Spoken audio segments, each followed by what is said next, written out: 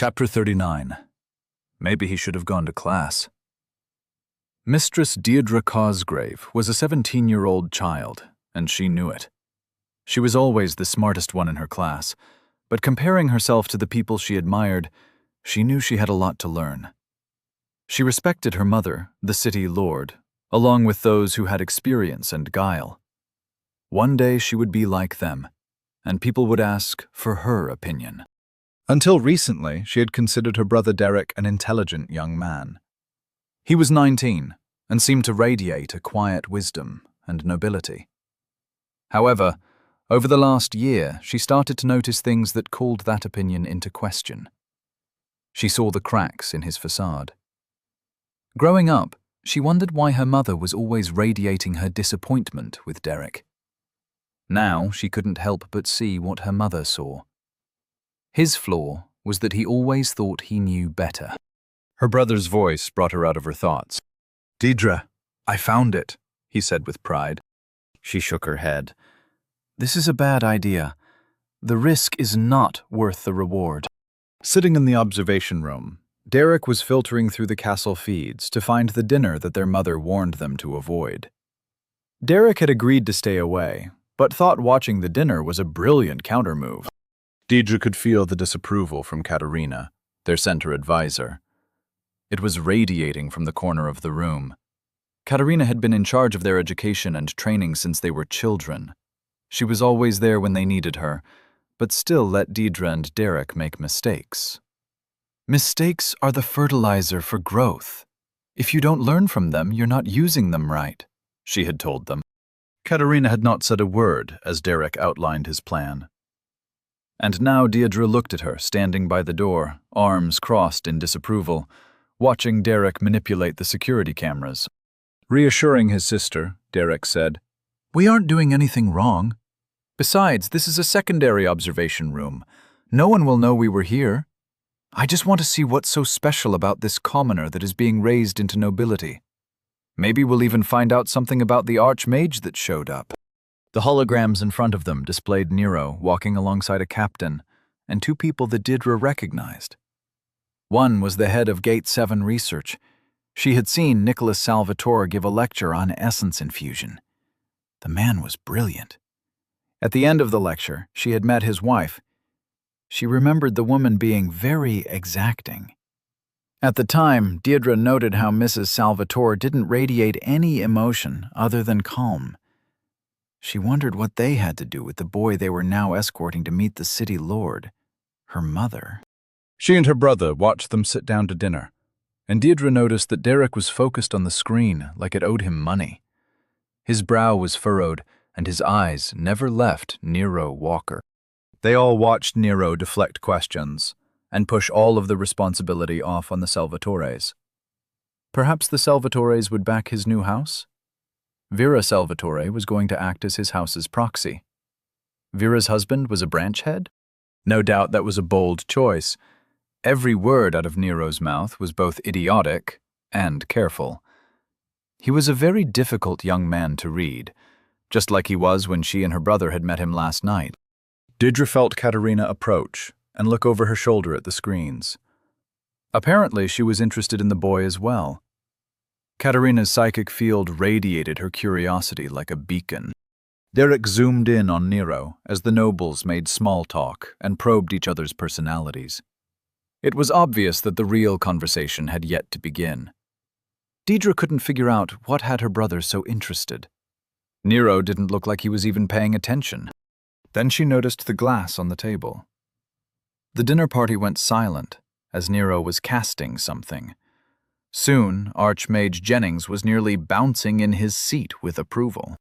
Deirdre looked at her brother and could see the resentment in his eyes. She thought back to her mother's prediction and warning. As usual, her brother kept his own counsel and was ignoring their mother's advice.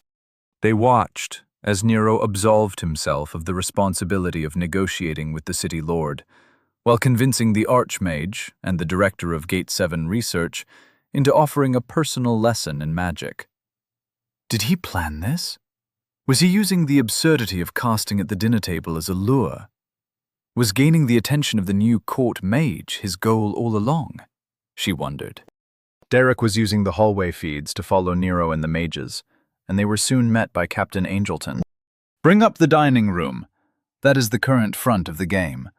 He has retreated from the front and is gaining allies, but he left his proxies surrounded. We need to see why," Deirdre said in a voice that brooked no argument.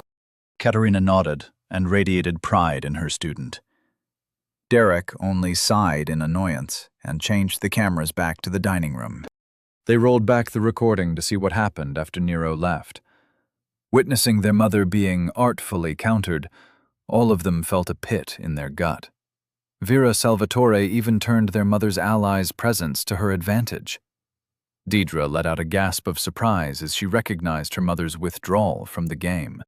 Derek had a frown on his face and seemed to ask the monitor, "I don't understand. Did you just let that woman win? You left a fortune on the table. What's your game, mother?" Katerina spoke from behind the two Cosgrave heirs. "When you find yourself in a position with nothing to gain, you don't fight for advantage. The goal isn't to always win, it's to never lose. Lord Cosgrove won, and she did it by surrendering the enemy's territory. You have a lot to learn, Master Cosgrove, and it's time you realized that." With a wave of Katerina's hand, Derek and Deirdre's chairs were pushed aside to make way for her to reach the console. Manipulating the controls, she switched the cameras back over to Nero. He was in the arena, having his lesson. This is who you should be concerned about. Did you see how the boy presented himself as a joke? But look at the facts. He walked into a room with the weakest position possible. He's a new noble with no backing. Yet he leveraged his pieces perfectly, spoke nothing but riddles, and left with converted allies. I'm finding it increasingly difficult to believe that his successes are accidents. Did his plan begin when he found out that he would be a noble, or was it last night, when he declared as an independent? She said, manipulating the holograms to show the captain examining the explosion. She focused the image on the splayed and broken limbs of what was once a military training dummy. Katerina took a step back from the console, as if to clear the area so the Cosgrave heirs could see clearly. Crossing her arms, she said, "This Nero Walker is not an enemy to target. He is an obstacle to be avoided. I agree with your mother's play. There is no reason to fight unless we manufacture one." Tone. Archmage Jennings and Nick reeled in their laughter. Adopting sheepish expressions, they exchanged looks. Their silent conversation resulted in Jennings taking the lead. "Nero, we're sorry for laughing. I assure you that we weren't laughing at you. It's just that your question was very amusing. It's because of how you cast. You see, everyone is taught to cast using their center to form the spell forms, then isolate the flows of essence to do what the spell requires," he said in what he hoped was a kind and considerate tone. Nero nodded and rubbed his chin in thought. Turning to Nick, he asked, "It's like earlier, when you had me use my center to activate or bond with my clothes. I don't know what you call it. But that was me using my center, right?" Nick replied, "Yes, that's your center. Normally, that is how a person casts spells. I don't know where you got the idea to just manipulate raw essence like that. Didn't the books mention flows? Instead of letting the essence move as you guide it, you seem to grab hold of the essence and force it to do what you want. In addition, you used ambient essence to create spell forms. That's just madness. The only reason it didn't explode was that you were using air. What made you think of that?" Nero looked at the two in confusion. "I was casting a spell in the air. You think I'd try to use earth or water? The spell form would just crumble apart when I added the essence components. I would use water to cast in water, and earth to cast in the ground. I can see how using your center probably makes things easier. Wait, is that how you stamp? You just will the pattern into existence with your center?" Nero asked. Without waiting for a reply, Nero pulled from his center and created a standard light spell. Instead of creating it with air, Then feeding the component essences of light and air, Nero stamped the image of what it was supposed to look like into being. The spell form appeared and started sucking in the light and air flows from the essence all around them. Almost instantly, a ball of light appeared. Shocked gasps came from both Nick and Jennings.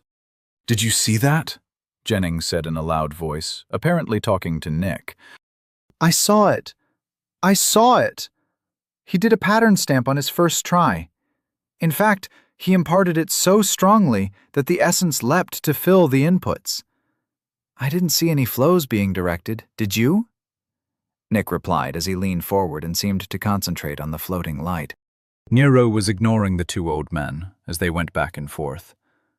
His focus was on the pattern. It was losing its permanence. When he first created it, he felt the world almost lurch. It was like he was demanding that the pattern exist, but with every second passing, his demand was turning into a suggestion. Nero watched as the essence stopped flowing toward the inputs. Taking control of the essence flows, he coaxed them into place, and he watched as the spell form kept up the conversion from the light and air into a ball of light. Yet the spell form was still weakening. He needed to add another flow, one which connected his center to the spell form in order to feed its identity. Its existence was predicated on his will.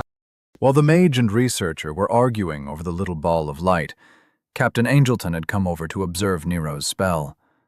As they had their lively debate, Nero was focusing on his findings. As his smile grew, Nero watched with mad delight as the ball flickered and changed. He played with adding heat and using an intent filter to add hydrogen. He was feeling the world warp to include his wishes into reality. This is what being a mage is. Not forcing essence to do what I want or convincing it with a nudge. Magic is imparting my will on reality. The building blocks of that reality are all around me. I am the architect. I create the shape with my very being, and the world places the blocks. I will it, and reality is rewritten.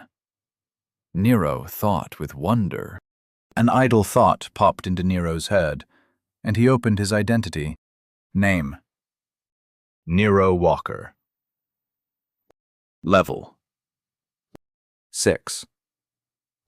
Race: human. Growth: 84%. Tier: 1. Condition: 100%. Age: 14. Center: 48%. Body: 1. Mind: 1. Soul: 1. Confluence: 10. Stars: 2.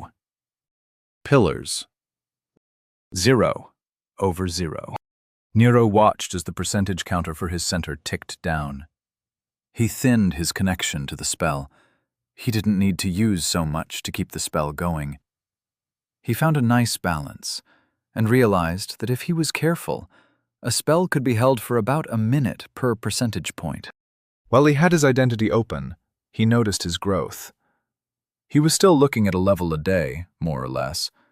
That was 100 times faster than the book's characterized fast growth.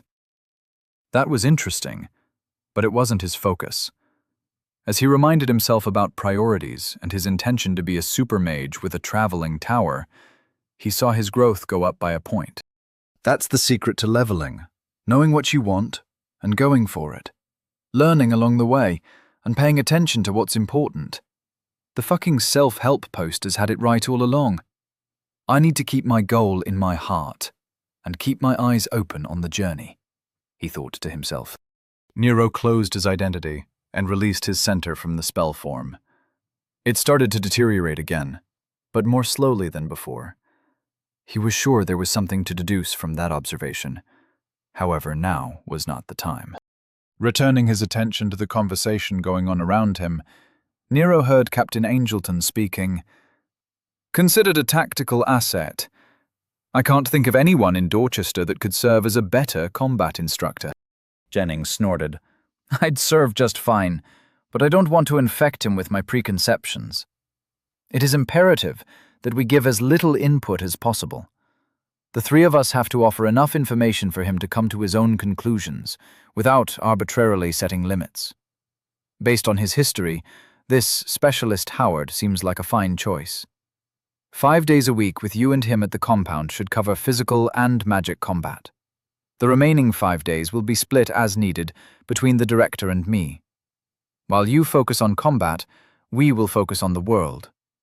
Everything from the essence cycle to theories on the origins of the identity. Captain Angleton and Nick were nodding along. They seemed to collectively notice that Nero was now paying attention. Nick asked, What do you think, Nero? This is your path, after all.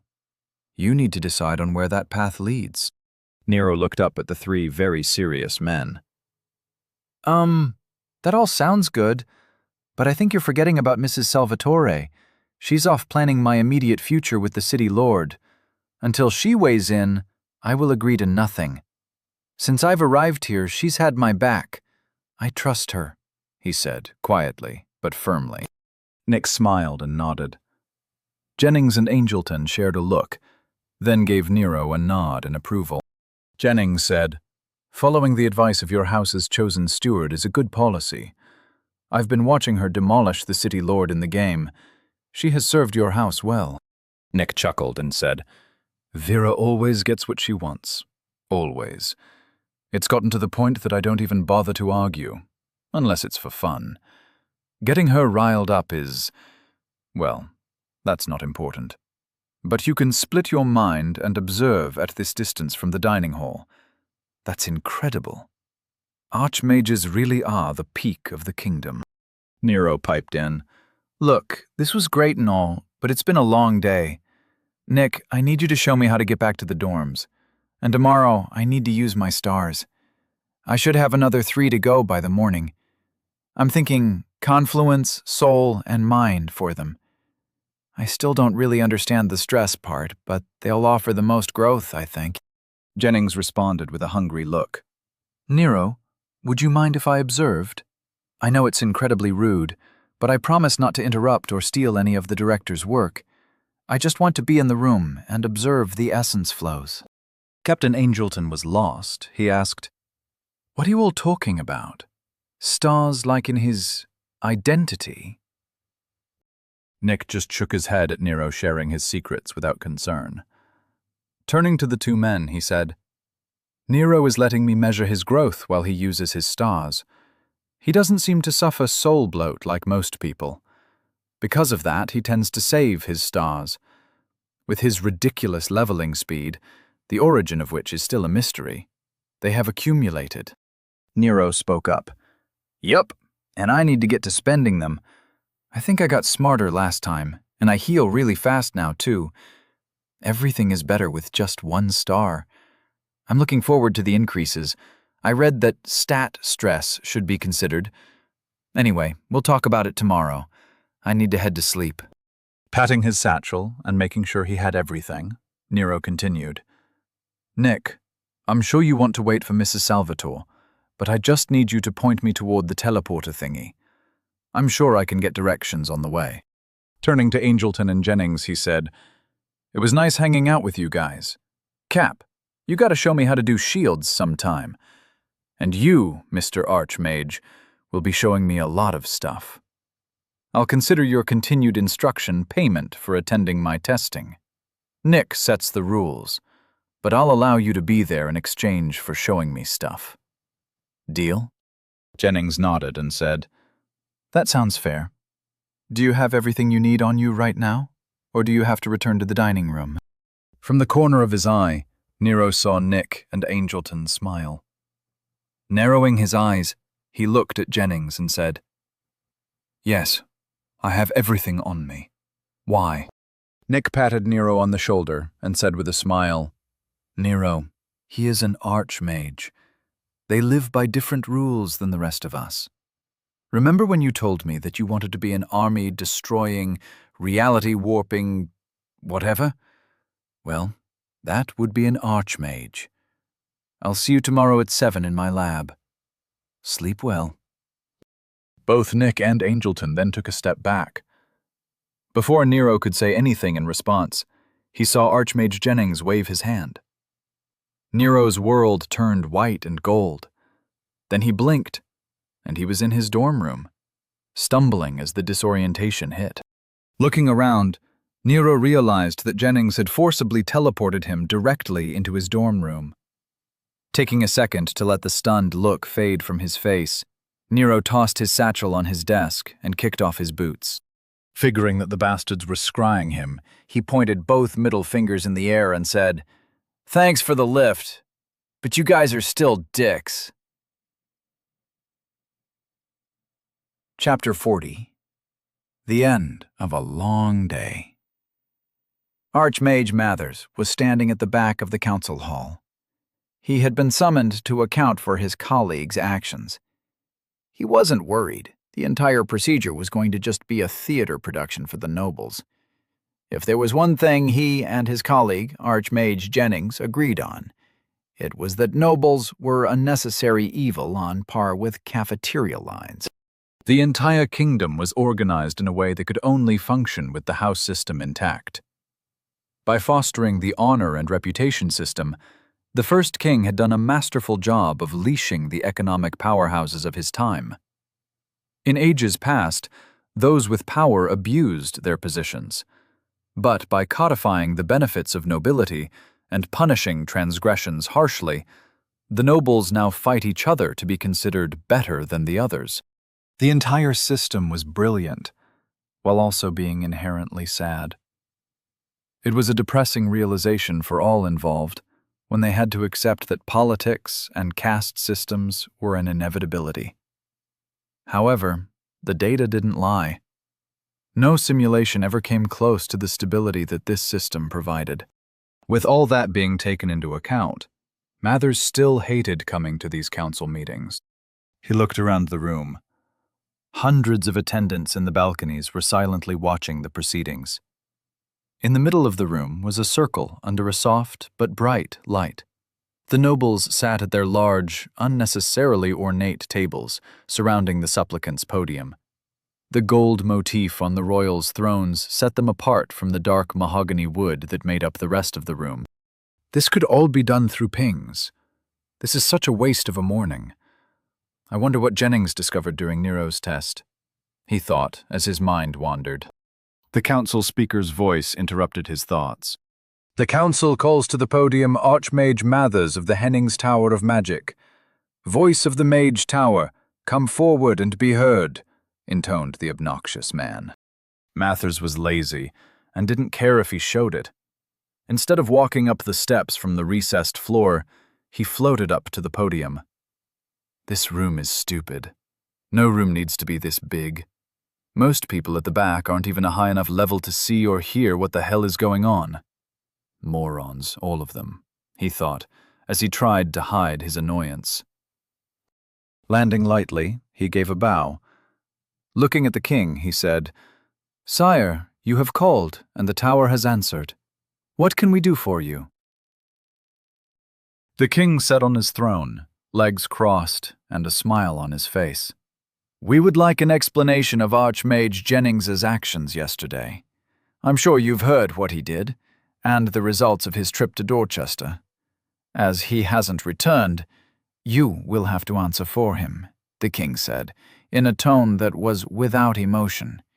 He could have been asking about the weather. Mathers nodded.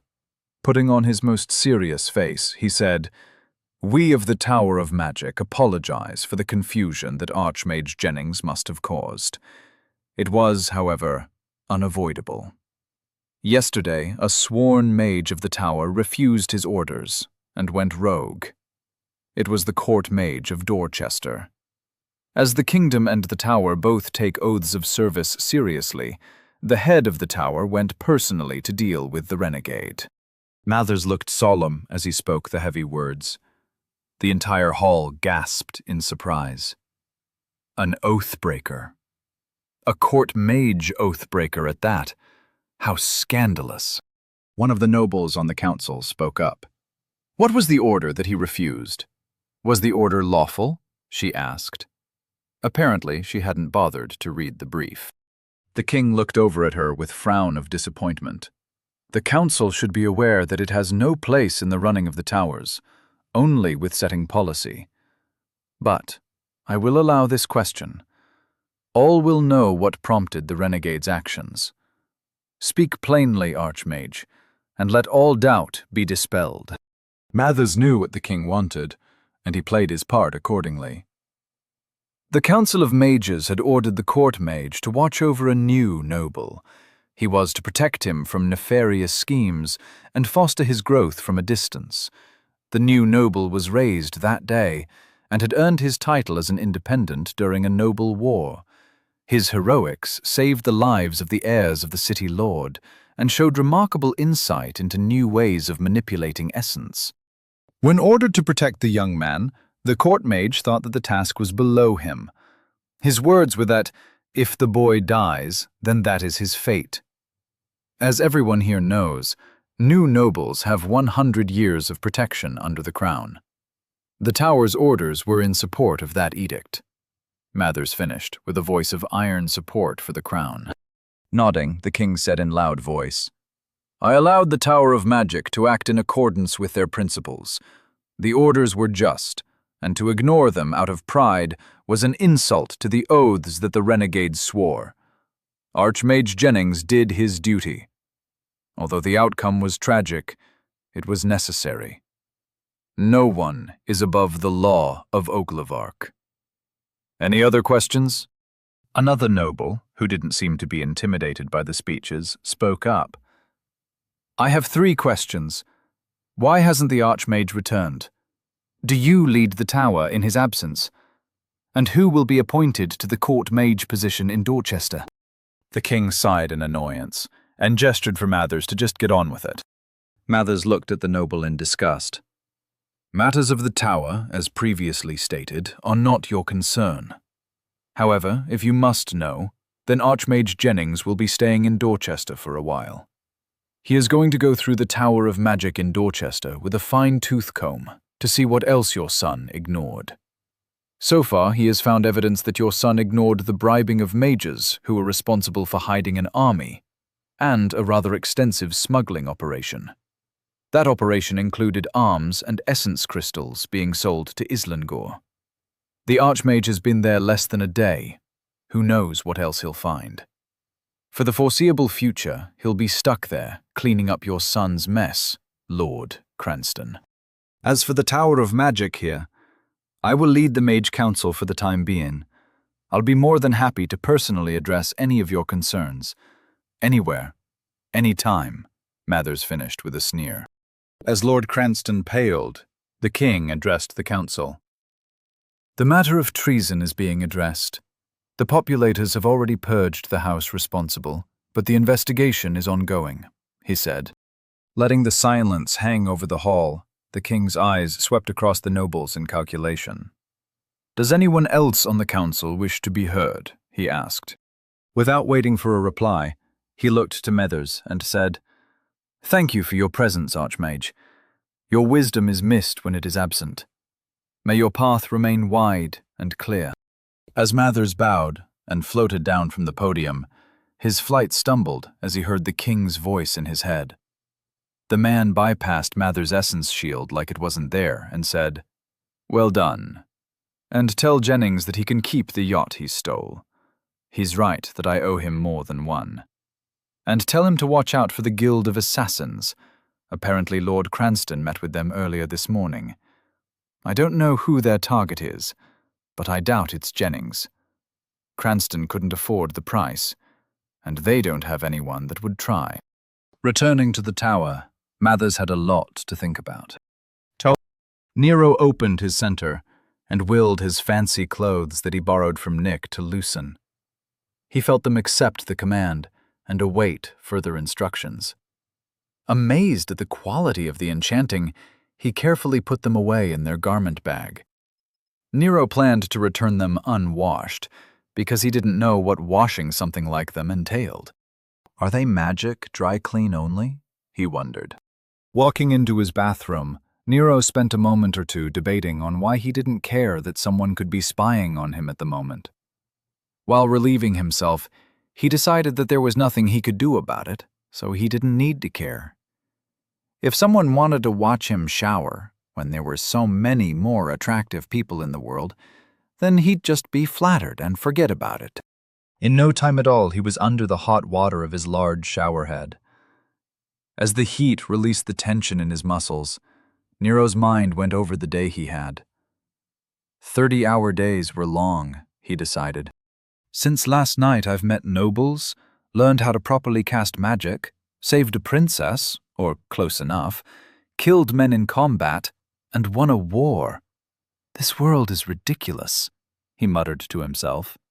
Saying it out loud seemed to make it more real.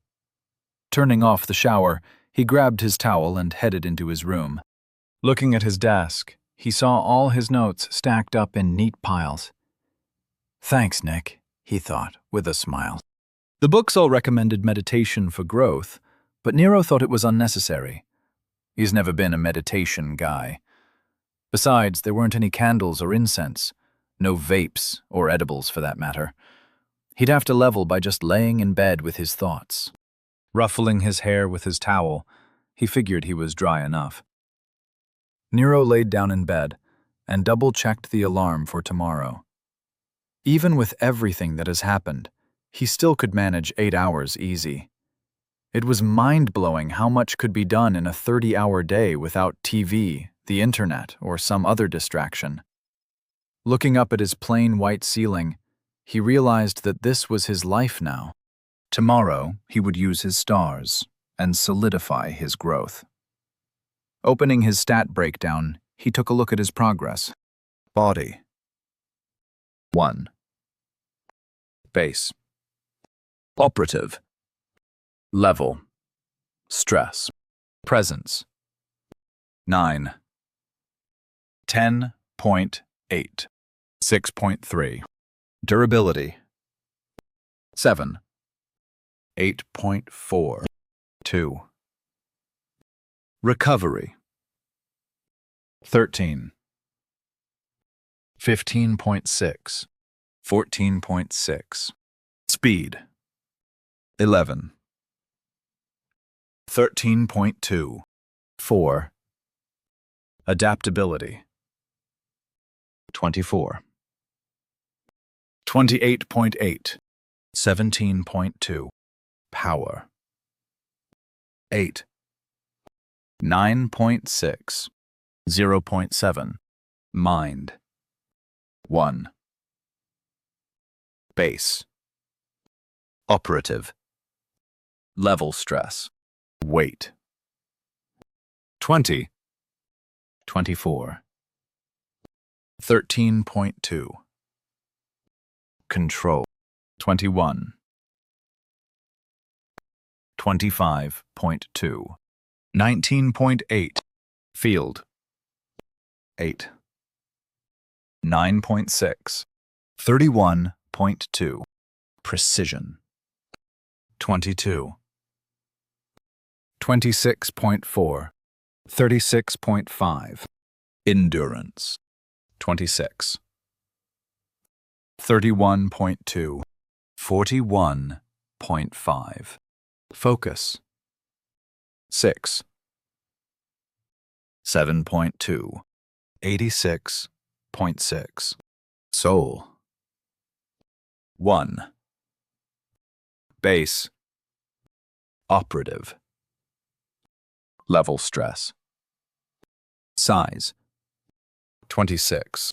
31.2. 2.1. Density. 101. 121.2. 0.8. Intensity. 76. 91.2.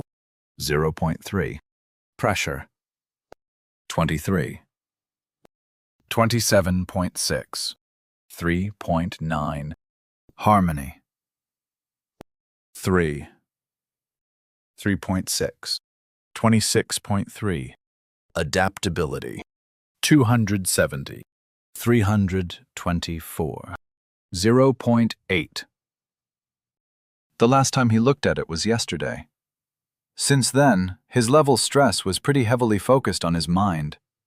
That made sense, since he mostly just thought a lot. The body stress was probably from being blown up. Nero was clueless about the soul stress. Stars were the key to changing his stats. He'd have to remember to ask Nick about how level stress is calculated, and how much it will affect the base when a star is added. How high should he get his numbers before he adds a star? Should that even be a concern? Banishing the questions, he tried to analyze what caused the numbers to go up. The identity system must have some benefit, other than just tracking progress. Nero thought the secret might be in what caused the stress.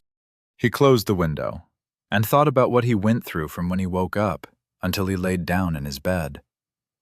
He always kinda knew that he wouldn't care about killing someone in combat, whether he was desensitized by video games, movies, or he was just a sociopath.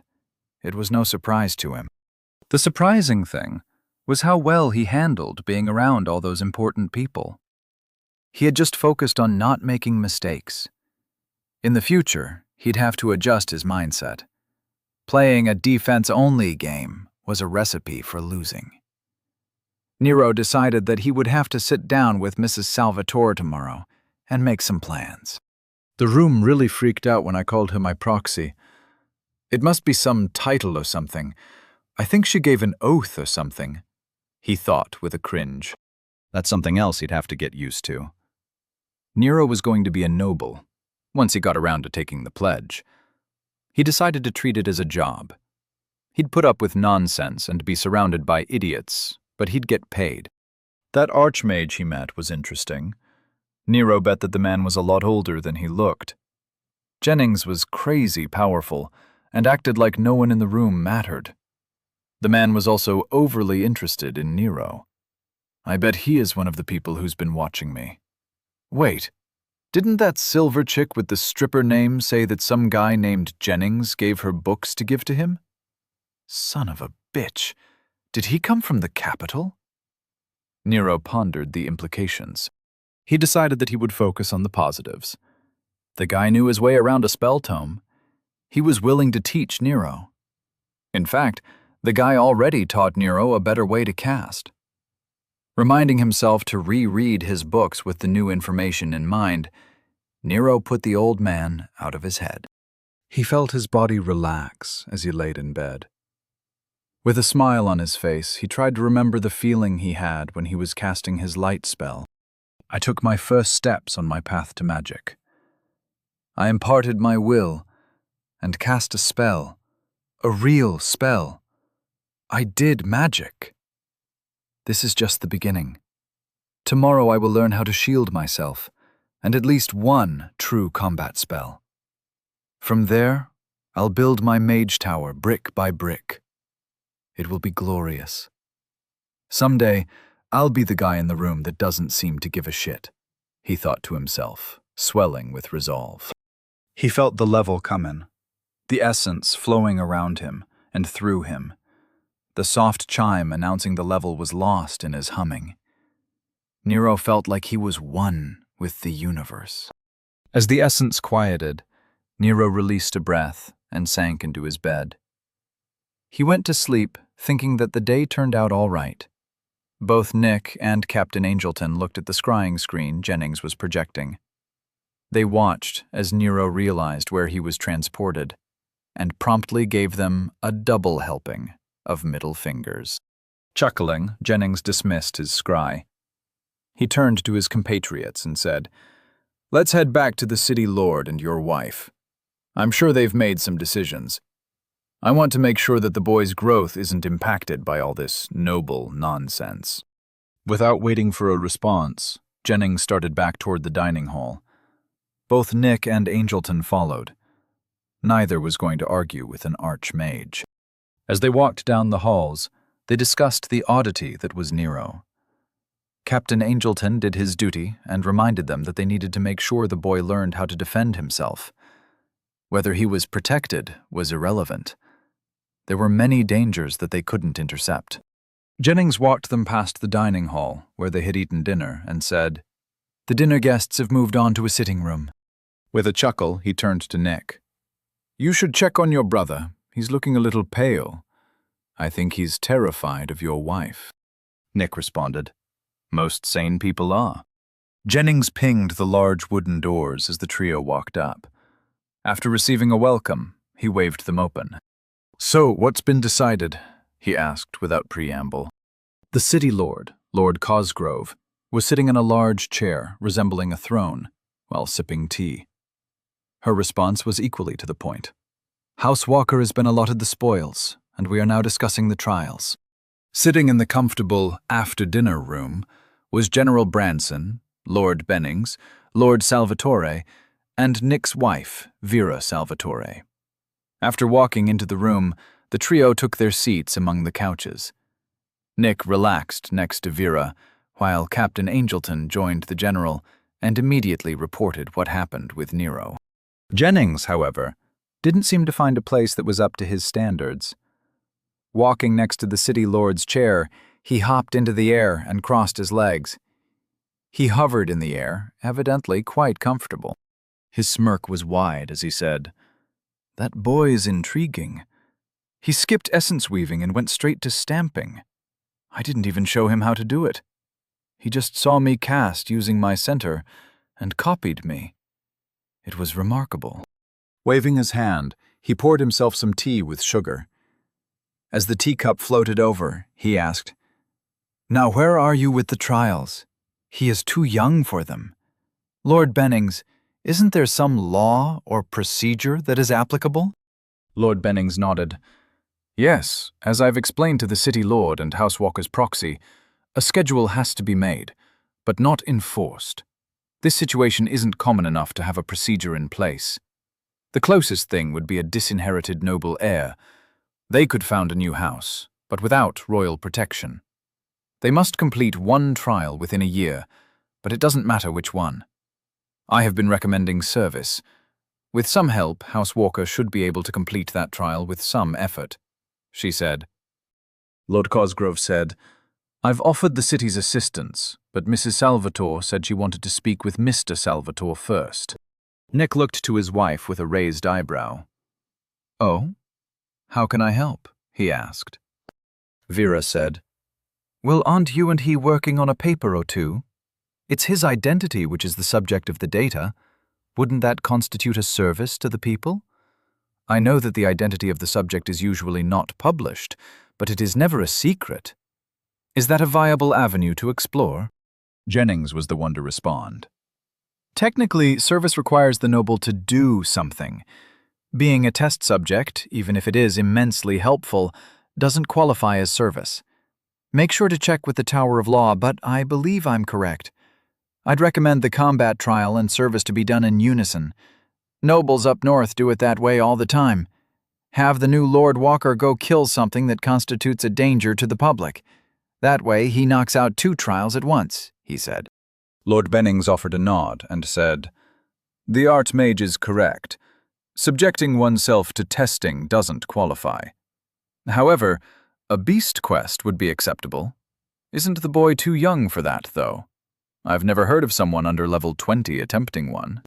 The city lord snorted. "That's because it would be madness. A beast quest can only be issued for dangerous animals or monsters, class 3 or above. The hunting guild has its own laws that have to be followed and cannot be interfered with. It will take years before the boy is ready to fight at that level." The general looked over at Captain Angelton. The captain spoke up. "I doubt it will be that long. Based on his leveling speed, he'll be level 20 in 2 weeks. Jennings started laughing. "None of you have figured it out yet? Not even you, Mr. Salvatore?" he asked with a smirk. The city lord looked around the room and saw only confused faces. "Please let us know what we're missing, Archmage," she said without a hint of shame or embarrassment. Seeing that no one was rising to his provocation, The Archmage sighed. He missed being around people that he could irk. Everyone in this city was so afraid of him, he could insult them to their face and receive nothing but a smile. It was irritating. Jennings said, "Lord Walker is an old soul. His body is trying to catch up to the strength of his soul. His mind is acting as an intermediary. I bet his soul and mind stats are exceptional. As such, he'll start slowing down drastically around level 10. Some of the Mage Council believe that he'll assume a normal leveling speed at that time. A few, myself included, believe that he will still be a fast leveler. Regardless, he won't continue to gain a level a day. The only thing we agree on is that he'll stabilize in a few days." Everyone in the room nodded. Some sighed in regret, others in relief. Captain Angelton said, "Even if his leveling speed drops off drastically, he is still a formidable young man. I'm looking forward to training him. After a few days, I'll have a better idea of his potential. At that time, I could make a recommendation as to whether or not he can be made ready for a combat trial within the year." Lord Cosgrove said, "That would work. We haven't discussed a legacy trial. We could just arrange a marriage. That would satisfy the requirements." Nick burst out laughing. "That's a wonderful idea. Just please let me be there when you tell him," he said. Nero woke up without issue for the first time in what felt like forever. His link didn't receive any urgent messages, and his alarm woke him with the jaunty tune he programmed. Wearing his center robes, he went to get a bagel and a coffee from the cafeteria, while on his way to Nick's lab. Waving to the attendant at the front desk on the 5th floor, Nero sipped his coffee and pinged the door the moment he saw it. He tried waving his hand to open the door with his psychic field, but only managed to rattle the doors. Frowning, he continued his approach. As the doors slid into the walls, Nero remembered that they slid rather than opened. Cursing himself for ruining his epic entrance, he saw Jennings, Kendra, and Nick discussing some data on a holographic screen. They were ignoring him and didn't seem to have noticed his mistake. "Nice, no one saw. So it didn't happen. I'm still having a perfect morning," he thought with a smile. "Good morning, all. I have 3 stars to use, but first I have some questions," he said loudly, interrupting them as he walked up to the trio. Jennings said, "Welcome, Nero. Sleep well?" Nick and Kendra were still ignoring Nero and muttering to each other about the data on the screen. Nero replied, "Yup, slept fine. What's so interesting?" He gestured to the screen that was evidently important. Archmage Jennings pointed to the screen and said, "That's data that was recovered from the Mage Tower here in Dorchester. It seems the previous court mage was allowing the mages under his employ to ignore a great deal of things. At Dorchan's request, some mages had moved the testing nodes for a study the director and his aides were doing. It seemed that they were worried that their mercenaries could be discovered by accident, so they removed all the nodes from the mountain and placed them in a valley instead. Nick and Kendra are trying to see if anything can be salvaged. It may be that the 3 years of work they've done is now worthless." Miro looked at the data and had no idea what any of it meant. Perhaps he was being contrary, but Nero felt like pointing out the obvious. If the guy from the 5-minute video on the accidental discovery of penicillin was to be believed, screwed-up data still produces results. Looking at the data as if he understood it, Nero said, "You're presuming that the data is useless because it isn't what you were looking for. But you should be looking at what the data is telling you. There is always something to be learned from observation. Maybe not what you were looking for, but something." Nick's eyes narrowed as he looked at the screen. Kendra spoke up. "Oh no, that can't be right."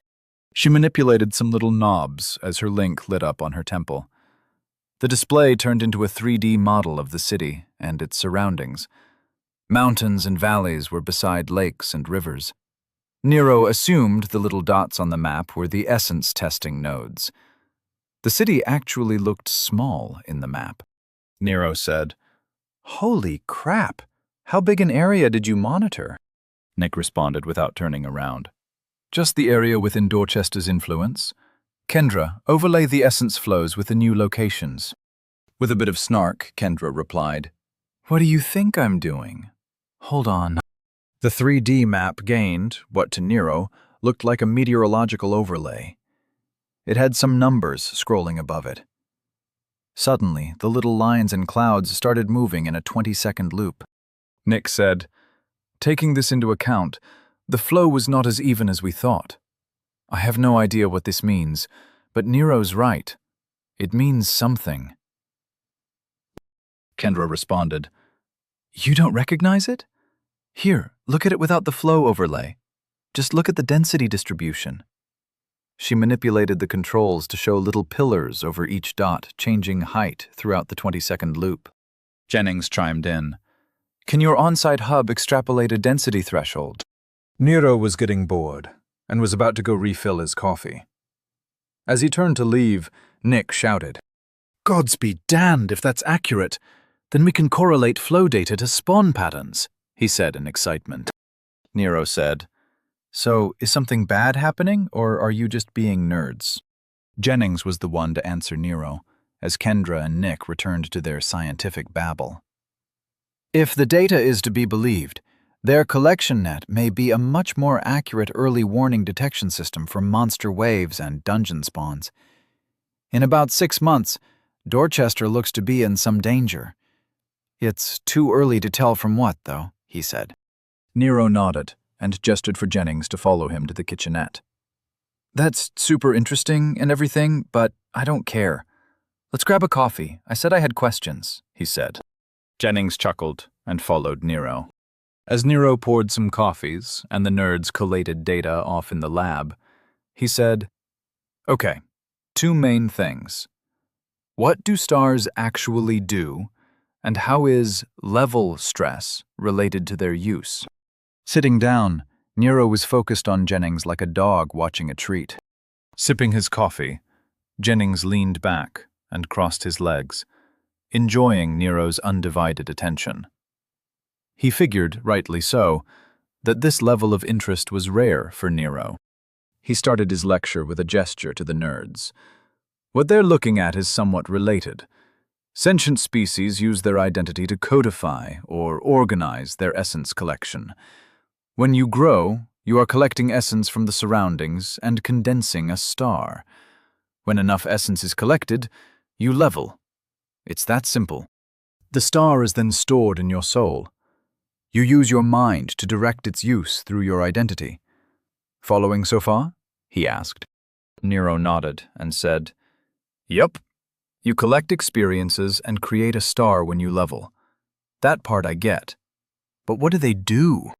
Jennings took another sip and nodded. "When a person has condensed a star from a level, they are able to apply it to an aspect of their existence. For example, they apply a star to their mind. The star then infuses that collected essence in its abstract form to reinforce the person's mind stat based upon how much stress that substat has sustained. For example, say that they had been training their control. The control substat would have a lot of built-up stress. The star's essence potential would reinforce the mind to consider that the new normal. Does that explain the relationship well enough?" Nero replied, "Yeah, kinda. But how much will the base go up? The book I read had a lot of charts and stuff, but was light on the examples. Let me give you a hypothetical. A level 5 has a 20 control substat in his mind, with a level stress of 10. What would happen if he added a star when he reached level 6? Jennings snorted. "Your hypothetical needs work. A level 5 wouldn't have a control that high in the mind stat. At most he would have a 10. Even that would be monstrous. You don't see 20s in stats until around level 15. But, for the sake of argument, the level stress is based in relation to the base stat. So, since the stat is at 20 and the stress is at 10, your hypothetical person would gain a point or two in their base stat. It's almost impossible to get level stress high enough to increase a stat by more than 3 points." Nero was getting nervous. His stats were really screwed up, and he didn't know if that was a good thing or a bad thing. Was he uber buffed, Or was he going to explode if he used a star? He brought up his stat breakdown and decided to take a chance and ask Jennings a question that was actually relevant. Body. 1. Base. Operative. Level. Stress. Presence. 9.1. 10.92. 6.3. Durability. 7. 8.4. 2. Recovery. 13. 15.6. 14.6. Speed. 11. 13.2. 4. Adaptability. 24. 28.8. 17.2. Power. 8. 9.6. 0.7. Mind. 1. Base. Operative. Level stress. Weight. 20. 24. 13.2. Control. 21. 25.2. 19.8. Field. 8. 9.6. 31.2. Precision. 22. 26.4. 36.5. Endurance. 26. 31.2. 41.5. Focus. 6. 7.2. 86.6. Soul. 1. Base. Operative. Level. Stress. Size. 26. 31.2. 2.1. Density. 101. 121.2. 0.8. Intensity. 76. 91.2. 0.3. Pressure. 23. 27.6. 3.9. Harmony. 3. 3.6. 26.3. Adaptability. 270. 324. 0.8. Nero wouldn't give up all his secrets. He'll probably never tell anyone about his soul stats. But maybe his focus stat should be all right, he thought. He figured a 6 was pretty normal. All right, I'm going to ask a specific question, but this stays between us, agreed?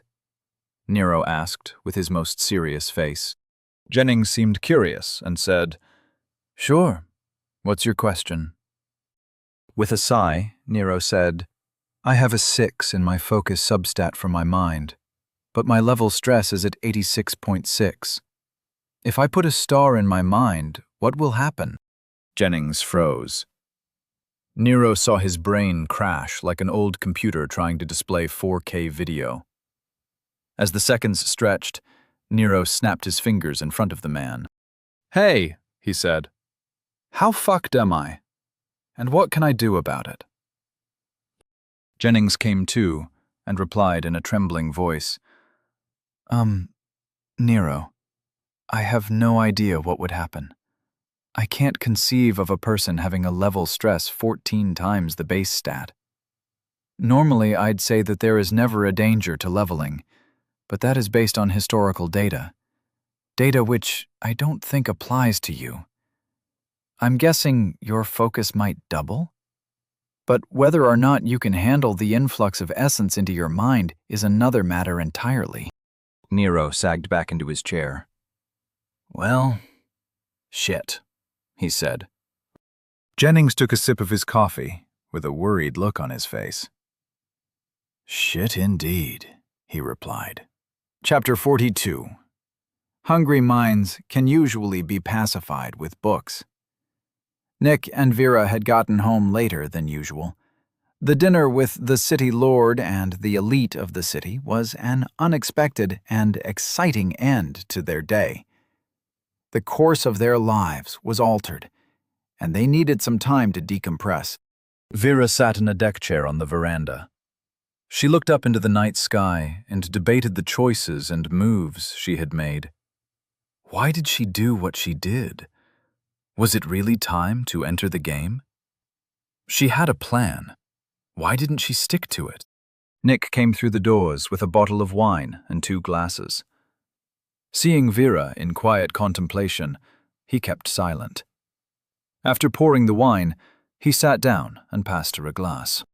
Vera noticed the offered wine and gave him a smile as she took it. Well, the privacy screen is up. We can talk. Say what you have to say, she said with a rueful smile. Nick just leaned back and chuckled while taking a sip of his expensive wine. Vera huffed and said, "We were going to get into the game eventually. This just provided an opportunity." Nick raised an eyebrow and said, "That's what you're going with." Vera turned to look at him and said in a serious tone, "It's the truth." Nick nodded and replied, "Sure, part of it. I think a lot of it had to do with that little troublemaker. You like him, admit it." Vera looked back to the sky and took a minute to think before she said anything. "I don't deny it. The young man is interesting. He makes me laugh. I know we talked about children, but we had a plan. We decided to firm our position before you took the trials. With nobility, our children would have many paths open to them," she said. Nick said quietly, "He's not our son, Vera. We've known him less than a week. I admit I like him. He is a breath of fresh air. He's funny and always provides excitement. But you've tied our future house to his now. Why did you accept the position of his proxy? You, of all people, know what that means." Vera sighed and took a sip of wine. When she didn't say anything, Nick continued, "As his proxy, you will rise or fall with him. You know I will never leave your side, so I'm now tied to his house as well. In fact, you've essentially tied all of House Salvatore to House Walker. My brother is too afraid of you to cut my branch. Just tell me why." Vera kept her eyes on the sky. Nick watched her lips purse and her shoulders tighten. In a tone of steel, she said, "Because of his potential, his drive. When he was in my office, the essence practically sang in his presence when he talked about his goals. He will be great. I've been helping people find their paths through the center for decades. I've seen people with goals fail, and people be surprised when options opened. But I've never seen someone like Mr. Walker. He knows exactly what he wants, and has no shame about doing anything to get it." She turned to face Nick and met his eyes with a smile. "He blackmailed you with me standing right in front of him? There was no fear, no hesitation. He just implied that there was a record of you doing something you shouldn't have, and that his silence and allegiance were for sale. His price was that you would help him on his path. His position compared to yours was laughable, but he won. He won, Nick," she finished and leaned back in her chair. Nick smiled at the memory. "He is a remarkable young man. I don't deny it. But the fact remains, he isn't family.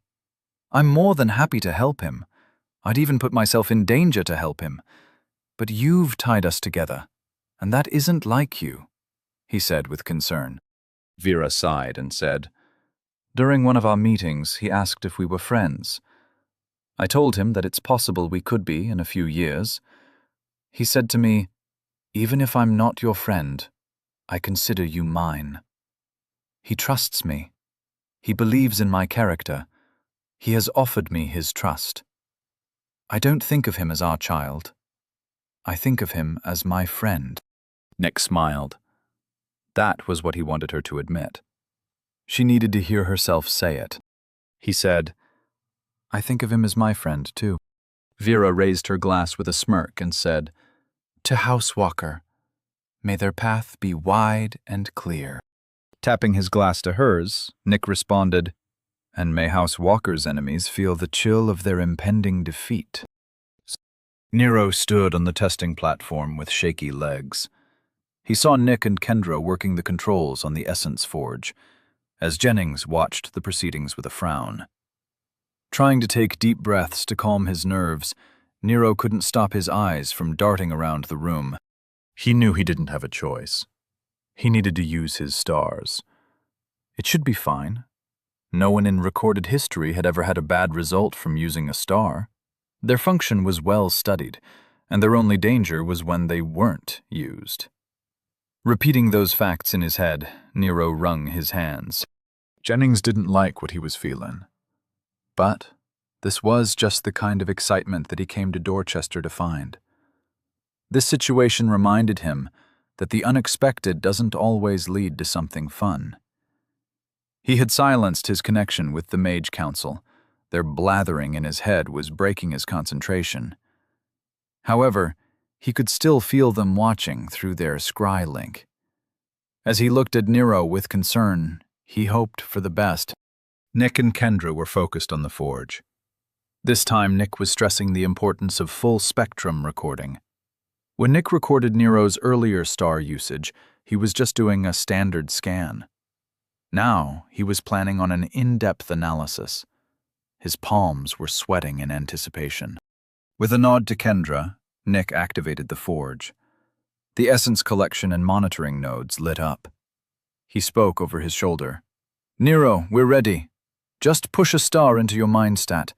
It will be just like last time. Whenever you're ready. Nero opened his identity. Name: Nero Walker. Level: 7.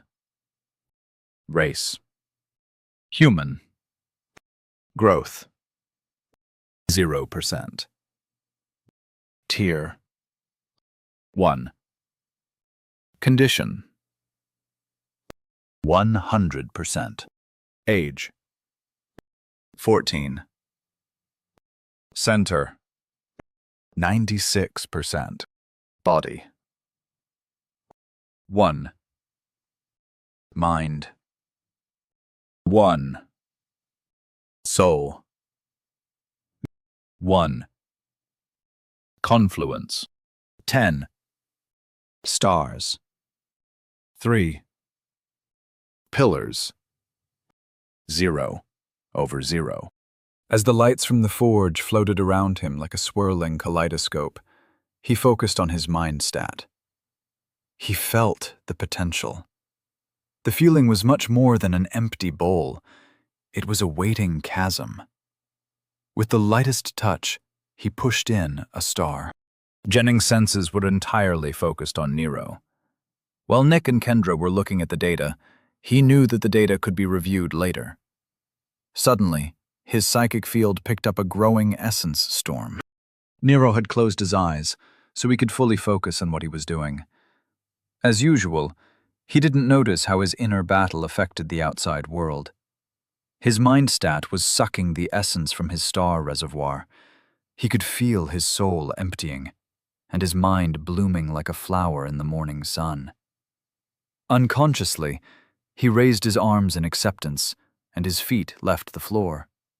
He was hovering an inch or two off the ground, held in the air by the surrounding essence. Jennings' jaw dropped open as he saw the ambient essence aid a star infusion. He didn't know that was possible. The entire storm lasted less than 5 seconds. It looked like the essence just picked Nero up and gave him a quick hug. It was like an incredibly tiny tear transition. He remembered the essence storm that accompanied the one he had seen many years ago. The entire city of Hennings was affected. That gave him an idea as to what made Nero so unique. Nero felt his stored stars empty, like they were sucked out of him through a straw. He felt as though the choice wasn't his.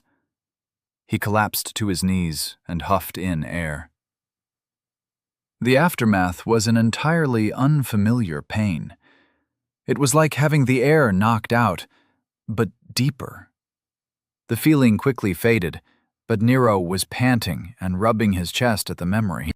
The lights from the Essence Forge were still flying around, and Nero heard Nick say, "Wow, Nero, I'm not understanding what I'm seeing, but we can review the data later. While your setter is still in flux, let's move on to your next star. You decided on Confluence, right?" Nero checked his full breakdown, then realized he didn't understand what he was seeing. Name: Nero Walker. Level: 7. Race: Human. Growth: 0%. Tier: 1. Condition: 100%. Age: 14. Center: 100%. Body: 1. Mind: 4. Soul: 1. Confluence: 10. Stars: 0. Pillars: 0/0. Body: 1. Base: Operative. Level: Stress. Presence: 9. 10.8. 6.3. Durability: 7. 8.4. 2. Recovery: 13. 15.6. 14.6. Speed: 11. 13.2. 4. Adaptability: 24. 28.8. 17.2. Power: 8. 9.6. 0.7.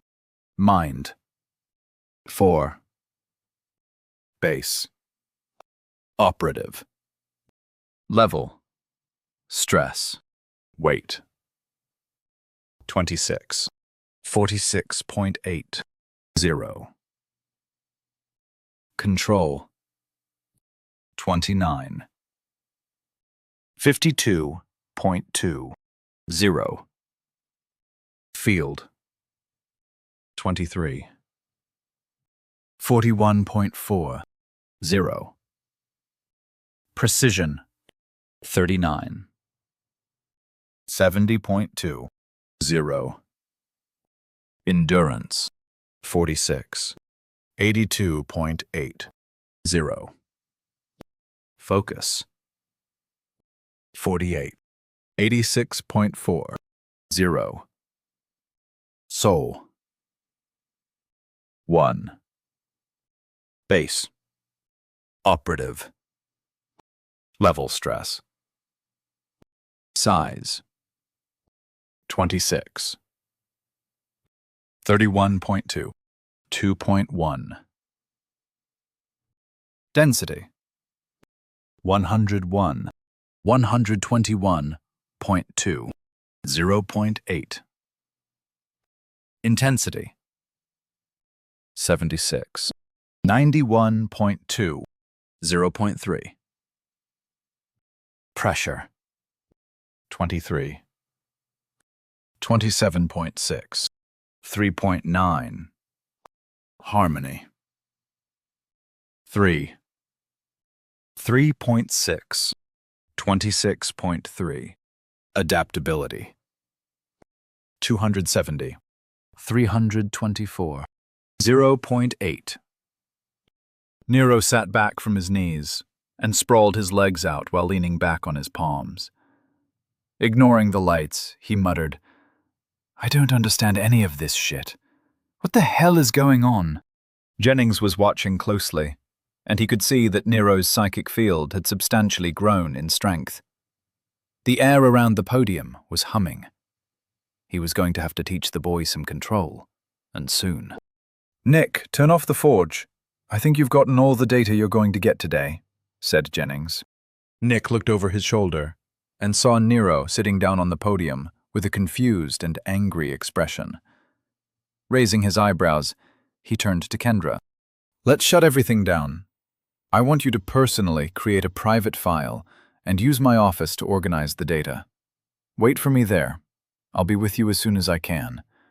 Don't tell anyone about this. Do you understand me?" he asked in a serious tone. Kendra just nodded with a stunned expression. She whispered, "I have no idea what I'd say. What did we just record? The essence distribution makes no sense, and the amount is unprecedented. No one should be able to incorporate that much raw essence, let alone have the environment add more to the infusion." Nick nodded and replied, "Look, I don't have any answers. I didn't expect this, and until we know more, we're going to treat this as protected data." Locking his eyes on her, he continued, "Kendra, it's his path, the path of a noble. We cannot let this data out." Kendra seemed to regain some of her composure. "I understand. I know I'm not entitled to any answers, but I'd like them. I'll be in your office organizing this mess into something readable. Please ask Nero if I can be of any use. I would very much like to be part of this study," she said with her hunger for knowledge on full display. Nick nodded and offered her a strained smile. "Thank you," he said. As Kendra and Nick were turning off the essence forge, Jennings stepped onto the testing podium. "Nero, are you all right? How are you feeling?" he asked in a quiet, cautious tone. Nero looked up at him with a dull stare. "When I started to use a star, my mind just swallowed everything. It felt like my consciousness was opening like an umbrella, while my soul was emptied like a balloon," he said in a flat voice, devoid of emotion. Jennings watched as Nero pulled his feet in and stood up slowly. Rising to his full height, Nero looked different. Jennings's scrutiny isolated the differences. Nero's eyes had changed. His posture was different. The boy was gone. A serious little man stood where the boy used to be. Jennings nodded to himself, as his theory seemed more and more likely. Nero looked at Jennings and said, "I need to speak with you and Nick. You two brilliant men are going to explain exactly what is going on with me. Right now." Kendra hurried for the door, and Nick walked up to the podium. Jennings sighed and said, "All right, Nero. I have a theory." Chapter 43. Where Babies Come From, the Nero Edition. Master Derek Cosgrave was doing his best to appear calm and collected. He walked through the streets of Dorchester, politely nodding to the bowing commoners. It wouldn't do to show his feelings to his subjects. He was an heir of Cosgrave, and he would act like it. Yet his mother's words haunted him. He had barely slept the night before. After watching her dinner with that Nero Walker, he couldn't forget her warnings. He had skipped breakfast and was in the training hall trying to work through his feelings when he received the message that prompted his current trip. He had received a ping from a great noble house that demanded his immediate attention. It was a request from House Cranston for a long-distance scry meeting. His personal aide said that the request was sent in secret, and it specifically asked him not to mention it to anyone. Normally, he would have asked his mother or sister their opinion, regardless of the request for secrecy. But House Cranston had said the subject of the meeting would be Nero Walker. For Derek, there was only one explanation. They were watching the events happening in the keep.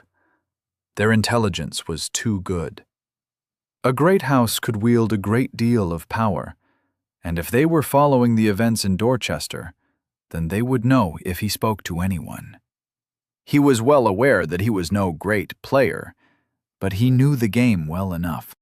Eventually, he made his way to a scrying hall in the Tower of Mages. He chose to use a public meeting hall, rather than the one in the keep, in order to hide the scry meeting. Entering the code into the console, he sent the connection request and took a step back. He forced a dignified expression onto his face and crossed his hands behind his back. The hologram appeared around him, and he was facing two men. Derek thought the man on the right was a servant, as he was wearing house robes, and his chin was facing the floor. But the man on the left was clearly a noble. His robes were impeccable and seemed to glow with an inner light. The man was tall, and his bearing spoke of refinement. His gray hair was cut short and parted neatly. Cold gray eyes regarded Derek with intelligence and intrigue. You must be Master Derek Cosgrave. Your image was accurate in our files. I am Lord Nyland Cranston. Thank you for your prompt response, as we don't have a lot of time, said the man with a soft but firm voice. Derek gulped and tried to keep his voice from shaking. Lord Cranston, the pleasure is mine. What can House Cosgrave do for you? Lord Cranston's face could have been carved from marble. It offered no hint to his mood as he said, I do not require anything from House Cosgrave. I have contacted you to offer an opportunity. The opportunity will aid your house, but it is really an opportunity for you. I'm aware of a great deal of what has happened in Dorchester, and I know about your problem. I only offer a solution. Derek tried to read between the lines. This wasn't his area of expertise. He was a plain-spoken man, a warrior. This doublespeak was his sister's thing. His mother would already have a counter-opportunity to offer the man. Squinting his eyes in confusion, he couldn't understand what Lord Cranston was trying to say. Lord Cranston, to what problem are you referring? House Cosgrove has just won a noble war, and all is well. Is there something I should be made aware of? Asked Derek with concern. Lord Cranston's aide coughed lightly, trying to hide his laugh. And for the first time, Lord Cranston's stoic face showed some movement. With one tiny corner of his mouth showing a hint of a smirk, he said, Nero Walker. I'm referring to the new noble.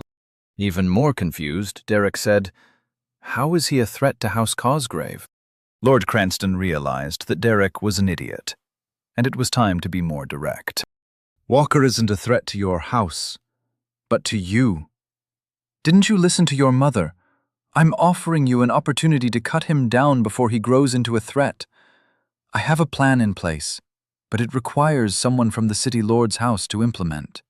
Your mother is too cautious, and your sister is incapable of action without her mother's approval. You are the one who is threatened, and you are the one in position to do something about it. Is that clear enough for you? Asked Lord Cranston. Yes, thank you. May I have a moment to think? He asked. Lord Cranston snorted and replied, Take your time, boy. It's not like I have more important things I could be doing. Stunned, Derek tried to think it through. Well, the man obviously had a reason to want Nero Walker dead. Asking him what that reason was would be pointless. Yet, Lord Cranston seemed to agree with his mother about the danger the new lord posed. Was that commoner turned noble really that much of a danger to him?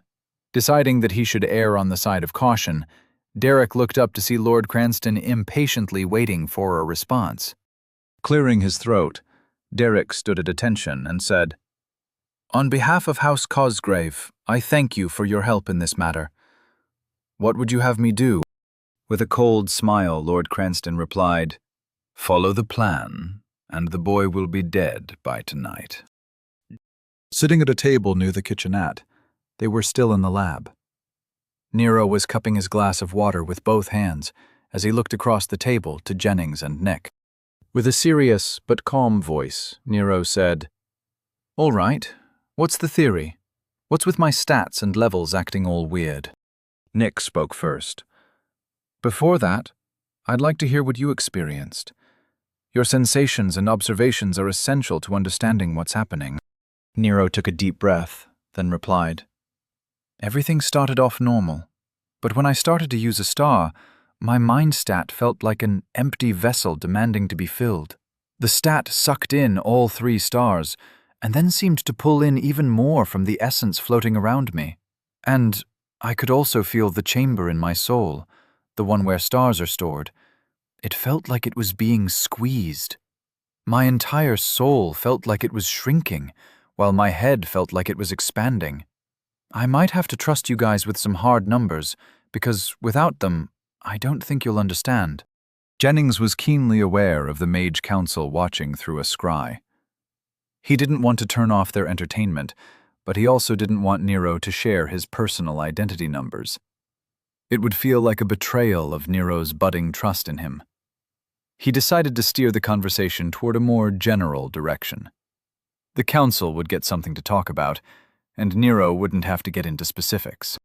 "Nero, let me tell you what I think is going on," Jennings said, while holding up his hands to stop Nero from speaking. "I think this all goes back to how you came into this world. I think it was a mistake to think that your mind suffered any amnesia from your journey through the upper planes. I think you remember everything. Isn't that right?" Jennings asked. Nick and Jennings both watched as Nero paled. He seemed to hide his agitation better than before, but it was still obvious. Staring at Jennings, Nero seemed to come to a decision. His shoulders slumped, and he took a big drink of his water. "I remember everything. As Nick would say, I came into this world with a fully developed mind. I've already figured out that my previous experiences and personality have been speeding up my leveling. But I don't see the connection to the stats in my identity, or why my leveling isn't slowing down. I was hoping you two had some ideas," he said with a wry smile. Nick was vibrating in his chair. "You remember everything? Where did you come from? What was your past life like? Do you remember the journey through the plains? What did you see?" Jennings didn't seem surprised. He just nodded as if his theory was confirmed.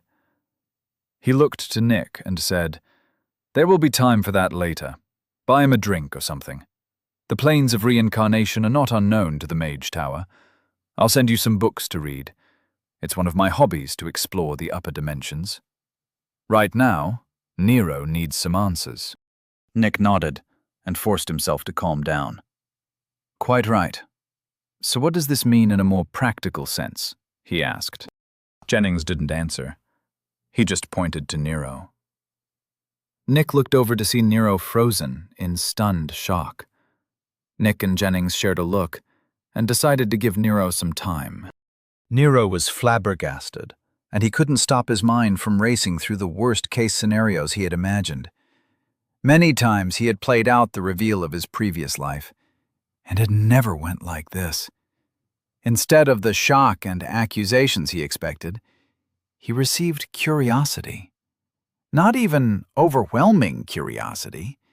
It was like they found out that he used to be in the Merchant Marines, and now they just wondered what that was like.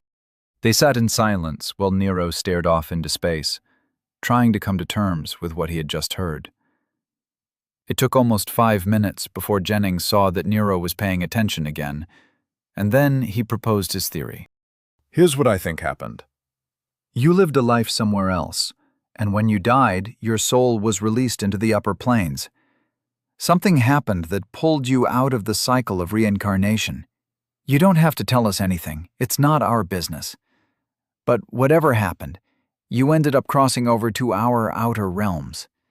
Rather than being purified of the remnant mind that was ingrained on your soul, you carried it with you through reincarnation.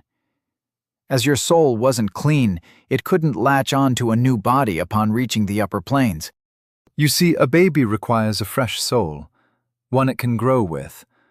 However, your soul couldn't find a suitable vessel, so it just floated around the upper planes. I doubt you could even sense time there, so you could have been floating for a very long time. Eventually, circumstances aligned by chance. A body that was near death released a soul. I'm guessing it was a very weak soul, and it couldn't hold on to its material body. But the body was capable of holding a strong soul, and your soul was pulled like a kite on a string. The recently dead body acted like a magnet and drew your soul through the planar walls. When a soul is pulled into a body, it is usually small enough to slip through the planes without issue. but your soul was so large that it ripped a path open. That tear was what I observed from my tower in Hennings. When the body received the new, more powerful soul, it was reinvigorated. Your birth used the essence the soul brought with it to heal the body, and you were born anew. As your soul already had an identity, it immediately created a mind, and now here you are. Sound right so far? Nero was amazed. He'd met smart people, but Jennings was like Sherlock Holmes had a baby with Stephen Hawking while using Gandalf as a surrogate. All Nero could do was nod and mutter, "I remember looking for a world of magic and wonder. I saw a gate that called to me. I threw myself toward the light. I just remember burning, then waking up at the merchant caravan." Jennings leaned forward. Slapping his hand on the table in excitement, he said, "That's the missing piece. I assumed your mind was already attuned to the magic of a different realm. We would have had to study the differences. But you're implying that your previous world didn't have magic at all. When you say wonder, I hear adventure and excitement. You chose this world with that in mind, don't you see?" He was waving his arms around frantically with a wide smile. Nick and Nero were both surprised and confused at Jennings's outburst. Nero said, "I see you freaking the fuck out. I'm assuming that we're missing something significant." Jennings nodded and said, "The choice, Nero. You were an insubstantial soul. Souls are essence infused with an identity, or, in other words, realized potential." Nick started nodding as he interrupted with an excited shout. "Oh, I see. His memories were there, but his soul was the motive force. It's still shaping the container. He came to this world with the promise of magic and adventure in his very soul. His unconscious formed before his conscious mind took control. Using the framework of his memories, a mind was created. That explains his obsession with magic, his utter disregard for doing anything productive." Nero was feeling his pride rise and fall along with Nick's words. He grimaced and said, "Hey, I'm not being influenced by anything. In a world of magic and dragons, I'm not going to focus on boring crap." Jennings chuckled. "Nick's not saying you don't have a choice or anything. He is simply pointing out that your body, mind, and soul are being influenced by your inner desires. That typically starts to occur at higher tiers. What you're experiencing is a very weak case of unity." Nick's eyes lit up with wonder. "That's possible?" he asked. Jennings nodded proudly. "That's my theory. It explains his absurd casting ability, level-breaking psychic field, and ridiculous leveling speed. His entire existence is quite literally built for the pursuit of magic and adventure. The first tier is about finding your purpose. Nero here came into this world knowing what he wanted. It's been less than a week, and he has grown toward that goal like it was the only light in the room. Unity can be achieved during Tier 2 by embodying a goal or an ideal. It's usually based on a person's pillars, but during Nero's testing, I saw the world recognize his purpose while he was on the podium." Nero nodded. He thought it made sense in a way. He was only a soul that created a mind and hijacked a body. As his stats showed, his identity was all over the place. With a curious look, he asked, "Okay, so now what? What do I do with that information?" Jennings thought for a moment and said, "Well, you live your life. Your mind had grown too fast and required more essence to form. From now on, make sure to keep your confluence higher than your other stats, and you shouldn't have a problem. You'll balance out as you level. Just keep in mind that you won't be able to compare yourself to anyone. Your situation is so unique that your level is relatively meaningless. I'm guessing that some of your stats are probably the same as someone who is around level 50. You just don't know anything yet. And your soul is probably very old and very strong. Good news is that you're probably able to ignore most illusion magic. Your sense of self and connection to the world around you is too strong. Nick nodded and added, "You should just follow the plan you had before. Learn what you want and live your life. Your stars should be in balance now. Don't let your level stress rise too high, and you shouldn't have any problems." Nero said, "I think my book showed level stresses really low, though, like under 20. Jennings spoke up. 20 would usually be considered a monstrous level stress. Typically, you shouldn't get higher than a 6. Yet, there are always outliers. You should be safe as long as you stay under 50, maybe 60 at the highest. Also remember, you're still adapting to this realm. It will take time and levels for your body, mind, and soul to reach equilibrium. I'd be surprised if you still had problems after level 10. Just focus on your training. Now that you're going to be a noble, you'll have plenty of options."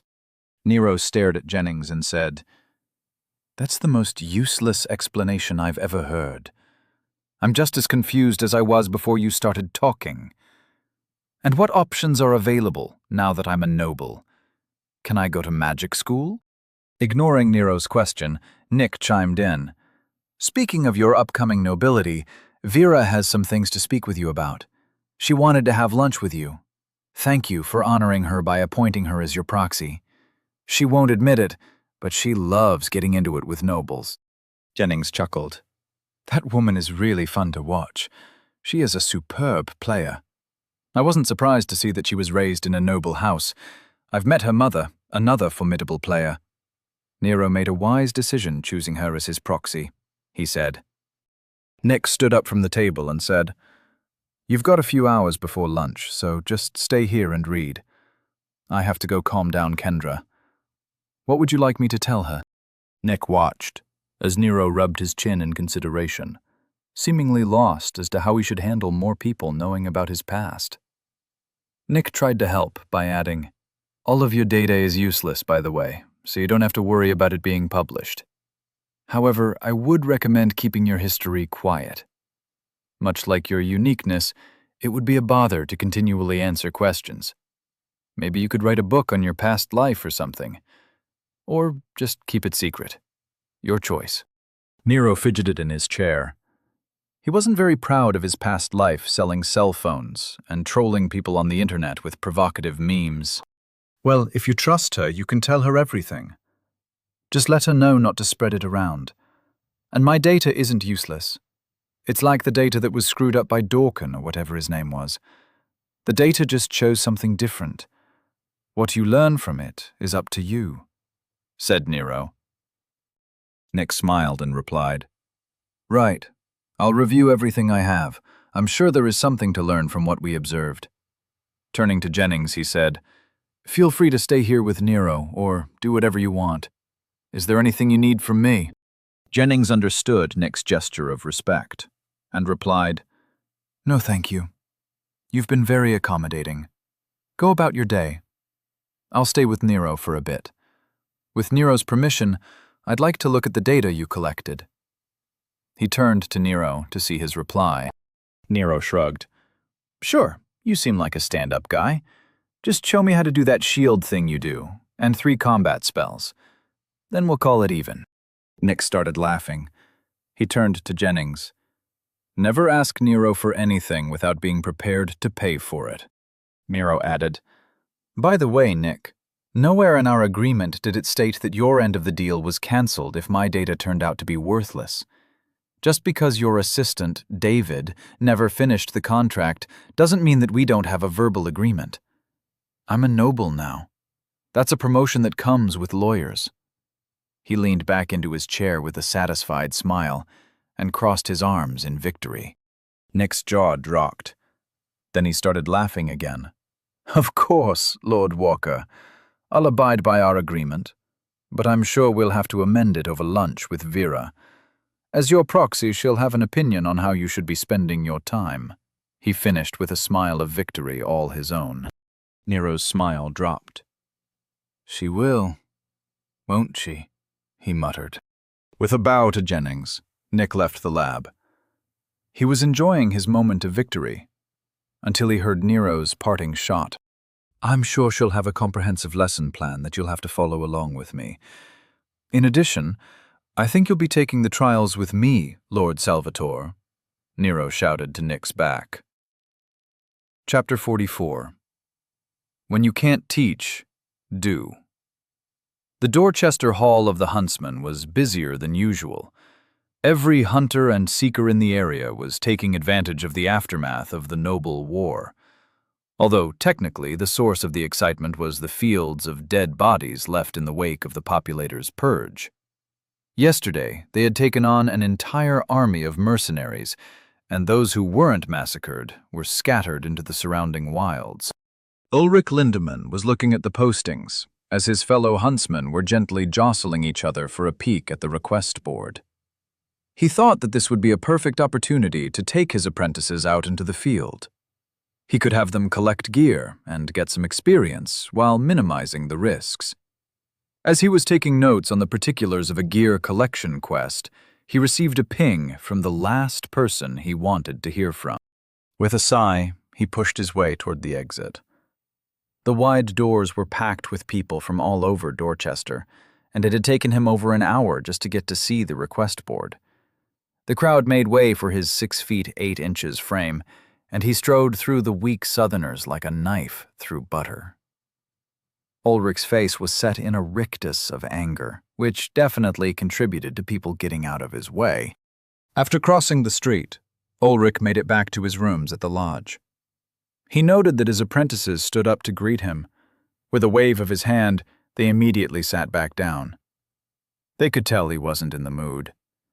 Stomping past them and into his private room, he locked the door, then enabled the privacy screen. As he felt the ward go up, he activated his link.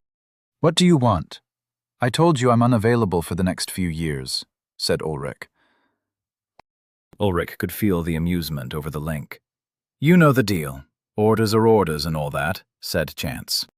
They hadn't spoken in over 2 years. Not since Ulrich requested leave from active status in the Assassin's Guild in order to train his new apprentices. Chance should have known that it would be years before they were ready to be inducted.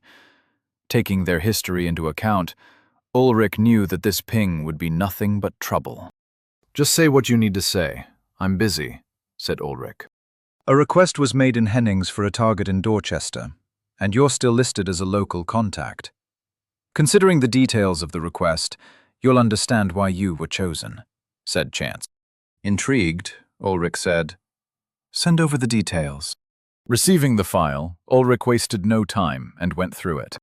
Ulrich couldn't believe that the guild accepted this madness. Who in their right mind would be so stupid as to target a new noble? They are relying on a loophole. Technically, it was a valid argument. Probably. In any case, Ulrich still thought the client was insane. Returning his attention to Chance, Ulrich said, "They are really offering 250,000 common valens for this? They have to know what the repercussions will be." Chance's good cheer was obvious over the link. "Who cares? The very nature of the contract negates a silence clause. What happens after the target is dead has nothing to do with us. As long as we follow the letter of the law and abide by the assassination accords, the guild will be safe. The question is, do you have someone that can do it? The requirements rule out almost all of our assets. You're the only one in the area who has access to a piece that can play." Ulrich took a minute to think. The target was an easy first kill for an apprentice. However, even in the best-case scenario, he'd need new identities and a new city. "No. The money is good, the target is good, but the aftermath is an unacceptable cost. I'd need to buy passage to another city and an identity sweep for 2 apprentices and myself. The need to start over makes this cost too much," said Ulrich. "Don't worry about any of that.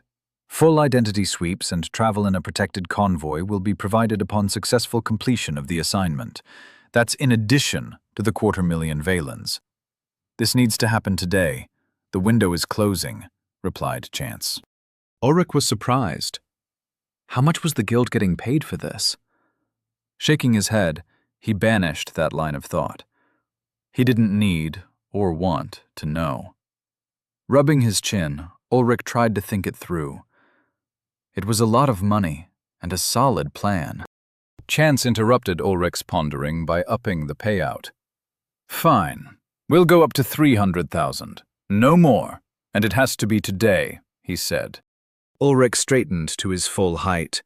His hesitation was gone. The deal was too good to pass up. All right, consider the contract accepted. You'll be hearing the good news in a few hours, said Ulrich. Cutting the connection, Ulrich dropped the privacy screen. Taking a breath, he read the file again to make sure he didn't miss anything. Nodding to himself, he walked back into the common room. His apprentices looked up as he walked in. Caleb was oiling his sword, and Rose was tightening her arrowheads. Seeing Ulrich stop and cross his arms, they put down their gear and stood up at attention. Both looked ready.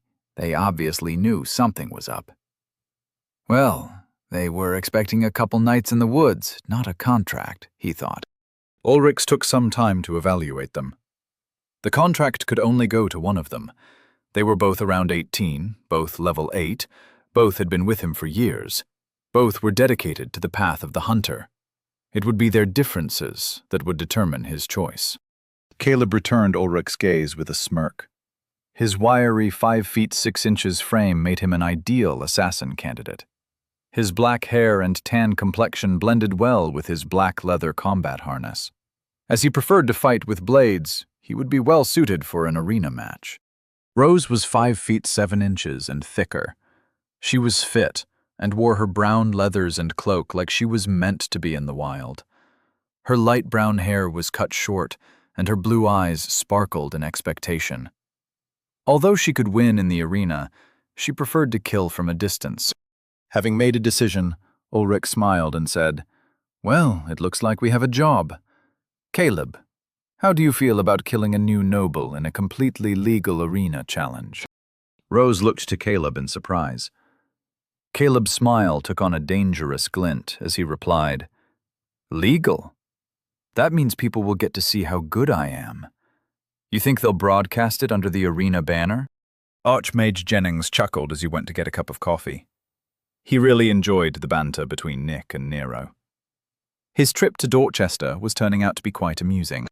Nero saw what Jennings was doing and said, "Hey, can you grab me a cup while you're up? Just black is fine." Smiling, Jennings poured Nero a cup of coffee. He was also enjoying the way Nero treated him. He hadn't been treated as an equal in a long time. Even Archmage Mathers held a certain respect for him, though they argued plenty. Nero, though, he just respected him as a mage. There was no awe. Jennings hoped that wouldn't change when Nero found out more about him. "Here you go," he said, handing Nero the coffee. Jennings returned to his seat. Watching Nero take a sip, he said, "So you want to know how to cast an essence shield? Why? You won't need one for years." Nero gave Jennings a look like he was an idiot. "I've been here like 7 days and already was in a fight. A magic fight. I was lucky that I didn't get myself killed. I'm not going to be one of those morons who doesn't accept the world around him. I'm in danger, so I need to learn how to fight," he said with conviction. Jennings raised his eyebrows at Nero's resolve. "As a new noble, you're under the protection of the royals for the next 100 years. You're not in danger." Nero just shook his head. "Let's agree to disagree. Now, tell me how to cast a shield. Then we'll move on to some combat spells." Chuckling, Jennings said, "Fine, but I doubt it will help you. Follow me. We'll need some space." Standing up, Jennings didn't forget his coffee. He led Nero to a corner of the lab with some training dummies and isolated areas for spell testing. Turning to Nero, he narrowed his eyes as he saw that Nero had taken his cup of coffee as well. Deciding not to make an issue of Nero's disregard for decorum, he said, "An essence shield is not a spell. It is using your psychic field to collect and cycle the ambient essence into a film to cover yourself. Everyone does it naturally as their psyche grows. However, mages have perfected it, While warriors rely on their essence-infused bodies and their essence fields, we mages solidify our fields into a shield. A well-done essence shield is like a coat of armor. You can anchor spells to it, use it to fly, make teleportations instantaneous, and much more. It is a very advanced technique that requires years of practice. Condensing your psychic field is a matter of will and focus. Nero, are you listening? Nero was already playing with the ambient essence. Rather than looking Jennings in the eye, he was using his psychic field to examine the thin field of essence that always surrounded Jennings.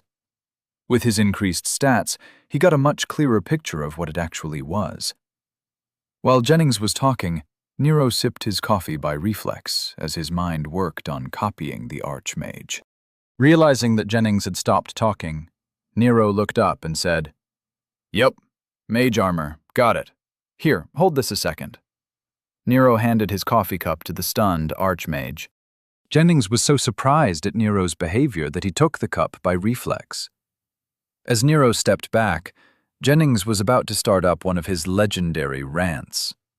He could feel the amusement of the Mage Council in his head, and it was infuriating. Before Jennings could say anything, he felt the essence around Nero begin to swirl. Snapping his mouth closed, he focused on what was happening. Nero had his eyes closed and was using his psychic field to grab all the essence within a few feet. Rather than pick a flow or type, he just mentally clasped a big fist. Around his body was already an area that interacted with essence. He assumed that was the beginnings of his essence field. Collapsing his mental fist, he held the essence in a clinch over the field. The two fields didn't seem to want to interact. They were fighting each other. With a frown, he opened his eyes and released his hold. Taking 2 steps forward, he walked right up to Jennings. The man just cocked his head with a smile. "It's not so simple. It's amazing that you could even condense a field. You should be proud," he said.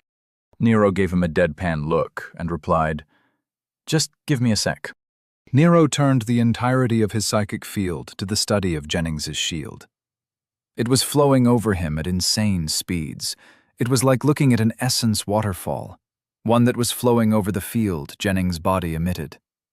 Though it looked like a film, it actually extended a couple inches off his body. It just stayed near him. Nero poked it with a psychic finger. Jennings jumped a little and said in an annoyed tone, "What are you doing?" Nero nodded to himself. He looked up at Jennings and said in a matter-of-fact tone, "Your explanation sucks. It's not a film at all. You're creating an area of your essence. You're taking ownership of the area around your body. It gets weaker the farther away from your skin it is. It's not a film, and calling it one is just wrong. Now be quiet for a second." Jennings couldn't remember the last time someone had so thoroughly told him that he was wrong. He'd been corrected, his conclusions questioned, his thought process challenged. But he was stupefied to the point of silence by being told so directly that he was wrong. Nero stepped back to give himself some space. Once again, he reached out with his psychic field.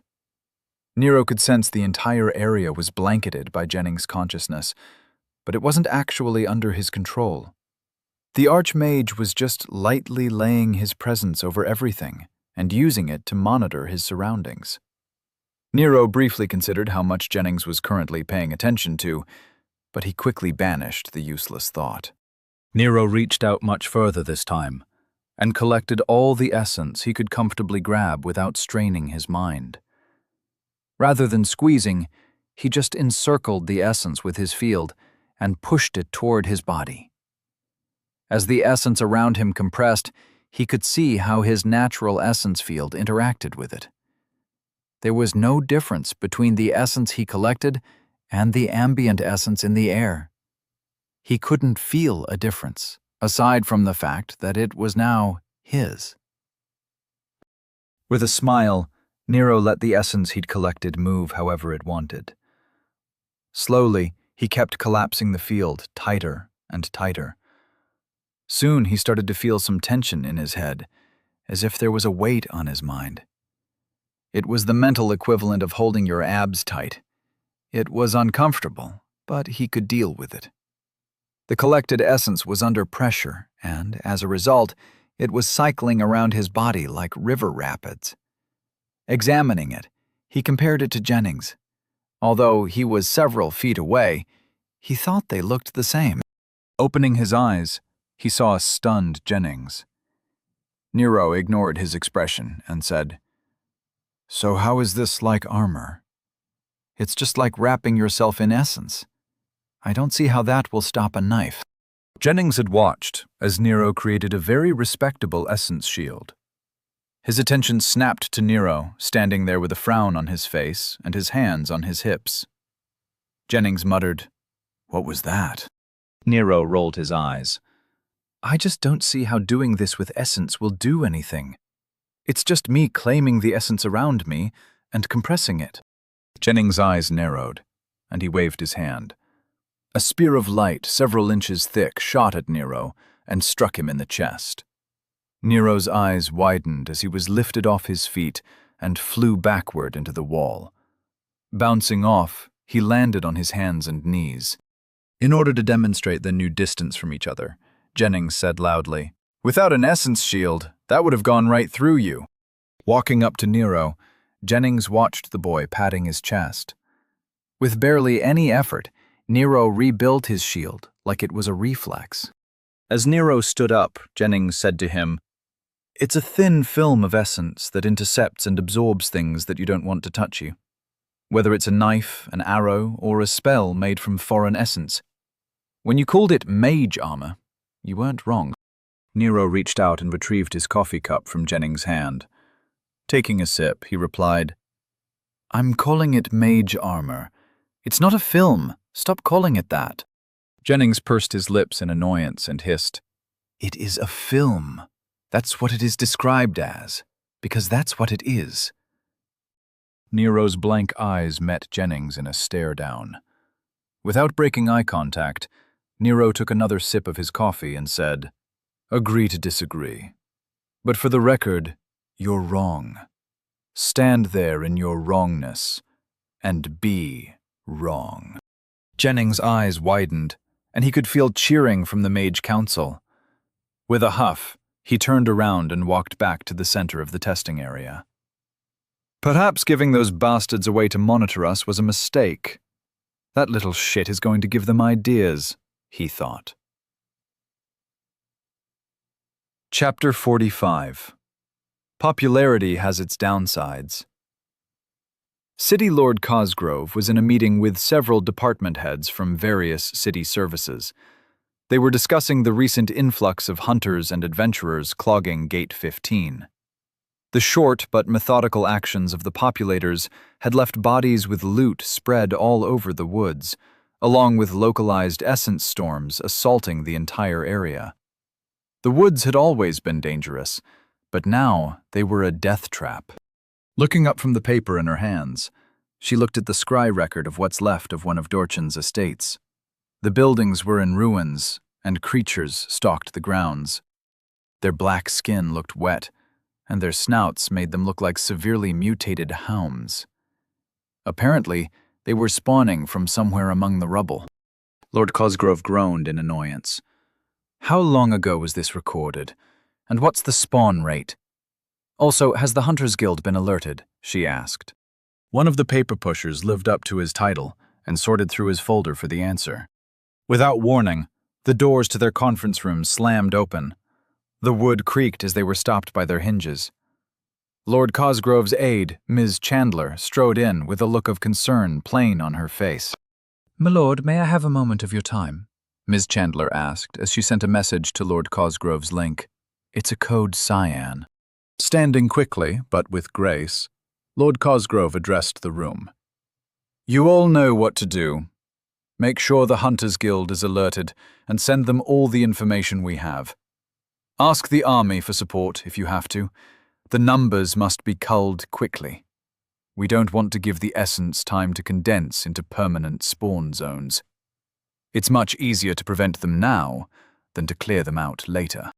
With a nod, she followed a nervous Miss Chandler into the hallway. The pace was uncomfortably quick as they walked to the City Lord's office. Lord Cosgrove leaned over and asked, "What's this about?" Miss Chandler whispered, "Master Derek seems to be aiding the Assassin's Guild. He escorted an assassination team to the Tower of Law, where they offered a formal assassination challenge to the commoner Nero Walker.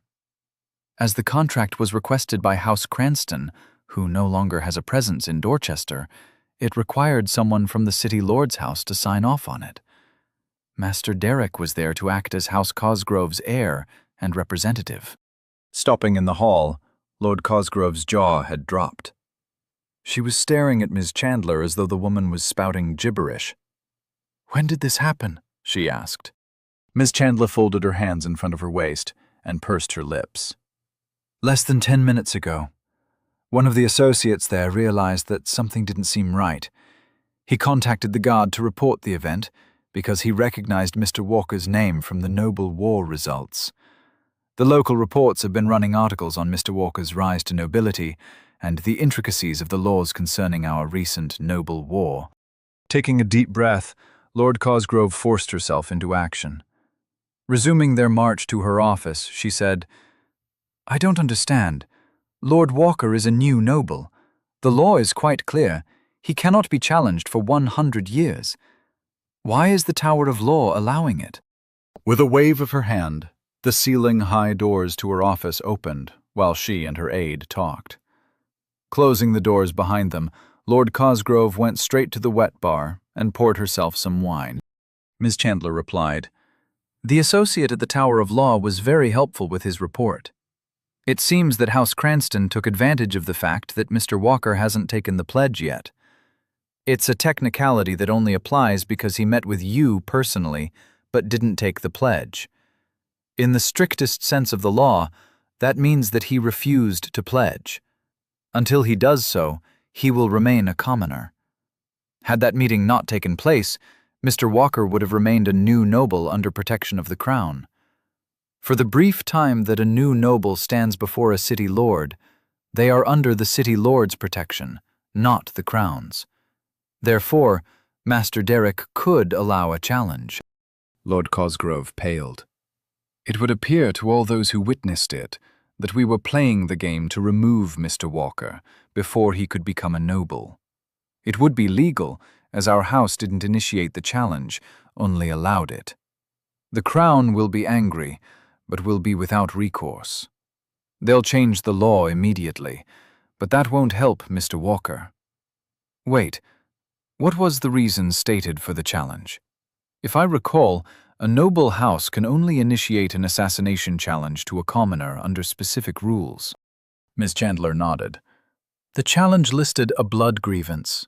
It seems that the Mage Council executed our previous court mage, Lord Cranston's son, because he wouldn't agree to protect Mr. Walker. Archmage Mathers stated so in open court for all the nobles to hear. It's another technicality. Lord Cranston's son was executed for refusing orders, but he is stating that a blood grievance still applies. Technically, his noble son fell so that a commoner could rise. That allows for the noble house to test his blood to see if the sacrifice is worthy. Hence the assassination challenge." Lord Cosgrove took a gulp of wine and said, "So, to sum up, my idiot son dragged my house into an assassination attempt on a new noble who has the eyes of the Mage Council following him, in addition to the protection of the crown. All right, we'll just have to deal with it. The assassination attempt is completely legal, so we can't stop it. Therefore, we need to prepare for repercussions from our new court mage and the crown itself." Miss Chandler helpfully added, "Don't forget Vera Salvatore." Lord Cosgrove's shoulders slumped. "If Nero doesn't kill Derek, I'm going to. Collect my daughter from wherever she is. We better be at the arena to mitigate whatever damage we can." Nero was walking through the halls of the research center, mentally going over the 3 combat spells he learned. He found the principles of combat casting extremely interesting.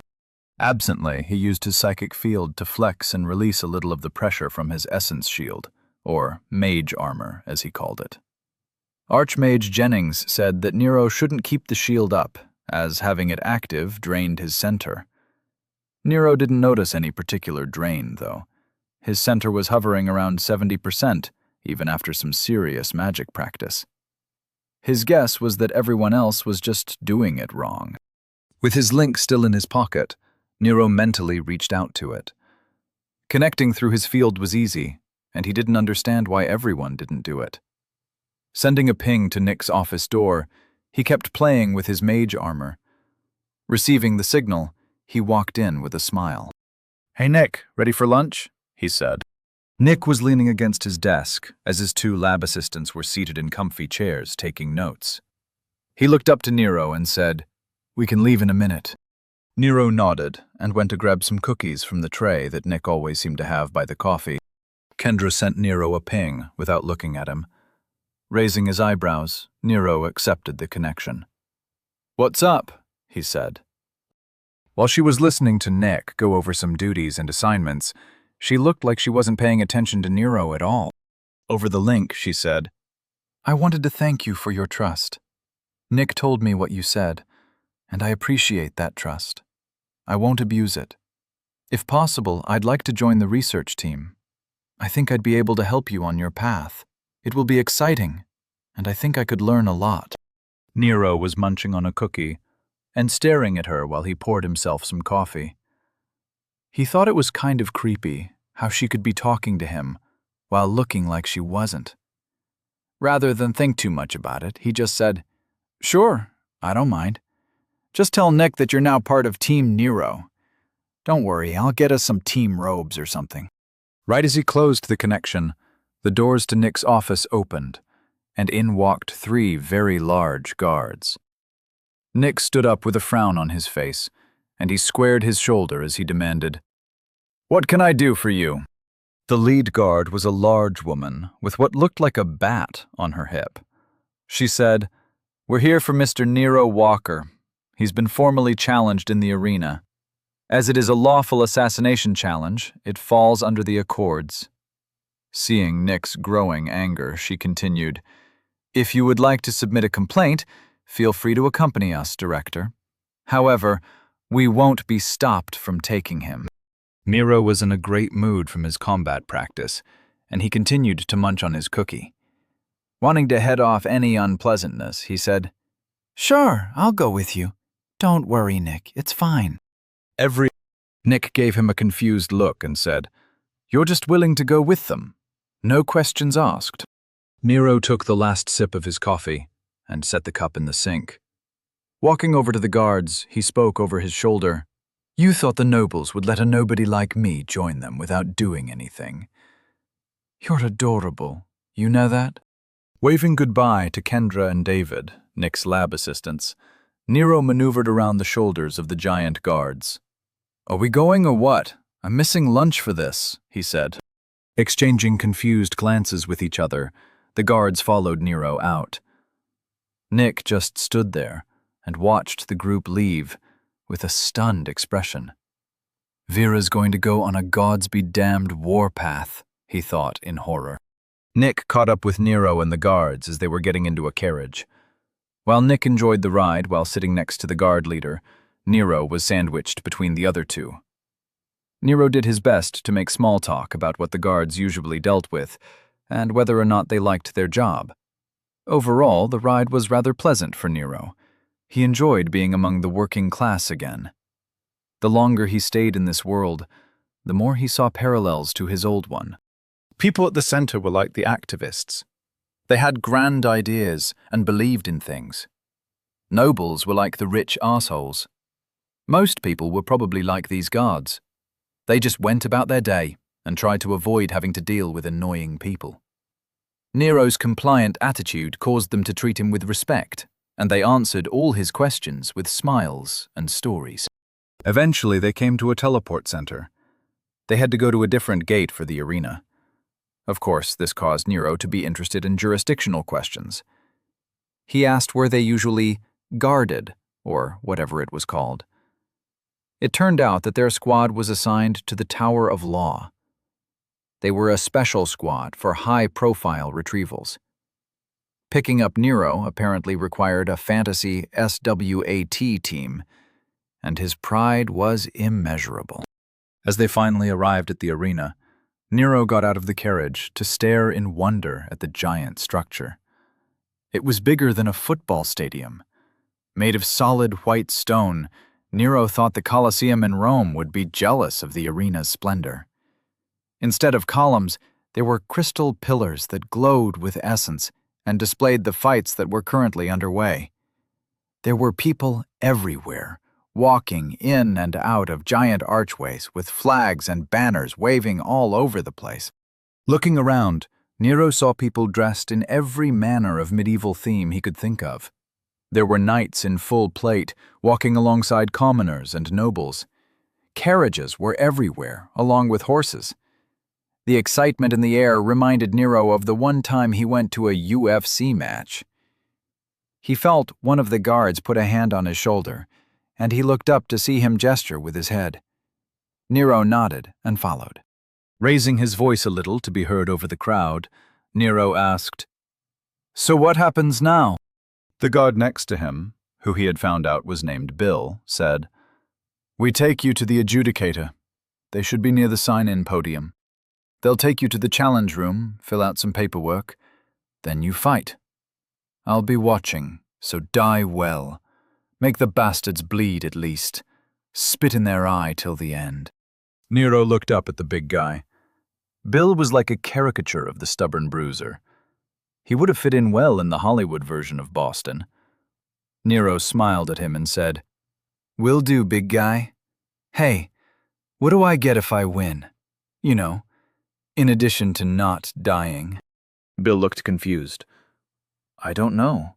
There's always a payout, I think. Make sure you ask.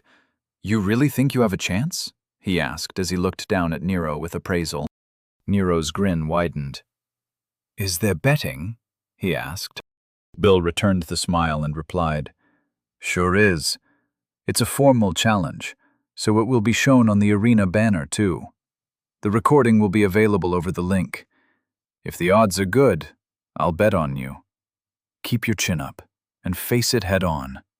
My dad always said, when your path is blocked, you can either go around and waste time or go over whatever is in your way. It's always your choice." Nodding at the big lug, Nero looked around to appreciate the large archways, spectators, and vendors.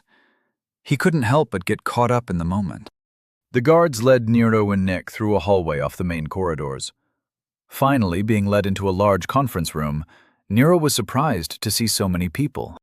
Looking around at some unfamiliar faces, he said with a smile, "Okay, so who here wants me dead? Raise your hands high. I need to know who to kill after lunch." Chapter 46. Sure, but what do I get out of it? Archmage Jennings was sitting at his desk in the Mage Tower of Dorchester, going over the records of their operations. His feet were up, and he was sipping his coffee as one part of his mind was cycling through multiple reports, but a majority of his mind was preoccupied with analyzing the impromptu class, if he could even call it that, which he had just had with Nero. Through his weak scry connection to the Mage Tower in Hennings, he could still sense the Mage Council arguing and shouting at each other. Nero's antics were enough to cause them to hold an emergency meeting. Shaking his head, he wondered if the boy was right. Have they just been stagnating? Right as he was about to open a separate connection for a scry meeting with the Mage Council, they beat him to it. Sensing them reaching out to form the connection, he pulled his feet off the desk and stood up. He focused, then reached to complete the connection. A floating window appeared, and he saw Mathers, along with a few others standing there with looks of concern. Jennings raised his eyebrows in surprise. "Judging from the looks on your faces, this isn't about Nero's theories?" he asked. Mathers shook his head and replied, "No. It seems the king had tried to warn me of something, but I didn't realize it at the time. We just confirmed that House Cranston has paid the Assassin's Guild to initiate a formal assassination challenge against Nero. The guards in Dorchester are escorting him to the arena as we speak." Jennings' brow furrowed in anger. "On what grounds? And what type of challenge specifically?" Mathers said, "A blood challenge. They used the old honor rule. If you recall, they used it ages ago to dissuade noble killings. It was from back when we had that conflict in the north. It's still technically in the books, but it hasn't been applied in forever since the new noble law trumps it. Lord Cranston found a loophole and somehow got the Cosgrave heir to go along with it." Jennings reached into his memory for the details. His face looked confused as he asked, "But that requires the challenger to be within one level of the challenged, right?" Mathers took a second to think, then burst into laughter. As the others in council room caught on, they all started laughing as well. Jennings joined in, but with some effort he managed to get out, "I have to get to the arena. I have some bets to place." Without waiting for a response, Jennings forced the connection to close. He caught his breath while still smiling. Walking over to the balcony attached to his office, near the top of the tower, he brought up the city plan on his link. Unfortunately, he couldn't find the listing for the challenge. They must not have posted it yet. Frowning, he spread his senses out as far as he could, trying to find a hint of Nero's essence trail. Lifting off into the air, he wrapped himself in a complicated shield of essence to appear invisible, and then flew off to follow Nero to the arena. "This is going to be great. I wonder what the odds will be," he thought to himself. As the room stood in silence, with everyone staring at him, Nero heard Nick's whisper, "Vera's in the building. She'll be here soon." Nero looked over his shoulder and nodded. Showing no fear, he sauntered into the room. Looking around, he recognized the Cosgraves, the city lord with her two heirs. They were standing alongside Lord Bennings, and it seemed they even invited that general from his dinner at the keep. Unfortunately, he didn't recognize anyone else. Nero said, "In all seriousness, you guys wanted me here, so let's talk." Expressions varied, but Nero's favorite was the city lord's. She looked so mad that Nero wanted to take a picture, although her son's was a close second. Lord Bennings coughed lightly, then spoke in a professional tone. "You have been called to answer a formal assassination challenge issued by House Cranston and executed by the Assassin's Guild. Citing a blood grievance, the challenge was reviewed, then accepted as an assassination challenge by Master Derek Cosgrave of House Cosgrave, representing the current holder of the city seat of Dorchester. Until the challenge is resolved, your ascension to nobility will be postponed. Do you understand the challenge?" Nero offered a blank look and crossed his arms. "Who the fuck is House Cranston?" he asked. A lot of the people in the room paled, but Nero noticed the people on the left side of the room smiled. There was a giant guy wearing black leather who was obviously the assassin. There were two teenagers with him, a guy built like a spring, and a chick that looked like she spent her free time doing squats. Nero looked over at her and tried to appreciate her form without making it obvious. Lord Bennings spoke up, forcing Nero to pay attention again. "House Cranston is a great house from Hennings." Seeing as that meant nothing to Nero, she continued, "Hennings is the capital of Oglevark." Nero shrugged, then said, "Cool. So what does that have to do with me?" Before Lord Bennings could reply, the doors behind Nero opened, and he sensed Mrs. Salvatore barge into the room. He couldn't hide his grin as he felt her barely controlled fury. "I should have stopped at a vendor for some popcorn or something," he thought. Vera walked up to stand at Nero's side, and in a cold voice that filled the room, she said, "As proxy to House Walker, appointed in the presence of the city lord, why was I not notified of this farce?" Although she addressed the room, Vera's eyes made it clear that she was speaking to the city lord. With a tight voice, Lord Cosgrove replied, We only recently learned of this challenge. My son acted without my knowledge. Are you aware of the particulars of the challenge? Vera's eyes took on an edge of violence as she said, I obtained the details of the challenge on my own. Your office must have forgotten to forward them to me. As this is obviously an abuse of loopholes within our laws, you, as the city lord, have the power to stop this. Yet it seems that you are allowing it to proceed unimpeded. Lord Cosgrove held Vera's stare and replied, To step in now would be an insult to House Cranston. My son made a mistake. I will not compound that mistake by making one of my own. House Cosgrove will abide by the law, and Lord Bennings has assured me that the challenge is legal. Vera nodded, then replied with venom. House Walker has heard your words. We will remember them when our lord makes his pledge to Dorchester. With a cruel smile, Derek Cosgrave retorted. If he has the chance, that is. Nero realized that the anger in the room was getting to the point that someone might start throwing chairs, so he decided to step in. Okay, so I'm going to have a death match with an assassin. Since all the very noble nobles are on board with it, I don't have much choice.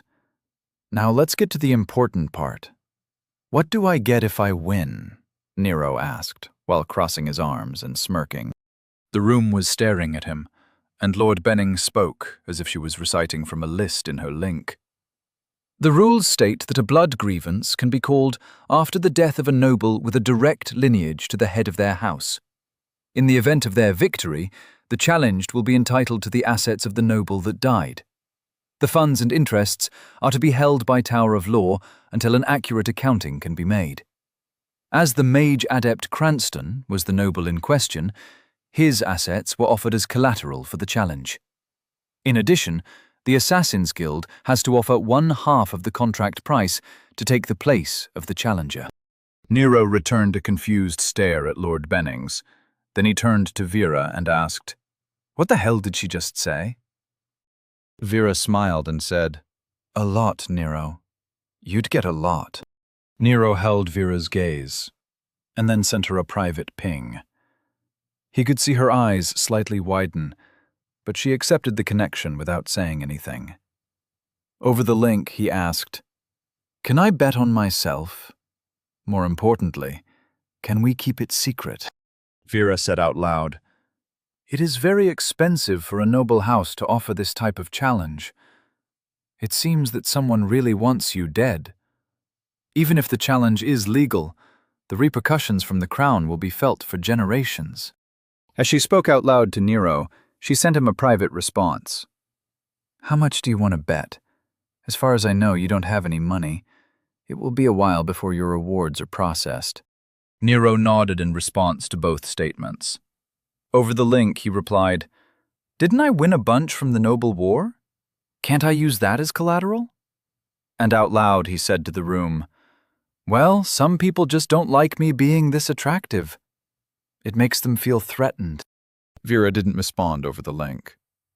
Closing the connection, she turned to the room and said, When will the challenge take place?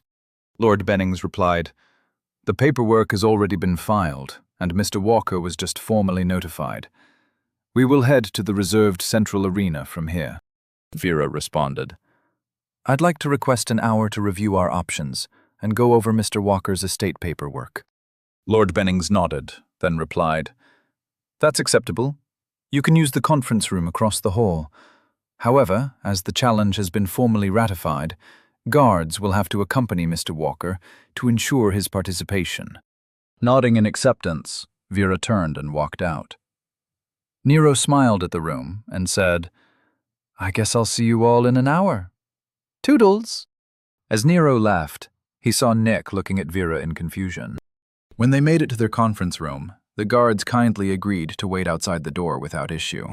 Nero rubbed his hands with greed while asking, Okay, what's the plan? How do I bet what I won from the Noble War?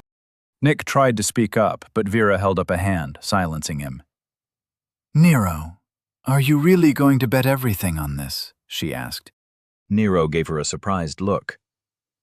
You expect me to wait for an opportunity to spend it? Isn't this a death match? If I lose, I'm dead anyway. You worried about what I'm leaving you? Nick couldn't hold in his questions any longer and blurted out, What the hell are you two talking about? Are we not going to try and put a stop to this insanity? Nero looked at Nick with a grin and said, Some assholes went to a lot of trouble to try and kill me. But like most people here, they're idiots. First, I'm going to kill their assassin while laughing at them. Then, I'm going to go collect my winnings and send them a thank you basket made up of assorted nuts. Salty nuts. Do you understand what I'm hinting at? Nick just shook his head and replied, I hardly ever understand what you're saying. Turning to Vera, he asked, We just going to let this happen? Vera's eyes were hard as she said, We don't have a choice. Too many powerful people want to see this to happen, and even Lord Cosgrove is staying out of it. We'll just have to rely on Nero to win. Can you do it, Nero? Can you kill a man in the arena in front of thousands of people and in cold blood? Nero's smile fell, but he replied, Look, I'm not a murderer or anything, but since I've come to this world, I've come to realize that this is the way it is. And I've already killed men during the Noble War. Yes, it was unpleasant, but they started it. I'll meet aggression with aggression. Don't worry about me. I'll win. Vera held his stare for a moment, then nodded. Very well. As your proxy, I can place a bet for you with the Arena Bank. They'll have an auditor on hand to confirm the availability of funds, and we can offer your winnings from the Noble War as collateral. Although I'm sure they won't offer full price of your assets, it will still be a substantial sum. Do you want me to put it all on you to win? Nero's smile returned as he said, Yup. Everything I have, put it on me to win. Vera offered a quick nod and then turned to leave. As Nero and Nick watched her go, Nick said seriously, Nero, just because you survived some mercenaries, it doesn't mean you'll survive an assassin. These people have trained for years in the art of killing. Nero responded easily, Can we just take a minute to acknowledge how ridiculous it is that you people have laws governing assassinations? When I found out that you guys regulated kickbacks and standardized rich people appointing their friends to impressive positions within the government, I was impressed. Finding out about noble wars and that you regulated fighting to avoid impacting the lives of the commoners, I was amazed. But regulating how to assassinate people? That's too much. Do you have laws on how to legally do everything? Nick was taken aback at Nero's question and replied, Of course we do. Isn't that the point of laws? So that the best way to do something is agreed upon and everyone follows the rules. Nero shook his head and said, But isn't there something that is truly banned? Like morally wrong? What about prostitution or cannibalism? Confused, Nick said, What's morally wrong with prostitution and cannibalism? Prostitutes are protected by the same laws as everyone else. Their industry has some more regulations because it affects public health, but calling the industry morally wrong is illogical. And why would anyone want to eat people? Nero, you're not making any sense. Nero looked at Nick as if he couldn't believe the words coming out of the straight-laced man's mouth. So everything is approached in a logical manner? What about how people feel about things? Nero asked. Nick was getting frustrated. Nero, what the hell do feelings have to do with governance? Everyone feels differently about things. That's free will. Laws based on anything other than logical arguments, backed up by verifiable data, would lead to chaos. What the hell kind of world did you come from? Walking over to a chair, Nero took a seat and thought about how to answer that question. Looking at Nick, he said, Right and wrong was determined by belief systems and social pressures. There were arguments all the time. Everyone chose sides and debated the validity of their side using whatever facts they wanted to consider true. People got to pick and choose the argument that they felt was the most accurate representation of their worldview. Nick gave Nero a look of pure horror. How did that not lead to madness? Nero nodded with a fond smile and replied, It did. And it was awesome. That's the craziest thing I think you've ever said, Nick said. In less than an hour, I'm going to walk into an arena for my scheduled assassination attempt, which will be overseen by the local government. Now that's crazy, Nero said in response. Chapter 47. The Fight You've All Been Waiting For. Rose watched the target leave with the guards and his attendants. The boy, Nero Walker, was nothing like she expected. She couldn't decide whether he was an overconfident idiot or he just didn't understand what was going on. She felt kinda bad for him. But then she remembered that cruel smirk of his. She decided that he knew exactly what he was doing. Rose looked around the room, and while everyone was talking politics and strategy, she thought back to what Nero had actually said. He was planning on killing those who wanted him dead. At the time, she had thought he was joking, but his eyes weren't laughing. His smirk was cold. He truly believed he'd win. Looking around, she saw that Ulrich had pulled Caleb off to the side of the room, and they were having a quiet conversation. Caleb looked excited and ready, while Ulrich was as serious as ever. With a sigh, Rose decided to take a seat at the table everyone was ignoring. While being discreet, she listened to the city lord berate her son. Lord Cosgrove hissed, "You're not listening to me, Derek. I understand what you're saying, but you're not thinking things through. Yes, this is legal. Yes, you have backing from the capital.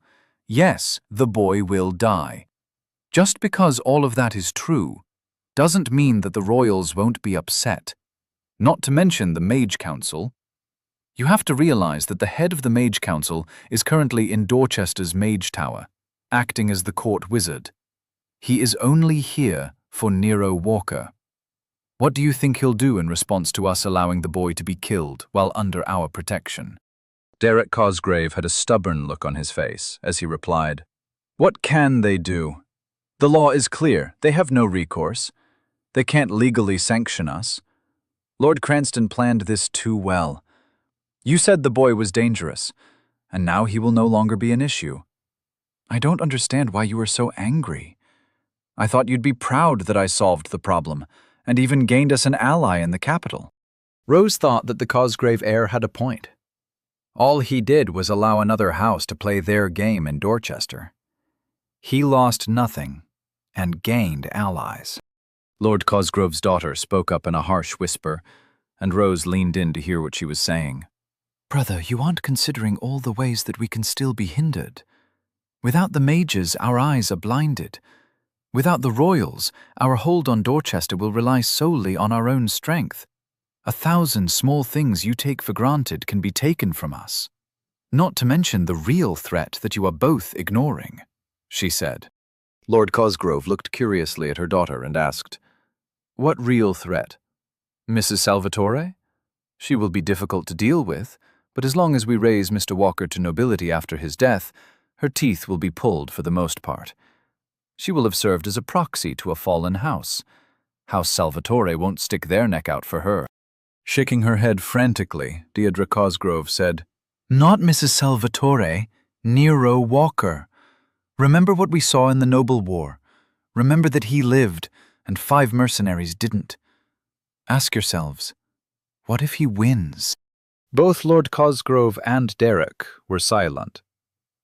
Derek looked confused, and Lord Cosgrove rubbed her chin in thought. Rose leaned back in her chair and looked over at the general standing next to the Lord from the Tower of Law.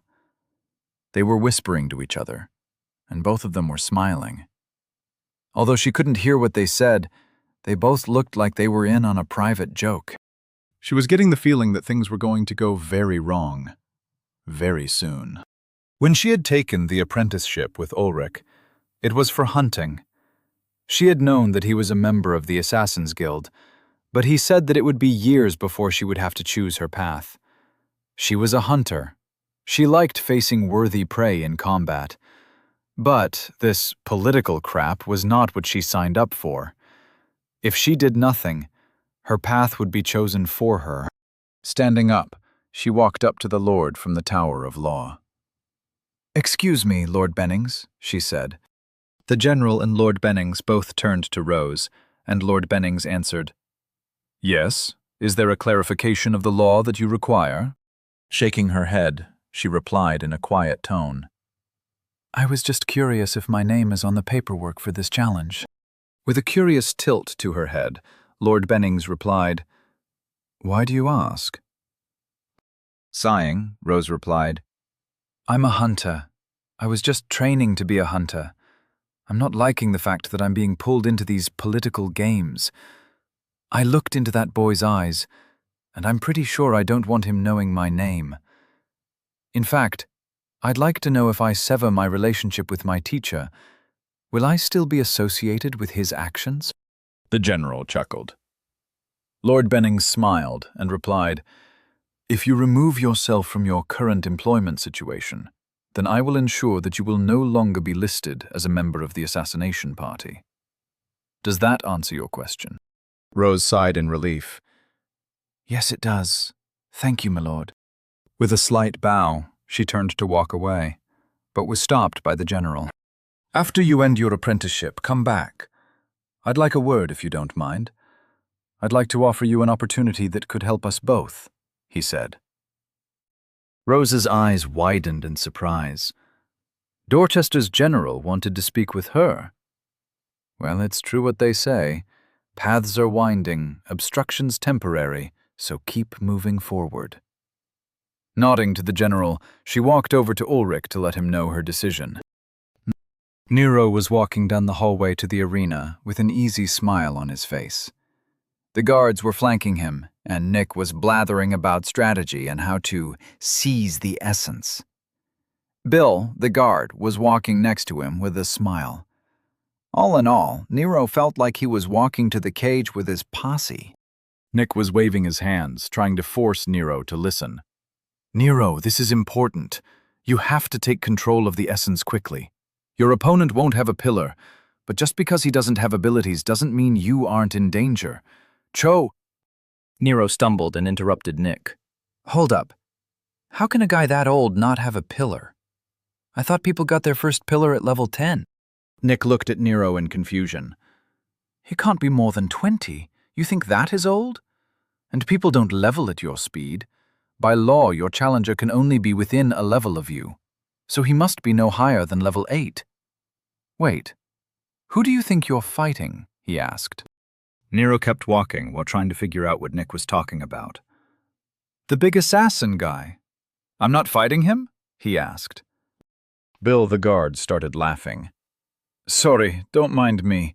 I'm not here. Continue," he said, and gestured for them to ignore him.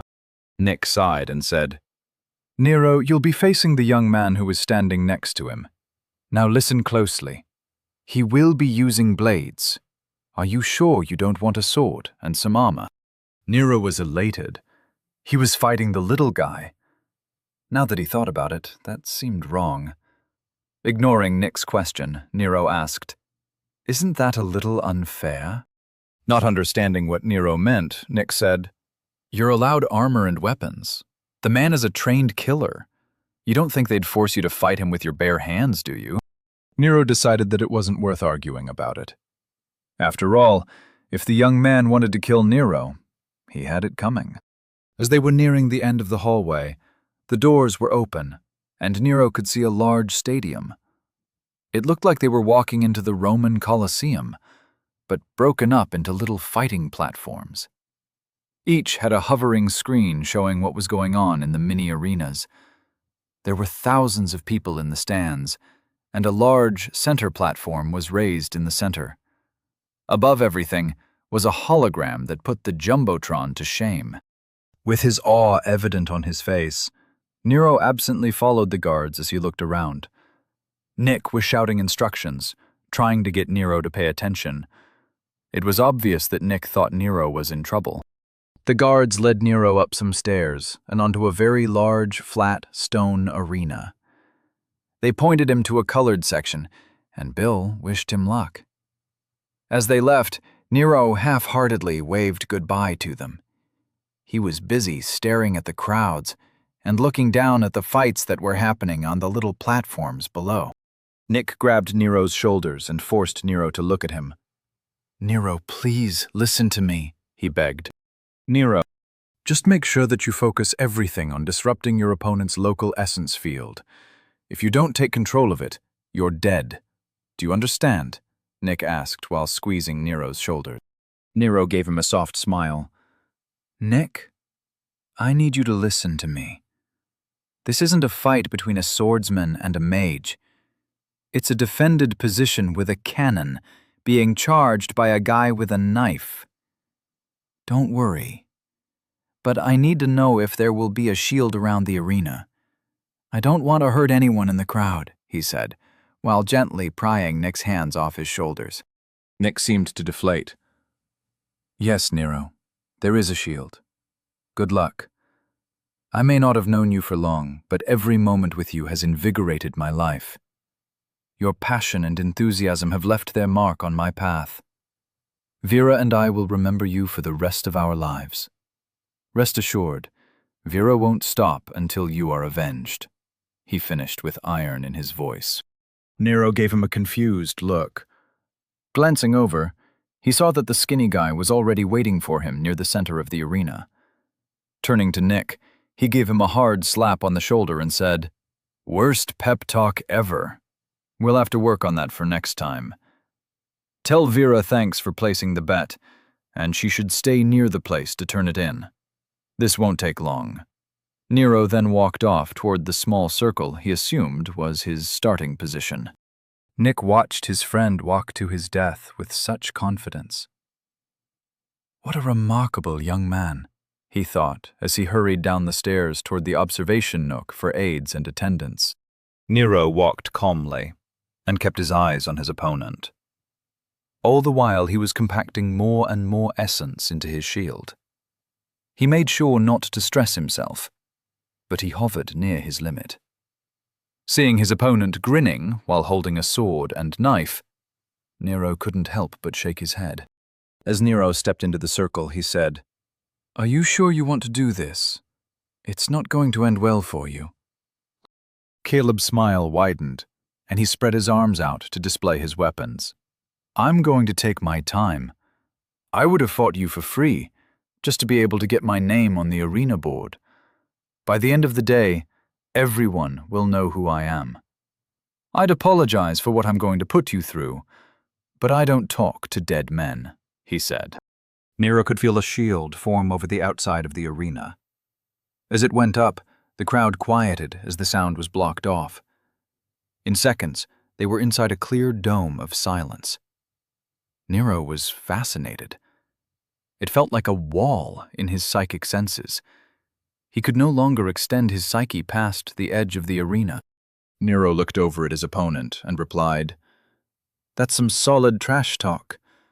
But just to be really sure, I'll ask you one more time. Do you really want to die today?" Above them, hovering in the air, a timer appeared. It was displaying large gold numbers, while a strong yet feminine voice counted down from 10. The numbers were turning more red as they reached 0. Nero looked over at his opponent and watched him hop around and sneer. Standing there calmly, Nero waited for the countdown to reach 2.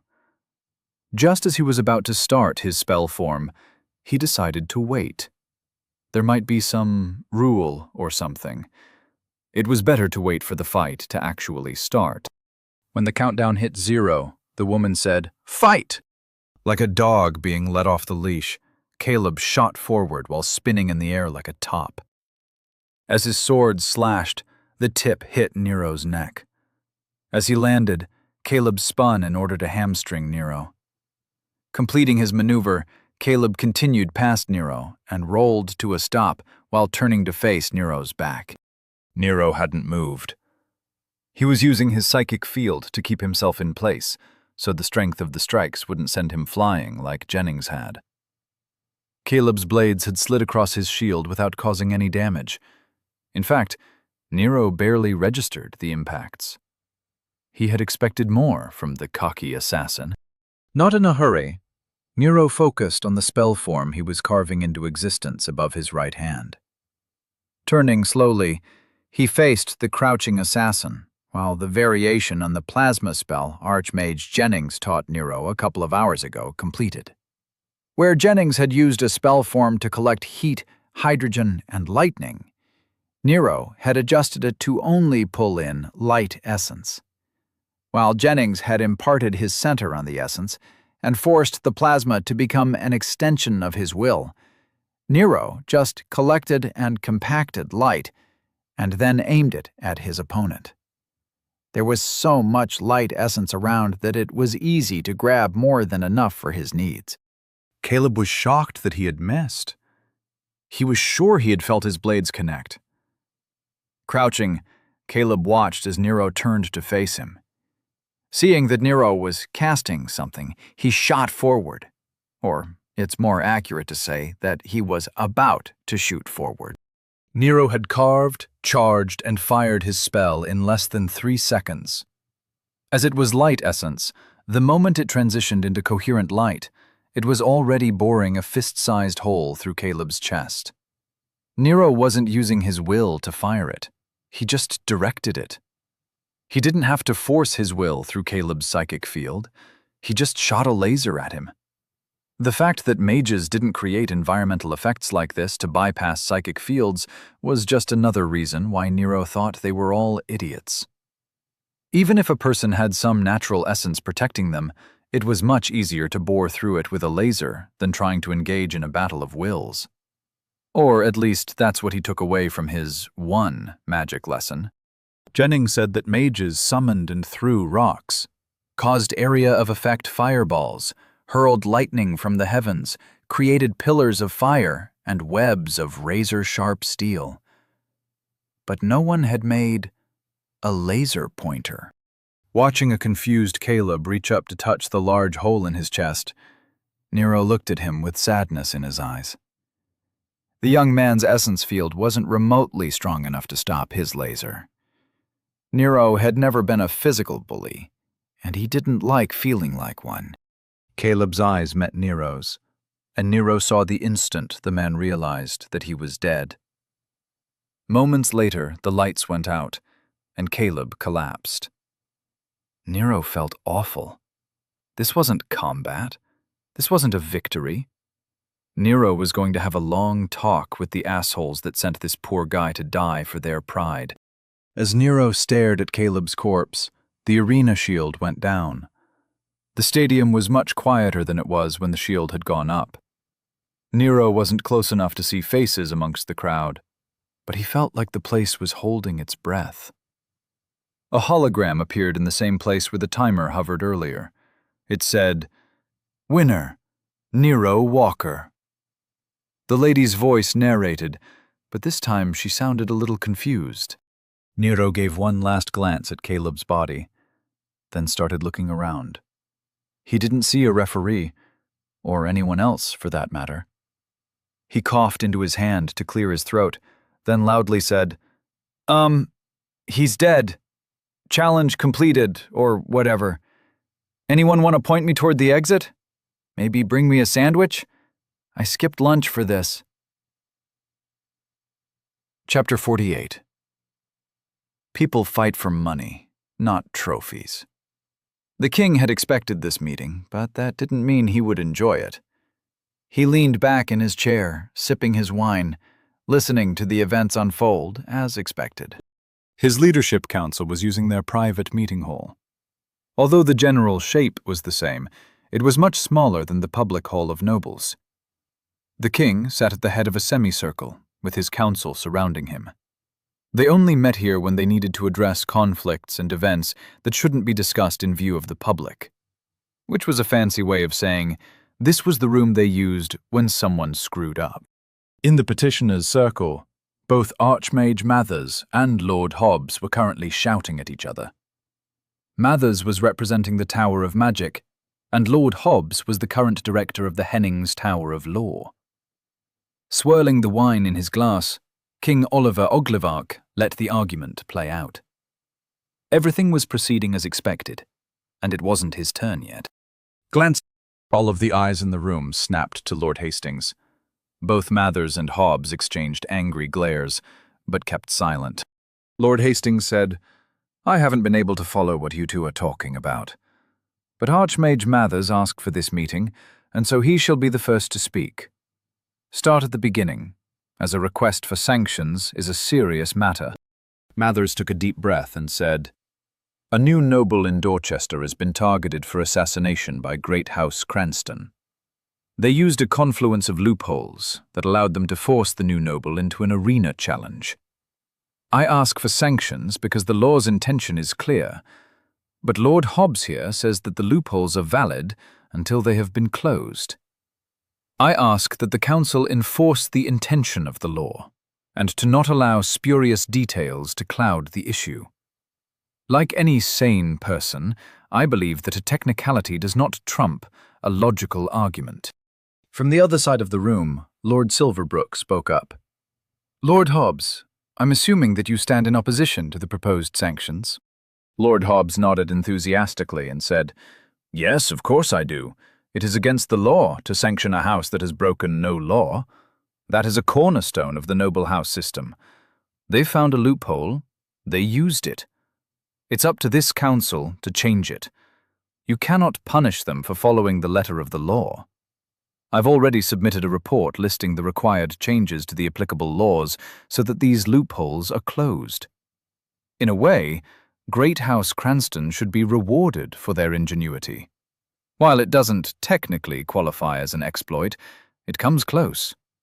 This was a brilliant move." Mathers snorted loudly and crossed his arms. Lord Hastings said, "Archmage Mathers, if the law has been followed, sanctions aren't the answer. Find another way to vent your frustration. Follow the law, but you are not without recourse. Every member of this council recognizes the slight to the royal house. But as it stands, the law is on House Cranston's side." Mathers started arguing again, and Lord Hobbs took every opportunity to reiterate the importance of following the letter of the law. The king knew that Hobbs was an ardent supporter of House Cranston, and the man had probably been integral to their abuse of the system. All of this was a stupid attempt at making the Mage Council look foolish. Yet another example of proud nobles playing their stupid games of honor and retaliation. King Oliver didn't allow himself to smile as he mentally observed Nero's conversation with Nick while on their way to the arena. He had nudged things so that this meeting would happen at the same time as Nero's fight. His first pillar was observation, and there were very few events that he didn't notice in his kingdom. For him, scrying was as easy as breathing. He just hoped he had timed it correctly. Mathers finally had enough of this farce and turned to face the king. "Sire, what's your opinion on the subject? Do you plan to let this insult stand?" he asked with venom. The king finally allowed himself his smile.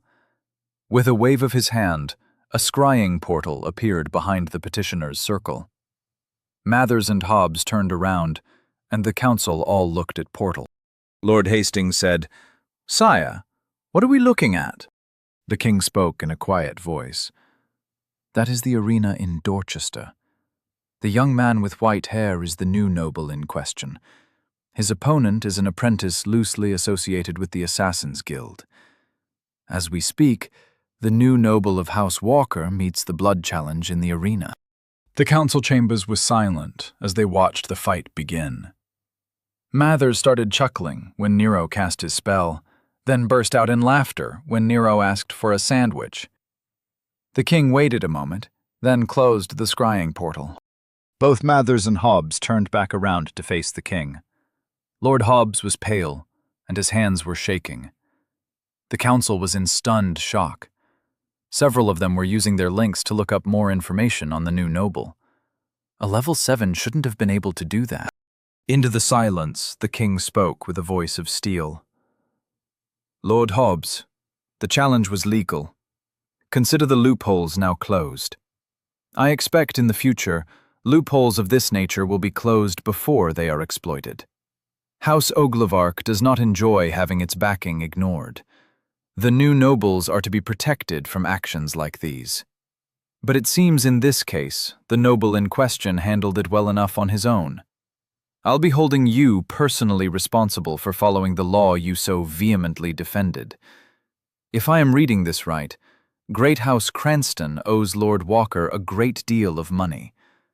I expect you to make sure he gets it. Please let Lord Cranston know that I'll be checking to see that the law is enforced with the same zeal that it was abused. M.I. understood. Lord Hobbs was nodding along, his eyes wide with fear. Yes, sire, I understand completely. I'll personally ensure that House Cranston pays what they owe. The Tower of Law will close the loopholes, and this won't happen again. Thank you for your trust, he said. With cold eyes, the king turned his head slightly to look at Archmage Mathers and asked, "Does this result satisfy the Tower of Magic?" Mathers was smirking. "Yes, the Mage Council is satisfied. Thank you for your time, my king," he said with a bow. After Mathers and Hobbs left, the council sat in silence. Usually the king would dismiss them, but as he hadn't, they waited patiently. The king said to the chamber, "All right, everyone. Let's discuss the recent game House Cranston played. Who'd like to start? I'll correct you along the way. There is much to be learned from House Cranston's recent gambit." Nero was being led back to a conference room by Bill, the guard. He no longer had a posse, and Nick had apparently run off to meet with Vera. The man hadn't even taken the time to speak with him after the fight, and Nero wasn't sure how to feel about that. Bill, the guard, was grumbling to himself about how much money Nero had lost him. Nero just kept smiling, while pretending he couldn't hear him. It seemed that Bill had a buddy of his place a bet against Nero for him. Now Bill owed his friend 50 Valens. When they got to the conference room, Bill said stiffly, "It's that one there. It was nice meeting you, Lord Walker." As Bill was walking away, Nero spoke up. "It was nice meeting you too. Too bad you aren't allowed to bet on things like this. You could have made a lot of money. Anyway, I'm sure I'll see you around." Seeing Bill's shoulders slump, Nero's smile was ear to ear as he went into the conference room. He was surprised to see Nick there, arguing with Jennings. "Hey guys, Nick, why'd you run off?" he asked. Nick turned to Nero with an annoyed look on his face and said, "I didn't think you'd actually win. I had to get to Vera and find out what was going on with the arena bank. I had convinced her not to use any of our funds to bet on you. After the fight, if you could call it that, she wasn't answering her pings. So I had to go find her to find out what the hell was going on." Jennings was chuckling at Nick's outburst. "Luckily, my boy, I was able to get to the betting stands in time. You just made me a great deal of money. The odds against you winning were 15 to 1. That spell you developed is brilliant, but useless. I still think you need to learn to seize the essence in a fight, as a spell of concentrated light wouldn't penetrate a more powerful essence field." Nero shook his head at Jennings' naivete. The concept of a laser was just too foreign to him. The man didn't understand the power that coherent light could output. A large enough laser could destroy a planet. Nero had seen it happen many times. In movies. Nick was wringing his hands.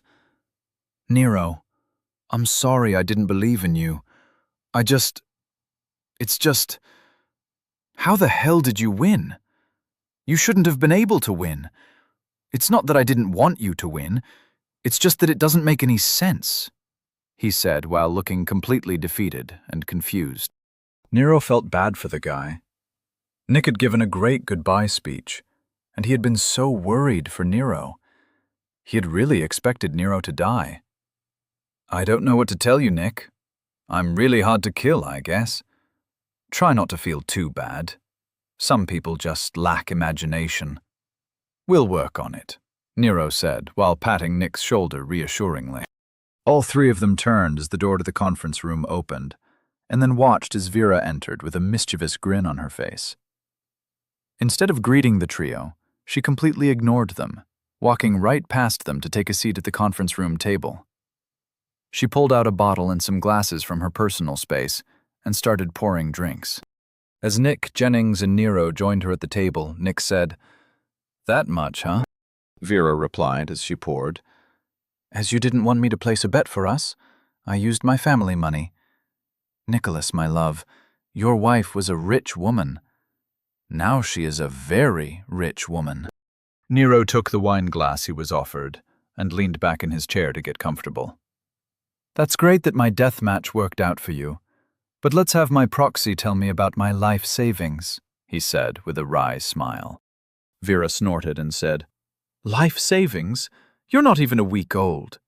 The Arena Bank agreed to accept your assets and projected awards as collateral for a loan. As instructed, I placed it all on you to win. After your victory, the loan was dissolved. However, not everything went according to plan. The problem is that the Arena Bank doesn't currently have the funds to cover your winnings, as having that amount of liquid capital would be ridiculous. They'll have to pay you in installments, or find another way to cover the debt. I have a meeting scheduled with them." Nero nodded. "What kind of interest rate are you hitting them with? If they can't cover the bet, then they're essentially borrowing what they haven't paid me." Vera's eyebrows shot up. "That is a very good point. I'll have to see how that has been handled in the past, and if there is any precedent for you to receive interest.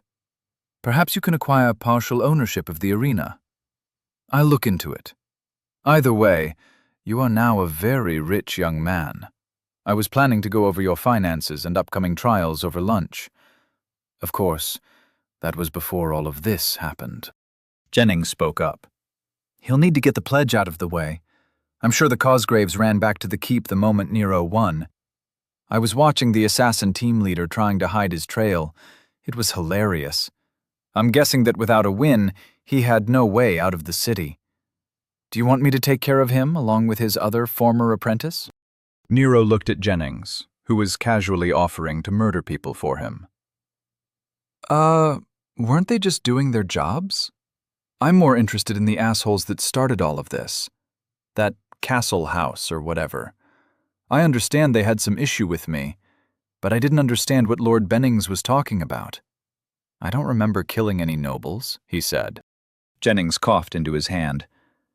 That's actually my fault. I killed one of Lord Cranston's sons. He refused an order from the Mage Council and I executed him for it. Lord Cranston knew that I had wanted to kill his son for years, and I just used the refusal as a legal screen. In order to get back at me, and the Mage Council, he used that subject of that refused order as a legal screen to validate his blood grievance. Since he had a grievance against a commoner, he took advantage of the brief window that you were not a new noble to outsource the challenge. It only worked because Derek Cosgrave allowed it. He painted his mother into a corner. Since he sided with House Cranston, if she had overruled him, then she would be insulting House Cranston.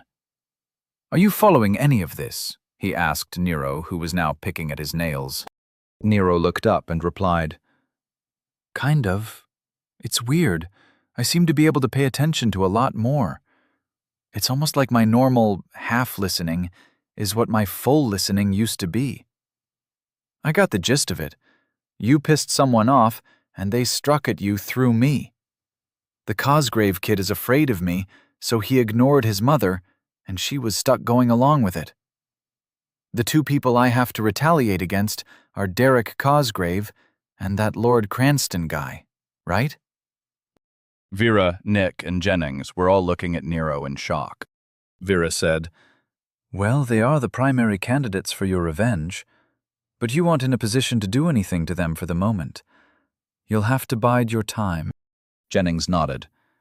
You already got your revenge on House Cranston. I've heard from the Mage Tower in Hennings. They've heard that the loophole House Cranston used annoyed the king enough that he charged the director of the Tower of Law to personally make Lord Cranston pay what you're owed from winning the challenge. The assets of Lord Cranston's son at the time of his death were not insignificant, he said to Nero with a smile. Nero just shrugged and said, Great. Looking at Vera, Nero asked, Do I have a bank account? More importantly, do I actually have any money? Or am I just waiting for all these things to be awarded? Vera smiled and said, You still don't have any money. It will be a week or two before anything is actually in your name and available for your use. Nero nodded and said, All right then, lunch is on you. I'm starving and people keep refusing to bring me a sandwich. Can we go now? Chapter 49. The Tools of Procrastination, Reflection, and Avoidance. General Branson had asked Rose to stick close to him. He had said that he wanted to talk to her, making it sound like an opportunity she couldn't ignore, and she had agreed. Now she was regretting that choice. Uncomfortable situations like this were why she preferred the wilds over cities. Rose had followed the general to the city lord's private arena room. She was doing her best to ignore the nobles in the room as she looked out through the floor-to-ceiling windows. At least the view is nice, she thought. She felt a presence approaching, and she turned slightly to see who it was. She saw the general smile out of the corner of her eye. Good situational awareness, the general said as a greeting. Handing Rose a glass of wine, he said, Thank you for your patience. I'm well aware of how uncomfortable you are. Your psyche is practically screaming. If you're wondering why everyone is avoiding you, that's why. He gave her a smile and seemed to radiate a calming aura. Rose sipped her wine and nodded. It hadn't occurred to her, but she wasn't surprised. Are you going to tell me what you wanted? Rose said, then quickly corrected herself. I mean, what can I do for you, sir? The general looked out over the arena. Rose watched him pick his words with care. I try to look out for people who choose to see what others ignore, he said in a quiet voice. Rose looked around the room and realized that there was no one nearby. She matched the general's quiet tone and turned to follow his gaze into the arena. You think the kid is going to win too, don't you? She said. Nodding, the general said, I've been following the reports concerning him since he predicted the noble war. It's been 3 days, and he's already being raised to nobility, trained by the head of the Mage Council, and nearly adopted by a couple of departmental heads with ties to some very powerful houses. That boy killed 5 mercenaries on his own during the war, one of whom had an estimated level in the 30s. Yes, the young man will win, but most people refuse to see that. Yet, when you met him, you saw what others did not. Rose felt a very unfamiliar feeling rise in her chest. She knew it was pride, but she felt it so rarely that it felt weird. Unto such positive reinforcement, she blurted out, It wasn't that hard. I mean, I just thought that he didn't look scared. He looked hungry for battle. I've seen animals and monsters like that in the wilds, and it's always a good idea to avoid them. I was just avoiding a predator. Chuckling, the general replied, A predator? That's one way to describe Nero Walker. He is brash and self-centered. He knows what he wants, and he does whatever it takes to go after it. His arrival in Dorchester has caused a lot of changes in a short amount of time. Rose said, Okay, but none of that has anything to do with me. Turning his head to look at Rose, the general said, I'd like to offer you the option of entering a training camp for elite monster hunters. It will be located in Gate 15 and will help you on your path as a hunter. Squads of elites will be sent out on excursions into the wilds. Sometimes they will stay out there for up to a month. It's dangerous, and the training will be intense. I think you'll do well there. Caught off guard by the general's subject change, she stuttered, Don't elite hunters have to spend time on monster elimination squads before they can be an elite hunter? Do we even have elite hunters in Dorchester? Aren't they only in the bigger cities? And how does me recognizing the obvious danger I was heading toward merit an invite? The general replied, Hold that thought, it's starting. The nobles in the room all gathered at the windows overlooking the arena, and Rose cautiously looked around at the curious faces. In the middle of the stadium, she could see the giant projection of the center arena. Seeing Caleb's face, smiling in anticipation of the fight, she felt a pang in her chest. He wasn't a bad guy. It was a shame that he was going to die. She'd known him for years, and they had gotten along well enough. The fight was so short that the nobles were all paralyzed in shock. Rose looked up to see the general chuckling. He turned and said over his shoulder, "Come along, Rose. We're done here." Rose hurried to follow, cold sweat beading on her back. "What the hell was that? How did he do that?" she hissed. General Branson said, "I don't know. That's why I want you in the training program." Rose's steps faltered, her mind trying to see the connection. "I don't get it," she said. As the general led her down the halls, away from the nobles' private boxes, he said, "I want someone there who is capable of seeing through Lord Walker's facade. Too many people see him and think he is an idiot. I want someone to report facts, not interpretations." "He's going to be in the program too?" she asked in disbelief. The general smiled and said, "He will. He just doesn't know it yet." Nero was finally heading back to the dorms. It had been a long day already. He was looking forward to a nap. Unfortunately, he still had a meeting with Mrs. Salvatore at the end of the day. She had told Nero that there were a lot of things she needed to talk with him about, but she was too busy during the day. After they had left the arena, Nick and Jennings had taken Nero to a fancy late lunch, while Mrs. Salvatore had taken off to go deal with paperwork or something. Nero knew he should have paid more attention, considering that she was currently acting as his proxy, but he just couldn't bring himself to care. The restaurant Nick chose was a white stone building that had a rooftop dining area overlooking the city. The portions were too small, and the atmosphere was too stuffy. Rather than complain about it, Nero had spent the entire time trying to get Jennings to give him the secrets of magic. It was difficult because Jennings said he didn't want to color Nero's preconceptions of what magic was capable of.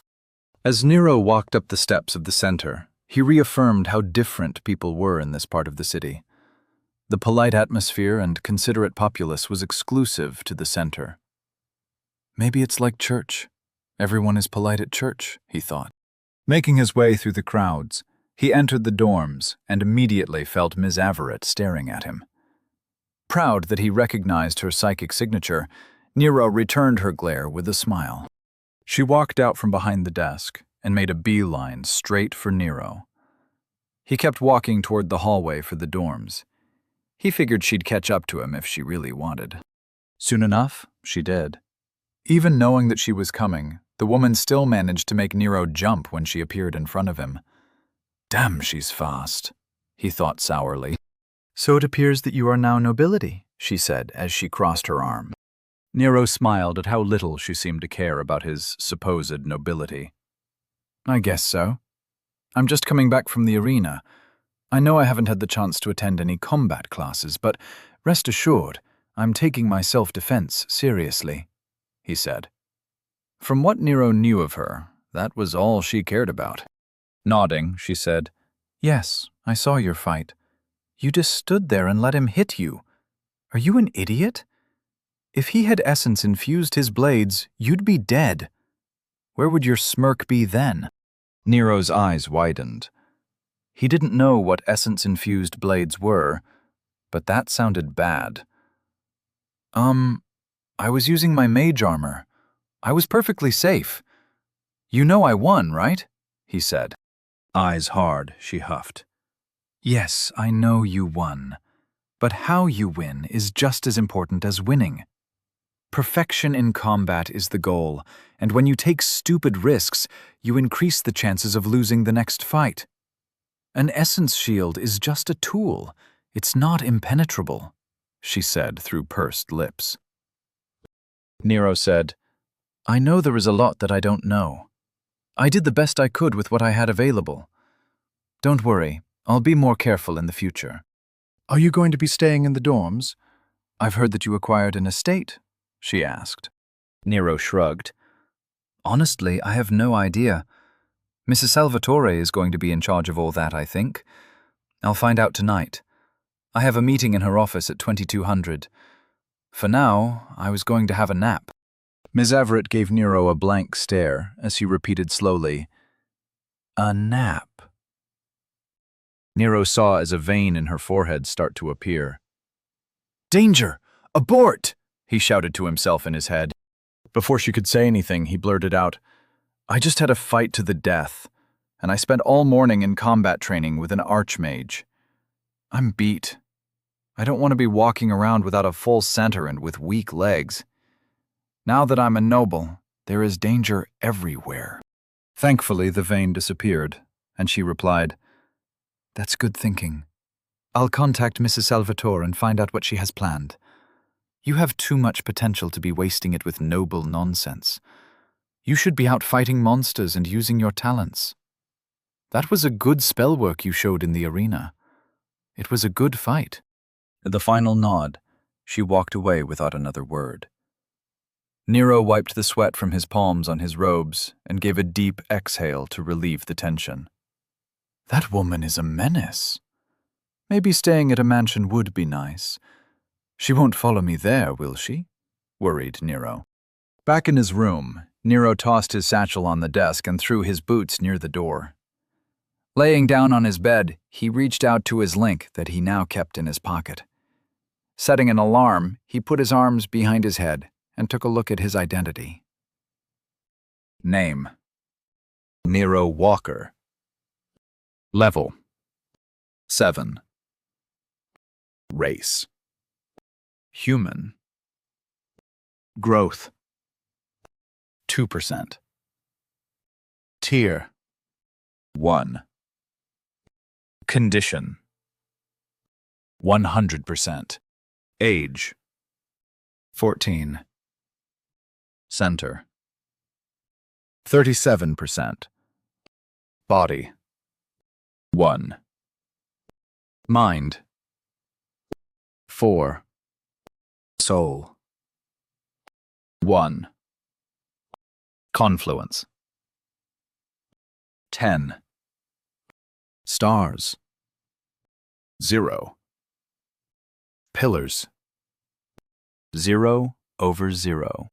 Even after a good meal and some downtime, he still only had 37% left in his center. No wonder he felt so tired. He was also going to have to spend some time reflecting on the events of the day, or he wouldn't grow. Huffing, he decided that he didn't feel like it. He'd just grab a nap and deal with it later. 5 minutes later, Nero couldn't stop his mind from going over his ridiculous morning. Nick and Jennings both knew that Nero had memories from another world, and they didn't care. Jennings was a super mage who went around killing people who pissed him off. Nick was a noble, but also wasn't.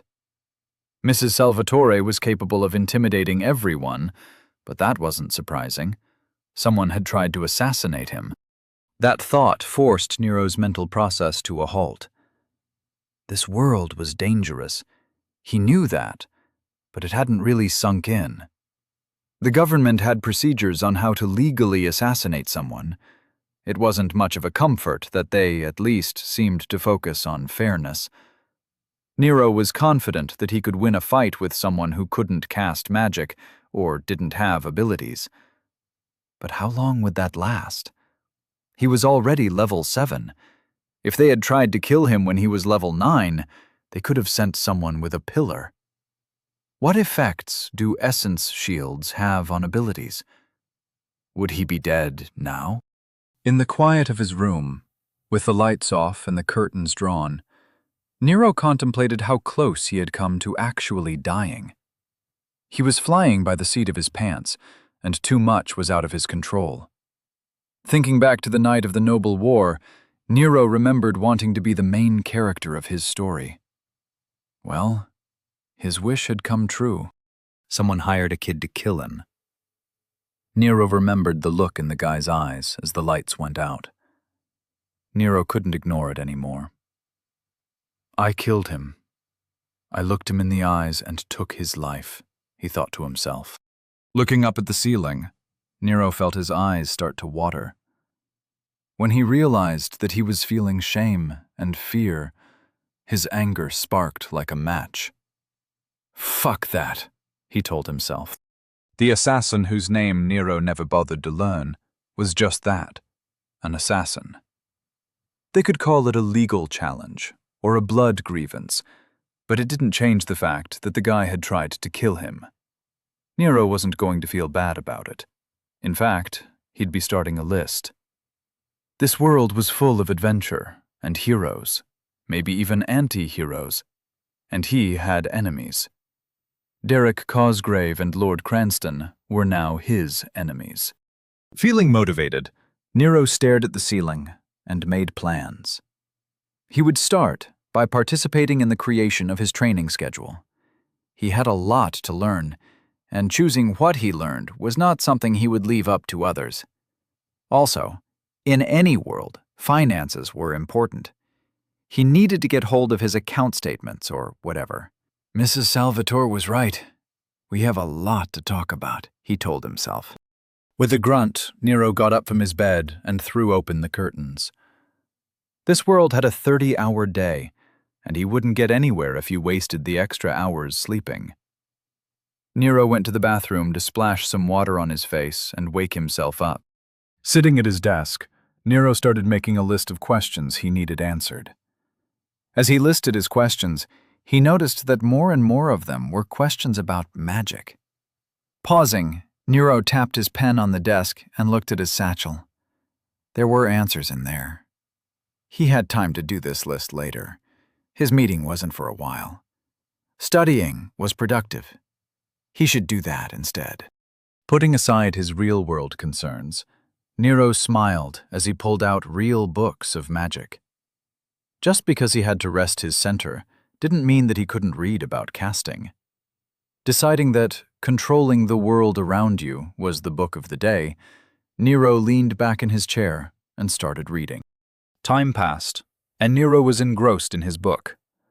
It was a very abstract book about how essence made up the world. Matter was nothing but solidified essence. The flows of essence were potential. Casting spells using your center was giving that potential a purpose. A mage acted as a conduit, changing potential into reality. Whoever controlled the essence controlled its potential.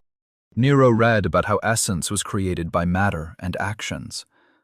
Wind moving through a valley would cause potential to bloom into existence. Animals in the area would passively absorb that essence and develop an affinity for wind manipulation. Since the types of essence were incalculable, the types of animals and environments were constantly changing. Sometimes essence would get trapped, and that potential would spawn monsters, or, in rare cases, dungeons. The world's essence cycle was fascinating to Nero. Every being on the planet that had a will could influence the potential in the air. As people grew, their potential would form pillars. Pillars were based on how a person lived and viewed the world. Everything was perception. A person who spent all his time concerned with cleanliness could have the option to gain a pillar of that type. Nero didn't understand a lot of what he read, but the general ideas were extremely interesting. He was so engrossed in his book, Nero wasn't prepared for his alarm to go off. Jumping to his feet, Nero knocked over his chair and barely caught his book. Heart beating wildly, he looked around the room for the danger. Realizing what the omnipresent ringing was, Nero mentally turned off the alarm and set his book on the desk. Catching his breath, he held a hand to his chest and forced himself to calm down. Looking at the papers on the desk, with the unfinished questions from Mrs. Salvatore, Nero realized he had just wasted the past few hours. None of what he had read had any practical applications in the near future. His immediate concerns were supposed to be about how to get through this noble crap without dying, how to pay for food, and what the hell he was going to do with his life. Standing up, Nero put his hands on his hips and gave a rueful chuckle. Opening his identity, name: Nero Walker. Level: 7. Race: human. Growth. 18%. Tier. 1. Condition. 100%. Age. 14. Center. 96%. Body. 1. Mind. 4. Soul. 1. Confluence. 10. Stars. 0. Pillars. 0/0. Well, at least my center is nearly full. And I grew a little, he thought. Then he headed to the bathroom to freshen up. In no time at all, Nero was ready to go. Although he tried to convince himself that he didn't need his books, he took them anyway. Heading out of his dorm room, Nero tried to focus on the upcoming meeting. Going over the possible topics of conversation and what he needed to know, a stray thought popped into his head. Wasn't there something about noble trials that seemed important? And do I still have to pledge to the Cosgraves after they just stood by and let someone try and kill me? Nero rubbed his chin as he passed the few people that were up and about. There really was a lot he had to talk to Mrs. Salvatore about. Chapter 50. Cash poor millionaire needs bus fare. Please help. Lord Cosgrove was standing at the window in her office. The view overlooked the courtyard, and the afternoon light caused shadows to dance in the gardens.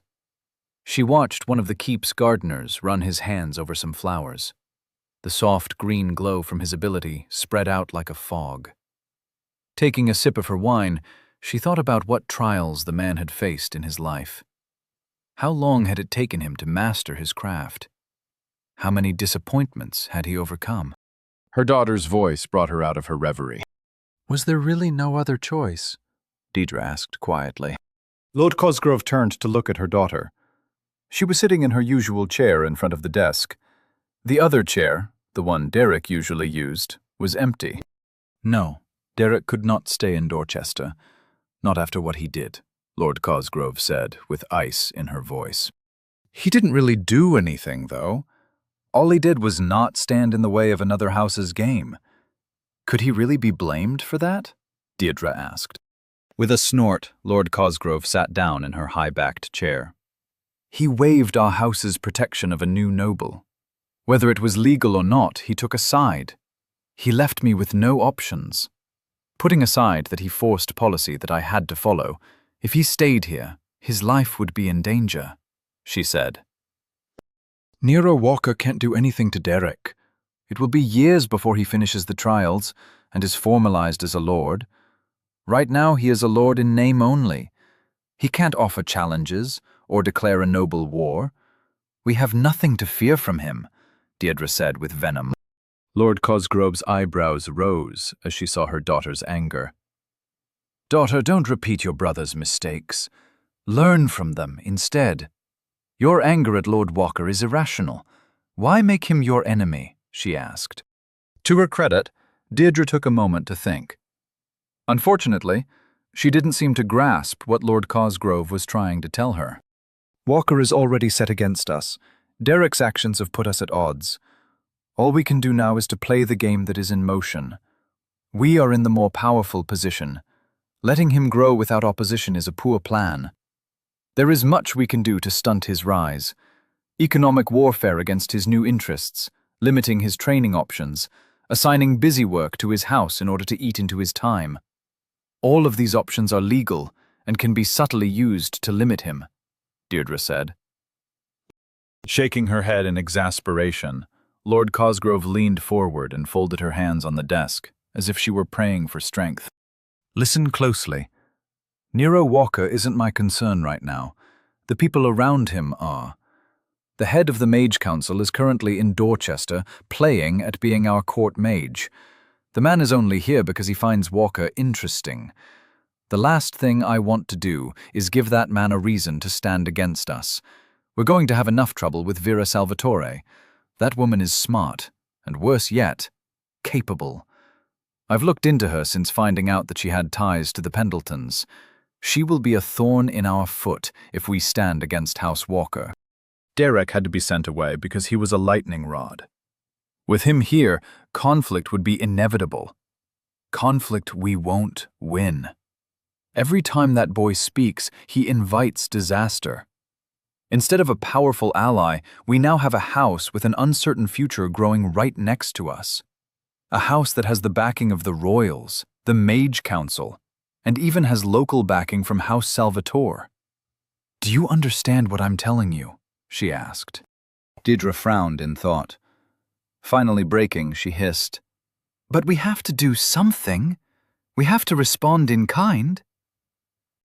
Lord Cosgrove had enough. Essence swirled as she stood up to loom over her desk. The room rattled as she roared, "You are not listening! House Walker didn't do anything but survive an idiotic assassination attempt made by your idiotic brother. If you choose to follow his example and do something equally idiotic, I won't just send you away. I will kill you myself. I am the head of House Cosgrove, and I won't have my house's path guided by children who refuse to listen. If you want to act, it will not be under my banner. You can join your brother in starting a new house. Am I understood?" Deirdre had paled and was holding her armrests with white knuckles. "Yes, Mother. I understand. I will not do anything stupid. I swear," she gasped out. "Now go. I have been putting off a ping with the arena masters. They say the matter is urgent and I've put it off long enough. Getting your brother to understand why he's leaving and trying to organize a caravan for him to join has taken enough of my day. Try to not cause any more problems for me to deal with," Lord Cosgrove said as she returned to her seat and gestured for her daughter to get out. As she watched her daughter scurry out of the office, Lord Cosgrove leaned back in her chair and took a sip of wine. Closing her eyes, she tried to put the entire matter out of her mind. She needed to focus. Nero Walker and the repercussions of today's events were for tomorrow. Now she had to address the concerns of her city. Using her link, she looked up the urgent message and sent out a connection request.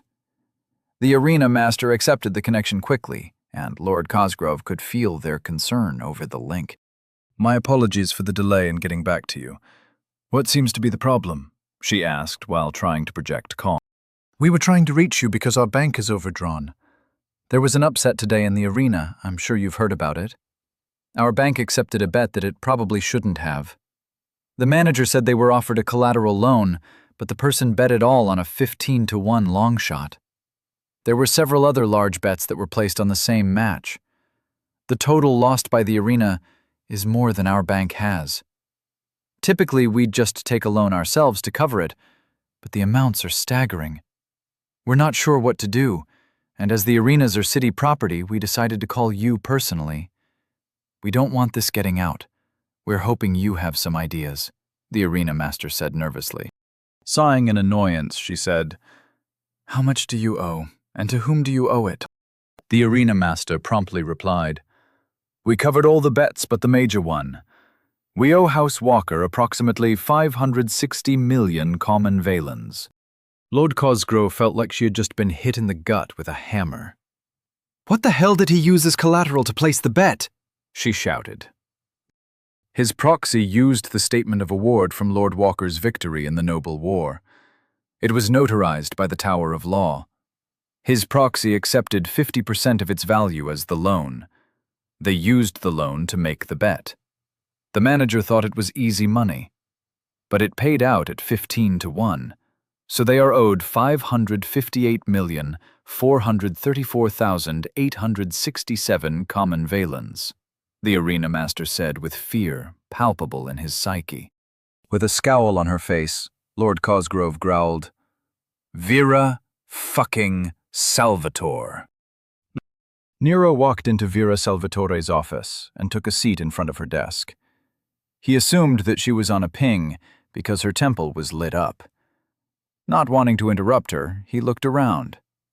Seeing the wet bar, he went to get a coffee. Not seeing any, he settled on a glass of water. Returning to his seat, Nero couldn't help but feel a little uncomfortable. Normally, when someone is on the phone, you could at least hear their half of the conversation. But since pings were all mental, Nero had to just sit there and watch Mrs. Salvatore look through some papers, then occasionally stare off in the distance. The silence was just freaky. Tapping his fingers on his chair, Nero debated whether or not to pull out a book. "Thank you for being on time, Nero," she said out of nowhere. Nero was a little startled, but recovered quickly. "No problem. I'm ready to talk about all the stuff I've been avoiding. I'm sure you have a list, so let's go," he said as he rubbed his hands together. With a smile, Vera shuffled some papers and got her desk in order. "All right, Nero. Let's start with matters pertaining to your nobility. I've scheduled your pledge for tomorrow morning at 8. Do you remember how to get to the keep?" she asked. Nero nodded. "Yep, and the link can give directions. But I can't pay for the teleport. I don't have a bank account, at least not one I know about." Vera nodded and shuffled some papers. "I opened several accounts for House Walker. I was going to get to those later, but we can address that now. As you might remember, you acquired a shipping concern from your victory in the Noble War. I have already incorporated that interest into my company, Precision Shipping.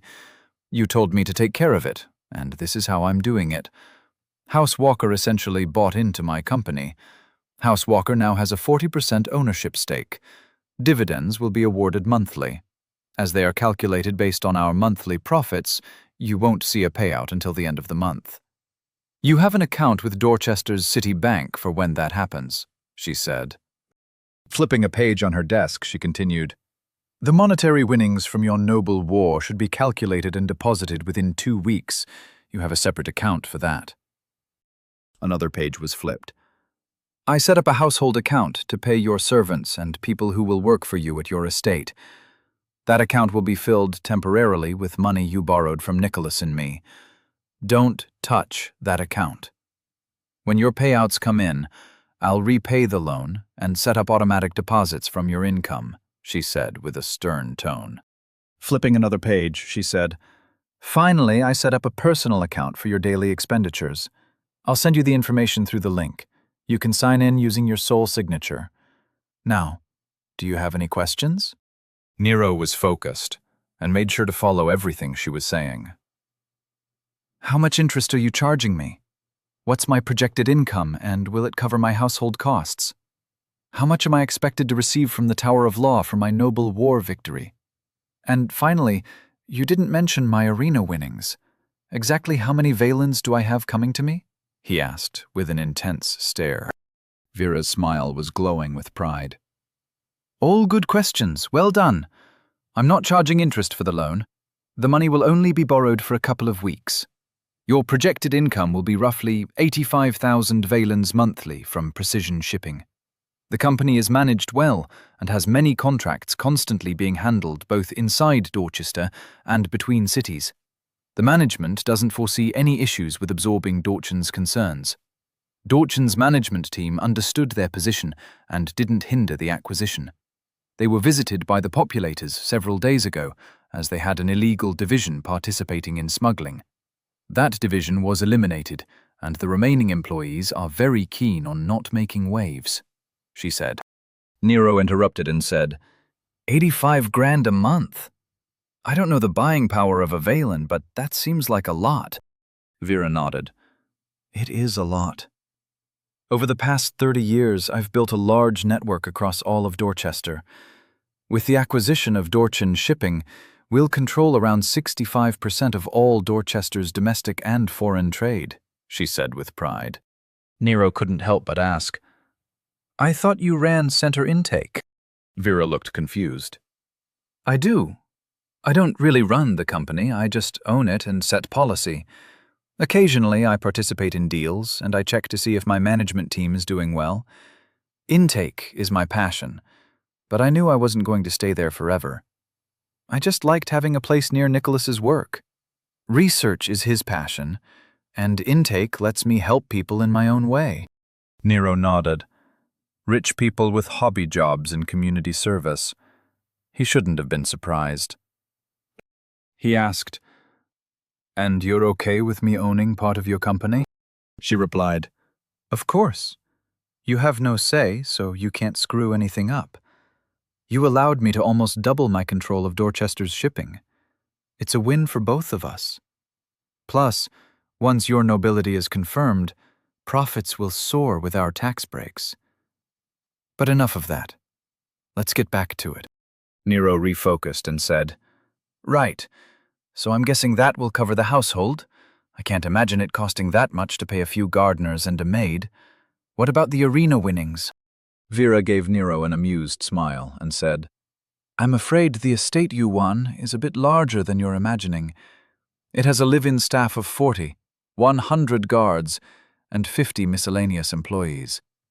Your income won't cover your expenses if you plan to keep them all." Nero shouted, "What? How big is the place? And how the hell am I going to pay them? Do I have any other sources of income?" Vera smiled. "You will be getting 18 million valens from the Tower of Law in a few weeks.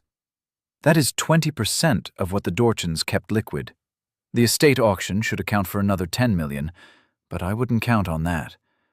As for other sources of income, you'll just have to get a job, or cut expenditures to fit your income." Nero rubbed his chin in thought. This was a lot of money. 20% of the Dorchan fortune was apparently a lot of money. Nero paled as he realized that he had bet it all on his winning in the arena. Looking up at Mrs. Salvatore, he noticed her smirk. She was waiting for him to come to this realization. "How much did I win in the arena?" he asked softly. If he was able to bet it all on winning, and he got good odds, he must be looking at a serious payout. "Almost 560 million. After paying out Archmage Jennings and myself, they can't cover the bet. I'm having a meeting with them tomorrow. Don't worry, I'll get you every valen, and charge them through the nose with interest if they decide to take their time," she said with an evil smile. Nero was shocked, but quickly got himself under control. "That's amazing. But I still can't afford to get to the keep tomorrow," he said with a grin.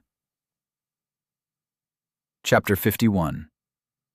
Behind every man is a mother saying he needs to be careful. It was after dinner, and Sergeant Blackwood was annoyed. He should be at a bar trying to get laid, or anywhere that wasn't here. The city wasn't in danger, and there was no reason for him to be here. Whatever it was, it could wait for the morning. Blackwood tapped his fingers on his chair as he looked around the waiting room. The large room had paintings of battles and weapons on plaques. It was exactly what he expected a general would have tried to use to intimidate his visitors. Glancing at Captain Angelton, who was sitting next to him, Blackwood saw that the man was meditating. Of course he was. The man would train in a snowstorm. The general's aides were both sitting at their desks, flanking the wide doors to the general's office.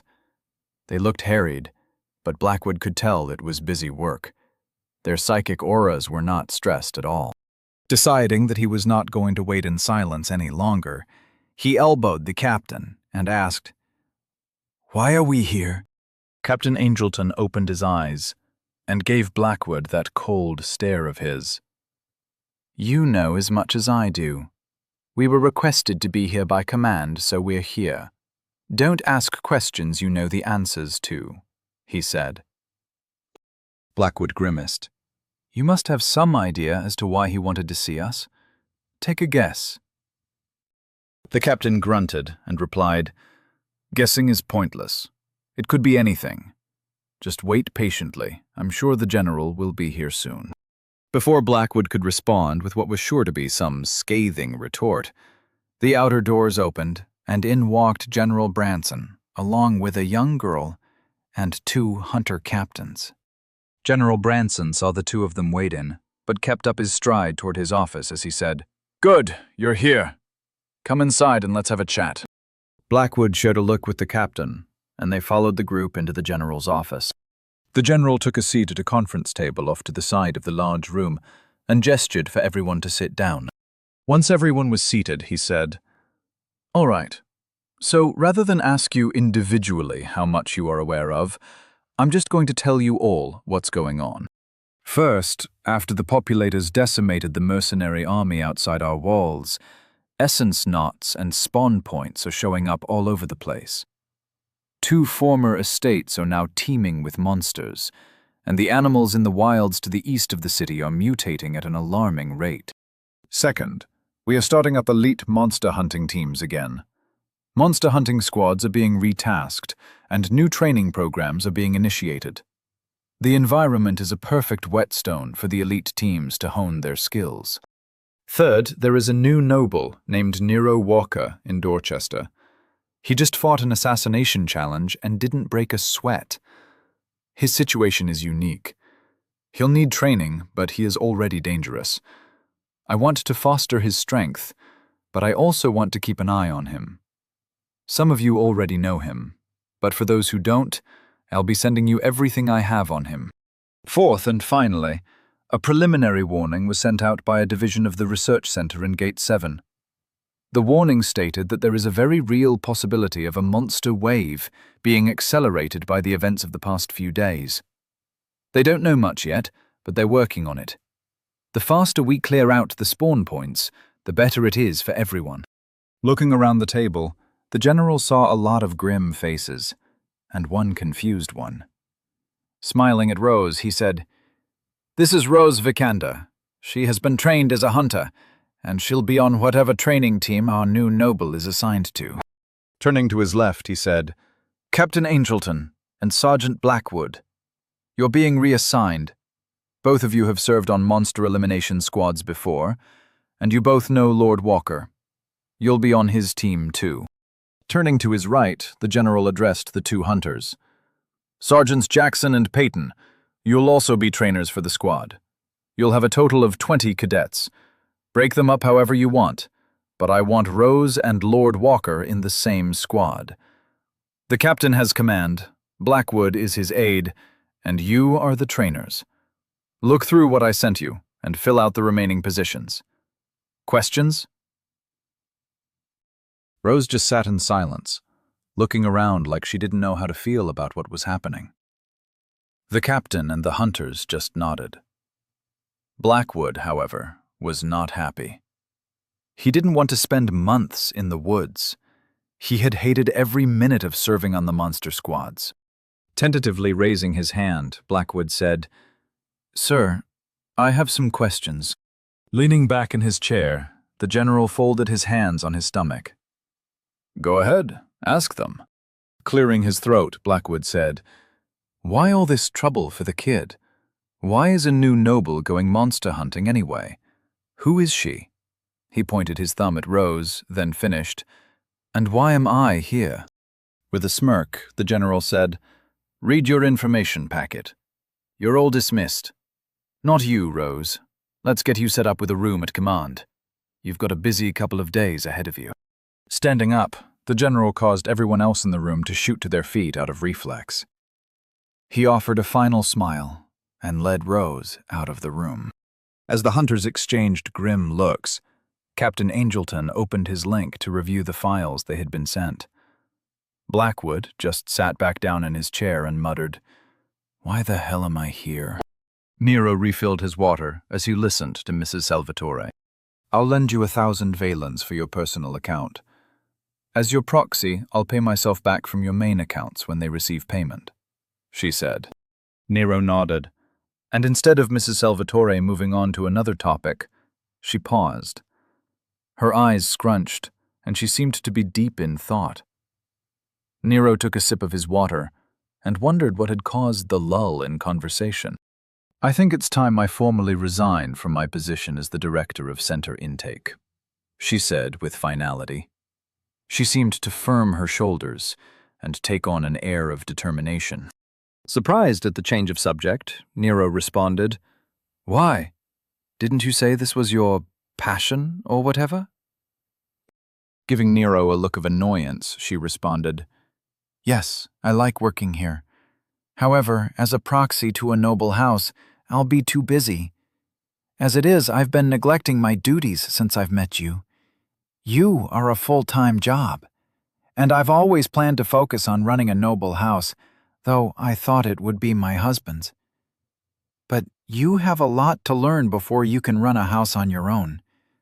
For the time being, I'll be focusing on helping you and Nick complete your trials and founding your houses.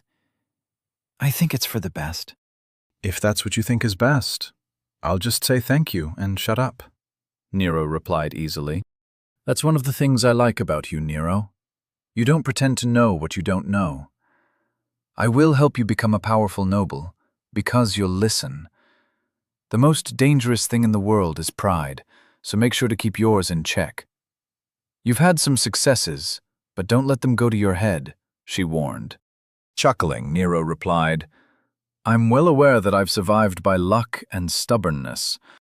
With a nervous but sincere look, Nero forced out, Mrs. Salvatore, if it weren't for you and Nick, I wouldn't be here right now. I'll make you proud. Nero felt a little uncomfortable. He wasn't comfortable with serious conversations and wanted to change the subject. Noticing Nero's twitching, she smiled and said, I'm sure you will. From now on, please call me Vera. Now I've decided to go with you tomorrow morning for the pledge.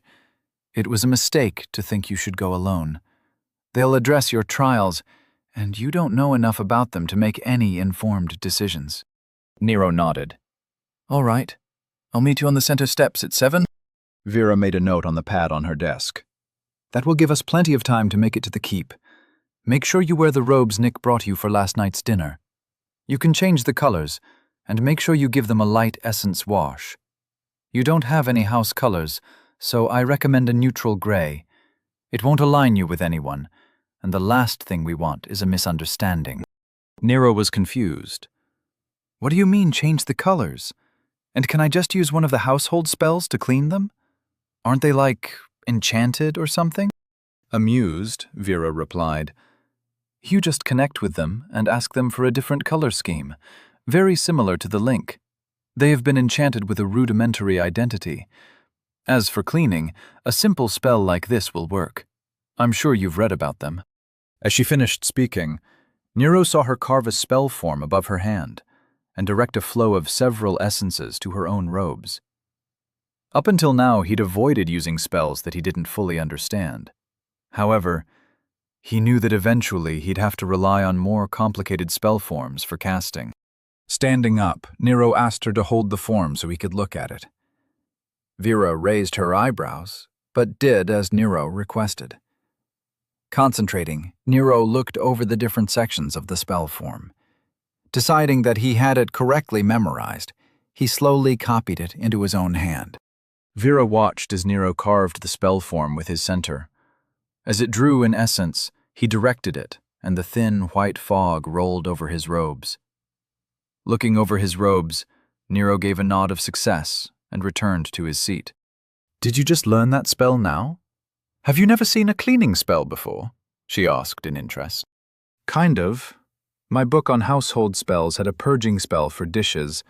That was kind of similar, but your spell had a lot of other inputs I didn't recognize. I just copied what they looked like and let the spell form collect what it needed, Nero said, as though it wasn't a big deal. Shaking her head in exasperation. You really aren't a typical mage. You are aware of that, right? Shrugging, Nero replied, I wouldn't know. And to be honest, I don't really care. Anyway, let's get some sleep. We have a lot to get done tomorrow.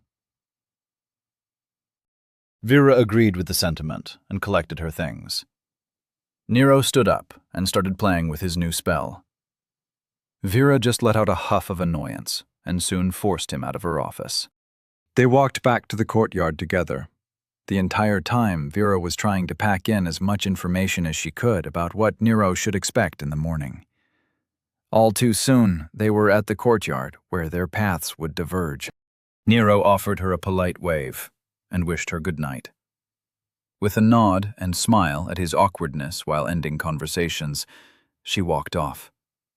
Nero still wasn't used to their only offering a nod in lieu of a goodbye, and walked back to his dorm room, annoyed with the situation. He was soon showered and ready for bed. After making sure to set his alarm and lay out his clothes for the morning, Nero found himself staring at the ceiling again. As he laid in bed, he connected to his link, which was sitting on his desk. He went over the paperwork that Vera had sent for his accounts and connected easily to each of them. Nero marveled at how the kingdom had set up their banking system. It only took a thought to bring up his account information. Since they used his unique soul signature as a login, the entire procedure was effortless. Laying in bed, with his arms above his head, Nero felt like he was finally getting a handle on his new life. He could cast magic. Now he had money. And tomorrow he'd finalize what he had to look forward to. Not to mention, the trials seemed like they could be considered a job, so he could consider himself employed. Making plans, he made a mental note that he had to visit his estate and deal with the employees he didn't know anything about. The amount of money involved with his future decisions was a little daunting, but he thought he could handle it. If I can fight off assassins and mercenaries, I can fire some people if I have to, Nero thought to himself. Deciding that he was just avoiding sleep, he checked his identity. Name: Nero Walker. Level: 7. Race: human. Growth: 27%. Tier: 1. Condition: 100%.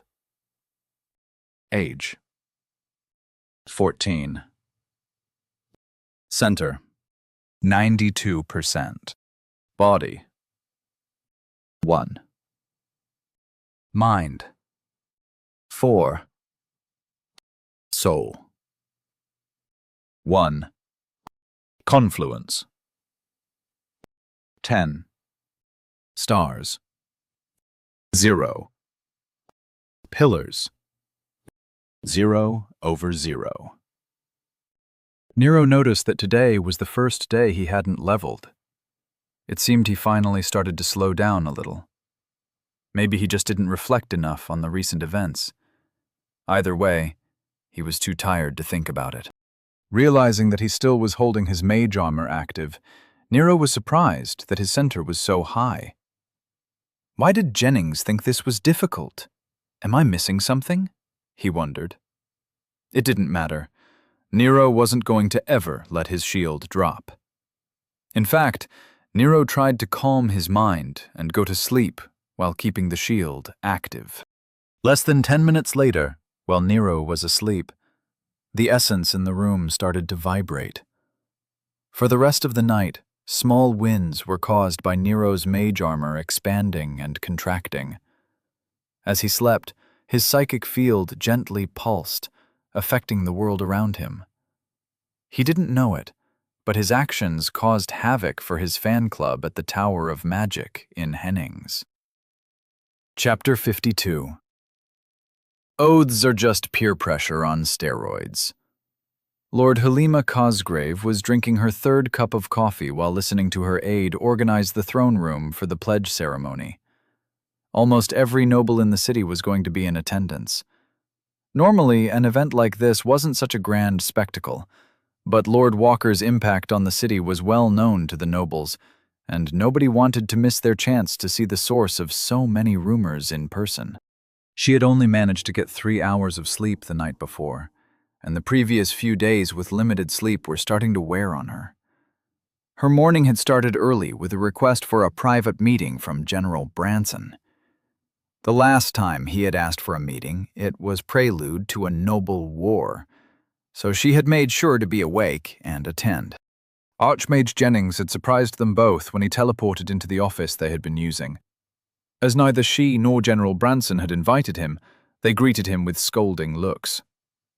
Jennings had teleported through a privacy screen, a feat that Lord Cosgrove hadn't known was possible. He had ignored their stares and told them to go on with their meeting. He was just curious about the subject they were discussing. With some reluctance, General Branson had outlined his plan for Lord Walker to complete his service and combat trials while training with the army. While she had agreed that it was a good idea, she didn't think Vera Salvatore would allow it. Surprisingly, Jennings had said that it wouldn't be an issue. Without saying anything more, Jennings offered a sly smile and teleported away before they could have responded.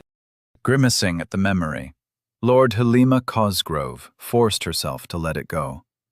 Getting angry at an archmage was an exercise in futility. The man would do what he wanted. She just had to limit his impact on her rule. The players change, but the game stays the same. "Do we know if Lord Walker will be offering a city pledge or a house pledge?" Ms. Chandler asked. Her aide's question forced Lord Cosgrove from her thoughts. Looking up, she saw Ms. Chandler, along with several nobles, waiting for her response. Adopting a mask of calm, she responded, "We do not. However, considering the actions of my son, I'd be very surprised if he offered a pledge to House Cosgrave rather than Dorchester. We'll just have to see what happens. Rest assured, I'm confident Vera Salvatore has prepared Lord Walker adequately." Nodding, Miss Chandler turned away and returned to her discussions with the nobles and staff in the throne room. Moving off to the side of the room, Lord Cosgrove waved for Headguard Dalton to attend her. The man said something to the men he was standing with, and then made his way over to her. "Yes, my lord," he said in greeting. Lord Cosgrove whispered, "Any word from my son's caravan?" Dalton replied quietly, "Yes, this morning found them well away from the city. Nothing went wrong with the departure, and they are on schedule.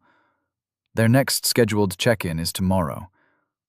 I'm sorry to report that the young master is still angry.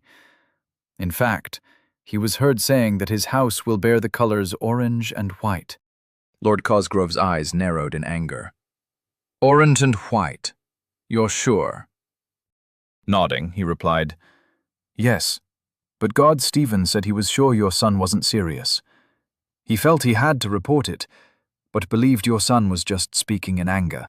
Lips pursed, Lord Cosgrove said, "If my son decides to follow through with choosing colors in direct opposition to House Cosgrove's, I want you to tell Stevens that clean slate is a go. I will not allow a future threat to my house. If he wants to be an enemy, he'll be treated as one. Am I understood?" With a grave nod, Headguard Dalton replied, "Yes, my lord. It will be as you say." "Good. Now have you selected your guards to implant within the Army's training program? I was only able to secure 5 slots, but we need those to be our eyes and ears. They must be capable, loyal, and above all, they must be discreet," she whispered. Dalton nodded once. "I chose 5 solid recruits with houses aligned with ours. They will do what we ask without question. Are you sure you don't want them to try and arrange an accident? I'm sure they could find an opportunity out in the wilds." Shaking her head quickly, she snapped, "No, absolutely not. If he survives the attempt, it would be a disaster. I just want them to watch and report. How many different ways do I have to explain that he isn't a threat until we make him one?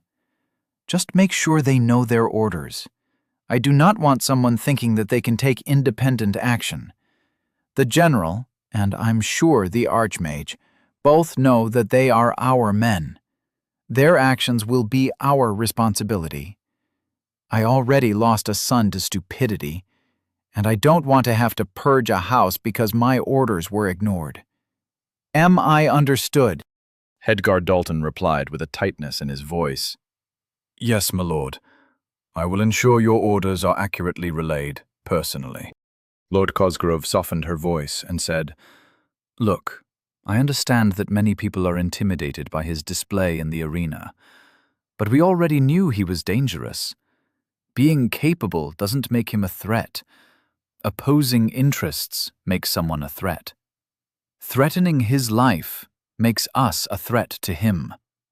Our stance must be hands-off. Now go. I don't want any surprises for at least a few hours." With a slight bow, Headguard Dalton headed off to ensure the pledging ceremony wouldn't be interrupted. Once again, Mother was right. The obstacles in our path are often put there by people trying to help. It makes sense that the world views listening and hearing as 2 separate skills, she thought as she returned to her coffee and reflection. Tone Nero was sitting in a plush chair, with his feet crossed on the coffee table, enjoying his coffee. The room was large enough to have several areas that were arranged for people to sit in groups. Considering the entire room was empty, save for Nero, the silence was deafening. The tall ceiling had several chandeliers with glowing balls of essence, providing the whole room with a warm glow. Heavy curtains were tied open with golden ropes, allowing the morning light to add to the room's beauty. None of the grandeur made an impression on Nero, except for the coffee. The artisanal blend was robust and had a hint of chocolate. If there was one thing that made Nero aware of the nobility of his surroundings, it was the coffee. Everything else seemed wasteful and tacky. He even thought the fancy pastries provided were a little too sweet. While waiting for someone to collect him, Nero used the link in his pocket to review the information packets Vera had sent him. She had created files for the trials of nobility, brief explanations of how they came to be and what they entailed. Nero was thoroughly enjoying his copy of Nobility for Dummies when he heard the doors open. Disconnecting from his link, he stood up to see the city lord's aide, Ms. Chandler, enter the room. Behind her were two people Nero didn't recognize. With a polite smile, she said, "Lord Walker, the city lord will see you now." Finishing his coffee, Nero returned the smile and replied, "Cool beans. I'm ready when you are." He followed her out into the expansive hallway, and her attendants took their places behind him. As Ms. Chandler led him to the throne room, she asked, "Do you have any questions concerning your part of the ceremony?" "Nope, I read the instructions you guys sent. Vera was nice enough to edit it for me so I could understand it. I'll keep to the script, don't worry," he replied. Leaning in a little as they walked, she whispered, "I know it's not my place to say anything, but I thought you should know that Lord Cosgrove understands why you are pledging to Dorchester rather than to House Cosgrove. I was the one who alerted her to Master Cosgrove's actions, and I can assure you that he was acting on his own. House Cosgrove wasn't aware of his plans." Nero gave her a side-eye along with a smirk, replying, "Sure, I understand completely. If you remember, I met Master Cosgrave a couple days ago during the recent Noble War. He didn't strike me as a deep thinker.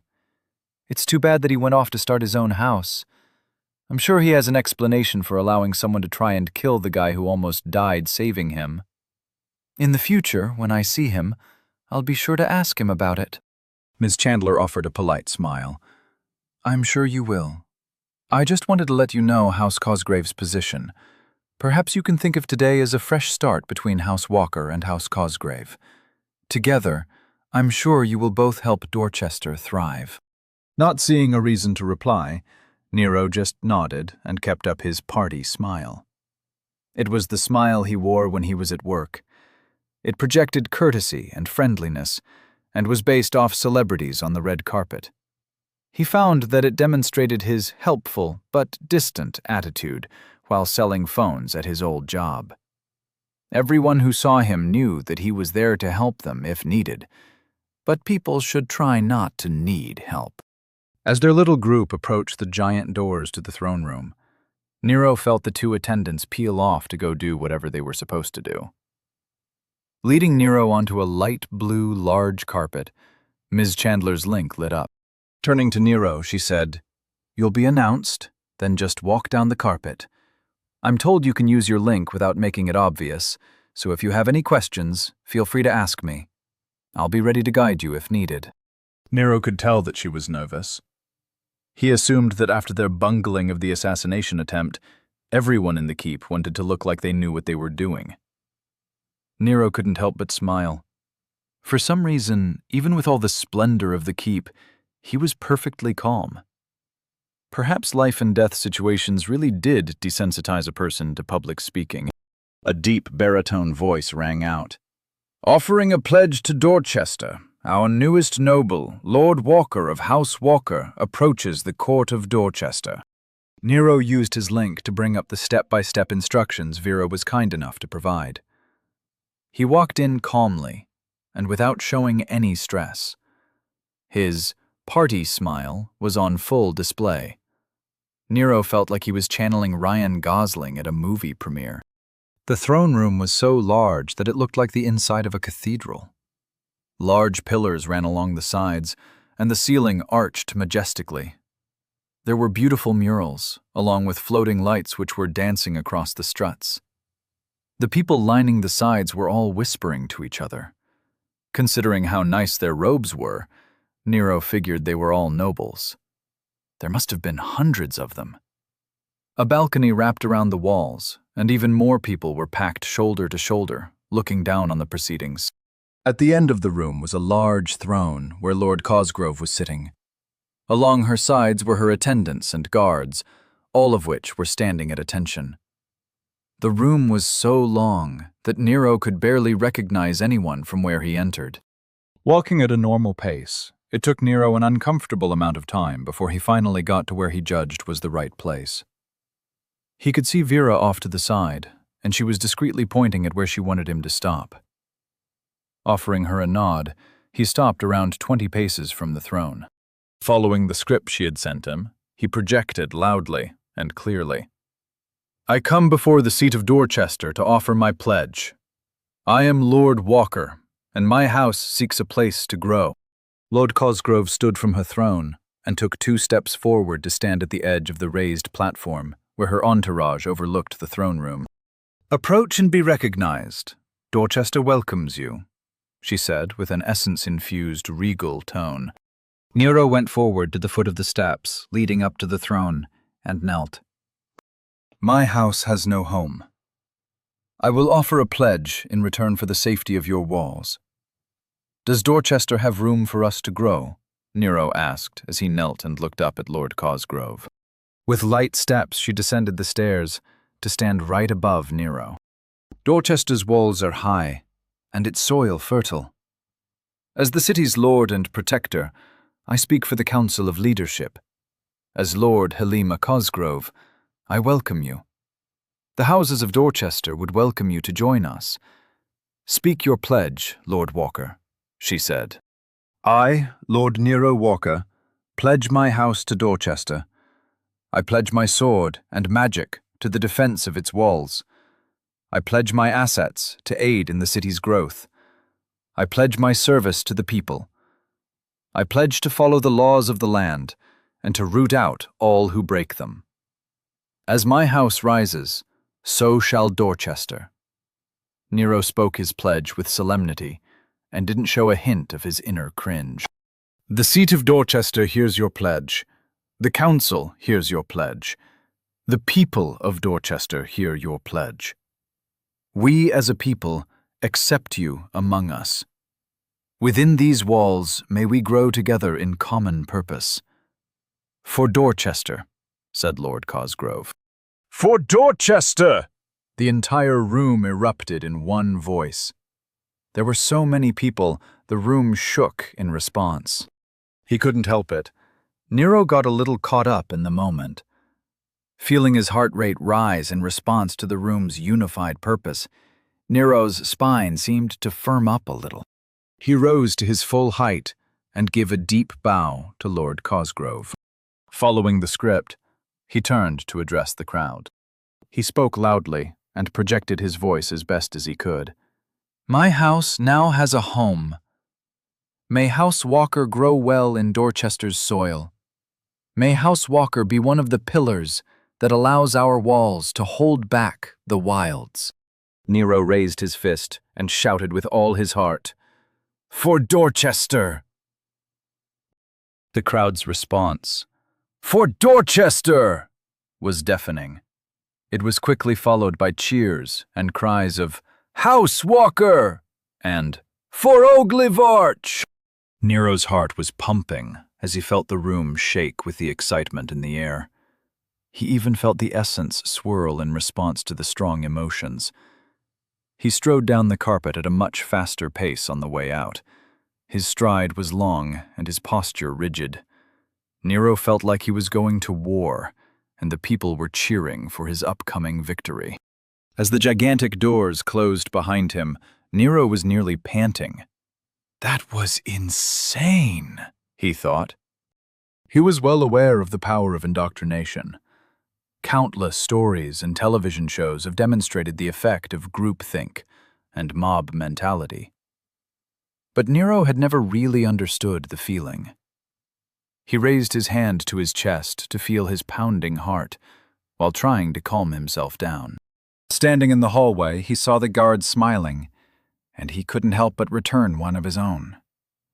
Ms. Chandler was waiting to lead him somewhere, and her smile was one of understanding and patience. She must have seen this before. Nero finally understood football hooligans. He took a full minute to close his eyes and force some perspective back into his mind. This was theater. He couldn't afford to be caught up in it. Taking deep breaths, he mastered himself. Opening his eyes, his party smile returned, and he looked to Ms. Chandler. "Thank you for waiting. I wasn't prepared for that. Lead on." He gestured with his hand for her to lead the way to their next destination. Chapter 53. Practice helps, but it's talent that makes perfection. Lord Hobbs was wringing his hands in worry. He knew that this meeting was not going to be good. Although his plan had been flawless, the assassin failed, and ultimately the plan had failed. Instead of causing the Mage Council to lose face, his plan resulted in an even bigger insult to House Cranston. Pacing back and forth in the waiting room, he tried to find the words that would blunt Lord Cranston's anger. The tastefully decorated room demonstrated the owner's wealth and power to those using it to wait for an audience. It hadn't been that long ago that Lord Hobbs was in this room, hoping that Lord Cranston would consider implementing his proposal. Considering the outcome, he wished he had been less persuasive. The door opened, and Lord Cranston's aide said in a cold voice, "Lord Cranston will see you now." Scurrying behind the aide, Lord Hobbs tried to straighten his robes. Taking deep breaths to calm himself down, he prepared for the verbal battle. It was imperative that the proper people were blamed. His house could not afford to offend House Cranston. Walking into the office, Lord Hobbs saw Lord Cranston sitting behind his desk. Cranston's face was stoic, like always, and he was writing something. Rather than interrupt, Lord Hobbs waited patiently for Cranston to finish. Without looking up, Cranston set the page he finished off to the side and spoke while capping his pen. "Lord Hobbs, I'd say that your plan didn't live up to all that it promised." Cranston's voice was cold enough to crack steel. Forcing his hands to stillness, Lord Hobbs responded, "My plan was perfect. The Council's curiosity was forced to fight just like I predicted. The failure was with the assassin. All I offered was a method to get the boy into the ring. I delivered as promised." Lord Cranston stared at Lord Hobbs, and the silence filled the room. Unable to stand the tension, Lord Hobbs broke. "Everything was legal. Neither the Crown nor the Mage Council can do anything in retaliation. House Cranston is safe," Hobbs said hurriedly. Like a blade being drawn, Cranston hissed, "Safe?" Standing up, Lord Cranston placed his hands on his desk and leaned over. He loomed large in the room, and Hobbs seemed to shrivel. While Lord Cranston's face was still stoic, his anger was clear in his voice. "House Cranston was slighted in front of the entire court. You offered an opportunity to spit in the eye of the Council of Mages along with the Crown. The plan was meant to show everyone that House Cranston would not be bullied. You promised a completely legal way to kill a new noble who has been a source of amusement for those ridiculous mages. They killed a Cranston, and in response I'd kill their toy. Now their toy lives, and I have to give my son's inheritance to it. Am I misunderstanding the situation? If so, please enlighten me," he ordered. Fear evident in his eyes, Hobbs replied, "That's a simplistic evaluation. Even with the plan failing to meet expectations, the outcome was still positive. Both the Crown and the Mage Council have seen the mettle of House Cranston. They know that they will suffer in response to any slights.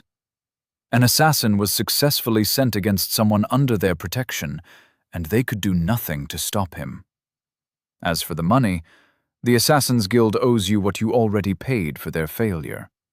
They can't complete the contract, so they're liable. As for your son's inheritance, he wasn't your heir. How large could it be? The tension in Lord Cranston's eyes seemed to loosen as Hobbs spoke. However, when the subject of the inheritance was brought up, his eyes narrowed in fury. Lord Cranston roared, "Silas wasn't my heir, that's true. However, he was away from Hennings, safe from the plots and intrigues of court. Or so I thought. I was using him as a holding house for several businesses and accounts. While they were tied to his inheritance, I could pit my true heirs into a healthy competition.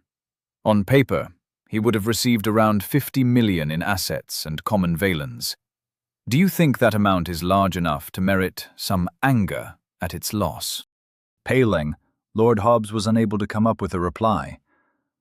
He just stood there with his mouth open. Silas Cranston, Lord Cranston's mage adept son, was an idiot. Everyone knew that. How on earth did Lord Cranston think it was a good idea to leave him anything?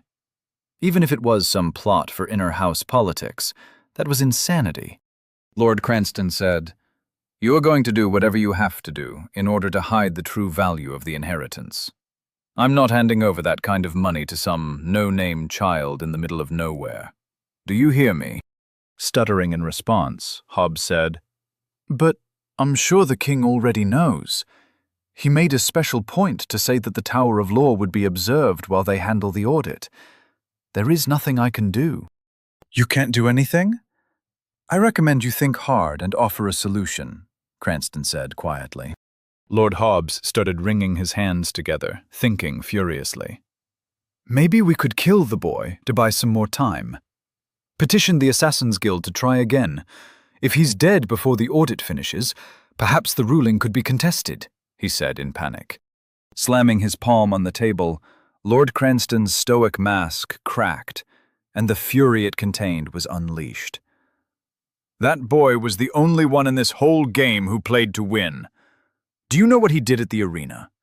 He bet his entire winnings from the Noble War that earned him his title. He fought for his life and broke the arena's bank.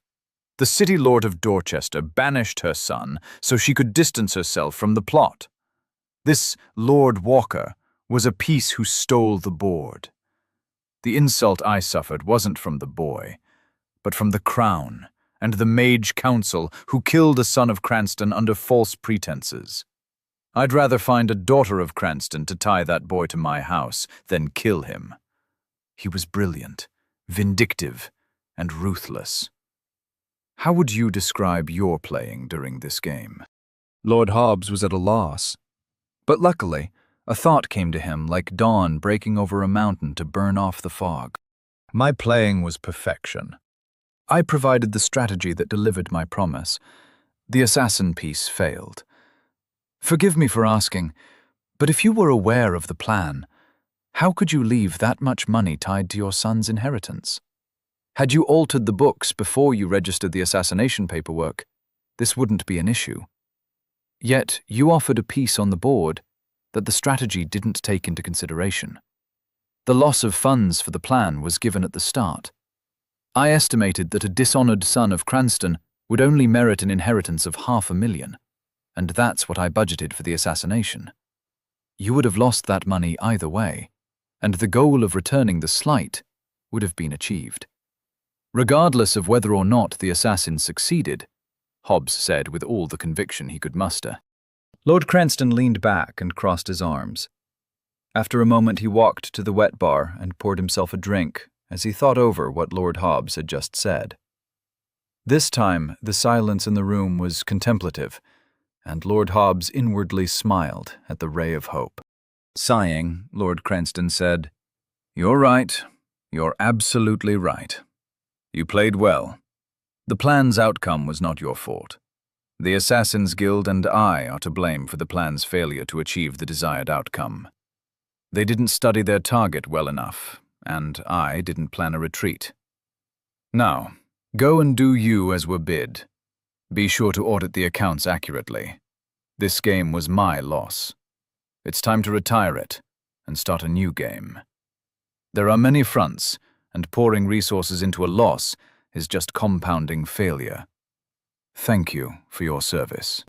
Lord Hobbs offered a deep bow and practically ran from the room. Sipping his drink, Lord Cranston looked out his office windows. The city loomed large in the distance from his mountain estate. So many plots and plans were being played out among the towers. He would have to be more mindful. Mistakes like these could doom his house. This entire plan had been a lark. The loss was great, but the lesson was a powerful conciliation prize. And now he could see why the mages were entranced with the boy. Lord Walker was someone to watch. Perhaps the idea of tying House Walker to House Cranston through marriage actually had some merit. Nero was in a training room under the keep, playing with some spells. The cleaning spell Vera had shown him last night had opened up a lot of possibilities. If he could cast spells that pulled their own essence without him having to manipulate it, then memorizing spell forms was a viable method to growing his repertoire. While sitting in the middle of the training area, Nero was holding a book in one hand and using his other to focus his center into a spell form. Although casting with his hands wasn't really necessary, it was much easier to manipulate his psychic field with a tactile medium. Rather than stamping the spell form, Nero was etching or carving it into the air. He could feel his connection to the floating symbol. The separate sections of the spell were obvious to him, even though he didn't know what they did exactly. Completed, the spell form solidified and started pulling on the essence in the room. Nero watched, while attempting to slow the pull down in order to make sure he saw exactly what was happening. In the center of the spell form, a thin needle took shape. The stone seemed to grow over several seconds until it resembled a spike. Feeling it was ready, he activated the firing mechanism. The spike shot out like a paintball. It wasn't as fast as a gun, but it still flew straight and true. It slammed into the chest of the target dummy and broke into chips of rock and dust. Nero watched as the coalesced essence returned to the ether like smoke. With a smile on his face, he closed his book and stood up. Magic is too freaking cool, he thought in wonder. Focusing, he repeated the spell form over and over again. Rather than fire another spike, he just recycled his essence and kept copying the spell form until he could recognize it on sight. Time didn't seem to pass as he was focused too intently on his training. "Are you about finished?" he heard from behind him. Flubbing his cast, he saw the spell form shudder and crack. The essence he had been using from his center floated away, now out of his control. The feeling reminded him of breaking his phone or losing his keys. It was surprising. He had read that essence loss from a poor cast was distracting, but the feeling of regret was more profound than he had imagined it would be. With a grimace, he got himself under control and turned around. Vera was standing there with a concerned look on her face. "Are you all right?" she asked. Nero nodded. "Yeah, I just had my first experience with essence loss from a miscast. That really sucks. I didn't understand when I read about it, but I get it now." Vera smiled and replied, "Yes, it is unpleasant, but you'll get used to it. In fact, training to not let it distract you is important. Do it before you go to sleep. You recover center faster when you sleep. But remember, never drop below 50%.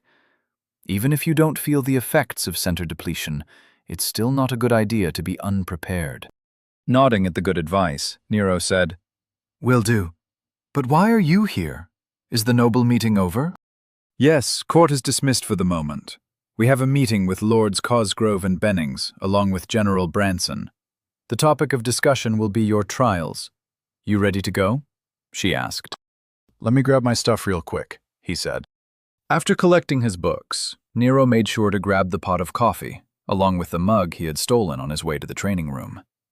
Vera gave him an annoyed look that he just returned with a shrug and a grin.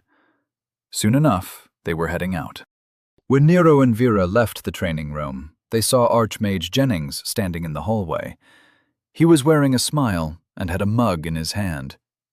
Vera just offered a nod in greeting and kept walking. Nero followed and offered Jennings a shrug. The Archmage didn't seem insulted, and quick-stepped to catch up. He held up his empty mug to Nero as they walked. "You mind topping me off? They have great coffee here. It's actually imported from the westerly lands. You wouldn't believe how expensive this stuff is in the capital," Jennings said, as though it wasn't strange that he'd just shown up. Vera ignored him, but Nero smiled and poured the man some coffee. "Were you waiting for us?" Nero asked. Jennings took a sip and smacked his lips in delight. "I was in the area. I figured I'd see what you were up to. I hope you don't mind, but I was watching you practicing your spell work," he said as if he was testing the waters. Nero chuckled and said, "I've already figured out that you were one of the peeping toms from the capital. Populator Serenity mentioned you." "Charity," Jennings corrected. "Ha!" said Nero. "I knew it. Anyway, thanks for the books." Shaking his head in amusement, Jennings said, "Very clever, Nero. And I'm glad the books are appreciated. It seems they might be of a little more use than I anticipated." Nero narrowed his eyes and replied, "What does that mean? What do you know that I don't?" Vera interrupted the two's verbal spar and said, "We're here." Opening the doors, she led them into a large conference room containing several people Nero recognized, along with some he didn't. As they went to take their seats, Jennings answered Nero's question with a grin. "I know many things that you do not, young Nero." Chapter 54. The Art of Pretending to Pay Attention. Mike's team was rattled. When they took the job to find and eliminate the spawn point, they knew it would be difficult. But things were spiraling out of control. Running through the forest, Mike saw their archer, Heather, waving for them to hurry. Increasing his pace, he panted as the trees whipped past him. Paying close attention to his footing, he leapt and made it to the outcropping on the cliff face. Pulling himself up, he kept an eye on the forest he had just escaped. Soon he saw Jerry and Sarah emerge at a run and leap up beside him. The moment Jerry landed, he started waving his hands, and essence gathered into a spell. Mike felt the illusion solidify, and he saw Jerry sigh in relief. "What are you doing? Where is Victor?" Mike asked in an urgent whisper. Heather was perched at the edge, with her bow ready to unleash hell on whatever monstrosity appeared. Meanwhile, Sarah was running a glowing hand along a gash in her side. Jerry said, "I've cloaked us. We can speak freely, they won't hear us. I'm sorry about Victor. The ones hiding in the trees managed to hamstring him. Sarah and I saw him get mobbed. At least he didn't go quietly." Rubbing his head in exasperation, Mike said, "What the hell was that anyway? That wasn't a spawn point. Did you recognize what the essence was doing? I've never seen anything like that." Sarah spoke up, her voice tinged with worry. "I can't be sure, but I think it was a proto-dungeon. I've never seen one, but I've read about them." Heather didn't take her eyes off the tree line, and her voice was cold when she said, "That's not possible. They wouldn't form out here. There isn't enough ambient essence to form a dungeon." Jerry said, "Over the past few years, the essence has been collecting. You've all seen it. The animals are getting more dangerous, and the plants are changing. It's been 50 years since Dorchester's seen a beast tide. If the essence in the area is changing, then it's possible the conditions were met to mutate a spawn point." Nodding, Sarah chimed in. "He's right. The war could have been enough to shake the knots of essence. Essence first pools, then it knots, then it forms spawn points. In areas of dense essence, they can form dungeons. A proto-dungeon makes sense." Mike thought about it and said, "Fine. Even if it's a proto-dungeon, that doesn't explain the amount of monsters in the area." Jerry disagreed. "Yes, it does. Proto-dungeons have a small pocket dimension. They're spawning inside, then the overflow is what we saw. Until the dimension settles, the monsters won't feel comfortable staying inside. Growing dimensions are very uncomfortable. Heather piped in. That's really interesting, but that just means we're not going to get paid. Even worse, you said this might be a prelude to a beast tide. We need to keep our mouths shut and get out of Dorchester. Sarah said, I say we report it. The North has finder's fees for dungeons. I've never looked it up, but there is probably something on the local board about dungeon bounties. Mike nodded and added, We're also not going to be responsible for an unreported dungeon. If that ever came out, we'd be executed. Looking at each of them in turn, he made sure they knew he was serious. Heather sniffed in annoyance and said, I suppose you want us to stay and defend the city, right?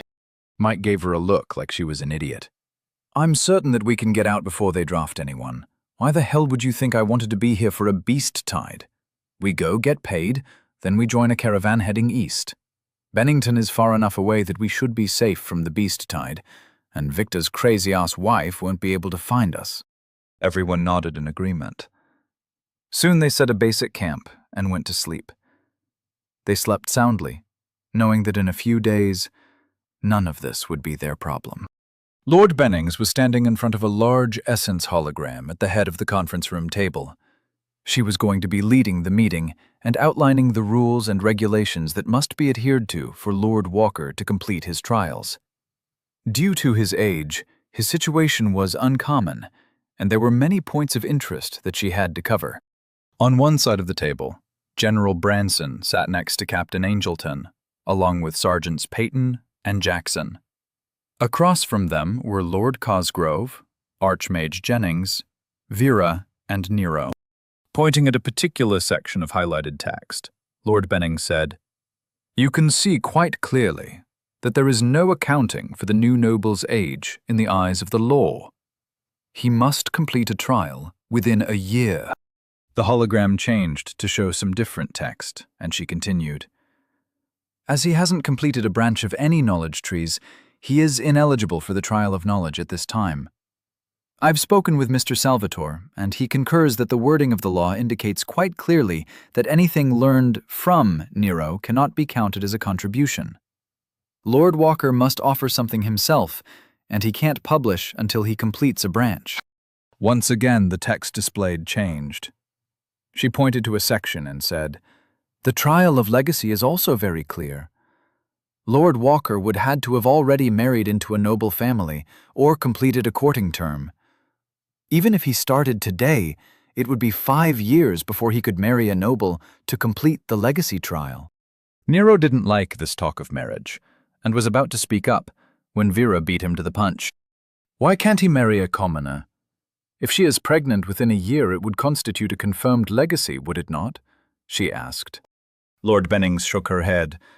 A child between someone of common birth and a new noble facing the trials wouldn't be considered a legal scion until the age of awakening. I made sure to explore the inheritance laws quite thoroughly. Vera replied. Then all we have... Nope, Nero interrupted loudly. I'm not marrying anyone. I'll get to that trial when I get to it. Next, he ordered. Several people chuckled, and Lord Bennings frowned at him. Nero just returned a blank stare. He wasn't going to marry some random person to fulfill some ridiculous law. With a sniff of irritation, Lord Bennings moved the presentation forward. As the text displayed on the hologram changed, she said, That leaves the trial of combat and the trial of service. In more martial areas of Oglevark, they are usually completed at the same time. General Branson contacted me earlier today and presented a very clever plan. I'll turn the meeting over to him at this time. Taking the empty seat next to Lord Cosgrove, she joined the audience as General Branson took the spot at the head of the table. We all know what is currently happening in the wilds to the east, he said. Waving his hand, the hologram changed to display aerial views with highlighted areas and spots. Nero had no idea what any of it meant, but it looked very detailed and impressive. Listening to the general drone on about the aftermath of the populators' war with the Dorchin mercenaries, Nero tried to force himself to pay attention. Unfortunately, there was too much he didn't understand. Essence pockets and knots, along with condensation points, sounded familiar, but Nero was lost. When the general started bringing up graphs and data sets, Nero stifled a groan. The last straw was when the general started referencing Nick's essence collection data. Nero's mind wandered, and he started mentally going over spell forms. While he kept staring at the hologram like everyone else, he wasn't even remotely paying attention. His mind was separating the spell forms into their individual parts in order to find similarities and determine each section's purpose. In the future, he was planning to start making his own spell forms. Nero had already had some success, but throwing together simple spells wasn't the goal. Understanding how spells were formed was his ultimate aim. Rather than watching a presentation on what he'd already figured out, Archmage Jennings was watching Nero. The last time the young man's mind wandered like this, Jennings saw him develop a crude temperature alteration spell. Now he was waiting patiently for Nero to do something absurd while sipping his coffee. Eventually, General Branson started outlining his plan to combat the upcoming changes in the wilds. He based his proposal on how other cities in high essence areas dealt with their dungeons and spawning areas. Lord Cosgrove was smiling as she imagined all of the incoming essence crystals and what it would mean for Dorchester's prosperity. Around 600 years ago, the kingdom had fought a war with Dorchester's ruler, City Lord Linus Dorchester. The fighting was intense, and the populators had fought the local forces in the streets. The results were months of essence storms and a city in ruins. The essence in the area was never the same, and Dorchester had suffered because of it. It was a testament to the balance of the world that when Linus Dorchin's line was finally ended, the essence seemed to return to Dorchester. Maybe it's time to change the city's name, Lord Cosgrove thought to herself. It had only been a few days, and the economy was already booming with the influx of essence from the monster hunters taking advantage of the surrounding spawns. General Branson made a point of how these next few months would be critical in establishing a local structure of city-sponsored monster hunters. Outlining the expansion of the army, he finally got to why he was bringing this up now. He wanted Nero to join one of the elite monster hunting training programs.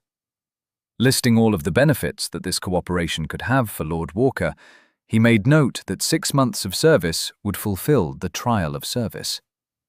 There was precedent that hostile territory training was graded differently than regular service.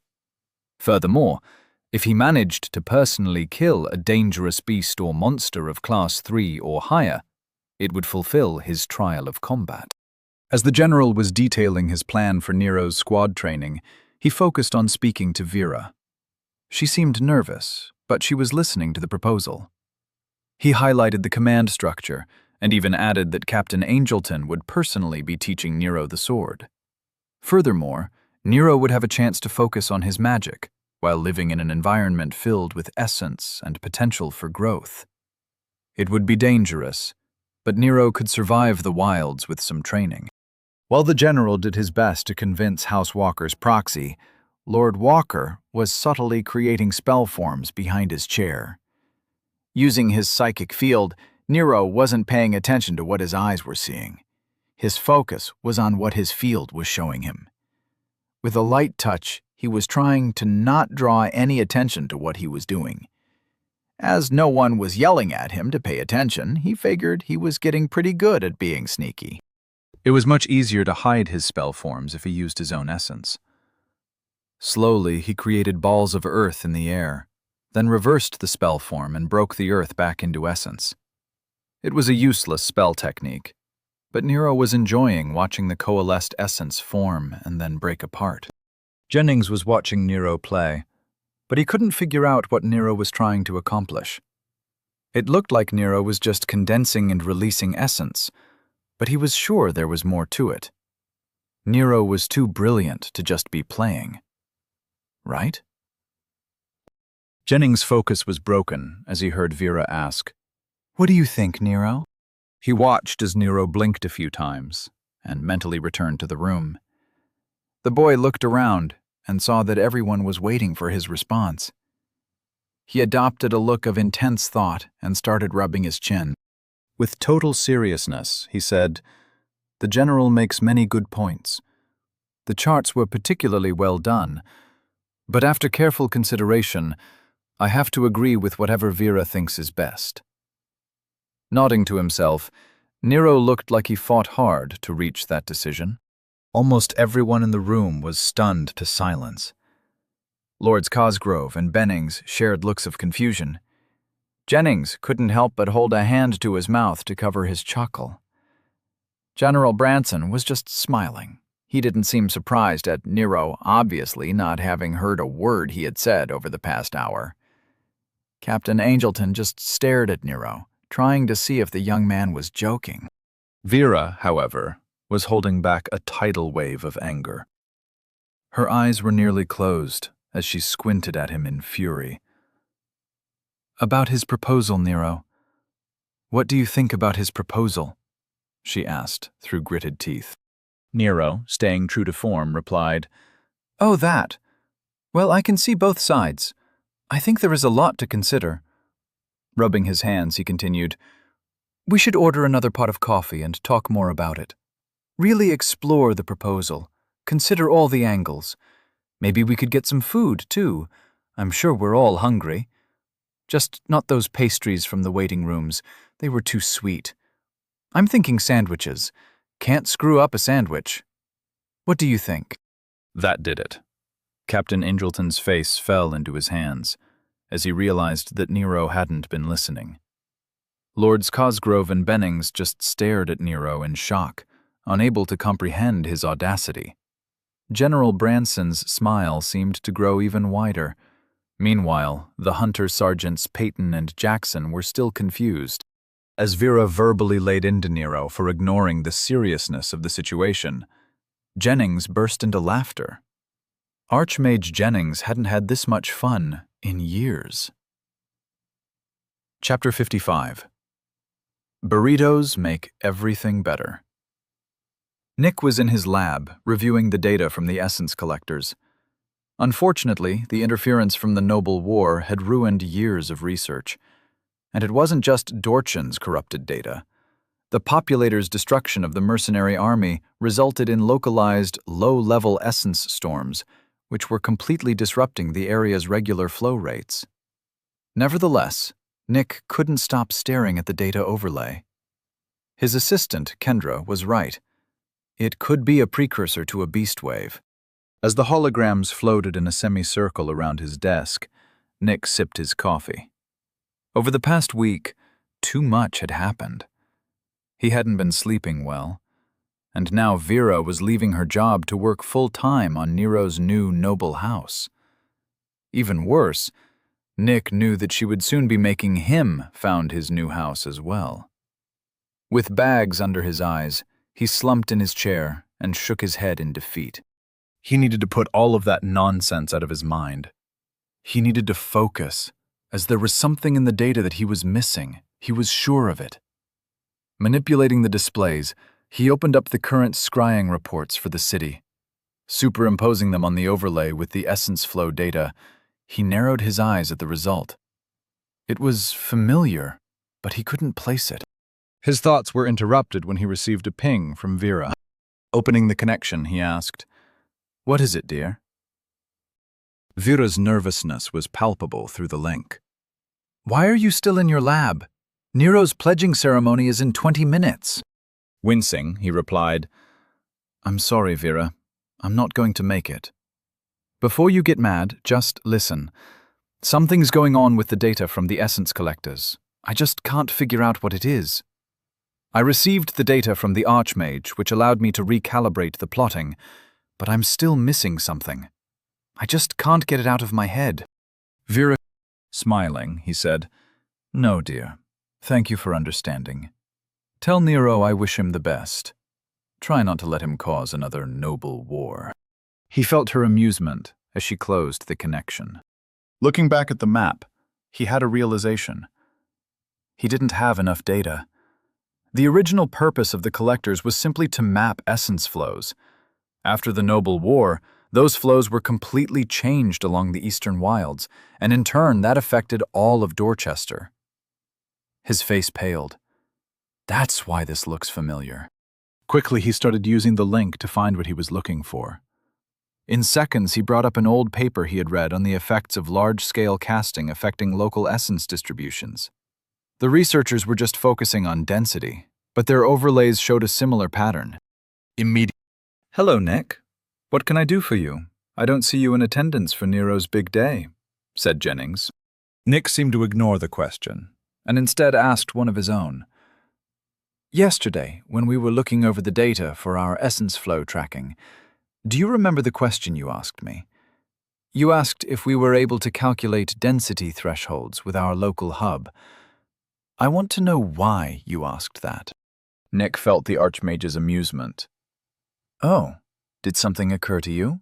He asked. I'm not in the mood for games. I've been staring at these datasets for hours, and I'm terrified that I'm right. I want to hear it from someone else, Nick said, with terror coloring his psyche through the link. Taking pity on the poor man, Jennings said, You're probably not wrong. Even before the populator's little kerfuffle, the essence flow rates in the area had been showing signs indicative of a threshold event. You've probably got more than a beast wave to worry about. It looks like Dorchester is going to start having dungeons again. I think you're in for a few exciting years. Before you overreact, I've already dropped a few hints to the people who will need to know. Now, after we finish talking, you should ping General Branson. Be sure to send him the overlay on your left. I'm confident you two will figure out what needs to be done. Nick sat back in his chair, stunned. Realizing that the Archmage was currently watching him work, Nick gulped. I'll do that. Thank you for your time, Archmage. Please, enjoy the rest of your day. Sorry to bother you, Nick said, as politely as possible, then closed the connection. It was easy to forget how powerful the man was. Nick pushed his terror down and pinged the general. As the connection opened, he felt the general's attention was somewhere else. I'm in the middle of watching your friend become a noble. What can I do for you? He asked. Nick replied, Archmage Jennings said I should touch base with you about the events outside our walls. The general's psyche radiated satisfaction, as if some plan of his was coming to fruition. Be at my office in Central Command in an hour. We have a lot to discuss. The Archmage made me promise to let Center Research do its job, but he offered enough hints for me to get a head start. You should start thinking about a replacement for your position as the Director of Research for your gate. If things work out the way I think they will, you'll be too busy to run Center Research. I'll see you in an hour, he said, then closed the connection. Nick sat in his chair, unable to fathom what had just happened. Dorchester was leveling up, and he was going to have to accept it, and then figure out how to deal with it. Nero was slumped in his chair as he listened to Vera lambasting him for his behavior. Rather than argue, he took his lumps like a man, which to Nero meant sitting quietly while whoever was angry at him vented, and making sure he looked sufficiently apologetic. To his credit, he managed to endure for almost 2 full minutes before he got fed up and snapped. Vera had been sitting next to Nero in the conference room, so she had turned to face him in order to shake her finger at him while speaking louder than necessary. All of these people have taken time out of their day to work on finding a way to help you with your trials. The least you could do is pay attention to them. General Branson obviously put a great deal of effort into this plan for the defense of the city you just pledged to defend, she said. Nero's eyes shot to hers, and he replied quickly, Hold up. You don't really believe all of this crap is actually about me, do you? Brought up short by Nero's question, Vera paused in her tirade. She gave Nero a confused look. Nero pressed on. The general is in charge of the entire city's defenses. He had to make a plan to defend it, one which has nothing to do with me. I'm a new noble, a 14-year-old kid who is only a noble because Lord Cosgrove is scared of the royals and Lord Bennings is a stickler for the law. This meeting isn't about them helping me. It's about them asking me to do something for them. Vera looked stunned. Everyone else in the room seemed to anxiously squirm in their seats. That is, except for the general, who looked extremely pleased with Nero's deduction. Nero looked around the room, then continued. Obviously, there is a lot of bad stuff going on outside the city walls that needs to be taken care of. But do you really think they need my help for it? Literally everyone in this room could kick my ass. The general only wants me involved because he thinks I'll develop some camaraderie with the army or something. It's the same reason Lord Cosgrove is here. She wants me to feel like she cares. Think about it. Her son tried to have me killed, and I'm guessing she's been putting out political fires left and right, so getting me out of the city would be great for her. And Lord Bennings doesn't care. She's just here so that she can tell the capital that the law has been followed. Even Jennings doesn't care about any of this. He just likes watching me play with magic. Nero looked over to see Jennings smiling, and he pointed a finger in accusation at him. Don't give me that look, old man. I felt your psychic field watching me practice. You're not as sneaky as you think you are. Waving his hand as if none of this mattered, Nero went on. You're here because you are who they have to convince. I'll do whatever you say. They know that as well as I do. They're just confusing you with more information than you can handle. Let's make it simple, like Lord Bennings did. Nero pointed at the general's giant hologram, which was currently displaying a map of the eastern wilds. Bad stuff's happening outside Dorchester. Rather than letting me spend money and hide in my fancy new estate, they want me to go fight in a forest. The general wants me to use it to train. That way, I'll be away from you and Nick and have to rely on the army, hopefully resulting in my indoctrination. Then, Lord Cosgrove has demonstrated that she doesn't want any trouble by hiding her son as far from me as possible, probably so I don't have to kill him. Then, Lord Bennings is here to sign off on everything being a good plan to fulfill my noble trials. There. We didn't need a long-ass meeting. But because you put me on the spot, now everyone knows that I don't care about any of this. And I didn't even get a free meal out of it, Nero finished with a huff, then crossed his arms and pouted. Jennings stood up out of his chair and started clapping. Wonderful. Well-reasoned, Nero, he said happily. Turning to look at Vera, who was leaning back in her chair with a calculative look on her face, Jennings said, It's just as Nero said. It's all up to you. If you think it's a good idea, he'll do it. Otherwise, he'll retire to his estate and study magic in solitude. He probably didn't understand half of what we've discussed, and he still saw the game for what it was. Well done, my boy. Jennings sat down with a large smile on his face, then summoned a plate with what looked like a burrito on it. Nero's eyes lit up as Jennings slid it across the table for him. Vera looked around the table at the stunned faces, and to her credit, she mastered herself faster than anyone else in the room. Lord Cosgrove didn't handle Nero's evaluation well at all. She still looked pale from Nero's blunt dissection of her strategy. Addressing the general, Vera said, I agree that something has to be done about the events occurring outside the walls, but Nero makes a good point about it not being his problem. However, I have a counter-proposal. Since Nero will be voluntarily aiding the military without rank, he should be able to collect what he kills as an independent contractor.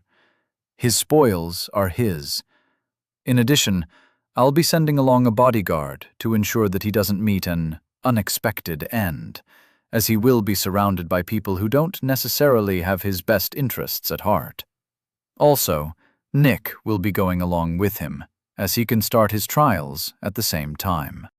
The general nodded along, up until Vera mentioned a bodyguard. At that, he visibly bristled. Then, at the mention of Nick, He started shaking his head in refusal. My men would protect him. Every one of them is hand-picked by me, he said. Nero snorted and said, Lord Bennings is right here. Want to have her oversee a bet? I'll wager everything I'm owed from the arena that at least one of the people on your list is in the employ of a noble house. Want to roll the dice? Nero offered the general an evil smile. As the general was about to speak, he was interrupted by Lord Cosgrove. Not a word, General. I'm still doing paperwork from the last time we allowed him to make a bet. You'd lose anyway, she said with a sigh. Nero leaned forward so he could look at her from where he was sitting and asked with curiosity, Another assassin? Or just observation? I'm guessing observation, but I could be wrong. Lord Cosgrove offered a polite smile and replied, Observation only. They have already been sufficiently threatened to ensure they will not do anything stupid. You're correct in your assessment of our intentions. House Cosgrove has no ill will toward House Walker. Nero nodded with a smile and leaned back. He then turned to Vera. What's with the spoils? Will this be another source of income? Vera gave him a look that told him to shut up. Nero held up his hands in surrender and went back to enjoying his burrito. General Branson just stood there, with his hands on his hips, glaring at Nero for doubting his professionalism. Vera said, Well, General, are the 2 additional recruits to your squad acceptable? Nodding in defeat, he replied, Very well. But Nero will have to be active and enthusiastically participate in the training. Otherwise, this is all pointless. Lord Bennings chimed in. Participation with a passing evaluation from his superior is required for the trial of service to be completed.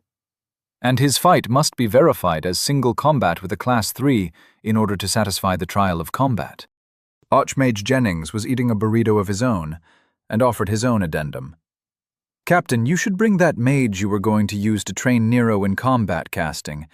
Along with the woman Mrs. Salvatore is thinking of, Nero would nearly have a full hunting team, he said, while sour cream was clinging to the side of his mouth. Nero asked, Like an adventuring party? Nodding, Jennings replied, That's a very good way to think about it. You need some frontline fighters, some ranged, and a healer. Everyone has some specialties, and the team works in concert. Holding up his fingers to count off the team members, he continued, Angelton is the healer and front line. His mage is with you at range. Nick is crowd control and specialization. Vera's bodyguard will be another front line. You could use an archer, but I'm sure the general could provide one. Finishing with a smirk, he gave the general a knowing look. The general coughed into his hand and said, I'm sure we can find someone. For the first week, you'll just be training anyway. Nero nodded. He was warming up to the idea. Looking over at Vera, he saw her give him a nod. That decided it. He was going on his first adventure. Nero pointed a finger at Jennings and said, All right, Vera says I'm going, but I need something from you. Jennings leaned forward in his chair, and his eyes sparkled with curiosity. What did you have in mind? He asked. Nero smirked and said, I need books. Specifically books on hunting, a monster manual of some sort, how to harvest valuables, healing, and, last but most importantly, a book on personal space magic. I need storage. And if you have a magic tent or something, I'll take that too. Turning to Vera with a toothy grin, he said, If you weren't in charge of House Walker before, you are now. I'm going camping in a magic forest. Chapter 56. The After the Meeting meeting. Archmage Mathers was in his office, attempting to address the sea of paperwork in front of him. It had only been a few days since Jennings went on his adventure, and Mathers was already annoyed. With Jennings gone, everyone was reporting to him. Considering he was a great deal more pleasant than Jennings, everyone seemed to be taking advantage of the situation. Walking in without warning, one of his aides held up a stack of papers and said, Sir, none of these are filled out. The interruption caused Mathers' concentration to break. Sighing, he looked up at what the aide was pointing at, and Mathers fought to keep his temper in check. That's because that's from the inbox. When I asked you to upload and send out the papers on my desk, I assumed I didn't have to specify which pile to take, he said through gritted teeth. Not even remotely intimidated, the aide nodded and placed the pile he was holding on Mathers' desk, not even close to the inbox. Walking over to the other side of the desk, he collected the stack of papers from the outbox and held them up with a smile. "I'll get these sent out right away," he said, and started to walk away. Mathers leaned over to his desk to move the papers his aide just dropped off into the inbox clearly marked on his desk. Trying not to shout, he addressed his aides back. "Remember to read the top of each page to make sure they're sent to the right department and/or person." Not hearing a response, he started to stand up. "Of course. I know how to send mail. I'm not an idiot," the aide shouted from his desk outside Mathers' office. Sitting back down, Mathers rubbed his temples and tried to convince himself that killing aides was not a solution to his problem. Receiving a long-range connection request, he isolated the point of origin and viewed who was trying to reach him. Seeing Jennings waving at him, Mathers reached out and helped open the psi connection.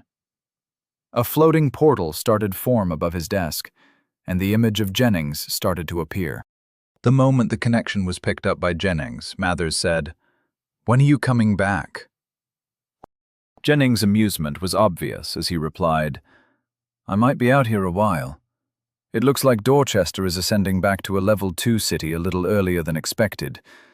It seems the recent kerfuffle they had was enough to put it over the edge. I'm calling because we need to push up our plans for the Center Point Academy we were going to build. We should also send someone out here to actually be the court mage. You and I both know I'm not going to do it." Mathers' cork finally popped. "Are you kidding me?" he shouted over the scry. The connection shook with his rage, and Mathers watched Jennings' eyebrows shoot up in surprise. "There is too much that needs doing here for one man alone. You've been gone 2 days, and I'm a week behind. How the hell do you expect me to get any of this done with you traipsing around with Nero? Get your ass back here and do your job. You jackass," he said, trying to find a sufficiently scathing insult. Jennings just chuckled. "The council is sending everything to you, aren't they?" he asked. Mathers paused for a full 5 seconds, then asked, "What do you mean?" "Well, I've felt most of them watching me since I got here. I was wondering how they found the time, but I guess now I know. You don't really think I was doing all that paperwork, did you? Just try to imagine what I'd put up with, then cut it in half. That's about all I do. The council was created for this purpose. In fact, as my right hand, you already do most of my paperwork," Jennings said as if it were obvious. Mathers' knuckles turned white as he squeezed his desk in fury. "Those sons of bitches, time-sucking vampires, opportunists! I'm going to drag them one at a time into the arena and hang them upside down. I'll spank them like the unruly children they are in front of the entire damned kingdom," he shouted. Jennings was smiling and nodding along to Mathers' rant. "That's great.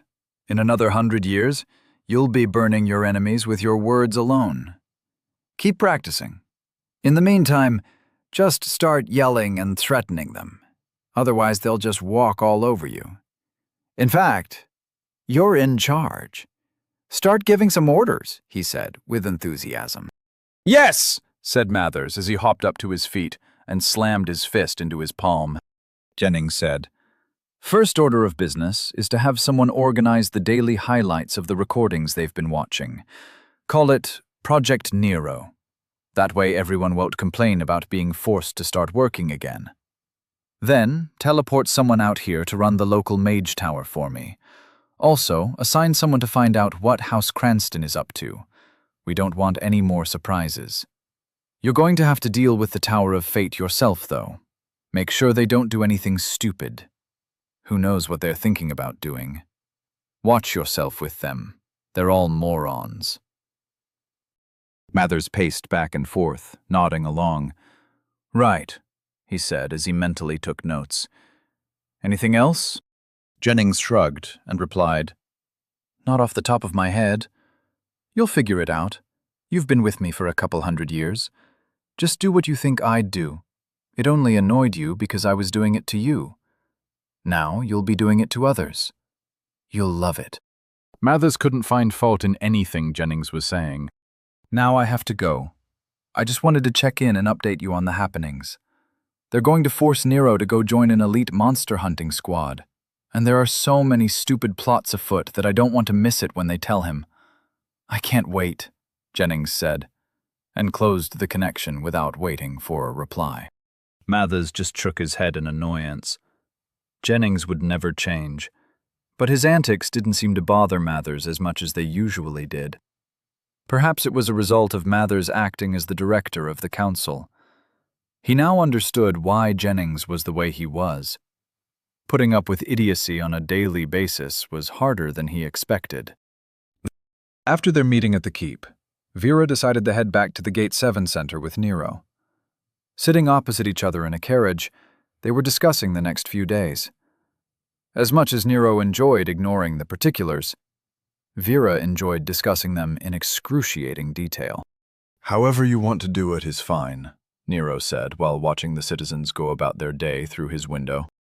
Well, I understand you don't want to worry about it, but they owe House Walker millions, and I'm going to make sure we get it, she said with some anger. Nero sighed and said, Look, why don't you just do the same thing you did with the shipping company? Doesn't the city own the arena? Why don't you just negotiate a buy-in?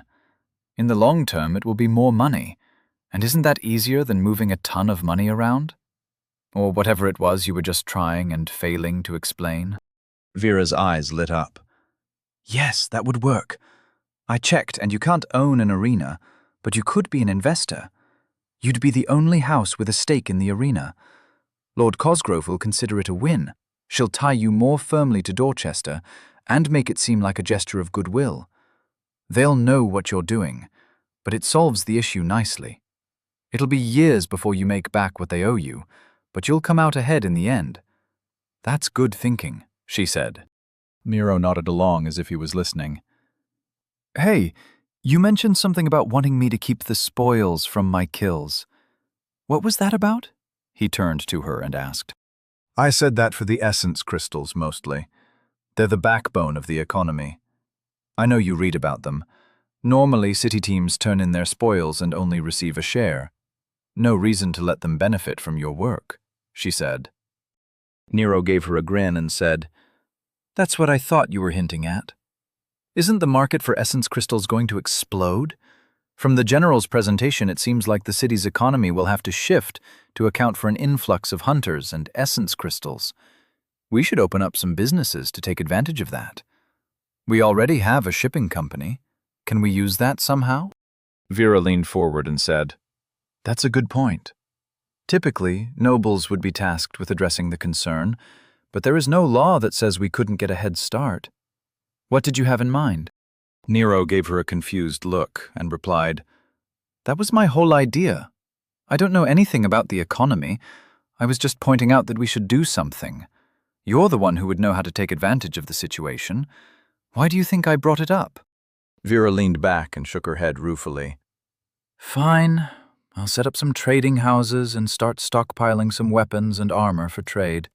The prices for crystals are regulated, but there is plenty of profit to be made. We can open up some stores near Gate 15. I'll call it Precision Supplies. Nero shook his head and quickly replied, Nah, call it Precision Trading House. That way people can say they're hitting the trading house, and word of mouth will spread that when you have essence crystals, that's where you go. Trade is where it's at. Also, make sure it's a separate company. We'll be 50-50 partners. We keep it separate so we can manipulate the prices you charge us for shipping.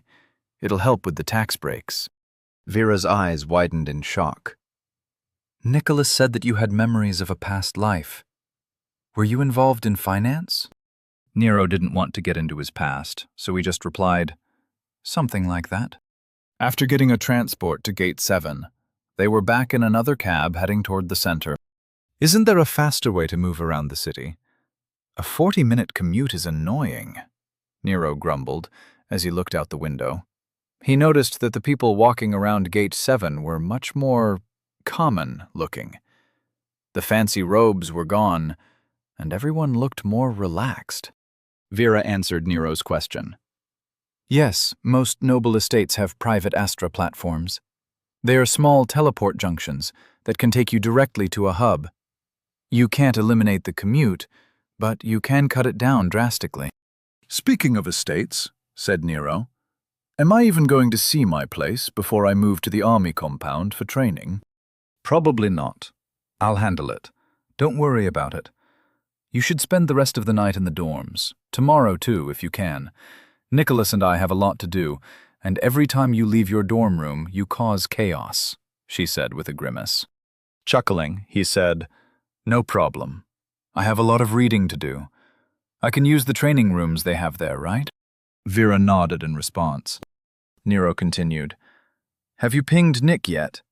How does he feel about you signing him up for an adventure? Also, you're not going to send Ms. Averett with me, are you? Vera looked surprised. I haven't had a chance to speak with Nicholas, but why would you think Ms. Averett would be joining you? She asked. Shrugging, Nero replied, She's the only person I know that could both fill the position of bodyguard and that you had a connection to. Vera looked like she was considering something. I do have an entire guard force that works for precision shipping. I was going to assign one of the trainers to you. But Kathleen is a really good idea.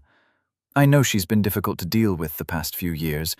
She loves helping nurture young talent, but she has the heart of a warrior.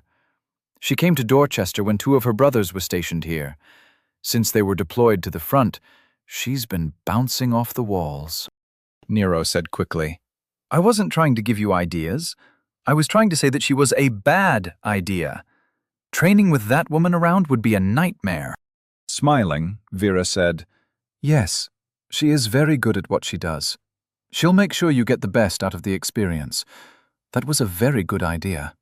I'll talk to her and see if she's interested. Nero paled and said, So you're doing that selective hearing thing that you do when Nick is around. Fine. I trust your judgment.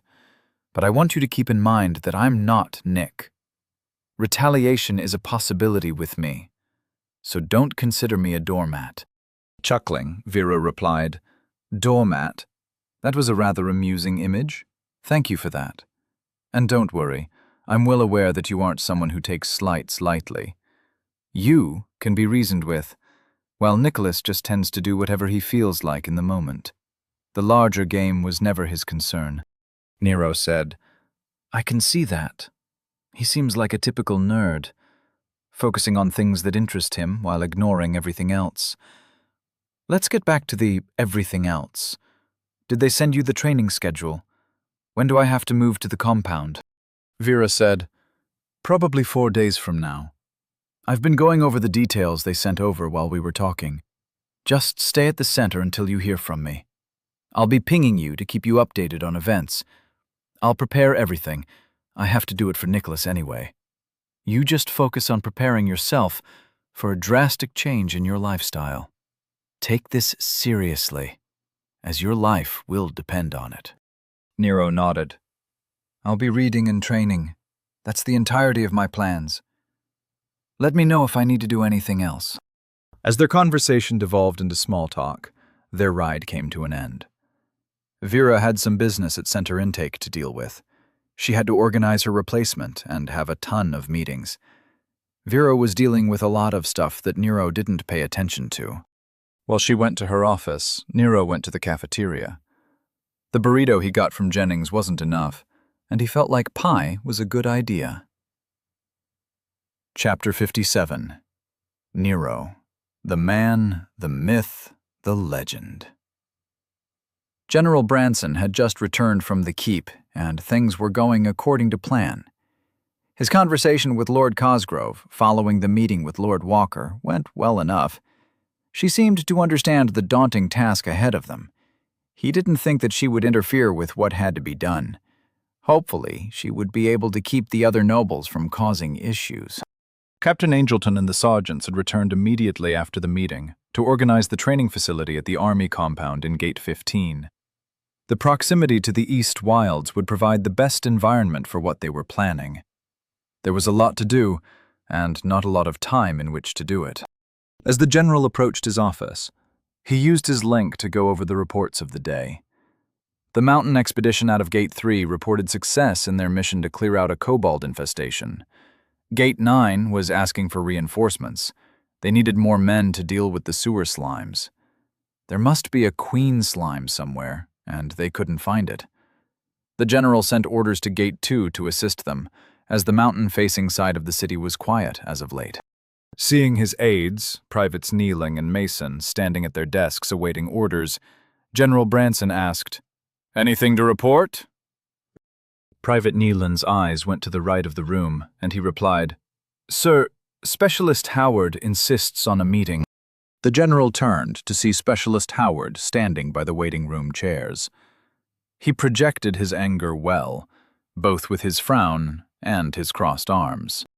"We need to talk, sir," he said. There was little to no respect in his voice. General Branson just smiled and said, "In my office. I'll be right with you." Giving the general a curt nod, Specialist Howard strode to the office while waving his hand to open the doors. After passing through the doors, they slammed shut of their own accord. Both the aides gave a sneer at the disrespect, but General Branson didn't seem to care. Instead of addressing Howard's conduct, the general started giving out orders. As the aides took notes, the general spoke in quick sentences, detailing how he wanted things done. He addressed all the issues that were currently affecting his army, and the minutes passed quickly. Spending the day at the keep had put him behind schedule, and the three of them worked efficiently to catch up. The general's office doors slammed open, and Howard walked out. With an angry tone, Specialist Howard started, "General, we need to The essence in the air froze.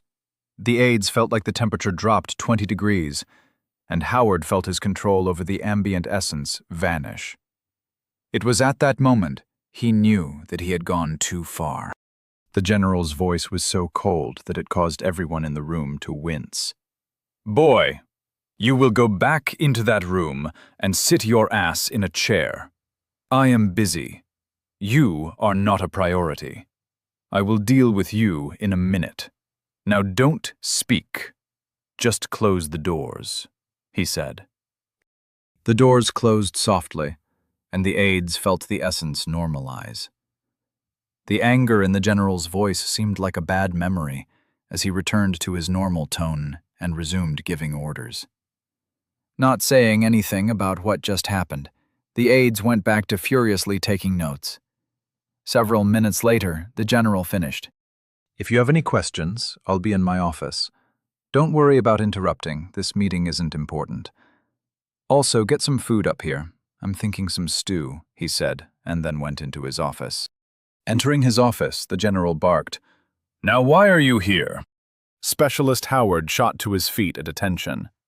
His foul mood had returned, but it was held in check. "Sir, I would like to protest the orders that I received. There are much more useful things for me to be doing than babysitting a noble brat," he said, clearly fighting the urge to shout.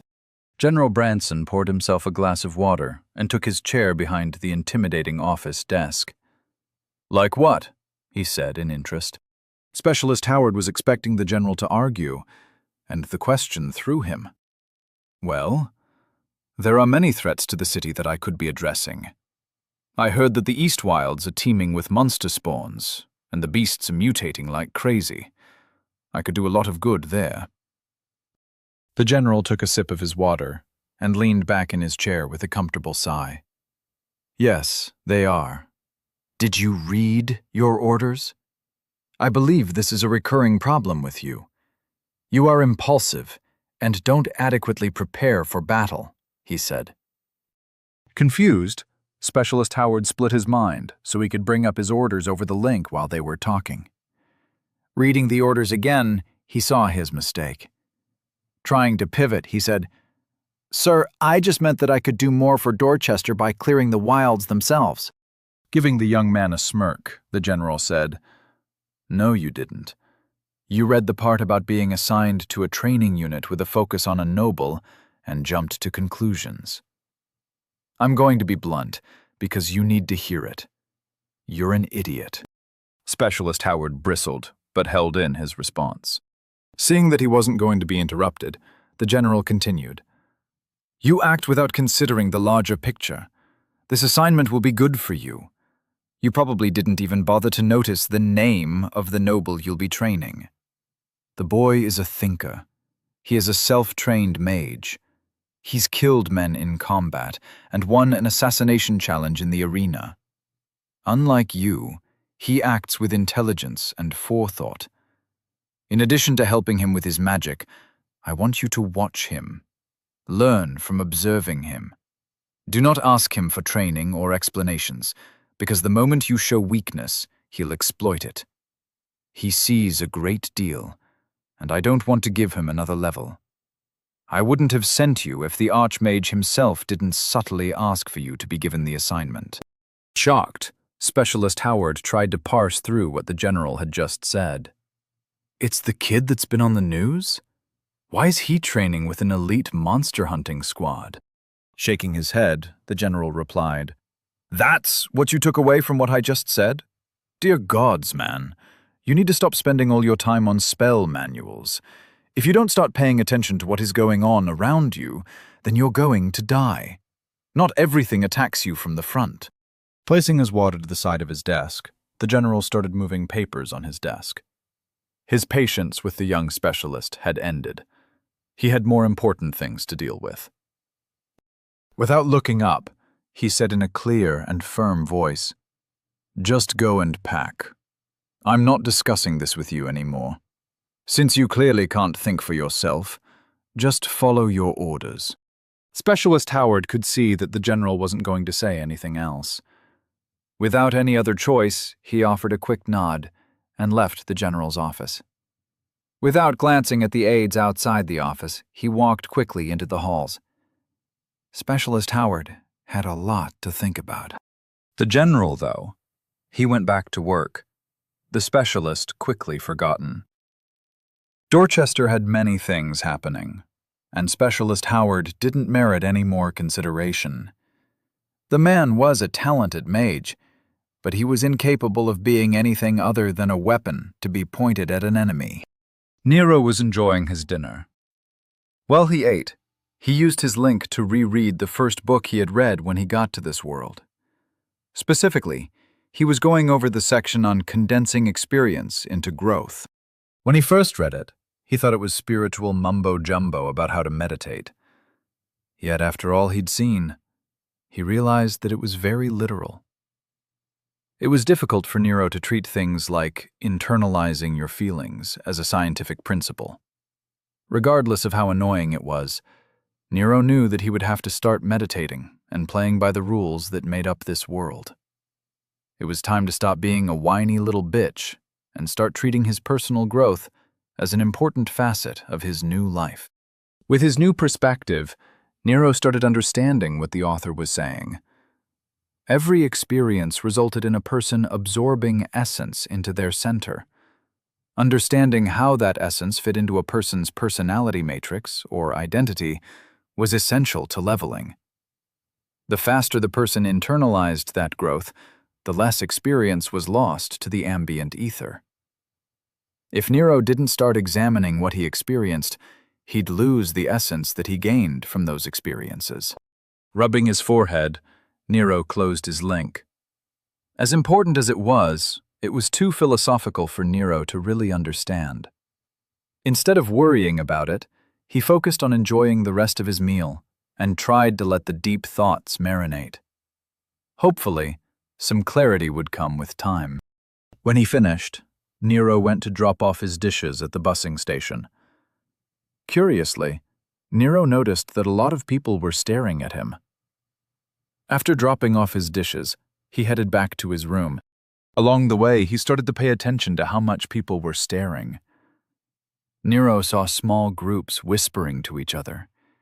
People's smiles were a little wider than usual when they offered their polite nods in greeting. It seemed like he was garnering a lot of interest, and he didn't like it. After hurrying through the halls, he eventually got to his room. As he closed the door, blocking out the people in the halls, Nero exhaled like he had made it through a minefield. What the hell was that? He wondered.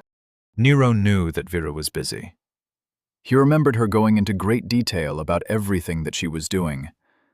It all seemed important, even though the specifics were lost on him. Imagining her response to him asking, "Why are people staring at me?" made Nero shiver. Asking her was not an option. Without any better ideas, Nero decided to check in with Nick. He hadn't spoken with him in a while, and he could use that as an excuse for the call. Maybe Nick knew what the hell was going on. Opening the connection, Nero felt Nick accept the ping. Hey, Nero. I've heard you had a busy day. I'm sorry I wasn't at your pledging ceremony. Something important came up, Nick said as he picked up the ping. No problem. Vera and I had it handled. You doing all right? Asked Nero. Nick's psyche seemed a little nervous to Nero. Yeah, everything's fine. Or it will be. Listen, how much have you read about city levels? Or essence density? Asked Nick. Nero could sense that this was going to be a full-on conversation, and wanted his question answered before they got into it. Hold on, Nick. I got a question first. This may sound weird, but just bear with me. Do you happen to have any idea why people at the center are staring at me? I'm wearing the noble clothes you gave me. I changed the theme to gray. Does that mean something that I don't know? He asked. Surprised, Nick responded, No, gray just means that you're a neutral. Houses and people wear that color to show that they haven't picked a side. You'll have to choose your house colors at some point, and those will mean something, but that's not what you're asking. Have you checked the news? Nero asked. What news? Is there a paper on the link or something? Nick chuckled over the link. Nero, are you capable of opening a separate connection while using the link to hold a ping? I don't know. I've never tried. What do you want me to connect to? Nero asked. Just open a connection to the city directly. Not the center hub. Focus on connecting to the city hub, Nick said patiently. Nero took a seat at his desk and closed his eyes. Focusing on his mental gymnastics, he made sure to keep a tight hold on his connection to Nick. It took some effort, but he was able to split his attention and open a connection to the city. Directing his thoughts to Nick, he said, Okay, I got a city connection open. Now what? Nick replied, Focus on opening the section for current events. Dutifully, Nero opened the pathway to current events. There were headlines for different news stories and sections highlighting the different gates. It was the equivalent to city news alongside local news. Scanning the top stories, Nero immediately saw what Nick was trying to show him. There was a big picture of Nero kneeling at the steps to the throne. There were several stories about him, and profile pieces on Dorchester's newest noble. Shocked, Nero fumbled the connection to Nick. Luckily, Nick stabilized the connection. Nero felt Nick's amusement clearly. I'm guessing you found out about your newfound celebrity, said Nick. What the hell, Nick? There's videos of my pledging ceremony. I don't remember seeing any cameras, Nero said as he tried not to panic. Cameras? Most of those are memory engrams from people who attended the meeting. Cameras were probably there, but those don't record the feeling of being there. The news usually avoids using them, said Nick. Nick, I have to go. This is a little too much to take in right now, Nero said. His heartbeat was pounding in his head, and he felt like he was about to have a panic attack. Calm down, Nero. Just try to meditate and breathe. Maybe get some sleep. It's not that big a deal, you'll see. Also, make sure to read up on essence density. It's important. I'm sure you'll feel better in the morning, but ping me if you need to, Nick said, and then ended the connection. Nero sat in his chair, mentally staring at the numerous articles about his time since he arrived in this world. They even had an in-depth review of his actions in the Noble War and the arena. He was city-wide news. Just imagining what the section for Gate 7 local news said about him gave Nero the shivers. The fact that there was news was something Nero hadn't considered.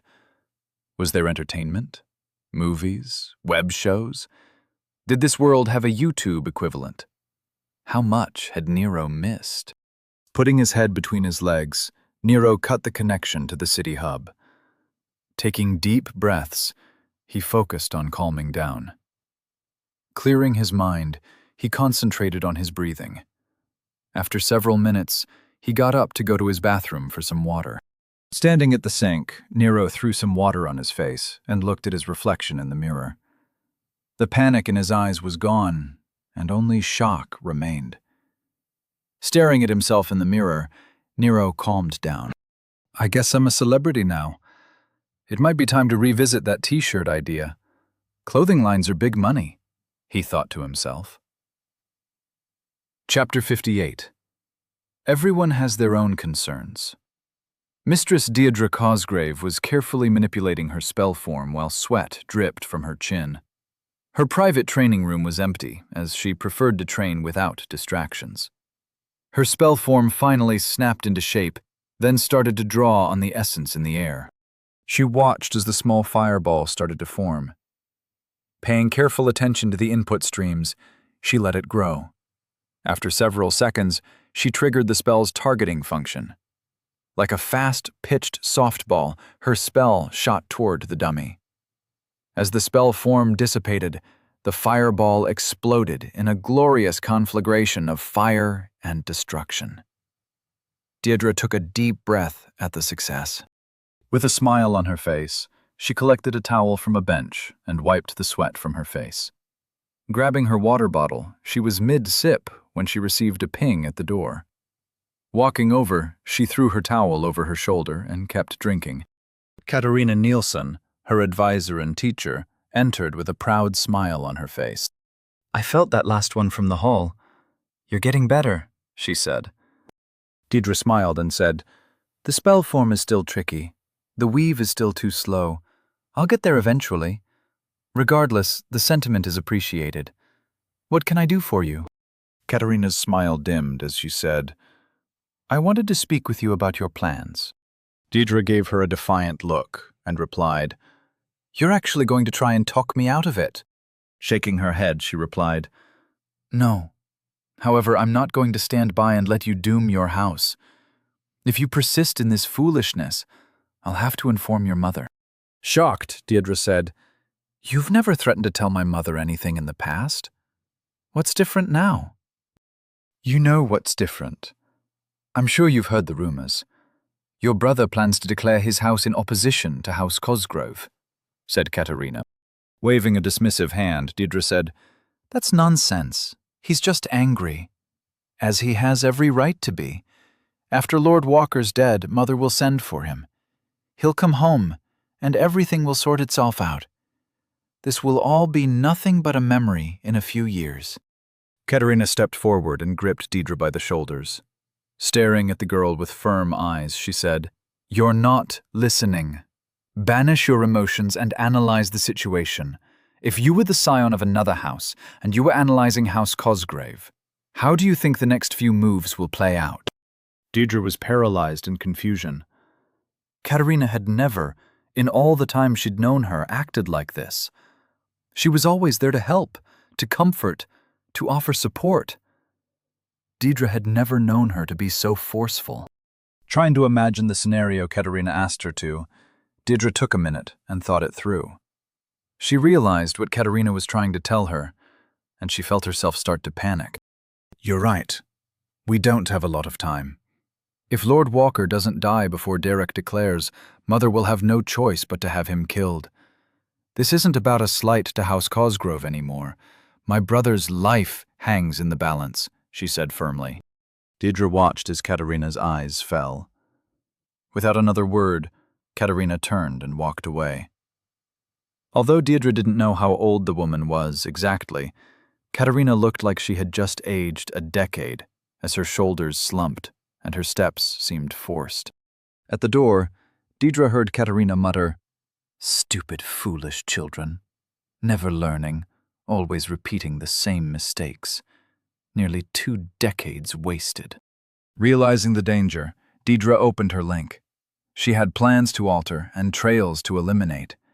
Everything had to happen without Katerina finding out. It had to appear that Deidre had decided to cancel her plans to have Lord Walker killed. Success would be difficult, but it was possible.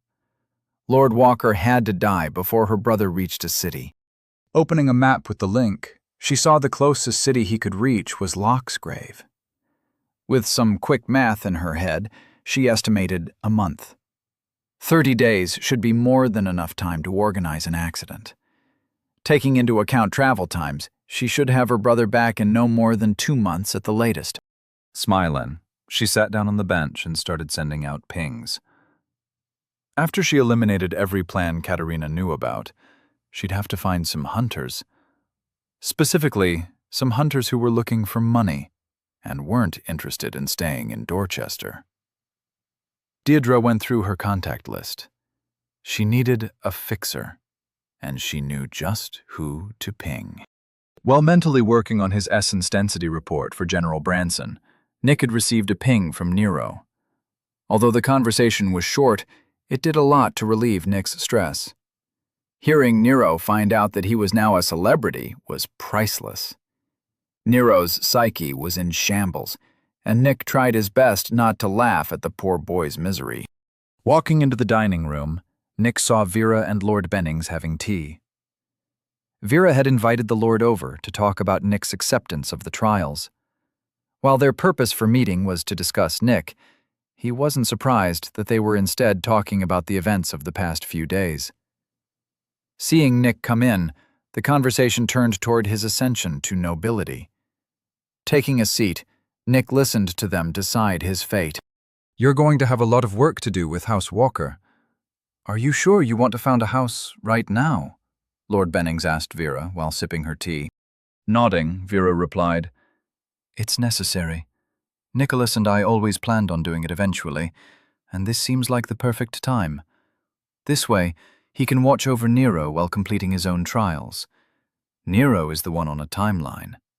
We can file for Nicholas to complete both the Trial of Knowledge and Trial of Service already. His work with Center Research fulfills the requirements for both."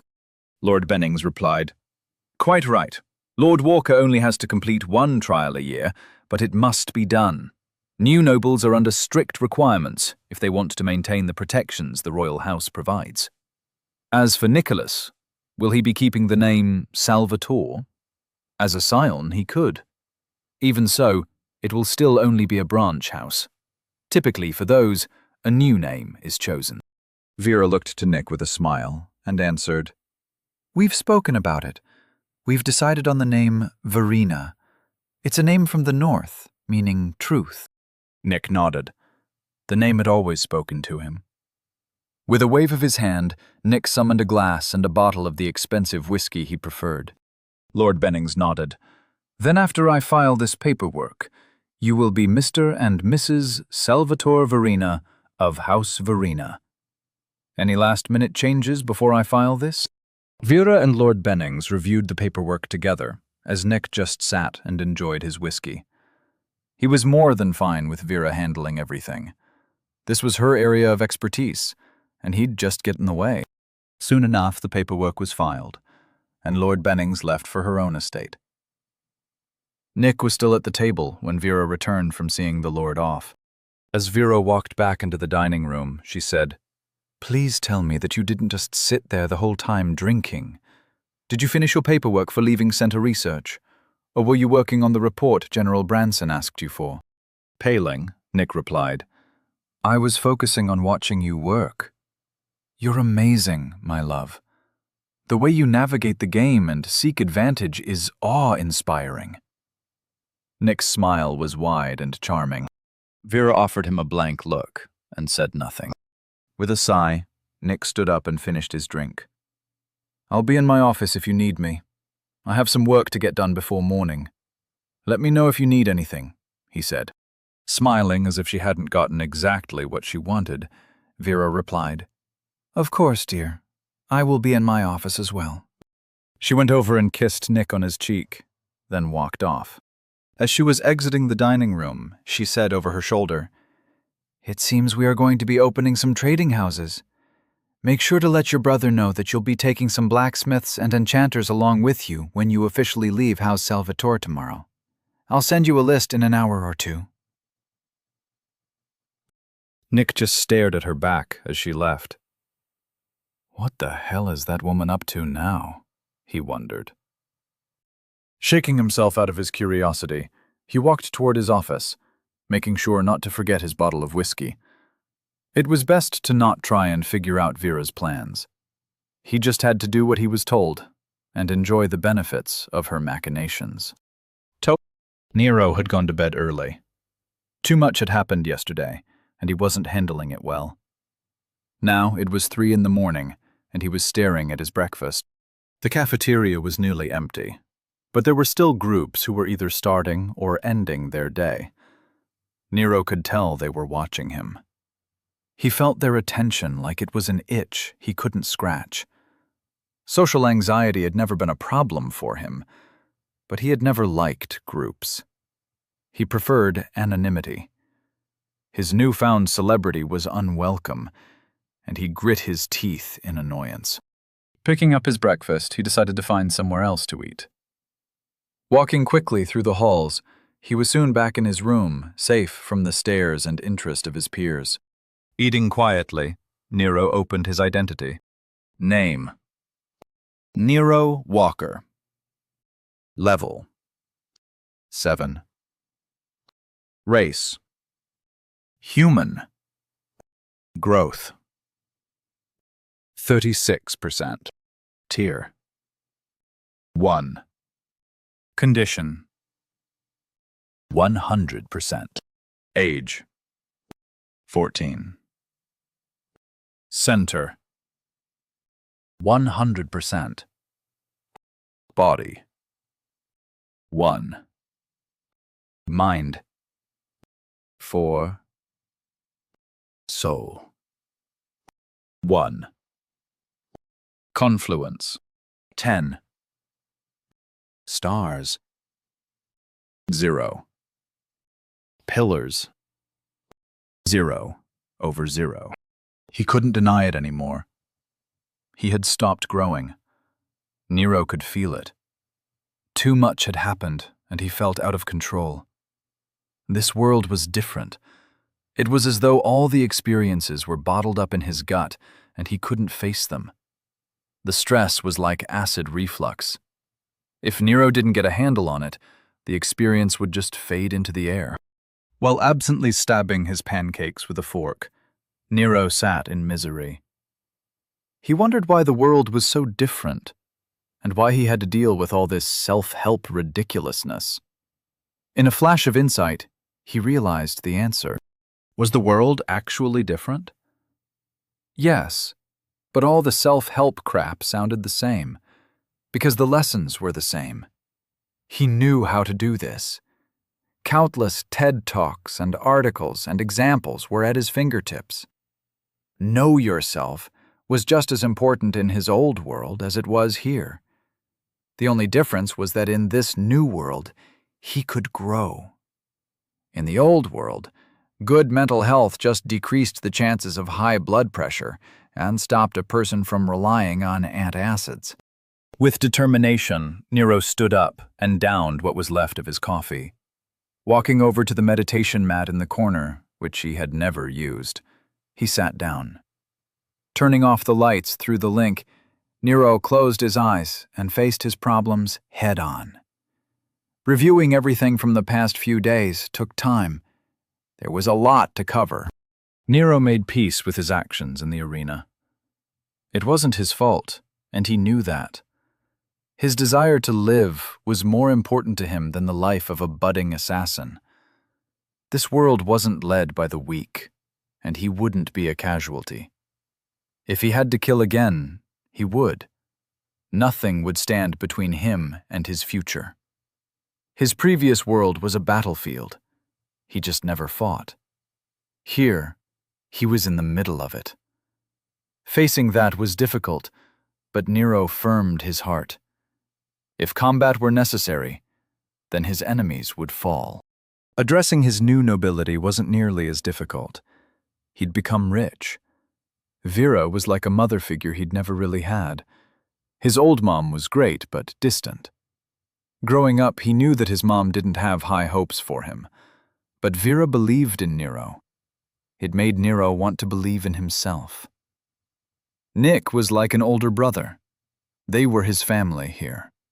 He had to get strong in order to protect them. House Walker would rise, and they would rise with him.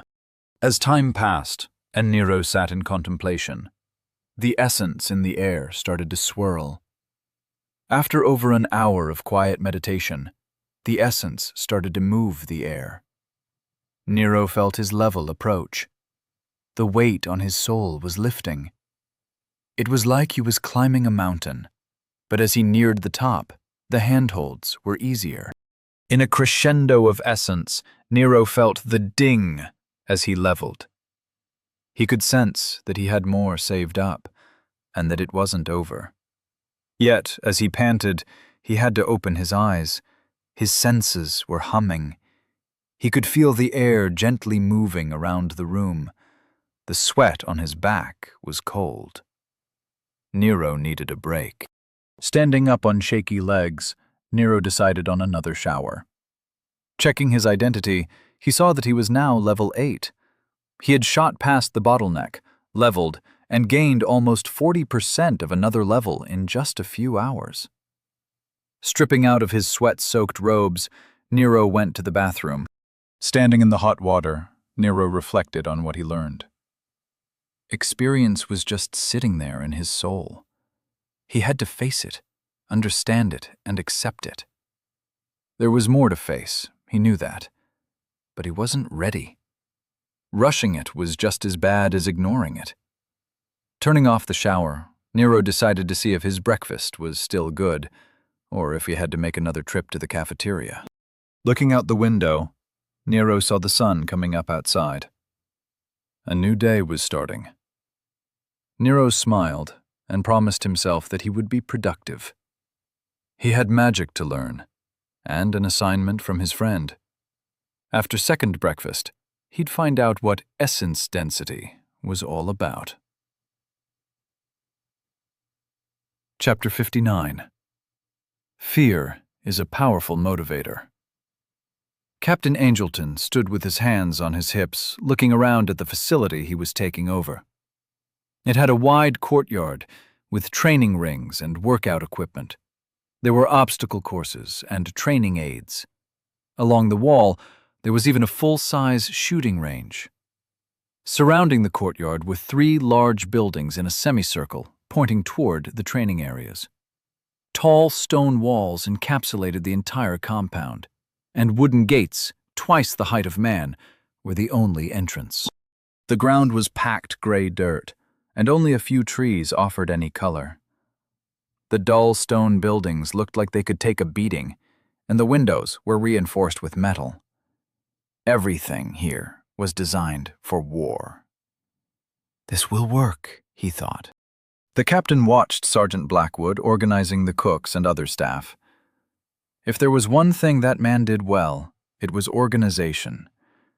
He may be lazy and a complainer, but the man knew how to get things in order. Near the building on the right, the 2 hunter sergeants were organizing the training equipment. They had requested a lot of gear, both for training and for outfitting the recruits before heading into the wilds. Captain Angelton appreciated their attention to detail, but wondered if the sergeants were just taking advantage of their budget. It wouldn't surprise him, as both Sergeants Peyton and Jackson were used to being sent into the field with minimal support. Their smiles as they went through the gear made Captain Angelton want to send them for some additional training. He didn't think anyone should enjoy their time at a training facility.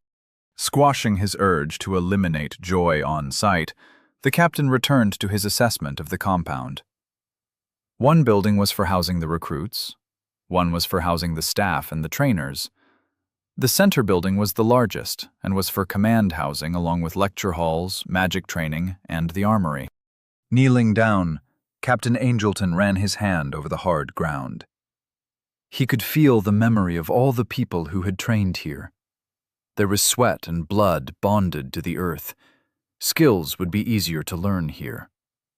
He opened his link and reviewed the dates when this compound was last in use. It had been resting for 2 years. Now it was ready again. Once more, the soil would see soldiers grow. Trying to imagine it, he was confronted by the image of Nero smirking in his head.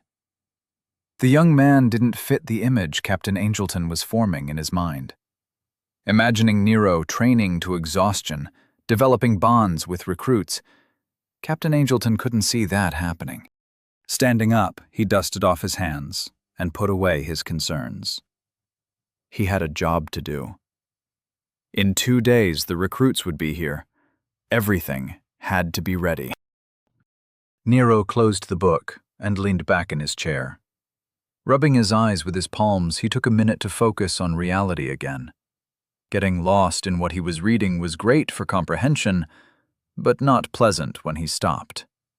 He forced himself to stand up and do some stretches to get the blood moving again. As he twisted his core back and forth, Nero thought about the general's presentation he had been forced to sit through. There was only one conclusion. Dorchester was in for a rough few years. The city would be surrounded by essence storms, a common occurrence during density shifts, not to mention the numerous essence events and other such nonsense that will result in the wilds being swarmed with all manner of monsters and mutated beasts. Beast tides were complicated. Like everything here, essence influenced so many factors that predicting anything was useless. Nero was having trouble with the concept that animal populations could be influenced by an area's history. Nero finished his stretching and hopped up and down a few times to finish waking up his body. Checking the time, 13:15, he decided to get some lunch. A walk would do him some good. Rather than carry his satchel, he decided to just focus on digesting what he had read while he ate. The moment he left his room, he remembered why he had been hiding in his room. People in the hallway noticed him emerge. Immediately, all eyes were on Nero.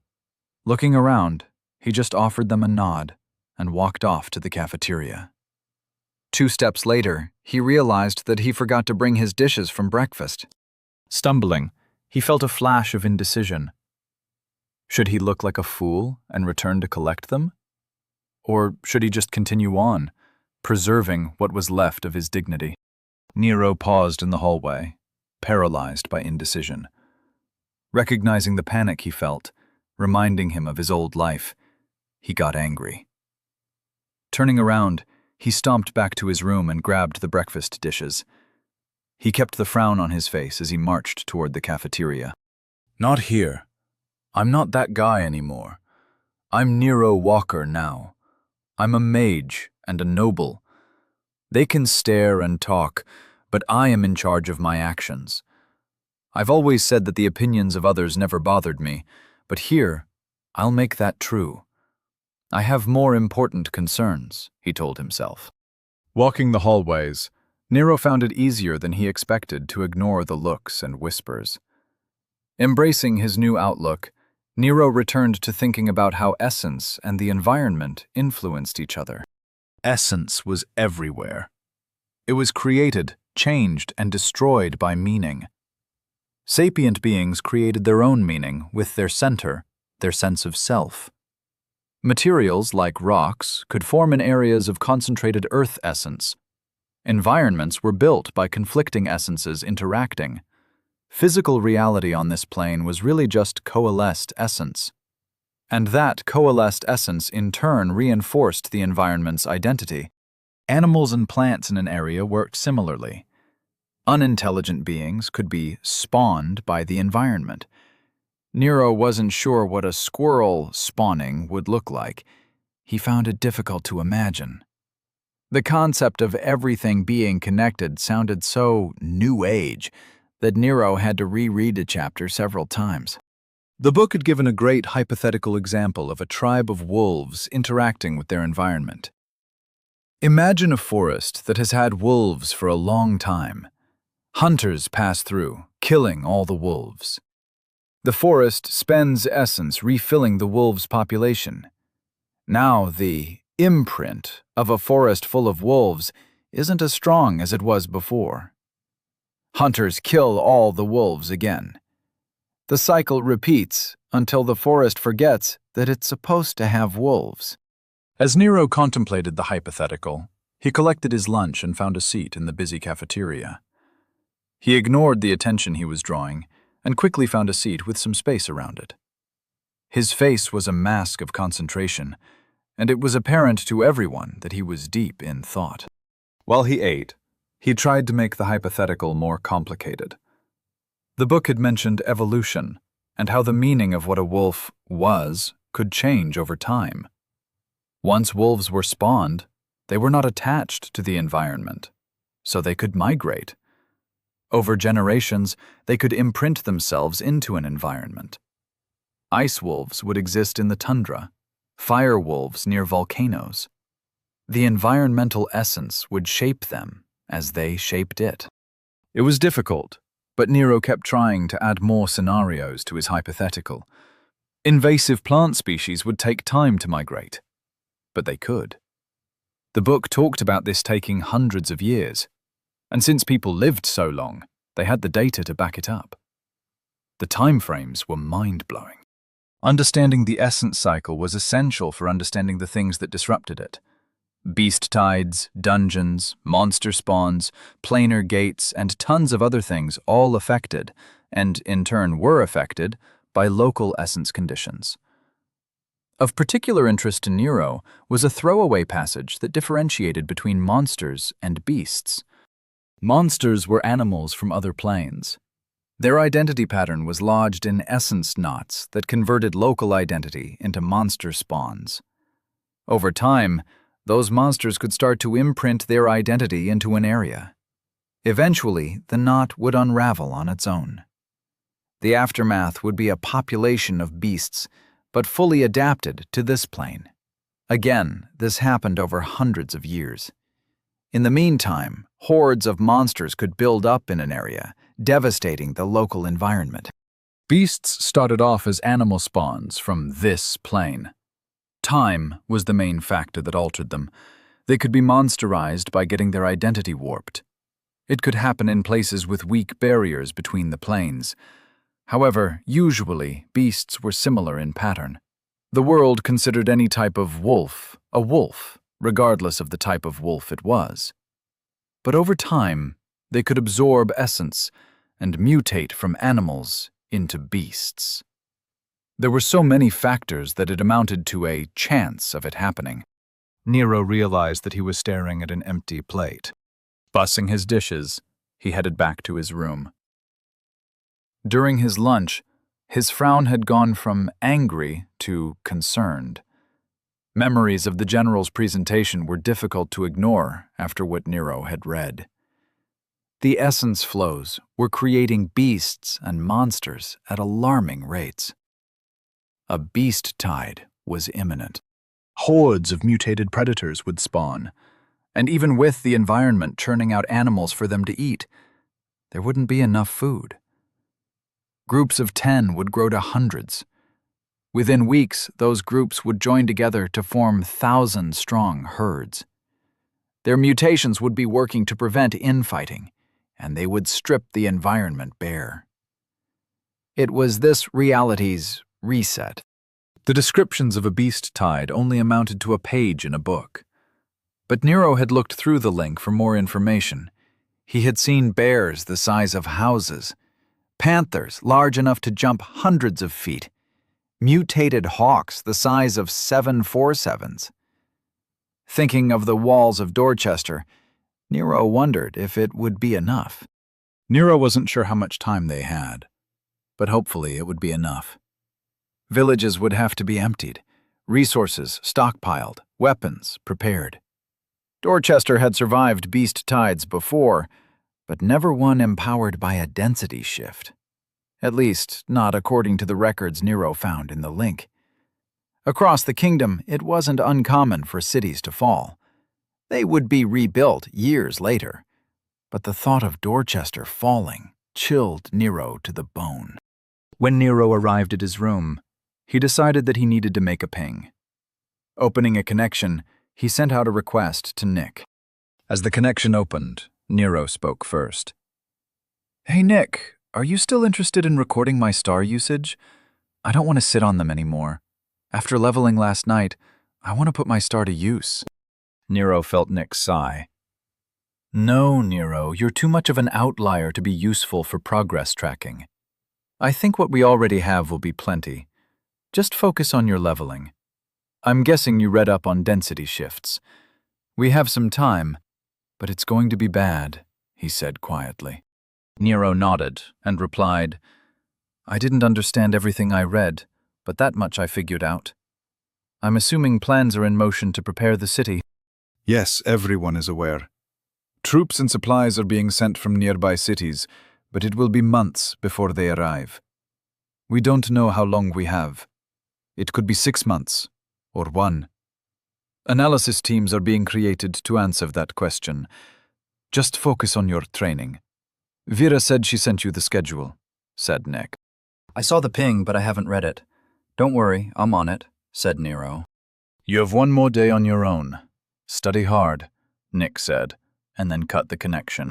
Standing in the middle of his room, Nero was deep in thought. He didn't enjoy the seriousness of the conversation he just had. It was amazing how much can change by just knowing what was coming. This morning, he was happy and feeling like the world was full of possibilities. Now, he had something specific to prepare for. Nero felt a disturbance in the room's essence, and his eyes looked toward its epicenter. A heartbeat later, a bright light flashed, and a satchel fell onto his desk. Eyes wide, he cautiously walked toward the satchel, and he saw a folded note attached to it. His curiosity overrode his caution, and he picked up the note. "Nero, here are the books you requested. Start with Magic for Adventurers, Essentials, Volume 1. Don't worry so much about the next few months. There's plenty of time. Live in the moment. Prepare for the future. Learn from the past. You have tonight and tomorrow to study. Be ready for training. Follow your path with conviction. Jennings."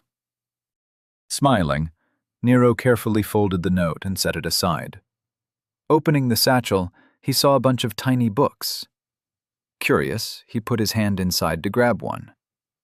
Once his hand crossed the threshold of the pocket, he saw it distort. It was like looking at a stick going under water. His hand seemed to shrink. The bag was magical. Pawing through the books, he found the book Jennings recommended.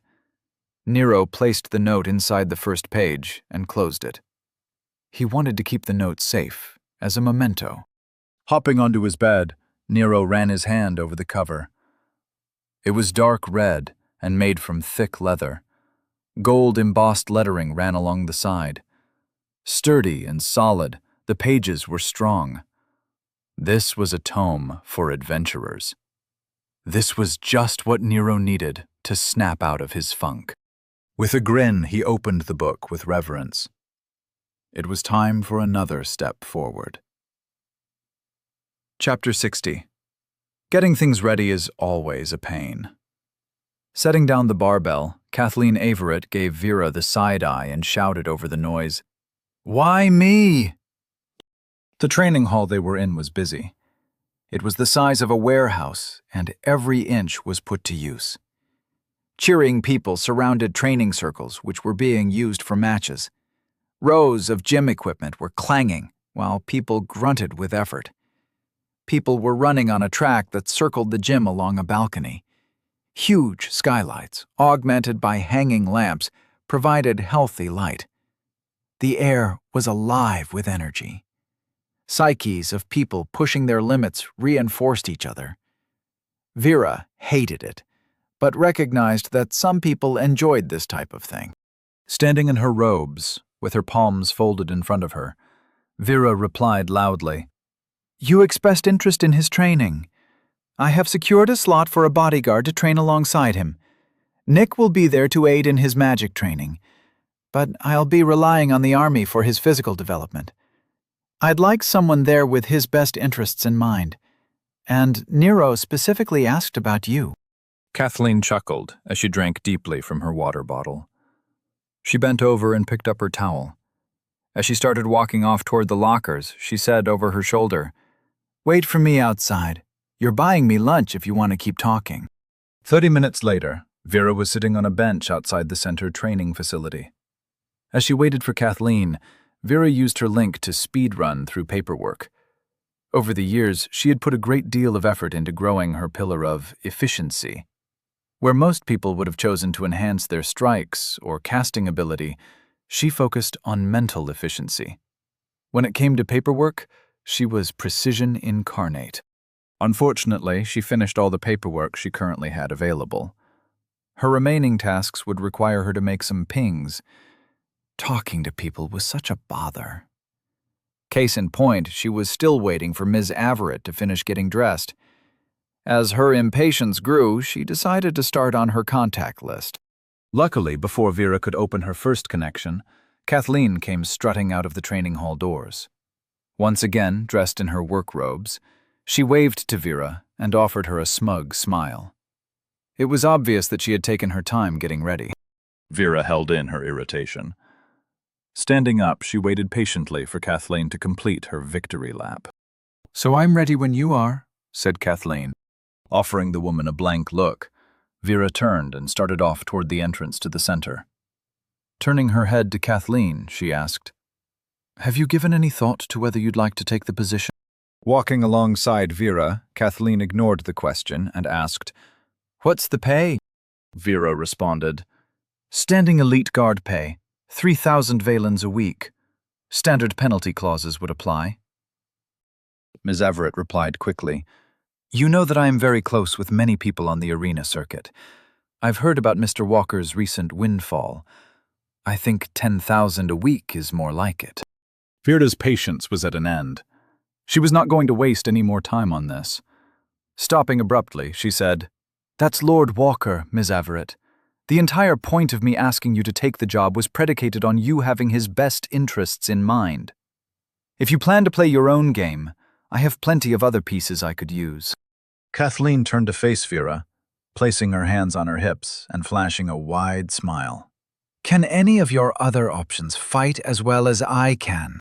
Not intimidated in the least, Vera replied, "No, but at the moment I trust them more than I do you. And now that I realize that, I believe we're done. I apologize for wasting your time." Offering Kathleen a nod, she started to walk away. A few paces away, Vera heard Kathleen ask, "Is he as promising as I think he is?" Turning back to face Kathleen, Vera said, "He learns faster than anyone I've ever met. Whether you're referring to magic, tactical analysis, or politics, his talent is monstrous. His only failing is that he looks for plots everywhere. If he doesn't trust you, he won't listen to you. He'll first look for corroboration before he believes anything you say. Your attitude is a poor fit. He warned me, and I didn't listen. It almost makes me wonder if he planned it, putting us at odds in order to give himself breathing room." Kathleen cocked her head to the side and asked, "Is he really that sly?" Vera shook her head and said, "I don't know. I can't read him. But based on his winning streak, I'd say yes." Kathleen closed the distance so they didn't have to speak so loudly. "It's his eyes. I noticed them when you first introduced him. He sees the entire world as a threat," she said, and then crossed her arms and her face turned serious. "Several days ago, I told him that I work at the center to help bring out the potential of Oglevark's youth. When we spoke, I warned him that he could be a demon or a god, and I would help him find his path. I always keep my word, and training him to meet his potential might be very interesting." "I'll take the job," she said, while staring unblinking into Vera's eyes. Vera responded quietly, "Will you put his interests before your own? Will you serve Lord Walker as he walks through the wilds? Can I entrust his safety to you?" Without breaking her stare, Kathleen said, I will serve House Walker in duty and faith while the training you mentioned is going on. I will train him as I was trained. After that, we will renegotiate. That's the best I can do. Vera nodded. That's enough. I'll send you the details. Training starts tomorrow. I'd tell you to be prepared, but I've known you for over 40 years and I've never seen you unprepared, she said. Kathleen's mask broke, and she smiled. All right, enough of this serious talk. Let's have that lunch you owe me. You can resume plotting the downfall of your enemies in an hour. Vera chuckled, and they started walking off together. Leaning over, Kathleen asked, "So how much did he actually make off that pathetic excuse for an assassination challenge? No one would tell me. They just grimaced and said, 'A lot.'" Vera couldn't help it. She started laughing. Nero was sitting on his meditation mat, trying to go over all the information he had learned since he woke up. It was a lot. He was always a fast reader, but he usually only focused on getting the gist of what he read. Maybe it was his increased stats or his newfound desire to learn. Either way, his retention was nothing short of amazing. It made him wonder if this was what being smart felt like. Feeling like he was close to leveling, Nero refocused and cleared his mind of anything but his goals. His celebrity status wasn't important. His gains weren't important. His wealth wasn't important. It was all just a means to an end. That end being his mastery of magic. Nero focused on the spell forms he had learned. They felt etched into his mind. He visualized casting them. He imagined the scenarios where he would use them. He prepared himself for the future. He felt ready.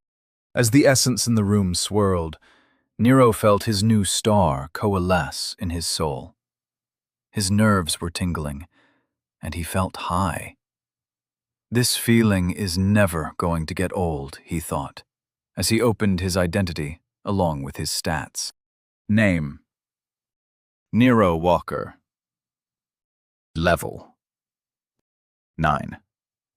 Race: Human. Growth: 0%. Tier: 1. Condition: 100%. Age: 14. Center: 64%. Body: 1. Mind: 4.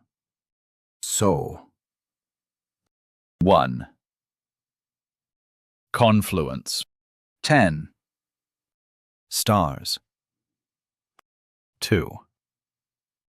Pillars: 0/0. Body: 1.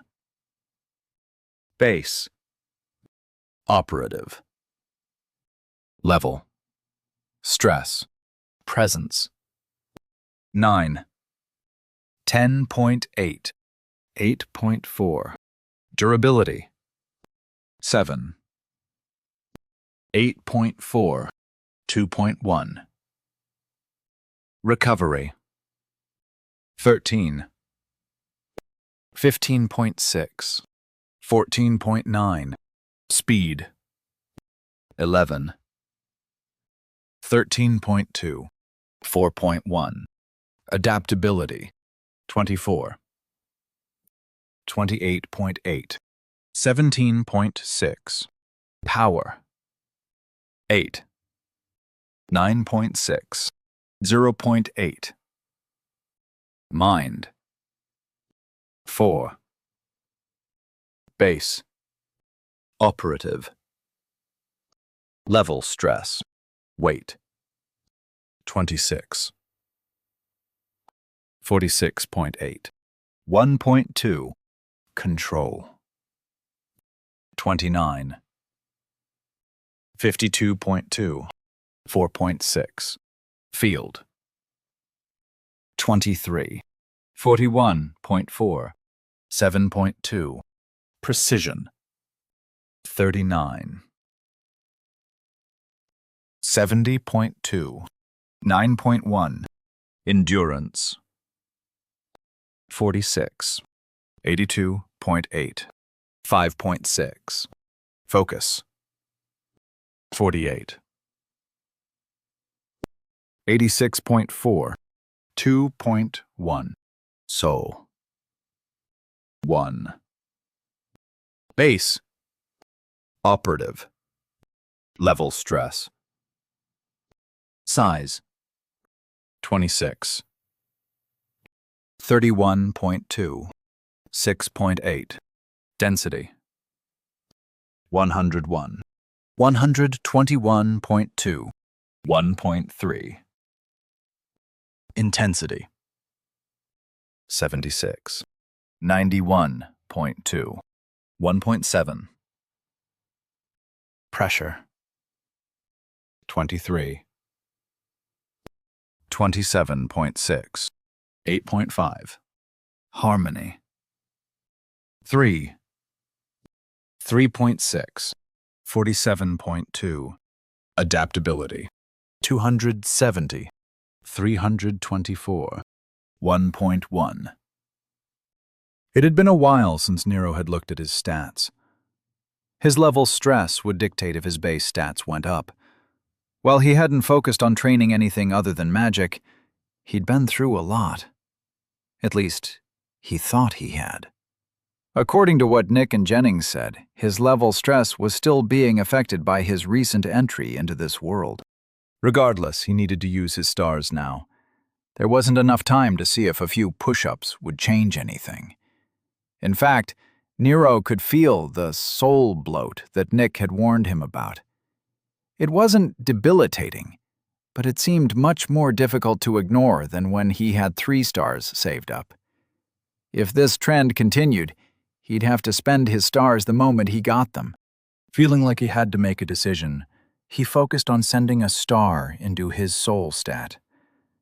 As he felt the stat open, it was like he was pouring from one container into another. His awareness blossomed like a flower. His soul stretched out to feel the world around him. The essence danced across his metaphysical body as he floated. If it weren't for his body, he might be able to slip free from this plane of existence and rejoin to the souls in the upper planes. All too soon, the feeling ended, and Nero was returned to his body. His senses were dulled once more. For a moment, reality was a weight he wanted to reject. But cooler heads prevailed, and he looked at his gains. While his body and mind hadn't changed, his soul stat had grown. Soul. 2. Base. Operative. Level. Stress. Size. 29. 40.6. 0. Density. 101. 141.4. 0. Intensity. 76. 106.4. 0. Pressure. 27. 37.8. 0. Harmony. 24. 33.6. 0. Adaptability. 270. 378. 0. It looked like the books were right in one respect, at least as far as Nero could tell. Half of the level stress would be applied to the base, with the amount applied going down the higher a person's base stats. The fall-off was supposed to start when base stats reached 20. It was his stress levels that were way out of the norm. Getting level stress over 10 was considered extremely difficult. People could train for years and only gain a few points in level stress. Yet Nero didn't seem to have any problems doing it. Nero's mind was still growing fast, and he was growing his body without effort. He knew this was temporary, but Nero was happy with his progress anyway. The numbers made him feel like his work was appreciated by the powers that be. Taking a deep breath, he sent his last star into his body. His senses came alive, and he felt like he belonged to the world. He felt solid. It was like he became denser. The pores on his skin opened to let the essence sink in. Nero felt the essence shield he kept constantly active turn off, as if someone had removed the battery. His body had pulled in the essence and still reached for more. The feeling faded, and Nero opened his eyes. His stomach roiled, and he felt like he was going to puke. Not trusting his legs, he rolled onto his hands and knees, focusing on keeping hold of his dinner. Never again. The moment I get my next star, I'm using it, he thought. It took a few minutes for his stomach to settle, but eventually Nero returned to his seat on the meditation mat. Looking at his body stats, he could see some real growth. Most likely it was due to how low his numbers were to begin with. Body. 2. Base. Operative. Level. Stress. Presence. 11. 15.4. 0. Durability. 8. 11.2. 0. Recovery. 21. 29.4. 0. Speed. 13. 18.2. 0. Adaptability. 32. 44.8. 0. Power. 8. 11.2. 0. Without any other ideas, Nero attributed his adaptability and recovery to all the damage he was doing to himself while training his magic. The body was the medium his mind used to create his psychic field, and if there was one thing Nero constantly kept active, it was his psychic field. Reaching out, Nero practically caused an essence vacuum in the room while creating a new essence shield. Without it, he felt naked. Expecting essence to rush in to fill the void, he was surprised to see the flows just calmly fill the empty space. Thinking about it, Nero decided it made sense. Otherwise, mages would use that as a technique to strip the available ambient essence temporarily during combat. Tired and sore, Nero stood up. He felt gross. His star usage had made him sweat, and he was still feeling the after effects of the changes. Stripping off his clothes, he forced himself to trudge toward the shower.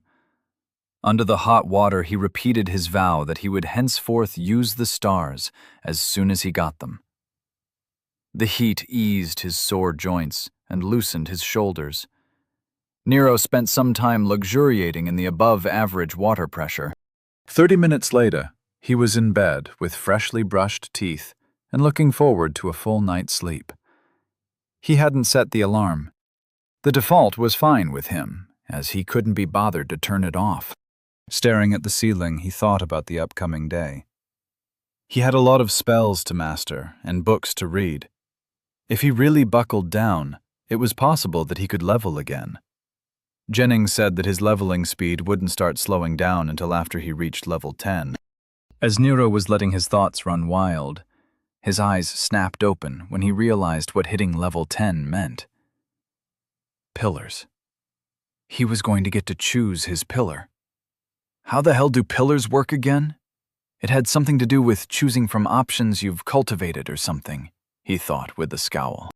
Pushing it out of his mind, Nero went to sleep, leaving tomorrow's problems for tomorrow. Chapter 61. The View from the Top. Lord Cosgrove was enjoying her dinner. It had been some time since she had been able to spend some time with any of her consorts. Tonight, she was dining with two of them, Dustin Mosgrave and Terence Blackwood. She'd been with them both for years, and everyone was relatively sure that Dustin was the father of her current children. Graciously, City Lord Hilima Cosgrove didn't hold that against him. Her children's failures were their own, and she didn't blame him in the least. The dining room they were currently using was cozy, and the table was not overly large. Dim lights gave the room a romantic ambiance, and the wine was flowing freely. Rank had been disregarded, and the conversation was easy for all of them. Leaning back in his chair, Terence said, "I agree that Derek is a lost cause. The boy has always been an idiot. Remember when he wanted to have that kennel master executed because he couldn't figure out how to get the hounds to listen to him? He was maybe 7 or 8? Chuckling, Dustin replied, "He's not an idiot. He just refuses to think. Those are two different things. An idiot would learn poorly, but Derek learns the wrong lessons well. He chooses the conclusions that he wants, then picks the facts that support his position. It's our fault for not stomping on that trait early." Halima smiled at the two men. They both cared greatly for the children. Hopefully that trend will continue with the new brood she planned on having. They were both accomplished men, and she appreciated them for more than their duties in the bedroom. Currently, Dustin was doing a wonderful job running the keep. She had put him in charge of staff appointments and scheduling. The man was a wizard with a clipboard. He wasn't very powerful, but he was reliable. She would miss him when he was gone. She could already see that age creep was starting to affect him. Terence, on the other hand, was still as attractive as ever. Technically, he was her liaison with the military.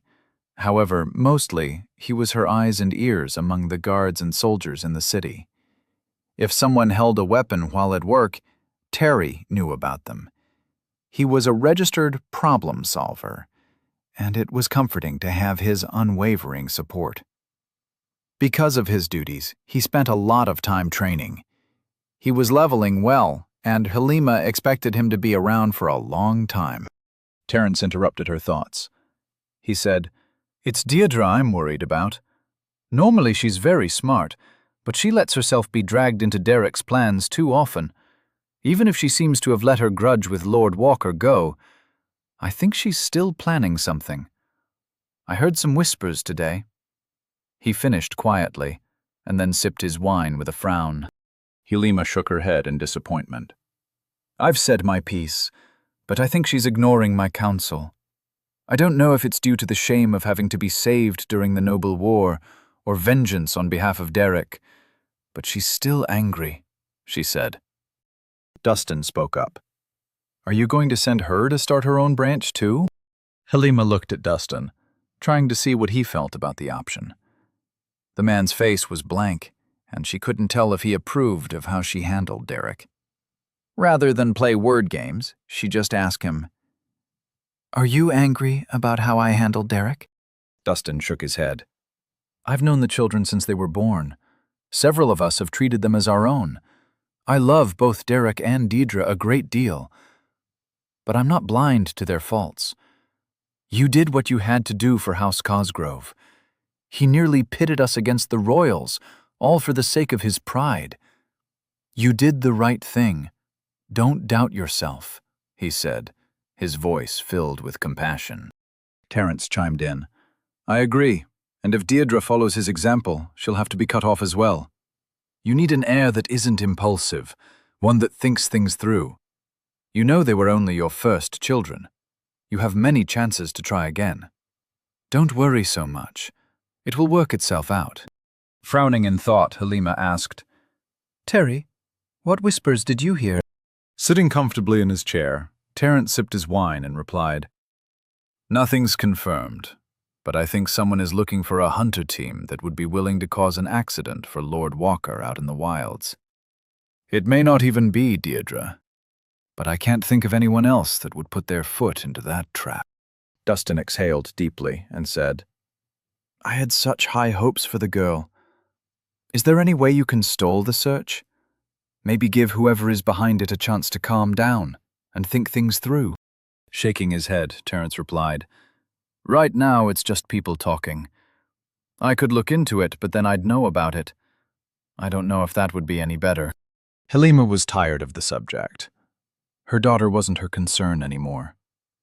"Terry, Tomorrow morning, contact General Branson and tell him what you heard. Make sure he relays to Lord Walker that House Cosgrove issued the warning. Let's put some distance between us and the plot. Even if Deirdre is behind it, she'll have covered her tracks well enough." Terence nodded, and his link lit up to indicate that he was leaving himself a note. Halima stood up from the table. Picking up her glass of wine, she leaned forward to grab the bottle. "Now let us put this matter aside for the moment and concentrate on something more important. We have some new heirs to make," she said with a smirk. Grinning, the two men stood up to follow her out of the dining room. They had a lot of very enjoyable work to do. Nero had known that Vera and Nick were rich, but he didn't know that they were noble rich. Looking around their mansion, he marveled at how different the architecture was from the center and the keep. While the keep was medieval stone with a gold gilding, and the center was wood walls with cathedral-like ceilings, their mansion was something like concrete wrapped in glass. Tall windows were everywhere, and Nero could see their massive estate stretching into the distance. Although he knew that the estate was near the city, he didn't know if it was inside the walls. There was a tree line in the distance, with gardens and fountains in between. Large grass sections were cut with patterns, while stone walkways crisscrossed from one end to the other. The sun was beautiful as it set behind the mountains in the distance. Sipping his water, Nero looked around the room he was in. The tall ceilings had strips of essence lights providing the room with a warm glow. The white and black tiles on the floor would not look out of place in any of the fancy cribs from Nero's old world. Artwork was on the walls, but it was not excessive. Instead of scenes of battle or victory, they were landscapes of magic forests and fantasy environments. Nero supposed that here they were actually places he could visit. What use was fantasy when your world was already full of wonder? Nick walked into the room and said, "Sorry about that. Dinner will be ready soon. Do you need anything?" Shaking his head, Nero replied, "No, I'm good. I have to ask, though, where are we? Are we still inside the city walls? And if not, are we safe?" Pouring himself a whiskey from a wet bar along the wall, Nick chuckled and said, "Yes, we're safe. Don't worry. I showed you a map of the city once, didn't I?" Nero thought about it and said, "Yeah, kind of. You showed me an overhead view, but I think it was only a part of the city. It definitely demonstrated how big the city was, but I don't remember there being any place with this much open space." Nick smiled and walked over to Nero. Moving to stand next to him, Nick waved his hand, and a hologram of the city appeared on the floor in front of them. It even showed some of the mountains that the city sat up against. The scale was so massive that the walls were only an inch high. The city rose and fell with the uneven land. Some sections were able to overlook others, but the distance was so great that it would require skyscrapers to get a nice view. Nero looked closely and saw that the inner ring had several sections that were full of greenery and forests. He assumed they must be the areas for noble estates. Looking closely, Nero found the keep. Although it was so small he couldn't see the features, he recognized the walls and the fact that the city was organized in a pinwheel around it. As he stepped through the hologram to get a closer look, Nero was amazed at the planning that must have gone into creating something like this. Looking back at Nick, he asked, "Why don't you guys build up rather than out? Taller buildings would provide better views." Turning back to the hologram, Nero pointed down and said, "There are towers here that aren't that tall." Nick burst out laughing. He said, "Nero, think of the scale of the walls you passed through. How tall were they? Compare that to what you're looking at. If we built taller, it wouldn't be economical. Over time, Dorchester will grow taller, like every other city in Oglevark. I don't have an accurate representation of Hennings, the capital, in my link, but if I did, you'd see buildings tall enough to reach the clouds." Dorchester is less than 2,000 years old. It's still growing. Taking a deep drink of his water, Nero felt a little sick. This was just too large to comprehend. He knew that a couple million people called Dorchester home, but seeing it was different.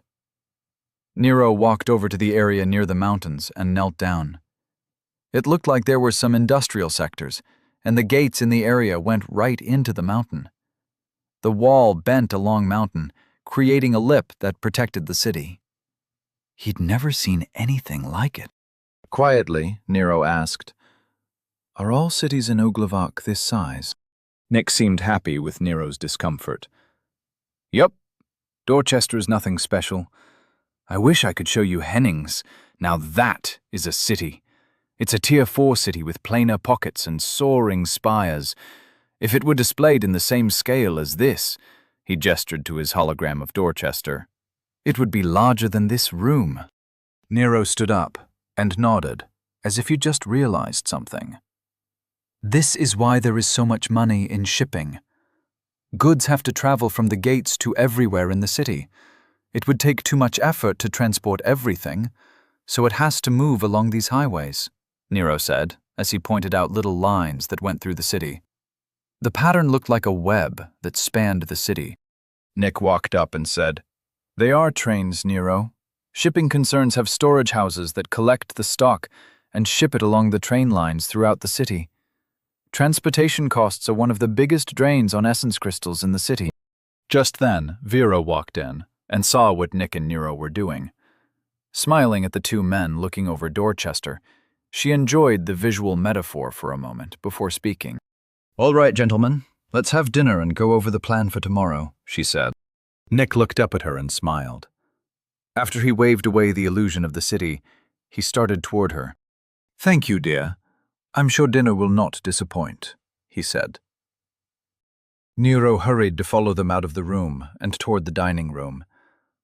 On the way, Nero made sure to appreciate the tastefully decorated hallways and sheer size of the mansion. "Do you guys have a staff? This place seems a little large for just the two of you," asked Nero with obvious curiosity. Snorting as if the question was too stupid to answer, Vera said nothing. Nick, however, took pity on Nero and said, "Of course we have a staff, but it's after hours, and we value our privacy. Once dinner is made, the cooks are the last to leave. If you were here during the day, you'd see maids and butlers aplenty. Outside we have a large staff of gardeners and landscape architects. Many of them live here, but they're in a different wing. Every house has a different preference, but we tend to like to do things ourselves." Nero nodded, as if that cleared things up. However, in his head, Nero was still confused. Did they really make enough at their jobs to pay for all this? That seemed unlikely. Soon enough, they were at a small dining room table. The room itself wasn't exceptionally large, but it was very well appointed. The furniture was sparse, but of high quality. Floor-to-ceiling windows looked out onto a courtyard, and pale green drapes added to the comfortable atmosphere. Nero imagined it would be beautiful in the morning. As they ate, Vera did most of the talking. She told Nero about what she'd been up to over the past few days. Vera had successfully parlayed Nero's arena winnings into a 15% share of the arena. Technically, he shouldn't have received such a high percentage, but she had argued their inability to pay out immediately deserved compensation. Nero was happy to learn that he had caused them to change their betting policies to cover eventualities like his in the future. Now that he had a stake in the arena, he was glad they wouldn't be repeating their mistake. Checking his link, Nero saw the new accounts that were linked to him. "How much do you think I'll be making from the arena?" he asked. Vera took a sip of her wine and replied, "Around 284 valens annually. That's just a guess, though. I based the estimate on the arena's reported annual net earnings." Nero frowned in confusion. "That doesn't make sense. And when you just said valens, it didn't sound right," he said. Nick chimed in. "Interesting. This is the yenning effect in action. Everyone takes it for granted, but it must seem very odd to you," he said excitedly. Still confused, Nero asked, "What's the yenning effect?" Nick set down his fork and focused on his upcoming lecture. Taking the tone of a teacher, he said, "The yenning effect was first Making it as obvious as possible, Nero turned to Vera and spoke over Nick's lecture. "What's the yenning effect?" As Nick harumphed, Vera chuckled and replied, "It's what happens when you use a common word that is shorthand for something with multiple meanings." Using our conversation as the example, let's talk about valens. When I said valens, I was referring specifically to lordly valens. Each lordly valen is worth 10,000 common valens. When someone says valens, the detail of which tier of valens they're talking about is imparted through the essence in the air. You don't have to be specific. Have you really not run across this yet? It happens all the time. Nero tried to think about it. "I don't think so. Would I even notice it?" he asked. Nodding, she replied, "Definitely. You noticed right away that we were talking about two different things. You can't miss it. Usually you come across it when people talk about units of measure in order to be precise. It can also come up when using some common terms when addressing people. Think of the variations of what a person could mean when they say soldier or even you." Nero asked, "I know that we talked about money before. You use terms like millions and thousands. Why didn't you use these different valens then?" Vera cocked her head to the side. "You asked specifically how many common valens you had coming to you. I thought you were trying to conceptualize it, and I followed suit. It makes more sense now that I know you had never heard about the tiers. It goes by titles. One royal valen is 100 dukely valens, or 10,000 lordly valens, or 1,000,000 noble valens, or finally, 100 million common valens. You just multiply a common valen by 100 for every level. Get it?" Nodding, Nero thought that was simple enough. But he found the fact that everyone could automatically imply subtext based on what they were thinking about when they spoke was hard to imagine. As he tried to wrap his head around the concept, Nero thought of something he wanted to test. "What do you hear when I say this room is about 20 feet wide?" he asked. Vera chuckled, and Nick nearly squeaked. With a wide smile, Nick said, "I hear feet, but the foot you're talking about isn't an Oglavark foot. Our foot is based off our first emperor, while your foot is tiny in comparison." Nick and Nero wasted about 10 minutes going back and forth, until Nero finally pieced together their measuring system. When he realized that it was basically very similar to the metric system having a baby with the imperial system, Nero got mad. Proper mad. Everything was called a unit, and everything was based off 3, which worked out to being extremely simple, just weird. A foot was either called a foot or unit, and was what everything was based off. Divide it by 3 and you have a tri-unit. Every time you divide it, you add an exponent. So 1 unit is 3 tri-units, or 9 tri-squared units, or 27 tri-cubed units, etc. Going up, it's 1 unit is 3 trip units, or 9 trip squared units, or 27 trip cubed units, etc. All the while, you just use the term units, and what you mean is applied by the yenning effect. Nero understood it. He hated it, but he understood it. It seemed completely arbitrary, while being ridiculously specific. Just imagining someone saying, "I need you to cut this board to 1 unit, 4 units, was infuriating. When Nero described why he was angry, both Vera and Nick laughed until Nick started to turn red. Nero tried to focus on the original question he wanted answered. "So, since I wasn't paying attention originally, tell me again how much I'll get from the arena?" he asked Vera, with annoyance clear in his tone. Vera caught her breath and took a sip of her water. Then she said, Around 284 Valens.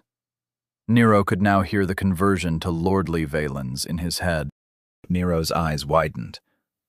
Isn't that more than our shipping company will make in profit for a whole year? He asked. Nodding, she replied with a grin. The arena brings in billions of common Valens a year.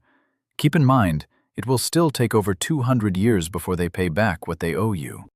Nero gulped. Taking a large drink of water, Nero felt a pit in his stomach. All these numbers and details were starting to make him queasy. He needed to simplify it. So I don't have to worry about money, and my estate doesn't have to fire anyone now? He asked. Vera nodded and replied, Yes, you're running at a profit now. Nero leaned back in his chair, relieved. Fine. Let me know if that changes, and let me know if you know of a trustworthy accountant. I don't want to think about the taxes and crap I'll have to deal with. I'm going to do what rich people are supposed to do. Hire people to do the things I don't want to deal with. Is there contract magic or something? How will I know if the person I hire is trustworthy? Nero started working himself back into a panic. Luckily, Nick interrupted Nero's spiral by speaking up. Nero, calm down. It's not something you have to worry about now. You only have to focus on your training. Tomorrow, we head to the training facility, and that needs to be your only concern. Let Vera handle everything else. She is a wizard with paperwork, and you can trust her with your life. Nodding, Nero pushed the concerns he wasn't ready to deal with into the back of his mind. Nick was right. He had bigger things to worry about. Remembering the information on density shifts he read, Nero thought to himself, maybe I'll get lucky, and Dorchester will get flattened in the next few years. Then I won't have to worry about any of this crap. Chapter 62. Getting dropped off by Dad and having him stay. It was night, and the facility's lights were on full blast. The entire grounds were lit up as though the sun were out. People were rushing in and out of the buildings, completing the last-minute tasks which needed to be done before the morning. They had less than 15 hours before the recruits started to arrive. Captain Angelton stood in the middle of the training field and was going over the paperwork in his clipboard. Checking the lists, he looked at the groups of people hustling to finish their preparations. The corners of his mouth almost made a smile, as he appreciated the efficiency of every man and woman under his command. Everyone here was part of the army, and each had trained in their respective positions for years. From the cooks to the equipment managers, everyone knew what they were doing. "Captain, Recruit Averett reporting as ordered," said a voice from behind him. Nearly jumping, Angelton turned quickly to address whoever had managed to sneak up on him. There he saw Kathleen Averett, standing at attention with her fist to her chest, doing an impersonation of a soldier saluting. How the hell did she sneak up on me? I didn't feel her psyche at all. But now it's like she was always there? Maybe some kind of stealth ability? A pillar? He thought with a frown on his face. You're not a soldier.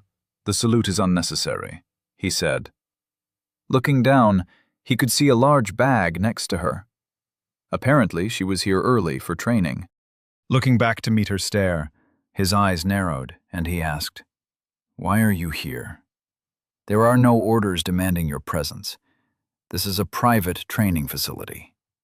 His voice was iron, and his annoyance was clear in his tone.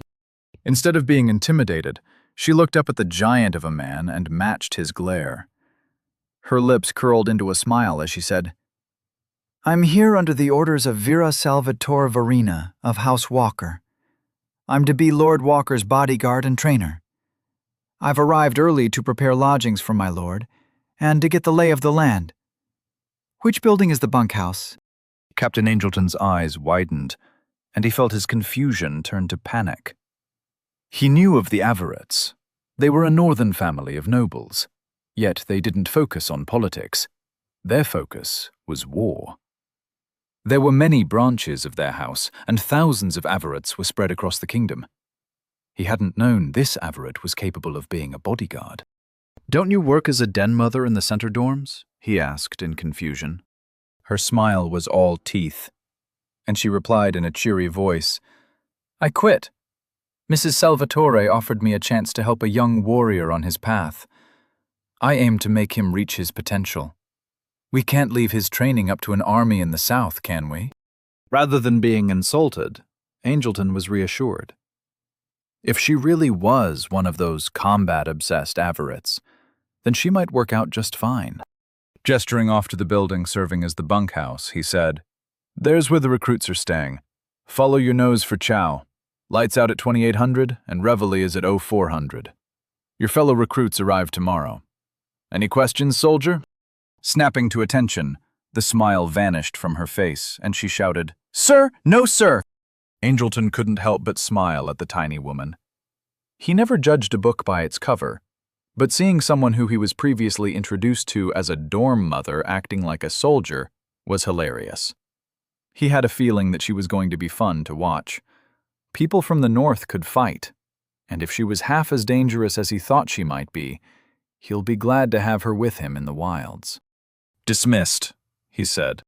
She grabbed her bag and walked off without another word. Captain Angelton watched her leave for a while, then shook his head to put her out of his mind.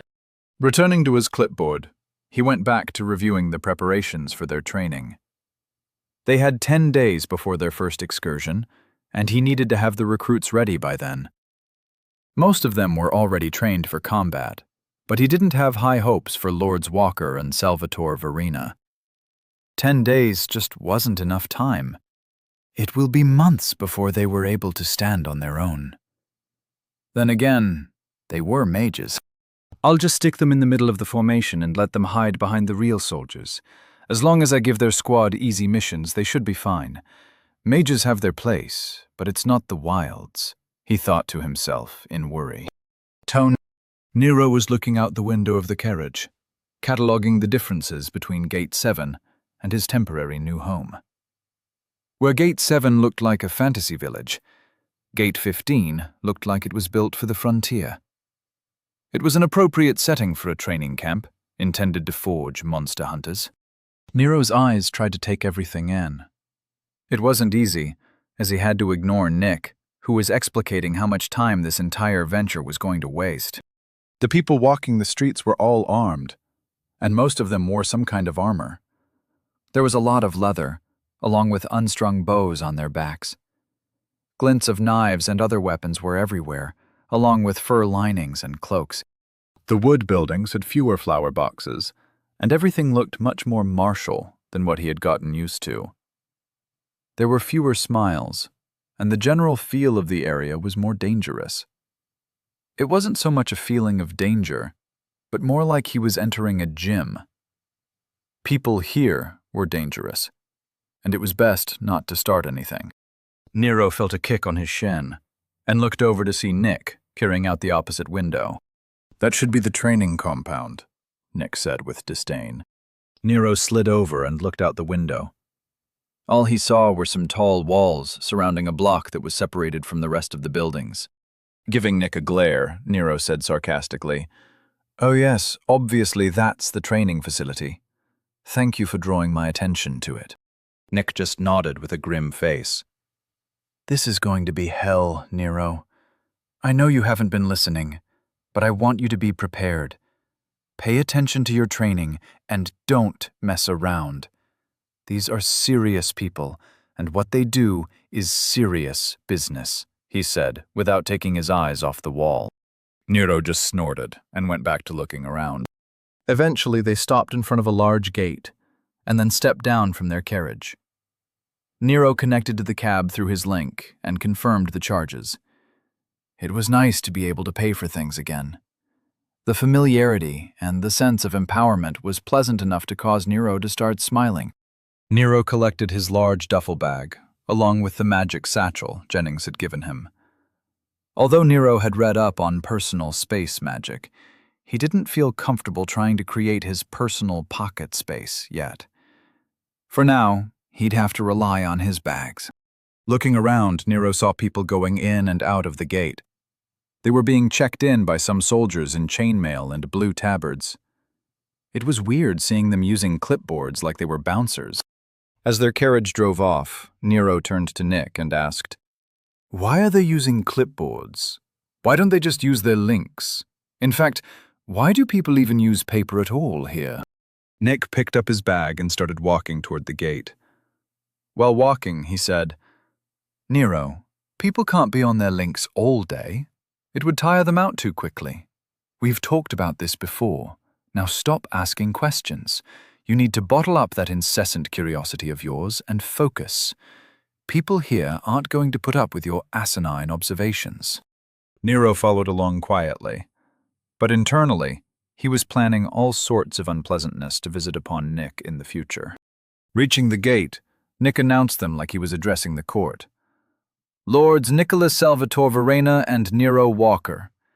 We were bidden to arrive here and begin our training. Our names should be on your list. The guards shared a look with each other. Clearly, they were not impressed. Nero couldn't help it and started laughing. Nick looked over his shoulder and gave Nero a firm stare down. That only served to make Nero laugh harder. Stop it! I can't stand it! Look at these guys, they don't care about your fanciness. They're here to get paid and check people in. Don't talk to people here like that or someone is going to fart on your pillow, Nero said while trying to catch his breath. The two soldiers chuckled, and the one on the left said, He's right, my lord. After you pass through this gate, your titles mean nothing. Just focus on your training, and you'll be fine. Nick was so obviously out of his element that the soldiers felt the need to reassure him. Nero fought to control another bout of laughter from delaying them any longer. Eventually, they were checked in and sent off to the bunkhouse. Looking around, Nero was surprised at how big an area the facility covered. When he had heard there were only about 20 recruits, he didn't expect to train in a place that took up a city block.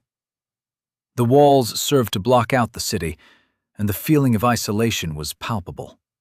It was like the entire world outside was cut off, and the only thing left was the packed dirt under his feet and the 3 intimidating buildings in the distance. Walking along the central path, Nero saw the training areas. There were training circles with weapon racks. He saw the massive firing range along the wall. A dirt track for running created a large ring. There were a few trees and shrubs, but as the only greens, they didn't really offset the feeling of purpose. The essence in the air felt directed. Nero felt like this place only existed to train soldiers. The feeling was intimidating, and Nero's playful attitude felt stifled. There weren't many people around, mostly moving in 2s and 3s. Everyone was wearing linen shirts and thick trousers designed for training. Rather than arms and armor, like Nero expected, everyone wore colored shirts to designate their rank or purpose. He didn't know what the colors meant, but it was obvious they meant something. When they got to the building they would be staying in, Nero saw some young men and women talking in groups and sitting on benches. They were all wearing white shirts, and Nero assumed they were his fellow recruits. Instead of introducing himself, or trying to make a good first impression, Nick strode through the doors and looked around for a room assignment chart. Finding it quickly, he turned to Nero and shouted, "Come along, Nero, I've found our rooms," he yelled from inside the door. Nero just smiled and shook his head at Nick's antics. After looking at the board, Nero and Nick went to the end of the hall and saw their rooms. All the rooms were identical, and it looked like a hotel hallway, although instead of concrete, everything was stone. Solid wood doors opened to a room not much smaller than Nero's former dorm room, the only difference being that there was no bathroom. Noticing the small, wide windows near the ceiling, Nero felt the place looked like a large prison cell. The bed was a single, and the only furniture was a chest of drawers and a small desk with a chair, though at the end of the bed was a small trunk. Nero didn't see a lock on the door, but that didn't mean anything with how enchantments here worked. After tossing his gear on his bed, Nero returned to the hallway. From his door, he could hear Nick muttering from the room next to his. Peeking in, he saw Nick furiously unpacking. While shoving his clothes into the drawers, Nero listened to his rant. Simple brute. She thinks I'll just go along with everything. Well, she has another thing coming. I'm my own man. If I want to be a noble, I'll be a noble. Don't have to order me like I'm a child. I'm a scientist, a respected leader in my field. People have come to hear me speak on... Nick muttered and ranted as his face was twisted in a pout. Not wanting to interrupt, Nero held his hand over his mouth to stifle his chuckle. Stepping back into the hallway, Nero looked around for the bathroom. He assumed it was like his college dorms back home. It turned out to be just 2 doors down and at the very end of the hall. Opening the doors, Nero saw a dozen sinks, along with some lockers. There were some toilets along the walls, and opposite them were some pillars with shower heads. Nero looked blankly for a moment. His mind didn't seem to want to comprehend the obvious conclusions. All he could think of was, where is the toilet paper? Chapter 63. Have you no shame? It had taken them 2 days of hard travel to get back to Dorchester. Mike and his team of hunters were looking forward to a hot meal and some sleep. But first, they had to report their sighting of a proto-dungeon. Getting paid was more important than their comfort. After they finally got through the gates, they made their way through the crowds easily. People parted to let the group past. It probably had a lot to do with their smell. Each of them was covered in grime and blood. It was clear that the group of 4 had been through the wilds and were deserving of some respect. Taking it as their due, they didn't think much of it. Jerry, the illusion mage, spoke up.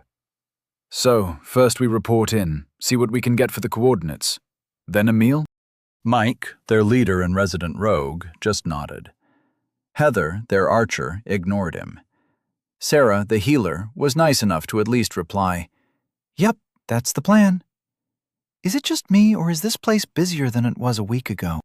Mike had been looking around, and he had noticed the same thing.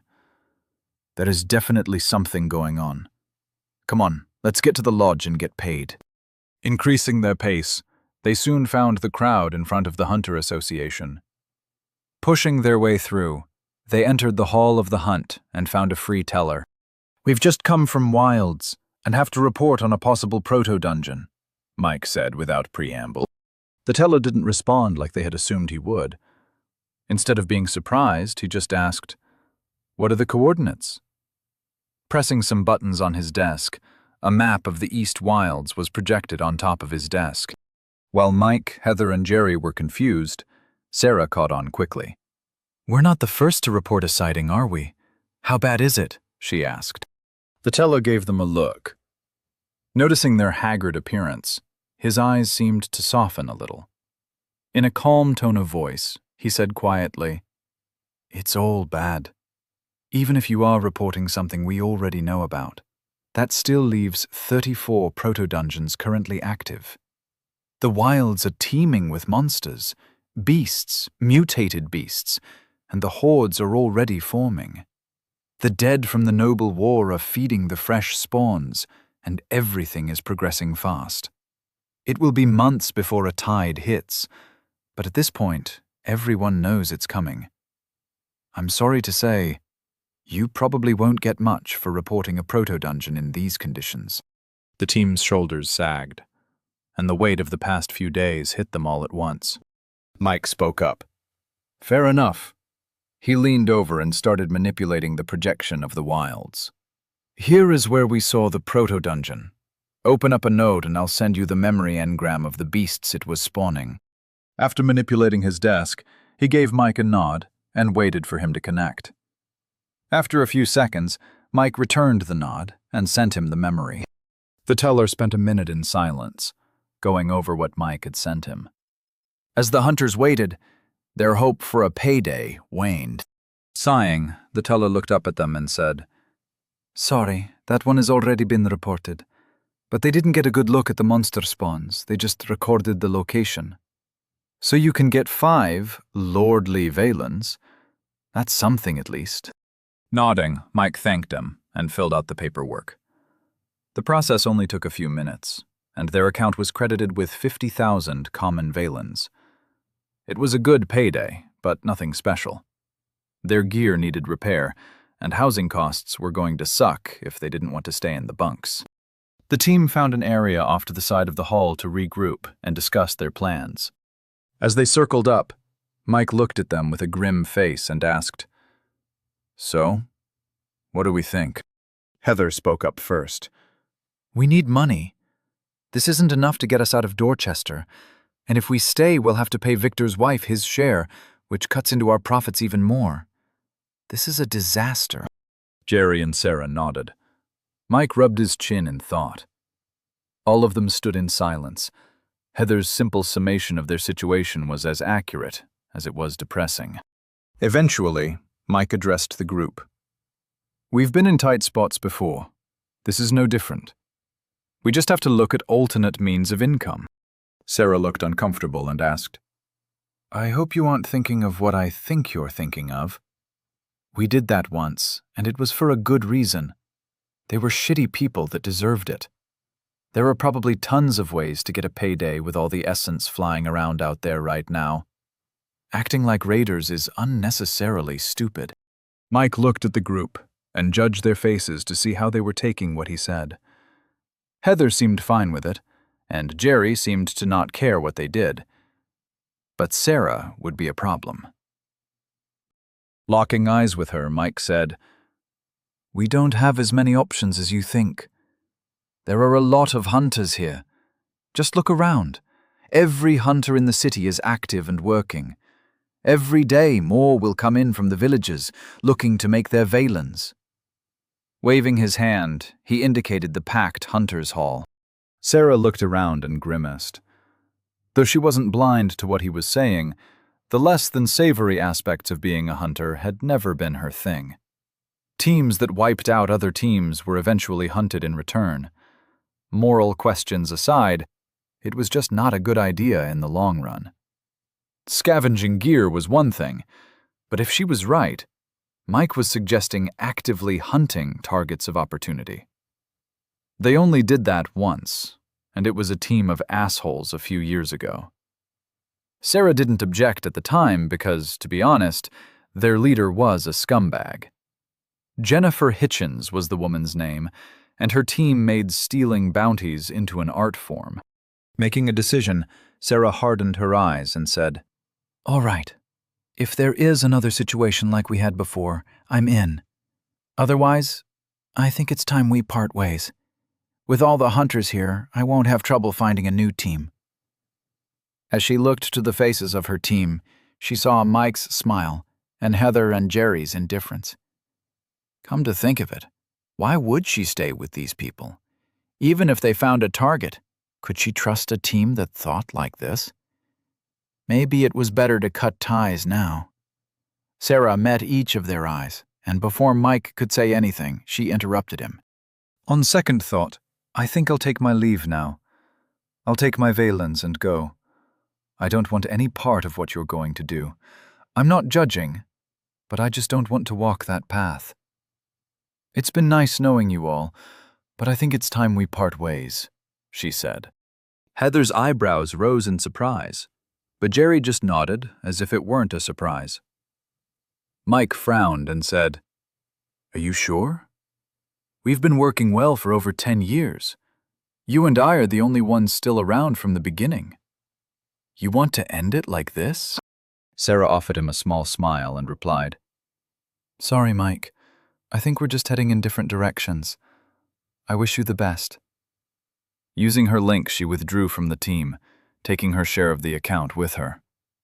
"May your paths be wide and clear," she said, then gave them a curt nod and turned away to go find a shower. As the remaining members of the team watched Sarah leave, Heather spoke up. "While you were having your heart-wrenching goodbye with the incorruptible healer, I've been speaking with some old acquaintances. Our old noble friend needs a favor, and I think we have an opportunity for a real payday." Heather's smile was cold, and her eyes glinted with mischief. Mike looked over at her and returned the smile. "Well, don't keep us in suspense," he ordered. Nero rushed into Nick's room, eyes wide with panic. Without giving Nick a chance to say anything, Nero blurted out, "Tell me you brought toilet paper!" Nick was staring at Nero in confusion. His hands were frozen, holding a pillowcase, half applied to a pillow. Seeing Nero's state, he tried to figure out what Nero was talking about. "You need to use the bathroom?" asked Nick, his voice tinged with worry and confusion. Nero started shaking his head while gripping his hair with his hands. He started pacing back and forth. "Communal bathrooms, Nick. There are no doors. Everyone showers together. But that's not the worst part. The toilets, Nick. They are just out there, exposed.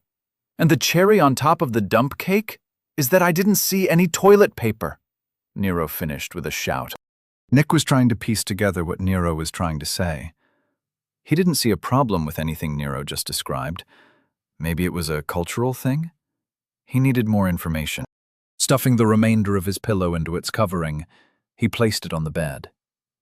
Turning to Nero, he put his hands on his hips and asked, "Is it the proximity of the toilets to the shower that you're having a problem with? And why do you, of all people, need toilet paper?" Nero's pacing just stopped as his brain short-circuited. "What the hell does that mean? Me, of all people? I shit too, Nick! Wait, am I not supposed to be shitting?" Nero was hysterical. Nick raised his hands and tried to calm Nero down. "Nero, take a breath and start from the beginning. What's the problem?" he asked calmly. Nero took a few deep breaths and closed his eyes. After 30 seconds, he opened them and stared at Nick with an intensity that was unnerving. In a tight voice, he said, "Nick, I know the translation magic of the world is working, so I need you to listen. There is no toilet paper. There isn't even a place for them to put the roll. The design is for people to shit and then go to the showers and wash themselves. We're going to be standing in our excrement as we shower. Do you understand the words that are coming out of my mouth?" Nick was trying to follow Nero's line of thought, and he came to a startling conclusion. "Nero, do you not know how to clean yourself with magic? That's usually the first thing people learn. Many people can cast that spell before they even awaken," he said in astonishment. Nero's eyes narrowed to slits, and he said, "Show me the damn spell form." Chuckling, Nick didn't even raise his hands. A spell form appeared instantly, and Nero could feel Nick forcing it to not activate. It was the simplest spell form Nero had ever seen. It simply channeled purification essence at the caster. There was one input, and the output was directed onto the caster. Nero had no trouble copying the spell form. Seconds later, Nero felt the grime on his body disappear, and he felt as fresh as a daisy. His eyebrows rose as the pleasant feeling lingered. "So then why do the other bathrooms I've seen have toilet paper?" Nero asked. Smiling, Nick said, "Even if you can cast the spell, lots of people don't waste their center on something so trivial. This is the army, though. Stress is required for growth. Everyone is expected to be able to clean themselves." Nero thought about it. "Stress is required for growth? Is that why there are no doors in the bathroom?" Cocking his head in confusion, Nick replied, "Nero, just because I understand what the words you're using mean, doesn't mean I understand how your brain works." Breaking into a chuckle, Nick continued, "One thing has nothing to do with the other. You're going to be heading into the wilds with these people. You'll be together, facing life and death struggles with them for weeks at a time. At some point, you'll guard each of them as they crap in a hole that you helped dig. Why would showering together cause you stress?" Seemingly missing the point, Nero replied, "There are girls in the unit. Aren't they going to be uncomfortable showering next to the men? Do we shower with swim trunks on or something? Or is there a privacy spell that I don't know about?" Nick didn't seem to understand Nero's problem and asked, "There are many privacy spells, but why would you use them in the shower? Are you ashamed of something? Is there a physical deformity that I missed during your testing? I don't remember seeing anything during your scan." "Nick, are you saying that no one cares about being naked around other people?" Nero replied, trying to get Nick to see reason. Nero, no. Why would anyone care? He asked right back. Because men could get excited seeing naked women. The women would feel objectified and stuff, Nero said, almost whimpering as he imagined the shame. Nick just stood there, staring at Nero like a puzzle that didn't have all the pieces. Nero, are you worried you can't control yourself around a woman you find attractive? If so, we have bigger concerns than you being uncomfortable naked, he said seriously. What? No, of course not. I'm just saying, aren't separate bathrooms for men and women a thing here? Nero asked, begging for the answer to be yes. No, they're not. People are expected to have a modicum of self-control and a basic awareness of their surroundings. You don't have to worry about people objectifying you in the shower, Nick said mockingly. Apparently the word objectifying didn't translate well. He seemed to think the word itself was stupid. Nero didn't know what to say, so he just stood there, like an idiot. From behind him, he heard a chuckle. This is going to be great. I have a feeling you're going to be fun to watch. I don't know why I ever thought about turning this job down, said Ms. Everett. Nero spun around to see the hawk leaning against the door jamb with a cruel smile on her face. Well, that's that. I'm fucked, Nero thought, as he resigned himself to a week of pain and shame. Chapter 64. The moment you realize it was you all along. The king was once again meditating in his tower, his psychic field spread over his capital city. He was relaxed as he luxuriated in the feeling of an unrestrained psyche. His presence was spread so thin that it would be invisible to most of the citizenry. Only those with a mind-focus stat over 1,000 would have a chance of noticing his feather-light touch. Feeling his aide Walter leading a group of 3 up the stairs below, the king reigned in his psychic field. In less than a moment, his senses were pulled in tight. It was like he removed his hands from the surroundings, but could still see them clearly. He took his time mentally adjusting to the perspective change, while watching the group approach through the tower. He had plenty of time before they arrived. Minutes passed before they finally arrived. Stilling the wind around him, the king put on his robe and watched as the floor opened to reveal his guests. Before the king could say anything, Walter spoke up. Sire, Director Weatherby said it was urgent. He insisted that you would want to hear what he has to say in person, and without delay. Walter was obviously annoyed, and his voice was heavy with disdain. As the king had a good idea what this was about, he merely responded with a smile. Locking eyes with Director Weatherby, he waited for the man to speak his mind. Weatherby expertly ignored Walter's tone. Sire, the matrix of fate has successfully recalibrated after the anomaly in Dorchester. It's updating our projection models for everything. I'm sure you remember Weaver Duncan, he said as he gestured to the man on his right. He has been leading the team concerned with the war against Islangur. While interacting with the matrix, he saw something you need to hear. Weaver Duncan stepped forward and bowed. His face was grave as he introduced himself. Sire, you may remember me from the briefing held at Army Central Command a few months ago. Nodding, the king responded, Of course. What do you have for me? While I was double-checking some of the prophecies concerning the war in the south, I was shown several different visions of the future. I saw a leader rise among the people of Islangur. I saw them win the war. Our cities were burning, and our people were slaughtered in droves.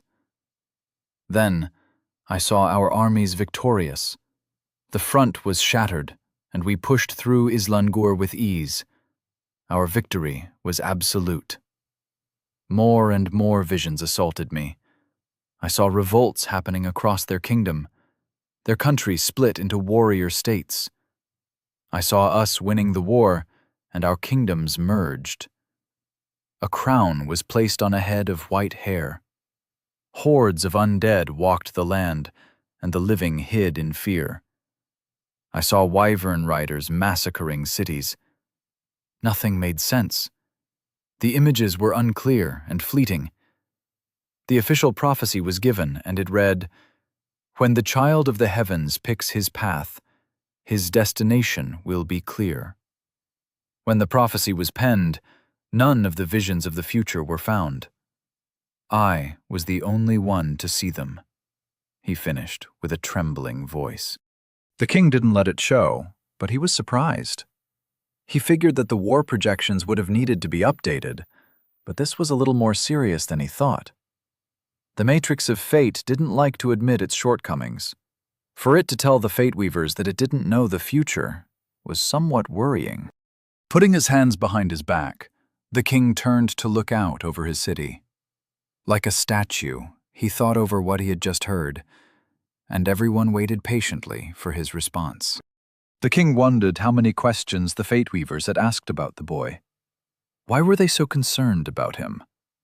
There had to be more to it. In a flash of insight, the answer came to him.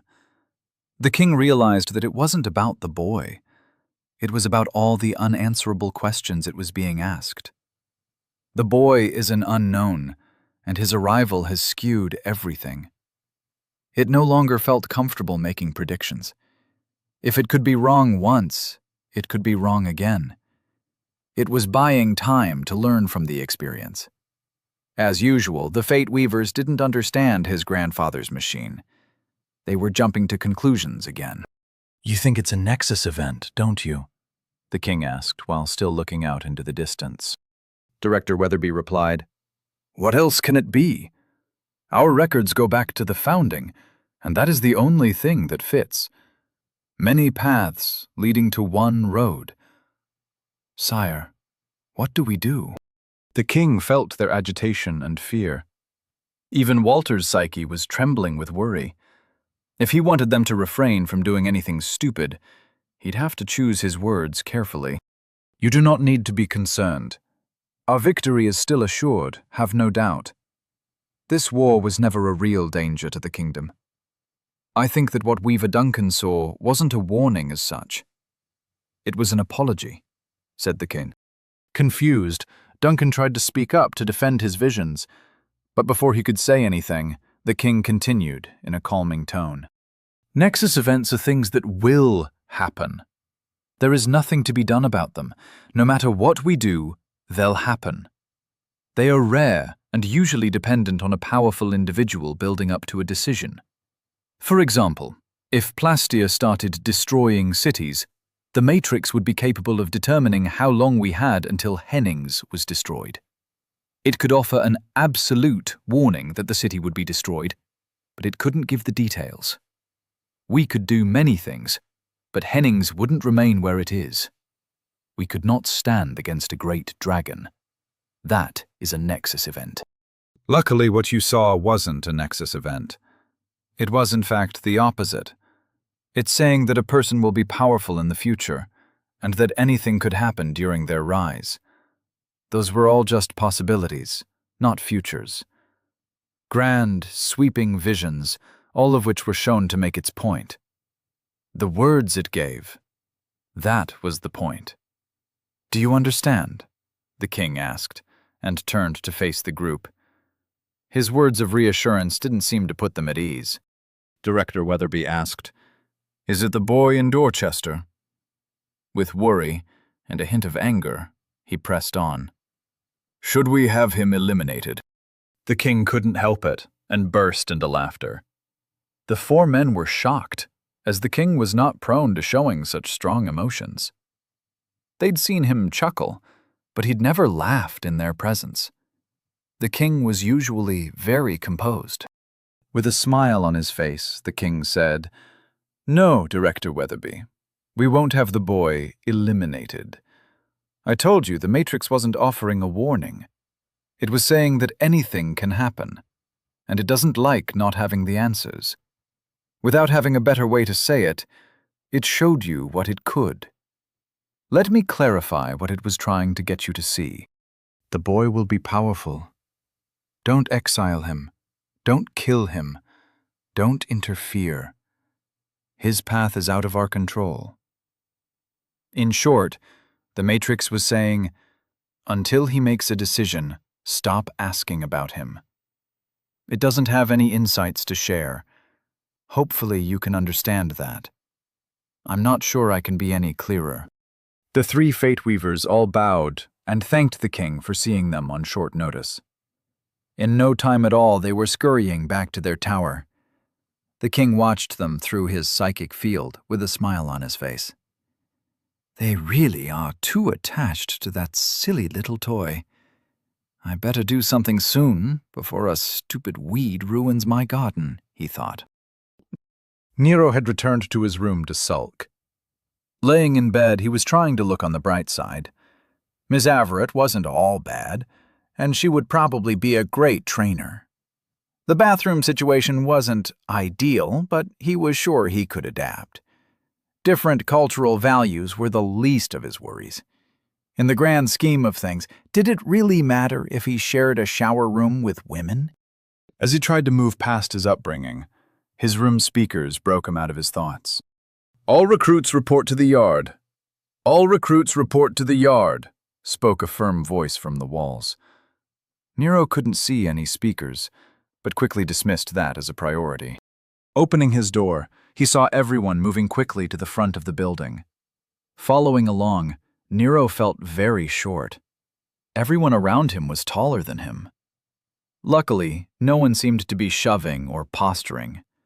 The ambiance was extremely professional. The recruits filtered out in front of the building and were soon in 2 rows of 10. Nero made sure to avoid the front row. The last thing he wanted was to be in the spotlight. He'd seen movies with basic training. There was always one guy that was used as an example, and Nero didn't plan on being the sacrificial lamb whose arse-whooping demonstrated how serious their training was going to be. Captain Angelton stood in front of the recruits, holding a clipboard. Various trainers, along with Sergeant Blackwood, were spread out to his sides. They were all wearing blue linen shirts and thick canvas pants. Their boots were shined, and Nero couldn't help but think of them as gym teachers. The image was so powerful he had to stifle a chuckle while he looked for their whistles. The captain finished checking something on his clipboard and handed it to Blackwood. Striding forward, he addressed the recruits in the firm tone Nero had gotten used to. "Where you come from doesn't matter. Whether you are from the monster hunting teams, the clearing teams, or are a hunter, or even a noble, from now on you are all elites. Dorchester hasn't had elites in over 400 years. There was no need. Now the threat has returned, and we will rise to face it," he said. The captain started pacing, his words trying to convey a communal purpose. "We will train you to be the most dangerous thing in the wilds. As the danger out there grows, so will you. Among you are various skills. Those skills will be shared and grown in concert. Together you will face the horrors of the wilds, and together you will return victorious," he said. Gesturing to the training circles behind him, the captain continued, "These grounds have seen thousands of recruits. While training, you will feel them supporting you. Dorchester itself will be watching. The city needs you, and you will not let it down. Tonight, enjoy your last meal as individuals. Afterwards, stop by the equipment hall to receive your kit. Bed down early. Tomorrow, reveille is at 0400. I expect everyone here in the yard and ready to train by 0430. Dorchester needs you to be elites, and you only have a week before you have to face the wilds. You're dismissed." Like a bomb going off, everyone left to go about their business. Nero just looked around confused. "That's it?" he thought. As speeches go, that wasn't all that inspiring. He was expecting something more. All in all, it was pretty weak on the indoctrination. No one got their ass kicked, and there were no insults. If anything, Nero thought it was more of a pep talk. Shaking his head, Nero walked off toward the cafeteria. He saw Nick and Ms. Averett walking side by side, probably talking about him. Rather than join them, Nero walked on his own and tried to listen in on all the conversations going on around him. He thought it was more important to get a feel for the recruits than it was to listen to Nick making fun of him. Nero tried to figure out who the City Lord's spies were, but everyone just looked too normal. Men and women both. There wasn't a consistent hairstyle or anything that made them seem like a unit. They were really just 20 people who looked like they were in pretty good shape and wearing the same outfits. No one really stood out. Nero wasn't liking the normalcy. Where were the typical characters? Why wasn't there a joker, a bully, a misunderstood rebel? There were women here, so where was the super attractive girl with a complicated backstory? Nero hadn't admitted it to himself, but he kind of expected the City Lord's daughter to be here. It would have been thematically perfect. She would hate him for what happened to her brother, and Nero would eventually win her over. Their love story would have been epic. With a frown on his face, Nero waited in the chow line. He listened as people introduced themselves to one another. Everyone was polite, and there didn't seem to be any ego clashes. What was going on? No one seemed interested in bothering him. Nero knew that he was keeping to himself, but he expected someone to walk up to him and start a conversation. Why was everyone respecting his personal space? Where was his character-defining confrontation? Soon enough, Nero had collected his plate. He stood looking over at the tables, which were being shared by the recruits, and he saw Nick waving him over with some impatience. As Nero set down his plate and took his seat, Nick said, "Why are you scowling at everyone? Are you already causing problems?" Nero didn't look up, and just started eating his meal while replying, "No, Nick, no problems. I just didn't expect this. This whole thing is weird." The woman sitting across from Nero had really short blonde hair and looked like a softball player. Attractive, but not overly so. She didn't seem to have an issue inserting herself into Nero and Nick's conversation and asked politely, "What whole thing is weird?" Nero looked up, surprised that someone was speaking to him. I just figured that someone would try to position themselves as the group leader. You know, try to intimidate everyone, assert their dominance," he said lamely. While chewing on some sausage, she looked confused and asked, "Why would anyone try to do that now? No one knows what anyone else is capable of. We have all week to figure out the pecking order, and I doubt the captain will choose squad leaders before at least a month of training." Nero just nodded numbly. His disappointment in their professionalism was immeasurable. So no hazing or fighting. Everyone will just act all prim and proper. They'll just do their jobs and work together for the greater good. "That's just great," he said with practically no emotion. His apathy was so apparent that several people were staring at him in confusion. Nick seemed amused by the situation and chimed in, "Nero's just not used to people doing what they're supposed to. He's incapable of it, so it depresses him. Don't worry about it." Everyone chuckled and returned to their conversations. Nero took a big scoop of mashed potatoes and created a catapult with his spoon. If no one else was going to have a personality, it was up to him. Subtly, he aimed it toward Nick on his right and let loose, instead of the satisfaction of a food fight. The mashed potatoes just halted in front of Nick's chest. Nero turned to see him scowling, which was nice, but not what he was going for. Nick used his psychic field to lower the potatoes back onto Nero's plate and said, "Nero, I've been told that I will be your partner tomorrow afternoon for magical combat training. Are you sure this is the precedent you want to set?" Nero returned the scowl and replied, "If something interesting doesn't happen soon, I just might have to do something drastic." Nero saw Nick's face lose its scowl and morph into one of worry. Pleased with his efforts, Nero returned to his meal. As he ate, it dawned on him that maybe he was the Joker? Chapter 65. Dorchester's Elite Boot Camp. Come for the workout, stay for the food. Kathleen Averett watched as her charge, the new Lord Walker, fought with the pull-up bar. His little body was drenched in sweat as he forced himself to continue. To his left and right, recruits were pulling themselves up, then transitioning into handstands on the bar for an upside-down push-up. The recruits shouted out their count as they dropped back down to repeat a rep. It was obvious that they and Nero were in entirely different classes as warriors. Yet, what amazed Kathleen was that Nero didn't seem to care. He was all smiles as he shouted out his count. His just kept going. He wasn't quick, and he wasn't powerful, but he didn't seem to be getting tired. She couldn't take her eyes off him as he just wouldn't stop. Rep after rep, he just kept going. She had seen countless children grow into warriors, but she'd never seen someone like Nero. Just yesterday, during orientation, Nero actually looked disappointed when he heard training wasn't starting right away. Even more, she had been watching closely, and Nero had seemed extremely unimpressed with the training regimen. As she watched him train, she wondered how could she have been so wrong. When Vera first introduced her to the boy, Kathleen had thought she had a good read on him. He was just another soft southerner who wouldn't last 30 seconds in a real fight. The kind of young man who dodged training and focused on empty words and politics.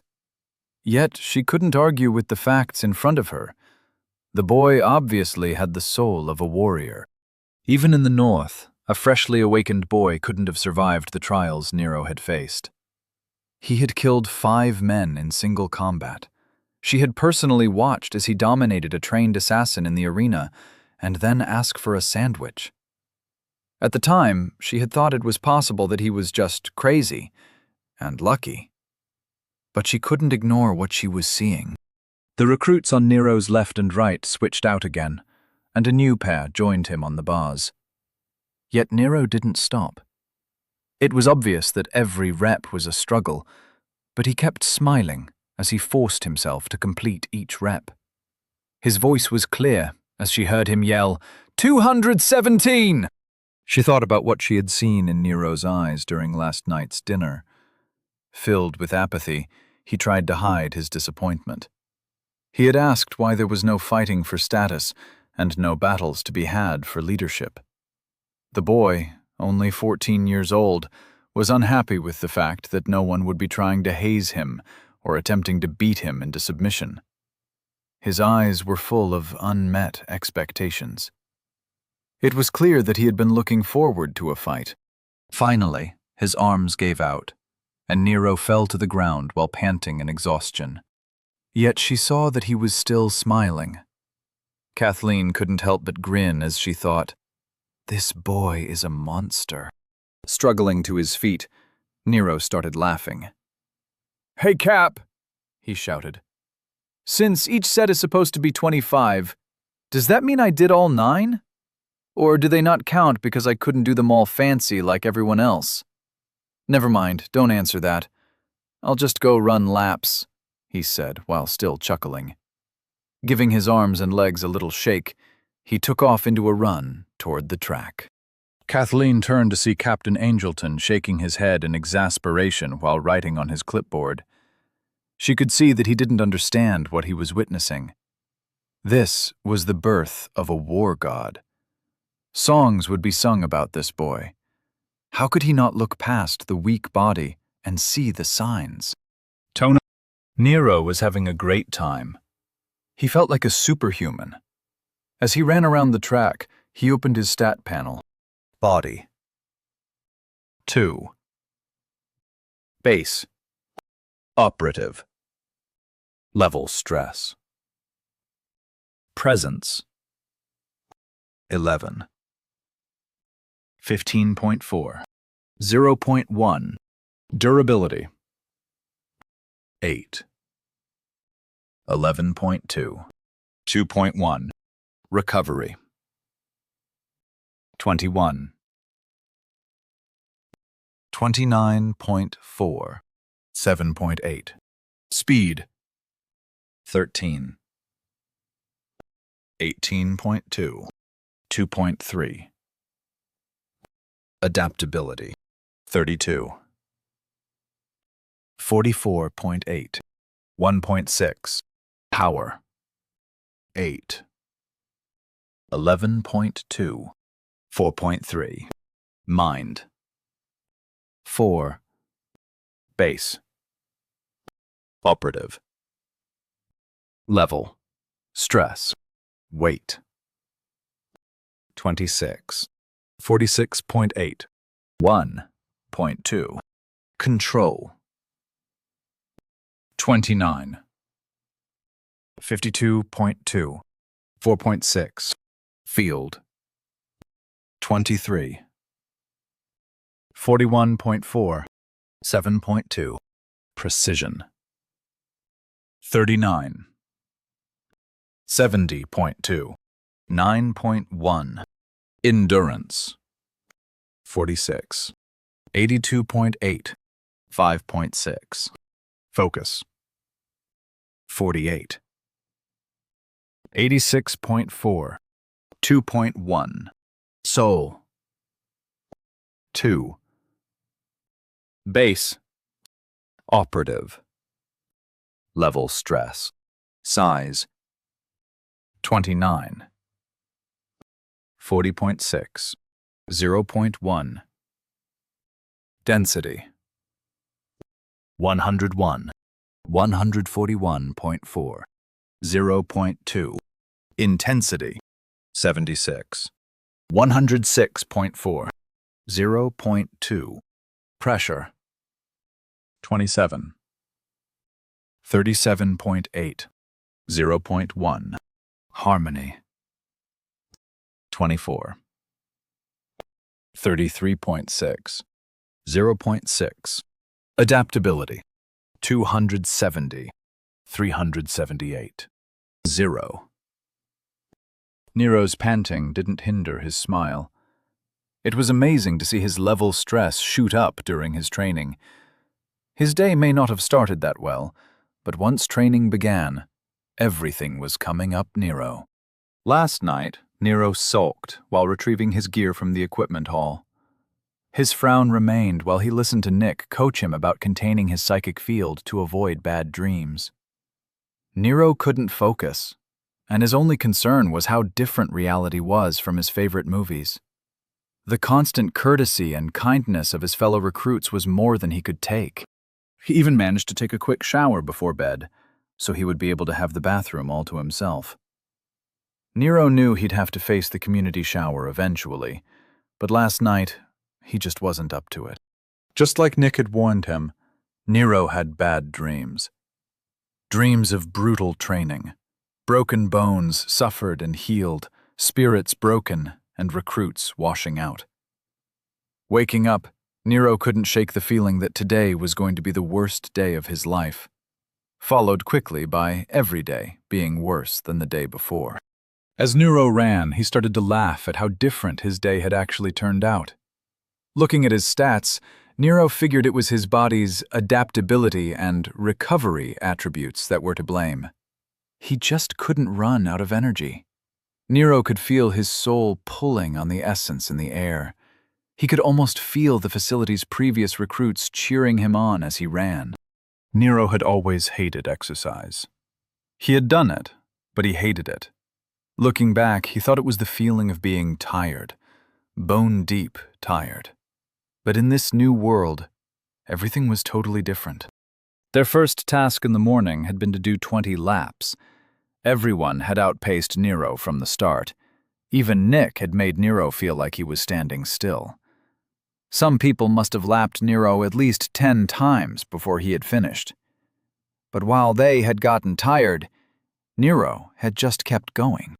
The calisthenics that followed the run were like yoga mixed with aerobics. Intermixed with burpees and complicated stretches, they used what looked like an adult jungle gym for their training.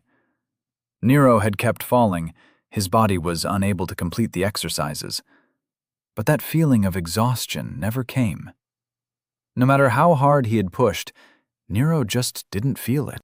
He could only conclude that his stats and the essence in the air were working together to do something. Whatever it was, Nero was happy about it. The feeling of pushing past his limits was exhilarating. He may not be able to really complete a single task, but he never once felt like quitting. Nero's run was interrupted by Sergeant Blackwood shouting, "All right, Nero, that's enough. Fall in." Jogging back to the group, Nero's smile was met with confused stares by his fellow recruits. Everyone was looking at him like he was crazy. Nero couldn't help but laugh at their exhaustion. They all looked like they'd been through hell, while he felt like he could go another 10 rounds.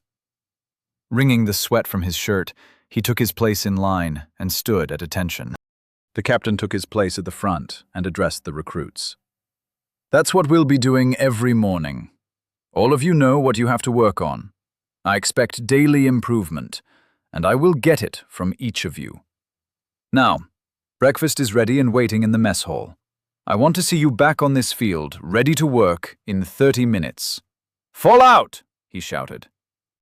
Nero turned to head toward the mess hall, when all of a sudden, everyone cast a cleaning spell on themselves. Everyone was bathed in a white light, as if they were all affected by a mass casting. No one seemed to notice that Nero didn't follow suit. Without any chatter or whispers, all of the recruits then proceeded to the mess hall with a quick walk. Amazed at the impromptu coordination, Nero just stood there and watched. "You all right, Nero?" Nick asked as he approached from behind Nero. Spinning in place, Nero saw Nick walking toward him. The man looked tired. He had bags under his eyes, and his shoulders were slumped in weariness. At this point, Nero's smile was starting to hurt his face. Nero replied, "Hey, Nick, looking good. And don't worry about me. I'm doing great. Let's go get our chow." With a pep in his step, Nero trotted off toward the mess hall. While everyone else was pushing through the pain of a difficult morning training, Nero's mood was only improving. "Even the food looks great," he thought. As he joined the recruits at the table, everyone was eating in silence. Nero was shoveling some kind of thick oatmeal with meat chunks into his mouth, while looking around to see how everyone was doing. Rather than using a glass, Nero just grabbed a pitcher of water and used it like a giant mug. Occasionally, people looked up from their meal, but in general, everyone was focused on breakfast. The silence was starting to annoy Nero. It took 3 trips to the counter for Nero to finally feel full. Finally satisfied, he was about to start forcing some conversations when they all heard a trainer shout from the door, "2-minute warning, recruits! Get your dishes bussed and get your asses back on the field." Sighing, Nero went to drop off his pile of dishes. Surprisingly, Nero was stopped short by a familiar-looking young woman with light brown hair.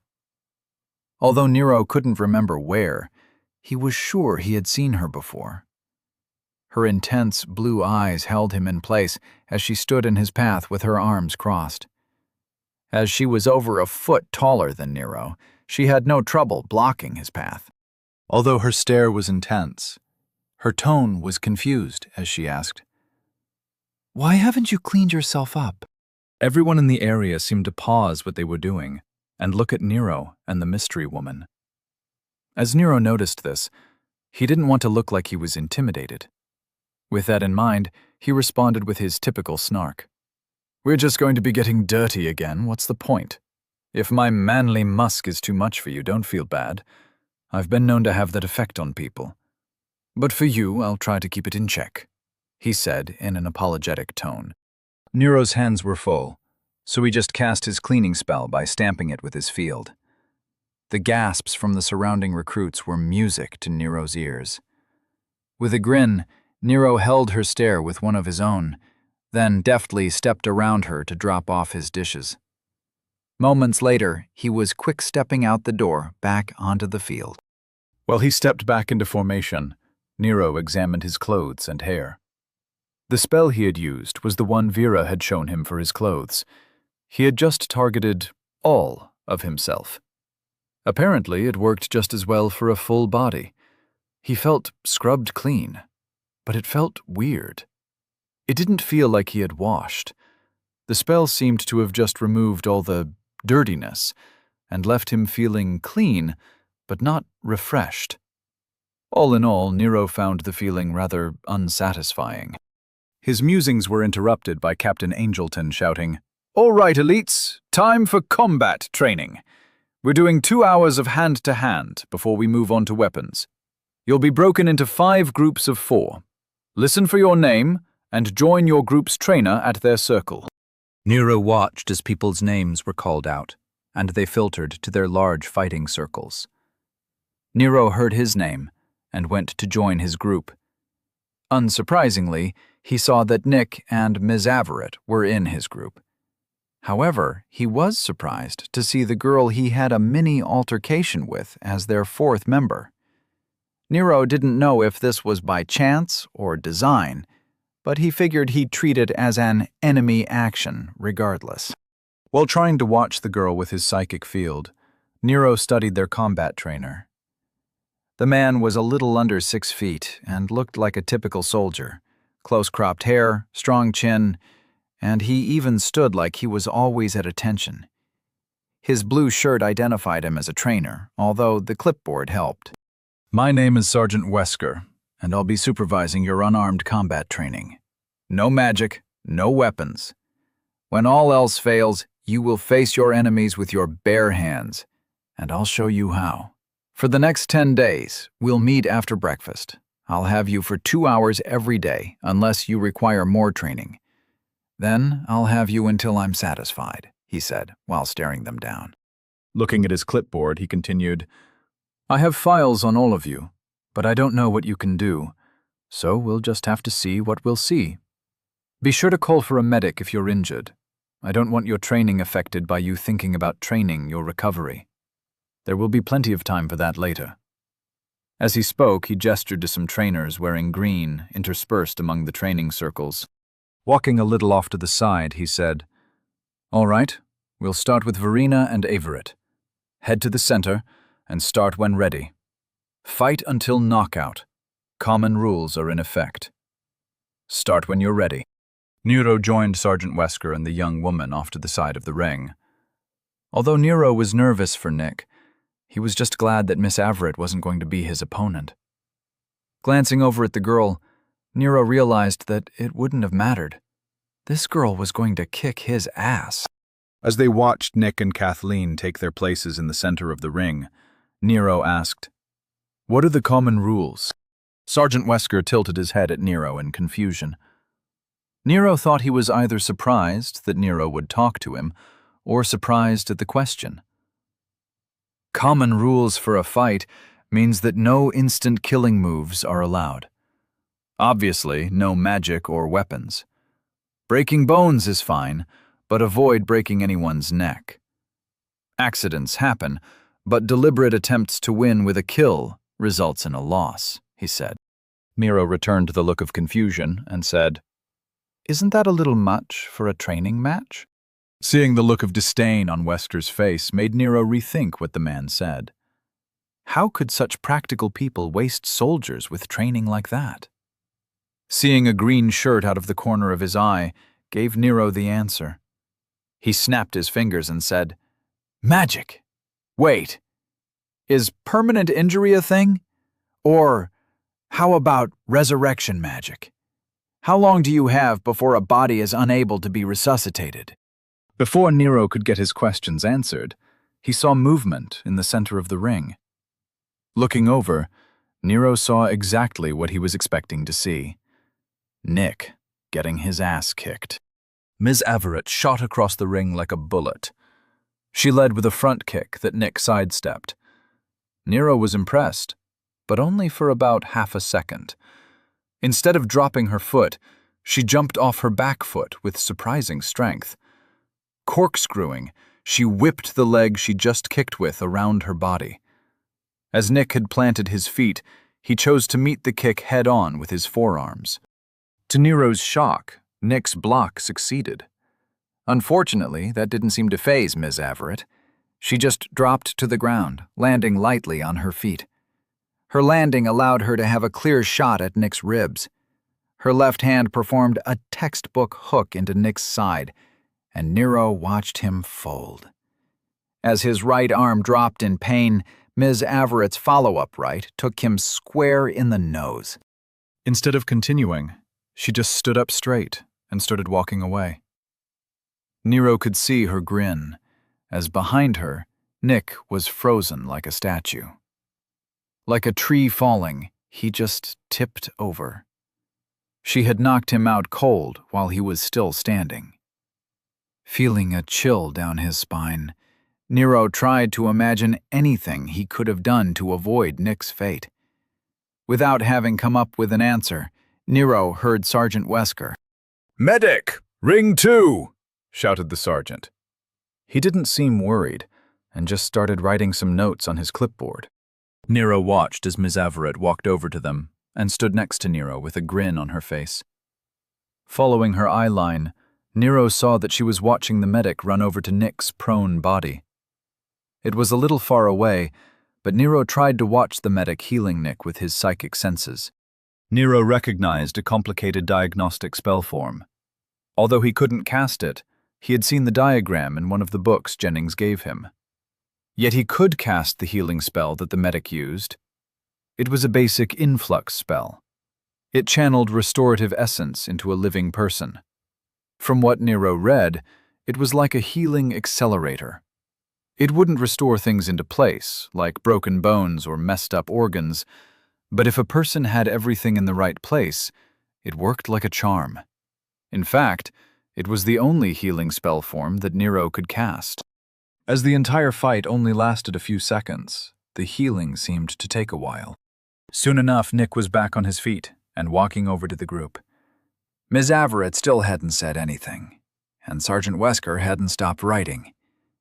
Nero watched Nick cast a quick spell to clean the blood off his face. Really, Kathleen? You couldn't at least let me throw a few punches? This was supposed to be a demonstration of our skills, said Nick as he approached. Ms. Averett just smirked and replied, "That was an accurate demonstration of your skill level. I'd require someone who actually knew how to fight in order to show the sergeant what I'm capable of." Nero was about to shout "Burn," but was interrupted by Sergeant Wesker. "Walker and Vikander, you're up. Show me what you got," he said while still writing on his clipboard. Nero gulped as he saw his opponent jog into the center of the ring. Following suit, Nero took his place and looked across the few feet separating him from an ass-whooping. Maybe it was the distance, or the light, or any number of things, but as Nero looked across the ring, he remembered where he had seen the woman. She had been standing with the assassins. Obviously, she was wearing different clothes back then, but Nero was sure it was her. He watched as she raised her fists, preparing for combat. Nero's heart started beating a mile a minute. Not good. This is definitely not good, he thought. Chapter 66. That doesn't look so hard. Rose was well aware how big an opportunity this was. Being an elite meant a big paycheck, free gear, top-notch training facilities, and intelligence straight from the Mage Tower. In short, she'd be part of a government-sponsored hunter squad. While the perks were nice, it was the growth she was really after. Elites had everything taken care of by the army. Their only concern was their progress. While thinking about the future, Rose was doing the morning workout. She'd had training before, but nothing like this. While the trainers were impressive, it was the recruits that had her nervous. She'd never seen people so talented. Panting, she bent over, with her hands on her knees. Having just completed her wind sprints, she was waiting for her turn on the peg ladder. Her fellow recruits looked tired, but she felt like she was barely keeping up. Every time she thought they were done, a new exercise was chosen. Lightheaded, Rose was starting to feel like everything was blurring together. Looking over to the right, she saw the reason she was here. The kid was so sweaty, he looked like someone had poured a bucket of water over his head. She couldn't believe he was smiling. He was slow, weak, and generally pathetic. But she had to admit she was still intimidated. Just looking at him, smiling while his entire body was failing him, It was like seeing someone smiling during a torture session. In fact, she was pretty sure she had seen him coughing up blood at one point. Yep, it's still staining his chin. Gross, she thought. Shaking her head, she forced herself to stand back up and continue.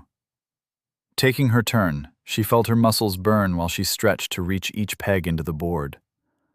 On her left, her fellow recruit was putting her to shame. Rose tried to ignore how weak she was, but she felt the trainer's eyes watching her. There was no shouting, just silent judgment. It was very effective. Grunting with effort, she increased her pace.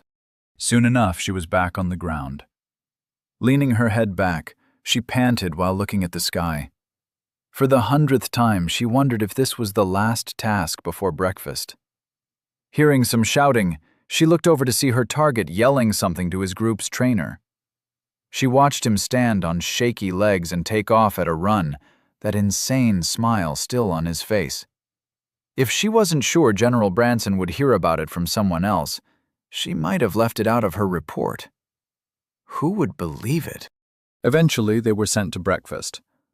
While everyone else cleaned up and trudged toward breakfast in silence, too tired to speak, that freak of nature was bouncing around like he wanted more. He didn't even bother to clean up after his training. She watched him eat like an animal, while blood was still drying all over his mouth. No one seemed to want to talk with him about it. Even his minders were too tired to ask him about it. But she had to know. Asking him why he didn't clean himself up, she was surprised at his response. "We're just going to be getting dirty again. What's the point? If my manly musk is too much for you, don't feel bad. I've been known to have that effect on people. But for you, I'll try to keep it in check," he said, while sounding like he was taking pity on her. She watched him walk off, suppressing a shiver at his tone. It's like the brutal training didn't bother him at all. How did he ignore what he was doing to himself? That's not normal. When she was assigned to his group, she wasn't surprised. The general would have given orders to keep her close to the target. Nonetheless, Rose wasn't happy about it. When she found out that she would have to fight him, she was terrified. She listened as he asked what he was allowed to do to her, while she was standing right there. The kid was a monster. The fact that his bodyguard was just as brutal as Rose thought she would be was just icing on the intimidation cake. Finally, it was time to face the music. She stood across from him and saw his crooked grin. He was just staring at her, like he was thinking about how to dissect her. As she put her hands up, mentally she prepared for the fight of her young life. Just then, she saw recognition in his eyes. It's like he remembered her from somewhere. She watched as his grin vanished, then transitioned into a smirk. His eyes hardened, and she knew she was in trouble. Oh shit! Does he remember me from when I was standing next to Ulrich? Does he think I'm associated with the assassins? Not good. This is definitely not good, she thought, as she involuntarily gulped in fear. Nero was expecting an ass-whooping, and he was all right with that. But if there was another plot to kill him, he was not going to die quietly. He'd been in some fights in high school and college. Nothing serious, but he used to watch the UFC, and just because he couldn't use magic didn't mean that he was without options. He still had his mana armor running, and according to what he had read, it wouldn't be totally useless. After taking Mizavrit's warning about essence blades seriously, he had done some research. Essence shields were concentrated fields of essence that resisted changes subconsciously. They had no problem stopping magic, and essence in general. However, they were usually ignored by hand-to-hand, or anything with an independent will. As long as Nero could maintain his hold, it would still blunt the damage, but that was considered an advanced technique. Nero hardened his resolve and slammed his fist into his palm. Psyching himself up, Nero started hopping to get the blood moving. Eyes hard, his voice was cold as he said, So who wants me dead this time? Is it the city lord, or another noble prick I haven't heard of? Nero watched her eyes widen. Seeing her try to think up a response, he charged. If popular media had taught him anything, it was to never waste a distraction. As he wasn't very fast, she had plenty of time to set her feet and firm her guard. Nero started throwing punches like he was attacking a hanging bag. Since he was more than a foot shorter than her, he bulldozed through her guard to get close. She kept backing up to try and get some distance, but Nero wouldn't let up. Although he didn't seem to be hurting her, as most of his punches were hitting her elbows or just missing, he didn't let up. Rose seemed to realize that Nero wasn't hitting that hard, and her stance firmed up. Taking a body blow, she used the opportunity of Nero's overextension to throw a tight elbow at his temple. She hit cleanly, but it didn't seem to do any damage. Nero felt the hit, but he managed to keep hold of his mage armor. It felt like a ripple spreading from his temple, making his shield falter. Gritting his teeth, he realized that he just wasn't strong enough to really hurt her. It was time to switch strategies. While Rose had stopped backing up and was preparing to follow up her elbow with a combo, Nero dropped into a deep crouch and shoved his shoulder into her knee. Instead of doing a single leg takedown, he tried to hit it from the side and whip her into the ground. Even though the maneuver could be considered a success, he managed to face-plant into the ground. Rose felt her left leg get pulled up, and then she flailed as the ground rushed up to meet her. The back of her head hit the dirt as she had her wind knocked out. Her chest spasmed as she coughed. With her hands splayed out to her sides, she tried to sit up, but her head was dizzy.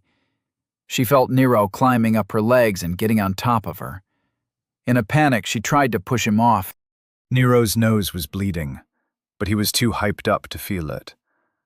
Eyes watering, he crawled over his opponent, trying to get on top of her.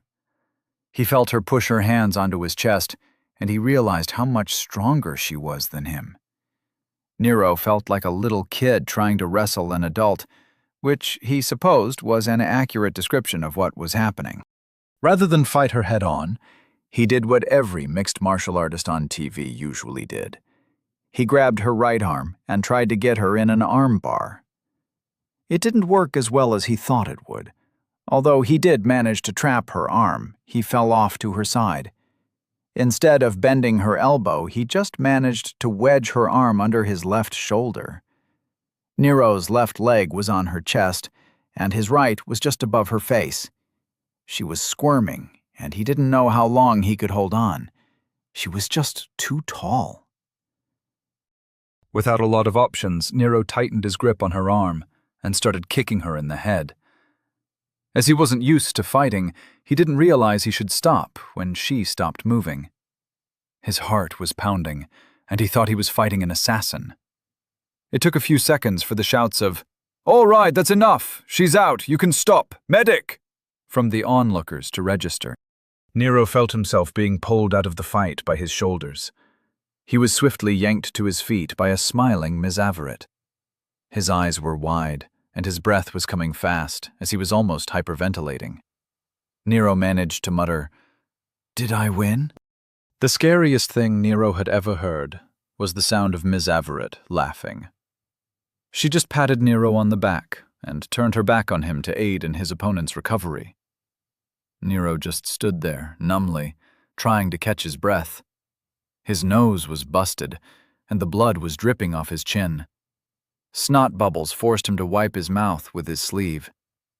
Nero looked down to see his arm covered in bright red blood. Did she have a knife? Shit, I'm bleeding out, he thought.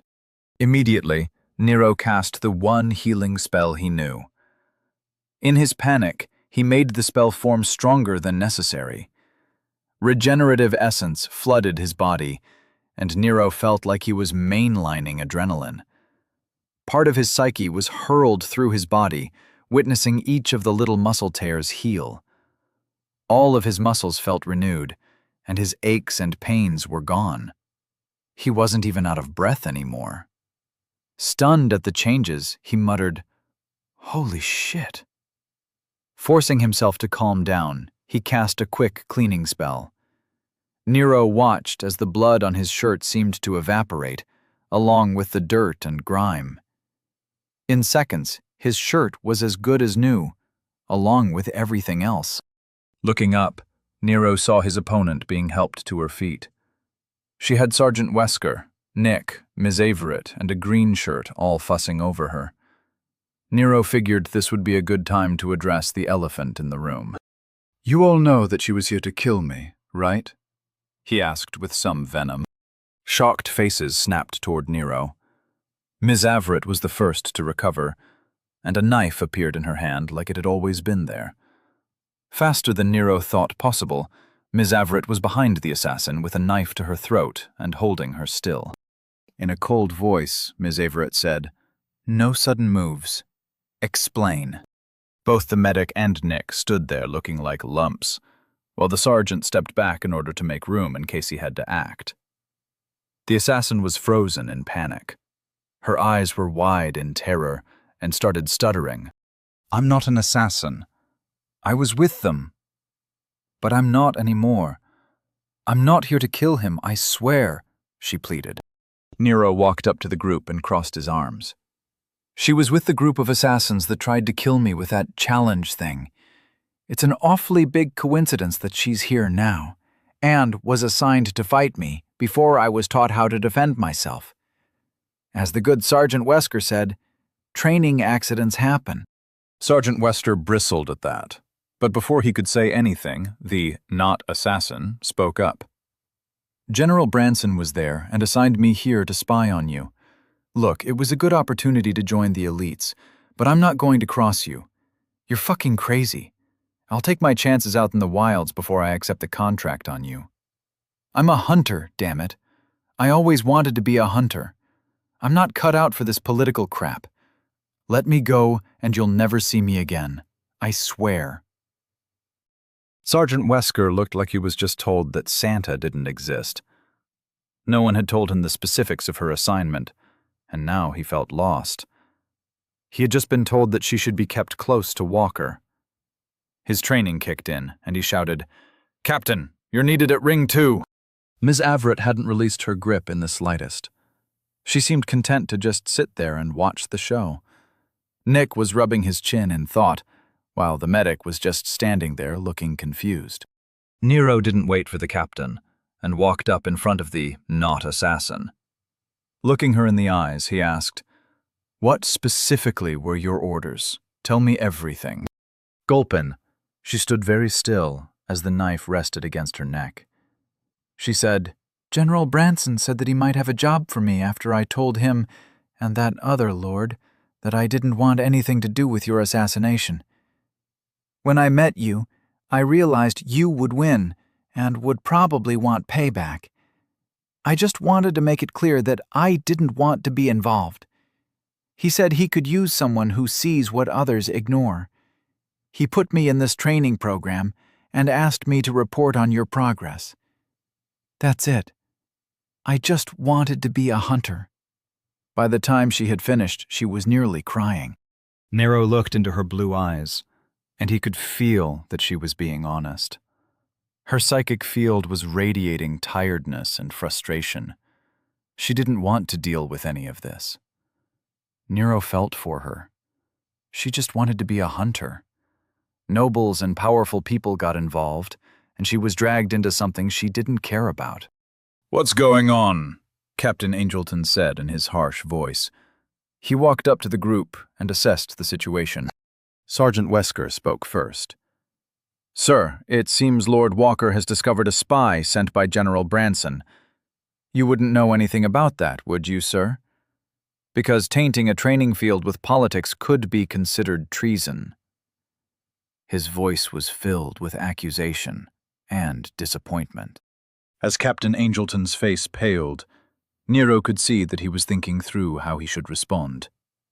Nero decided to step in. "Ms. Averett, let her go. We are all going to have a nice discussion along with some coffee." "Right now," Nero said in a tone that brooked no argument. Turning on his heel, Nero stomped off toward the command building. He was going to get to the bottom of this, and woe be to anyone who stood in his way. Chapter 67. How to Frame an Argument. Jennings was sipping a whiskey as he watched the Mage Council arguing through a scry portal. The hovering window into the council chamber was 3 feet by 5 feet and offered a great view of them screaming at each other. Glancing over at another portal, he watched the drama unfold on the training grounds with Nero. Debating whether or not to get involved, his thoughts were interrupted by Archmage Mathers. Well, what do you think? Soul permeation or essence dissociation? "Are you even listening, Jennings?" he asked in a loud and annoyed tone. Turning his head back to the council, he saw them all waiting for his verdict. Why was he always the tiebreaker? "I have no idea," he said with some joy in his voice. "It could be anything. Keep in mind that his soul is huge. It's not like we've seen this before. The closest thing we can compare it to is possession. We know that over time, the soul can influence the body, particularly in regards to a body's adaptability. Soul permeation would only account for his channeling of the previous fighter's skills from the grounds. It wouldn't explain his stamina. And as for essence dissociation, I can't see how his center would be rebuilding his body. When it comes down to it, he's not even level 10, he said while grinning like a loon. Heads around the table were nodding. Mathers was standing near the scry portal, looking like he had just sucked on a lemon. Jennings continued. Did anyone think about the stat imbalances? One mage at the table shot to his feet. Yes, that's what I was trying to say. Think about the work done by Mooring out in Candlebrook. Remember all those tests he did about speed optimization? If there was an imbalance between the speed and recovery attributes, subjects would have serious issues with their stamina. Why wouldn't that apply to power? The boy's just not strong enough to overcome his recovery attribute, he said, as though he was being vindicated. The mage sitting next to him pointed a finger and scowled, saying, That doesn't answer the question. If that kind of imbalance was in play, then how did it happen? What caused the imbalance? That's the issue at hand. Until we answer that question, everything else is just talk. The mage finished his spiteful rant and crossed his arms angrily. Jennings piped in. That's why I think the studies on possession are applicable in this situation. Remember Reinhardt's findings concerning stat changes over time during his observation of the Lich's victims? Those subjects were all victims of forced possessions, while Nero simply found an empty body. It stands to reason that his soul would affect the body to a greater effect while not having an opposing identity to overcome. Mathers chimed in. That's a good point. It isn't inconceivable that his soul is incredibly adaptable. That would affect his body's recovery and adaptability attribute. Voices all started to try and talk over each other as they argued their views on the subject. Jennings watched an aide walk up to the table and speak. Sirs, I apologize for interrupting. Archmage Cuthbert is needed for her meeting with the Tenebris Corporation. Archmage Cuthbert stood up, muttering to herself in anger, then turned to the table and shouted, I want to watch the rest of this later, so don't spoil it for me. I don't want to hear what happens. You all hear me? Following the aide out of the council room, her fellow mages looked on in pity. As the arguing slowly resumed, one of the mages pointed at the giant scry on the wall and shouted, Everyone shut up! They found a conference room. 100 lordly Valens says that Nero gets her exiled from Dorchester. The room erupted in another argument, as Jennings just smiled at their antics. Mentally putting them on mute, he turned to his other scrying window and watched in curiosity. Nero was standing at the head of the table, pouring himself a coffee. Nick was on his right, while Ms. Averitt had taken the seat to his left. Looking at Captain Angelton and Sergeant Wesker, Nero could see their nervousness and shame. The girl Nero had learned was named Rose was just sitting with her head down, awaiting the verdict. Okay, Captain, you start. I want to hear what you have to say for yourself, Nero said as he took his seat. His tiny frame looked comical in the giant chair at the head of the table, the serious look on his childish face only adding to the ridiculousness of the situation. Taking a deep breath, Captain Angelton said, "I've been told that I have no comment until General Branson arrives." Nero's eyebrows rose as he realized this must be more serious than he thought. Was there some law they violated which he didn't know about? Could he use this somehow? Nero looked over at Nick and saw only confusion on his face. Apparently, Nick wasn't going to be any help. Luckily, Ms. Everett chimed in. Messing with the Army's training programs is considered treason. You could argue that what the general did was a gross violation of the military code of conduct. Had he just asked someone to report on you, that wouldn't qualify. But he inserted someone into an elite training program alongside you. Rose's eyes were wide with panic as she practically shouted, I didn't know any of that. He just asked me if I wanted to be trained to be an elite. What the hell did I get myself into this time? She looked exhausted, and Nero felt the need to step in. Looking across the table, he said, "Rose, may I call you Rose? Don't worry, this isn't on you. This is the military's fuck-up. I'm not going to let them hang you with it. I believe everything you said. Just sit tight and let me handle it." Captain Angelton looked offended and said, "Oh, you'll handle it? I don't think you're in a—" Nero interrupted him with a voice filled with venom. "Yes, I'll handle it. I knew that some nobles would be paying to get their spies in with the recruits, maybe even some assassins. But you're the military. You're supposed to serve the people. Now you got caught with your hand in the political cookie jar. And guess what? While we were walking, I've already passed along the particulars of this incident to my proxy. She's more than capable of contacting a few news agencies and people with some social clout. What do you think will happen to your career when General Branson is brought in front of the populators for the charge of interfering with a training program meant to spearhead the coming insanity?" Nero finished with a scowl on his face, while practically spitting his words at a cowed Captain Angelton. Nick looked like you wanted to be anywhere other than where he was. Ms. Everett was smiling so widely that she looked like she had won the lottery. A stern-faced Sergeant Wesker just nodded in agreement. Nero gave the captain a nod, recognizing the captain's surrender. "Now we're going to sit here and wait for the general to arrive. In the meantime, I want you to authorize my access to the hub on site. While it doesn't seem to have an issue connecting me to the city, I can't look up anything. I want to review the pertinent laws." Captain Angelton looked at Nero with some trepidation. Their staring contest ended when his shoulders slumped, and he looked down in defeat. Moments later, Nero felt the link in his pocket offer a connection to the military's hub. The group sat in silence as they waited for the general to arrive. Nero spent his time sipping coffee and going over the training regulations.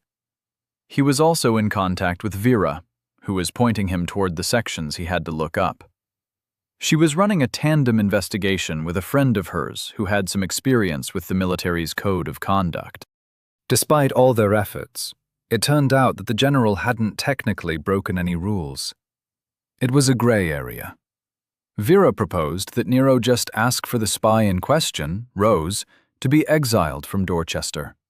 That would allow House Walker to save face and to show they wouldn't be pushed around. Nero didn't like the idea that she would be treated like a scapegoat. Rose hadn't actually done anything, and from what Nero could tell, she wasn't planning on doing anything. What Nero really needed was to get the general on his side, and for that he would need to reframe the argument. When you don't want to talk about one issue, you have to demand to talk about something else. He'd seen politicians do it for years. Nero needed to do some speechifying. Around 20 minutes later, the general strode into the room with 2 aides trailing behind him. He had a look of stern disapproval on his face. Everyone other than Nero shot to their feet, while Nero just offered a gesture to the opposite head of the table and said, "Thank you for joining us. We have a lot to talk about." The general sniffed at the disrespect, but took his seat. His aides flanked him and stood at attention, adding to his intimidating appearance. Nero had seen better displays on TV, so he didn't bat an eye. The general got comfortable and said, "So I hear you have taken issue with your training. You want to quit?" Nero just smirked and replied, "If that's what you've heard, I can see why you started recruiting spies from outside the military. Your intelligence gathering needs some work." The general's face contorted in repressed fury. "All right, boy. What's this about?" Nero raised an eyebrow and replied, "First, as this isn't a training environment, it's Lord Walker to you. Second, it has come to my attention that you hired a former assassin's apprentice to join my training group with orders to spy on me. Whether or not those were the only orders given is a cause of concern for House Walker. Do you deny it?" The general's poker face was carved from stone as he replied, "I don't think you should take the word of an assassin over mine. If you have a problem with her being here, I'm more than happy to remove her from the program. Now, if that's all, I have more important things to deal with." Acting as though the meeting was over, the general started to stand. Nero smiled and said, "That won't be necessary. She is now under my protection. You can't just get rid of her." Rose's face was pale, and she looked like she was facing her execution. Her head whipped to Nero as he spoke, her eyes wide in shock. The general paused, half standing, and stared at Nero. Nero leaned back in his chair and picked up his coffee. "You know, General, everyone has things that they hate. They might not admit it. They might just think that they avoid what bothers them, but deep down they know they hate it.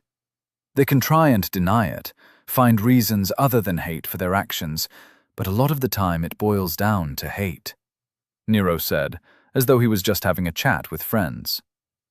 The room sat in silence while Nero took a sip of coffee. Setting down his cup, Nero leaned forward, and his face lost its smile. "One of the things I hate is when people in power abuse their position. Government officials doing dirty deeds and then wiping their hands clean, as if nothing had happened. For me, it's not the fact that they are using their position for their own ends. It's the people they negatively impact while doing so. I hate seeing individuals charged with the protection of the people ignore that duty for petty gains," said Nero, his voice cold and hard. Raising his hand, he gestured to Rose. "She was a hunter. When she found out that she was being asked to partake in an assassination, she protested. She was a hunter. You offered her a chance to be an elite monster hunter at a time when Dorchester needs all the hunters it can get. She was a hunter. You told her that she had to spy in order to hunt. She was a hunter. Do you see where I'm going with this?" he asked. The general's face was pulled tight, his neck muscles trembling in anger. He said, "I didn't make her an assassin or a spy. I just offered her an opportunity. There are several spies for noble houses in this program. One more hardly matters. I know for a fact that all of them are under orders to only report on your training, nothing more. You're in no danger from them." Nero slapped his hand on the table and said, "Now we're talking. So since she's found out, you're just going to disappear her somewhere and wash your hands of it. How very noble of you." The general put his hands on the table and stood up. He shouted in anger, "I wasn't going to kill her.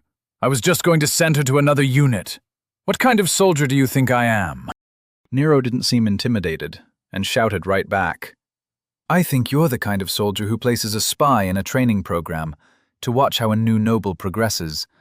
The kind of soldier who skirts the rules for the greater good. One who is so used to dealing with politicians that he has become one." Nero's words were like hammers on the general's psyche. Everyone in the room could feel it. While most people shrank into their seats, Ms. Averitt was still smiling, enjoying the show. The general straightened his tabard and returned to his seat. In a tight voice, he said, "I'm sorry you feel that way. How do you wish to proceed? Nero took a moment to stare at the general. After judging his stick a success, now it was time for the carrot. I suggest you return to your roots. This world is all about growth, right? You were a soldier. No one becomes a general without having once served with all their heart. With what Dorchester is facing, it's time to put aside the games of nobility and face the coming storm as a soldier once again, Nero said with some heat in his voice. Confused faces looked at Nero as he stood up and placed his hands on the table like a leader addressing his troops. Send away the spies and bring in people who are here for the same reason we are. We are training to eliminate the threats from outside Dorchester. That needs to be our focus. Offer Rose the position you promised her, and do right by your soldier. Train us to meet the challenge we've chosen to face. Nero spoke clearly and concisely. He could see the general firming in his seat. All of the military men were sitting a little straighter.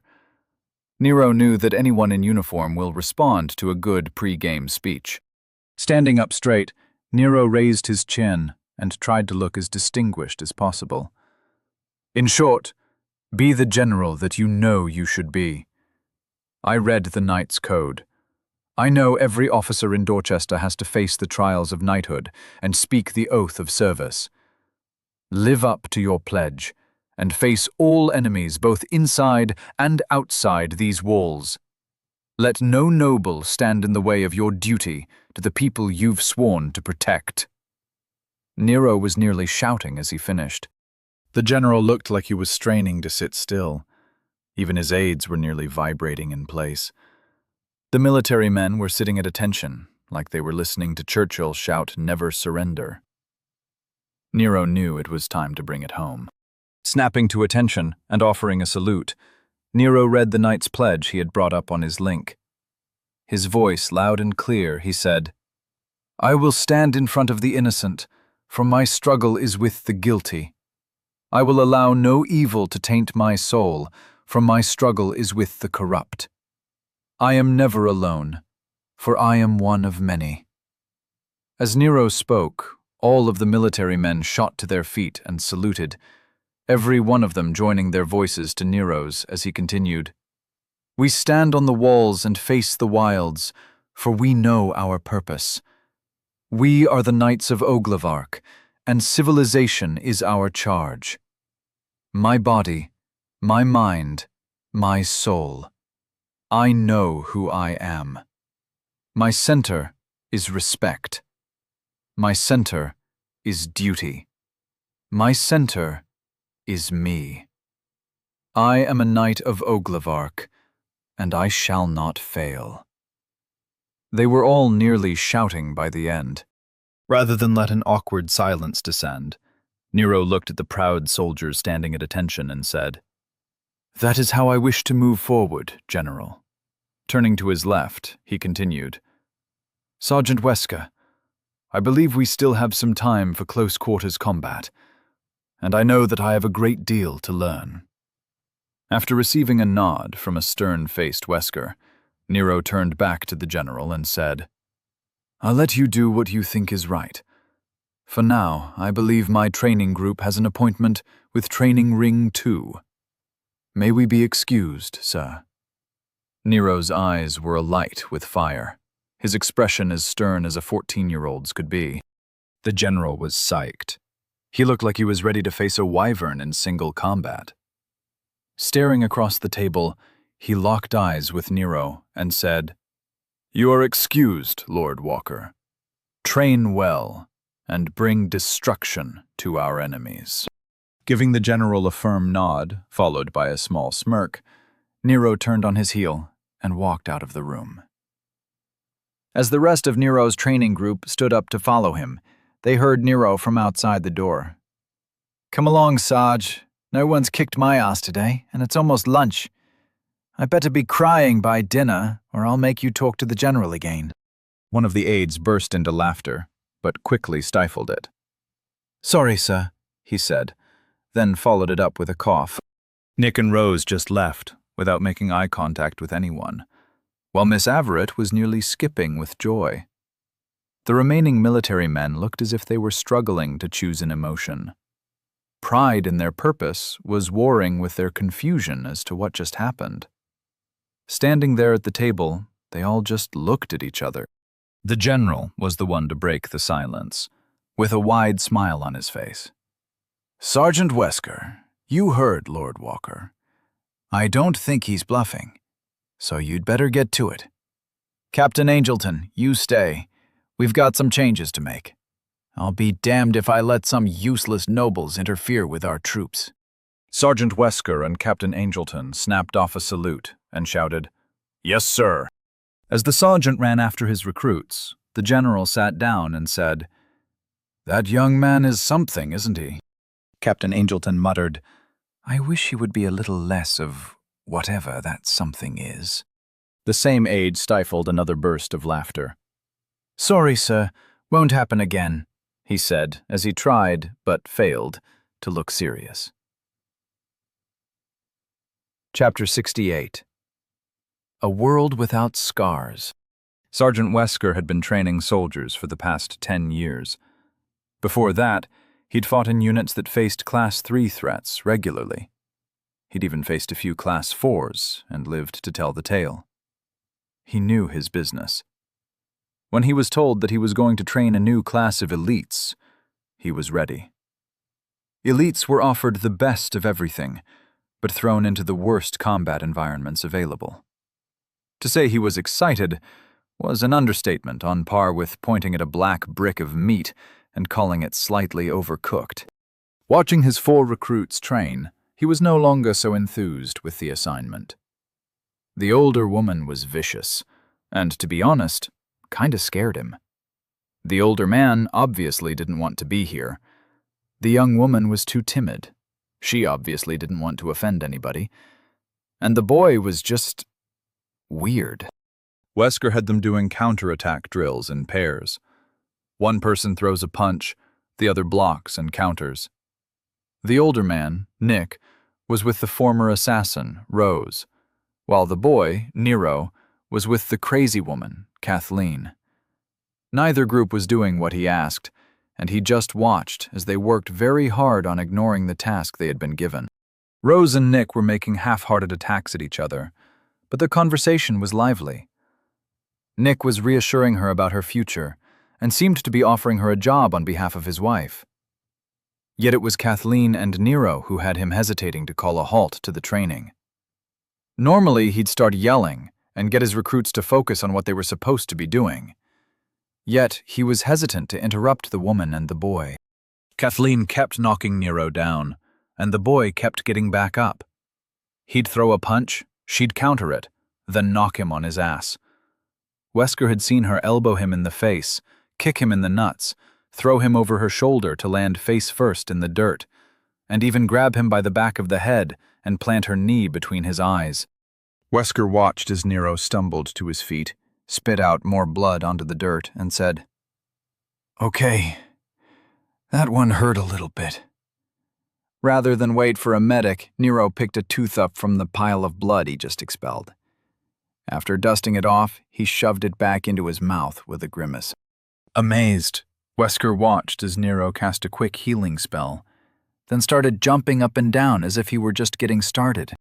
"All right, old woman. Just 'cause you look like a fitness model doesn't mean that I won't whoop your ass. Let's do this," said Nero, psyching himself up. He walked straight at a smiling Kathleen with his fists in the air as if he were a boxer. She stood patiently, loose hands held ready near her chest, as if she were waiting to catch a ball. Nero started swinging before he was close enough to hit her. In order to close the distance, he jumped forward, turning his swing into the mother of all haymakers. Kathleen took half a step forward and received Nero's blow on her left forearm. Her right hand performed a front punch directly into Nero's face. As he was already in the air, the rest of his body kept going forward while his head snapped back. Wesker appreciated the airtime, but the show ended with Nero out cold on the ground. Again. Shaking his head, he didn't know what he was supposed to do. None of these people should be elites. This was ridiculous. As he was about to call a halt to the training, he heard the Sergeant Blackwood's essence-infused voice echo across the field. All teams, switch to weapons training, he said. Wesker watched as Kathleen kicked Nero in order to wake him up, while Rose and Nick were smiling and chatting like they were at a cafe. I'm sure this isn't going to be a disaster, he said to himself. Nero came to with a start. He was staring at the sky again, which meant he must have been knocked out again. Rolling over, Nero's mind caught up with what had happened. Cracking a smile, Nero stood up on shaky legs. He loved this world. He'd once been knocked out in his old world. It had been during football practice from a helmet-on-helmet illegal tackle, which was totally on purpose. So he knew from experience that short-term memories normally weren't able to be recovered after a good knock on the head. But here, everything was different. Nero felt like he had an external backup. He could remember everything. The feeling of Ms. Averett's fist smashing into his face, the scent of the dirt as he landed flat on his back. It was like the world was in HD for the first time. Yet the best part was the pain. Pain used to hurt, but here, getting smacked in the face was like getting slapped on the wrist. Everything felt the same, but the terror and recoil seemed unnecessary. A quick little spell and everything was right as rain. Healing magic was the greatest thing Nero had ever seen. It made everything almost surreal. Life was without consequences.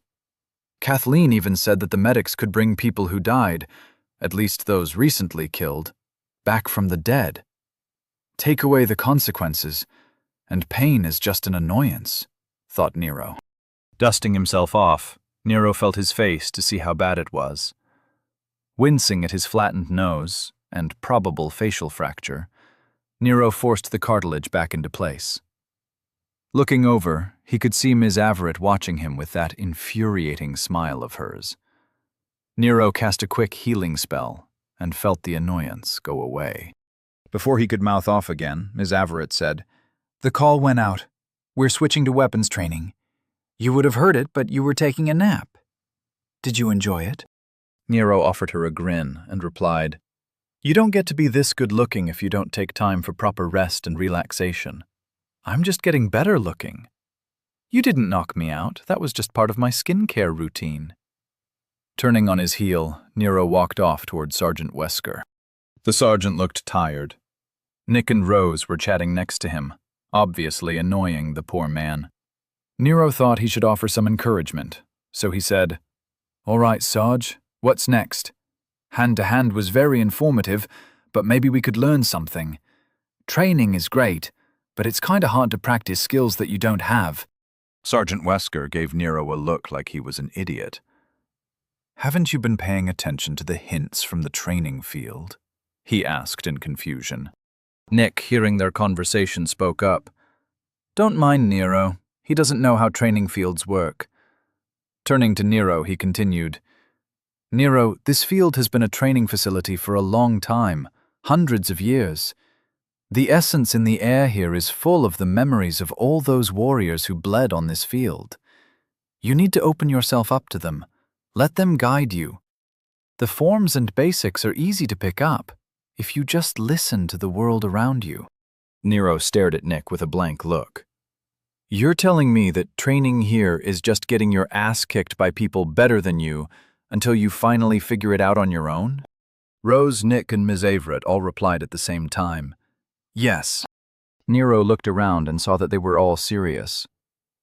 So weapons training will just be me going over to that rack over there, grabbing a training sword, and getting beat on by Ms. Averett, Nero said while pointing at Ms. Averett. If it were possible, Nero thought she was smiling even wider than before. Call me Kathleen. Now let's go. We'll start with your suggestion. Swords, she said, while pushing Nero toward the racks. As he stumbled off, Nero could hear the sergeant telling Nick and Rose to start taking their training seriously. Soon enough, Nero and Kathleen were at the weapon racks. Choose a sword that feels comfortable. Because you're so tiny, You might want to get a long dagger instead, said Kathleen, while she was picking her Nero-beating stick. Nero snorted at the joke and grabbed a short sword that seemed all right. Turning back to the training ring, he walked off, saying, "You know, I'm still growing, but you are going to be stuck at your height for the rest of your life. Enjoy your advantage while you can." Nero dropped to his knees as he felt a line of pain erupt on his back.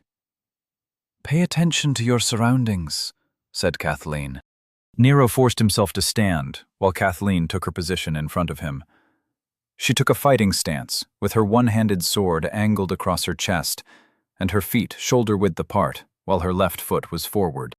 Nero didn't take a stance, and instead said, "Hold on a sec. How does this open yourself to the world thing work? I'm all for learning how to fight, but I'm not sure I gained anything useful from having my ass kicked by you for the last hour." Lowering her sword and standing up straight, Kathleen looked at Nero as if she didn't understand what he was asking. "You really don't know what Nick was talking about? Then what the hell were you doing while we were training?" Nero replied, "I was trying to hit you. I don't really know how to fight. I've seen people fight, but I've never been taught or anything. I thought you'd eventually get tired of kicking my ass and just tell me what I was doing wrong. Listening to the world talking wasn't part of the plan. So do you mind telling me how I do that?" Kathleen was trying to understand. "So you just tried to get better? Without learning anything? That's idiotic." Nero looked at her with a scowl and said, "Look, lady, I didn't know I was supposed to be doing anything. I thought trainers would train me. Just show me how to learn. Less judging, more explaining." Chuckling, Kathleen shoved her dull training sword into the ground. Letting go of the handle, the sword stayed put, and she crossed her arms. "All right, take a fighting stance. Close your eyes. Let your senses expand and release your control over the essence around you," she said. Nero followed her instructions and said, "That's fine. My mage armor did jack shit against you anyway. You tore through it like it wasn't there. I don't think it is as useful as advertised." Kathleen asked, "Mage armor?" Nero kept his eyes closed and tried to listen to the world while he replied. "Jennings called it an essence shield. It's good for stopping spells, but you were right when you warned me not to rely on it too much. I'm lucky that the assassin didn't just punch me in the arena. Physical contact disrupts it too much. All it does is blunt a strike or two. It worked all right on Rose, but it was useless against you." Kathleen said, "You'll get better at keeping it active. Most battles come down to a contest of wills. If your will to defend is stronger than your opponent's will to overcome that defense, your shield will hold. When you're reaching out to the world, keep your mage armor on. Training in real-world conditions is always preferable to training in safety." Nero opened his eyes and looked over at Kathleen. "How the hell am I supposed to release my hold on the ambient essence while holding on to an essence shield?" he asked. With a shrug, Kathleen said, "How am I supposed to know? I'm not a mage. Figure it out." Nero gave her an annoyed huff and said, "Fine. Shut up for a second and let me concentrate." Hearing her chuckle, Nero closed his eyes and recreated his armor. By this point, it was as easy as breathing. He felt the essence shield form and compress without issue. Spreading out his psychic field, Nero tried to stop looking and start feeling. He didn't know what he was supposed to be feeling, but he was going to take their word for it. This whole world worked on spiritualism, transformed into reality. He just needed to let the world guide him. Trying to clear his mind, Nero felt a little uncomfortable. Adjusting his stance a little, he felt better. Before he could try again, he heard Kathleen say, "Wow, that was fast for a first-timer. It usually takes a little longer for kids to get the hang of it." Nero opened his eyes in confusion. "Get the hang of what? What are you talking about?" he asked. Cocking her head, she replied, "You listened to what the world was telling you and fixed your stance. That's all there is to it." Nero looked at the woman like she was speaking gibberish. Before he insulted her, he took a moment to think about it. He did feel a little nudge to change his stance.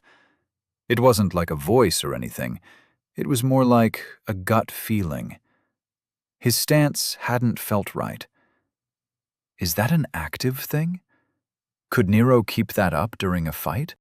He asked Kathleen, if people can just channel the fighting skills from the world, what makes someone better at fighting? How is every match between warriors not a draw? With a smile, she said, it's very difficult to improve. Time and training are necessary to internalize what you learn. Everyone is different. Size, speed, dexterity, all of these are unique. People can improve by listening to the world, but you're really creating your own style of fighting. The way someone else fights won't work for you. You have to take the time to improve on your own. Training is just taking the time to work at it. Now stop asking questions. Try and swing the sword while focusing on what the world is telling you. Nero nodded, his excitement building. Closing his eyes, he started to slowly swing his sword in overhand chops. Instead of letting his mind drift, he reached out to the world. His psychic field hummed in tune with the surroundings. Nero felt little nudges improving his form, tiny little improvements with every swing. He started changing the angle of his swings, altering the trajectory with smooth transitions. The feeling was intoxicating. It was like moving meditation, and Nero felt like he was a laser sword-wielding magician. Smiling from ear to ear, Nero started dancing. While ignoring the physical world around him, he was at one with the essence in the air. Flitting about like a martial artist during a competition, Nero fluidly stepped through an impromptu sword form. Letting his instincts guide him, he let the world teach him how to wield a sword. Nice job. Now you have to actually try to fight. Stop prancing around like a little kid in a garden. We've got training to do, said Kathleen. Shaken out of his trance, Nero stumbled a little. Opening his eyes, he looked over at Kathleen, standing in her fighting stance. She was grinning like she had just been served a steak. Nero thought she looked hungry. Well, this is going to suck. On the other hand, it can't be worse than hand-to-hand, Nero thought, while taking his fighting stance. 5 seconds later, Nero was lying on his back after having the wind knocked out of him. His back was bruised, and he thought his forearm was broken. Looking at the sky, he panted and coughed, trying to force air back into his lungs. Nero winced as he rolled onto his side and started hacking up some blood. Okay, I was wrong. This is worse, he thought. While Nero was focusing on his recovery, he heard Kathleen shout happily, "Medic! Ring 2!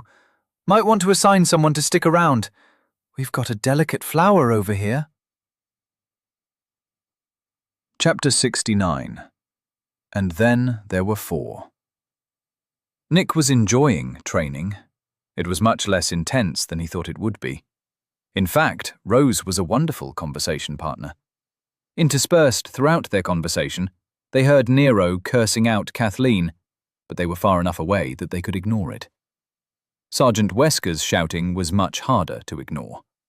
Nick thought the man was an exceedingly angry person. "Stop poking at each other! Fight, damn it!" Nick heard Wesker shout from behind him. Ignoring the sergeant, Nick continued with his lazy swings.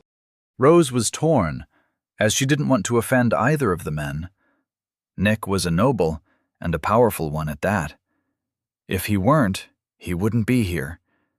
The fact that he was smiling while he trained was proof that he was powerful enough to ignore the army. Here he was, in the middle of an elite training program, ignoring the trainer like it was totally normal. Did the sergeant really expect her to attack a noble capable of that? Nick, completely unconcerned with everyone's feelings, continued with what he had been talking about for the past 30 minutes. So, there I was, completely at a loss. No data to back up my argument, Surrounded on all sides by senior laboratory technicians, not to mention the scientists with hundreds of years of experience between them, Nick's face was serious as he waved his sword at Rose in a half-hearted attempt to hit her. But would I give up? No, never. I attacked the very foundation of their flimsy hypothesis. If they truly believed that essence drift was a naturally occurring phenomena, then they would have to have performed their test in an isolated zone. Yet all of their data was from the area outside Dorchester. The essence flows in the wilds have always been known to be highly delicate, he shouted as he danced around, swinging his sword like a 1940s movie star. Wesker shouted, "Less talking, more fighting." Ignoring him, Nick continued, "They were stunned. I pulled up Harold's dissertation on essence field interactions, and that was the match. No one with a mind stat over 10 could argue with evidence like that. I was vindicated. So, what were we talking about again?" Rose was barely moving, and she lazily swatted aside Nick's thrust while replying, "I just asked if you've ever been in a fight before, my lord. But your story was very riveting." Rose tried to muster up all the sincerity she could in order to deliver that last line without cringing. Wesker's face was beet red in anger. And just as he was about to lose it, he heard Kathleen shouting, "Medic! He's down again! You might need a resuscitation spell. He landed weird." As the blood drained from his face, Wesker ran over to Kathleen and Nero. Looking down, he could see an immobile Nero with his head at an awkward angle. Eyes open in panic, his neck was clearly broken. Turning to Kathleen, he shouted, "What the hell are you doing? Are you crazy?" Seeming completely at ease, Kathleen responded with a wave of her hand. He'll be fine. Dying a few times during training is not a big deal." As she was speaking, the medic was casting spells at Nero. They all heard the snap as his neck was reattached. As the golden glow enveloping Nero dimmed, he gasped awake. As Nero's eyes snapped open, he took a deep breath and started coughing. "See," said Kathleen, "he's fine." Giving Nero a light kick to his side, she said, "Get up, walk it off." Nero slowly rolled over onto his hands and knees. Reaching out with his hand, he grabbed his training blade and used it to help him stand. Swaying on his feet, his eyes were still a little glassy. Shaking his head to clear the disorientation, Nero focused on Kathleen and said, "That one doesn't count. I definitely got a hit in. You hit me in the back of the head while I was celebrating. Fight with some class, you old bat." Shouting back, she yelled, "That was barely a scratch. I'll tell you when you hit me. Never drop your guard unless the enemy is in pieces at your feet. And who you calling a bat, you pint-sized pansy?" Nick, Rose, and Wesker just watched in stunned silence, while the medic sighed and returned to the bench outside the ring where he was stationed. This was going to be a long day for him. He could feel it. "Sergeant," Nick was saying, "don't worry about Nero. He's very hard to kill. I should tell you about the time I nearly died trying to contain a lightning bolt. See, the theory I was testing was based on Mason's theoretical model of..." As Nick's voice trailed off in the distance, Sergeant Wesker wondered if the captain would accept his transfer request. The little group of 4 had finally made it to lunch. Nero had forced them all to sit together. He told them it was for team unity. As no one had complained, Nero counted it as a successful team-building moment. While eating, everyone was silent aside from Nick. Waving, Nero couldn't take it anymore and interrupted. "Nick, for the love of whatever god you believe in, shut the hell up. No one cares." Nero's eyes were furious. His anger had been building for too long, and now the last thing on his mind was being polite to the nerd across from him. Looking over at Rose, Nero asked, "Has he been like this all day?" Rose's face turned a cute shade of red and replied quietly, "My lord, he seems to really like science. I was honored to hear his thoughts on the subject. Or the subjects, that is." Nero's brain stopped working for a second. This was not the personality that he imagined the woman having. He had expected a warrior woman like Kathleen, not a polite and deferential student. Her adorable blush and soft voice were completely surprising. While Nick stabbed his food with a pout, Kathleen filled the silence. "You don't have to listen to him if you don't want to. You're in training. Just hit him until he shuts up." Nick glared at Kathleen and said, "Not everyone thinks so little of the field of science. Many people consider researchers worthy of great respect." Mentally, Rose started to look panicked and began mumbling. Seeing her distress, Nero set down his silverware and raised his hands to calm her down. "Hold on. Why are you so afraid? We took care of the problem with the military. You're safe now.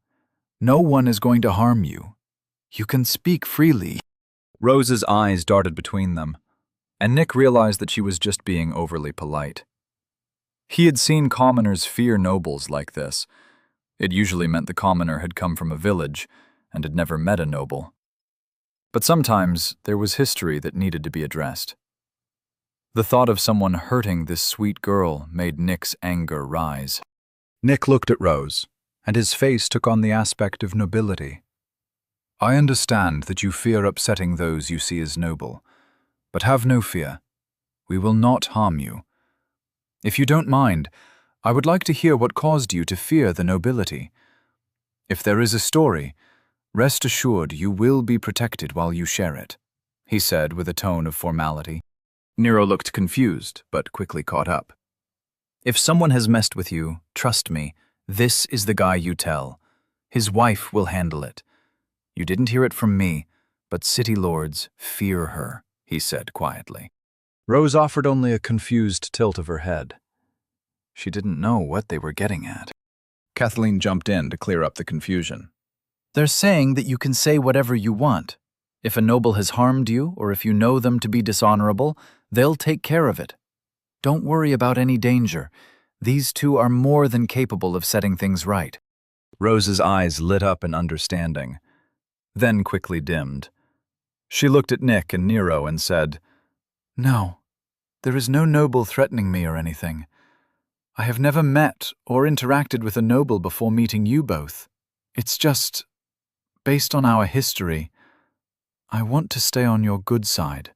If it weren't for you, who knows what the general would have done? To be honest, without your backing, I'm in some serious trouble." Nero thought he understood her position and said, "I get it. You're worried we'll hang you out to dry. You don't have to be. If you want to leave Dorchester and start over somewhere, Nick's wife and I own a shipping company. I'm sure we can get you a ride on a caravan. But if you don't mind me saying, I think you should stick it out here. The general isn't a bad guy, just a politician. Now that you are no longer a spy, you're just one of the soldiers. You wanted to be a hunter, and this way you can be an elite." Nick and Kathleen were both nodding at Nero's words, and Rose was frowning in thought. Nero continued, "If you stay, you're going to have to start actually training with Nick. He knows what's at stake, and should have been taking his training more seriously. I'm pretty sure Kathleen and I are going to be each other's training partners for a while. But if you feel like he is acting too nerdy, just ask to switch with one of us for a while. We'll sort him out right quick." As Nero finished, Kathleen offered Nick a wide smile. Nero chuckled as Nick's face paled. Nero added, "And if all else fails, I could just tell Vera on him. His wife will get him back on track in no time." Nick glared at Nero and said, "That's completely unnecessary. I may have been a little light in my training today, but it's only the first day. I'll improve with some time. We've got 9 more days until we are heading into the wilds. Plenty of time to brush up on my combat skills."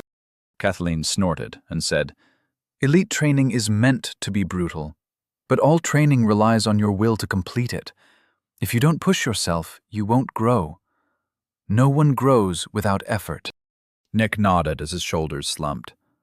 He knew that he was going to have to start stepping up. Nero was nearly finished with his plate when he heard a shout from the door of the mess hall. Everyone back onto the field. Lunchtime's over, they said. In less than 5 minutes, all the recruits were standing in 2 lines of 10, waiting to be addressed by the captain. Nero was excited to get started.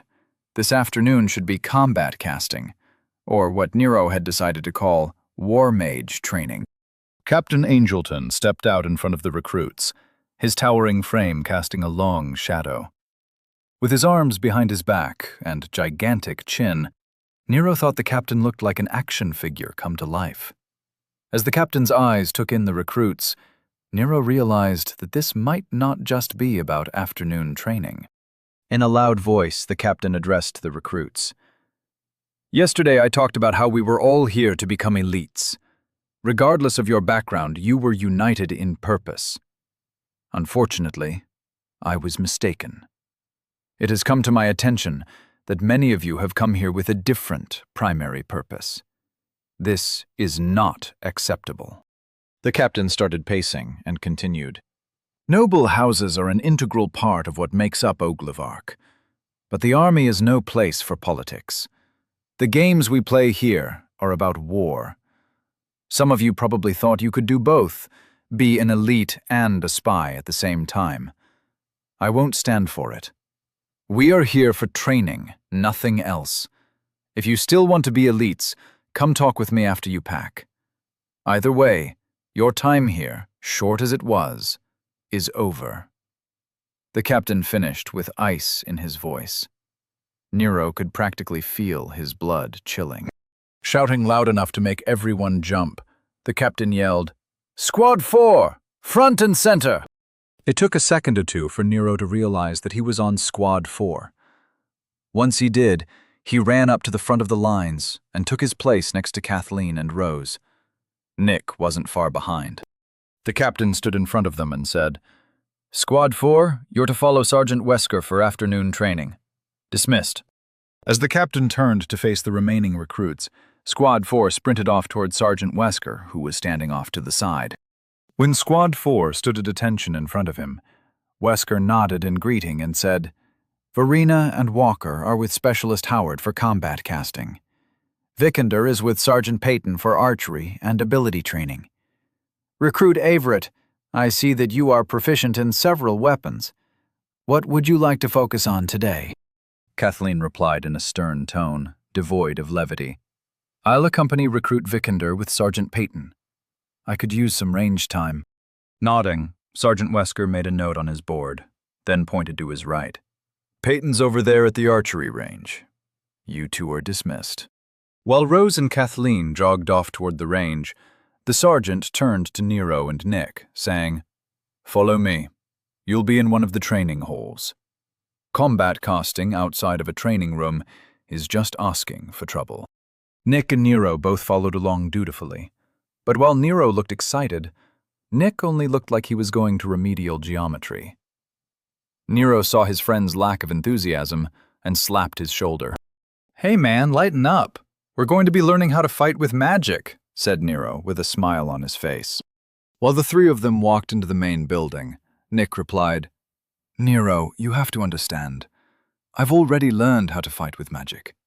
I doubt there is anything that I'll learn here, but I'm more than happy to accompany you." Sergeant Wesker just snorted with some disdain. "I'm sure your training was extensive at Centerpoint, but Specialist Howard is a war mage. He'll have plenty to teach you," he said. Nero thought for a second and asked, "Does the listening to the world thing happen with magic? How come I never read about that?" Nick shook his head and replied with a smile at Nero's ignorance. "Magic is a completely different thing. By its very nature, it's manipulating essence by your will. You can learn from the world how to feel essence, manipulate it even. But what to cast, how to form a spell, those aren't skills. It's knowledge." Nick glanced at Nero and realized the boy was still confused. Not knowing how to be any clearer, he tried to rephrase it. "Fighting has to do with the body learning a skill. The knowledge of how to wield a blade is something the world can teach you. But when to swing it, that's not something you can learn without practice. The two working in concert is the skill. But the world can only help you with the beginning steps into magic. Creating the weapon, wielding the weapon, and choosing the weapon are all in the mind. Fighting skills is the body. Magic skills are the mind. Get it? They reached their destination and walked into a very large training room. A man was standing in the center of the room, playing with some streams of fire and what looked like glowing water. Nero assumed the man was Specialist Howard. Turning to Nick, Nero said, I don't understand what you just said, but I'll take your word for it. Let's go meet our new magic teacher. And try not to embarrass me.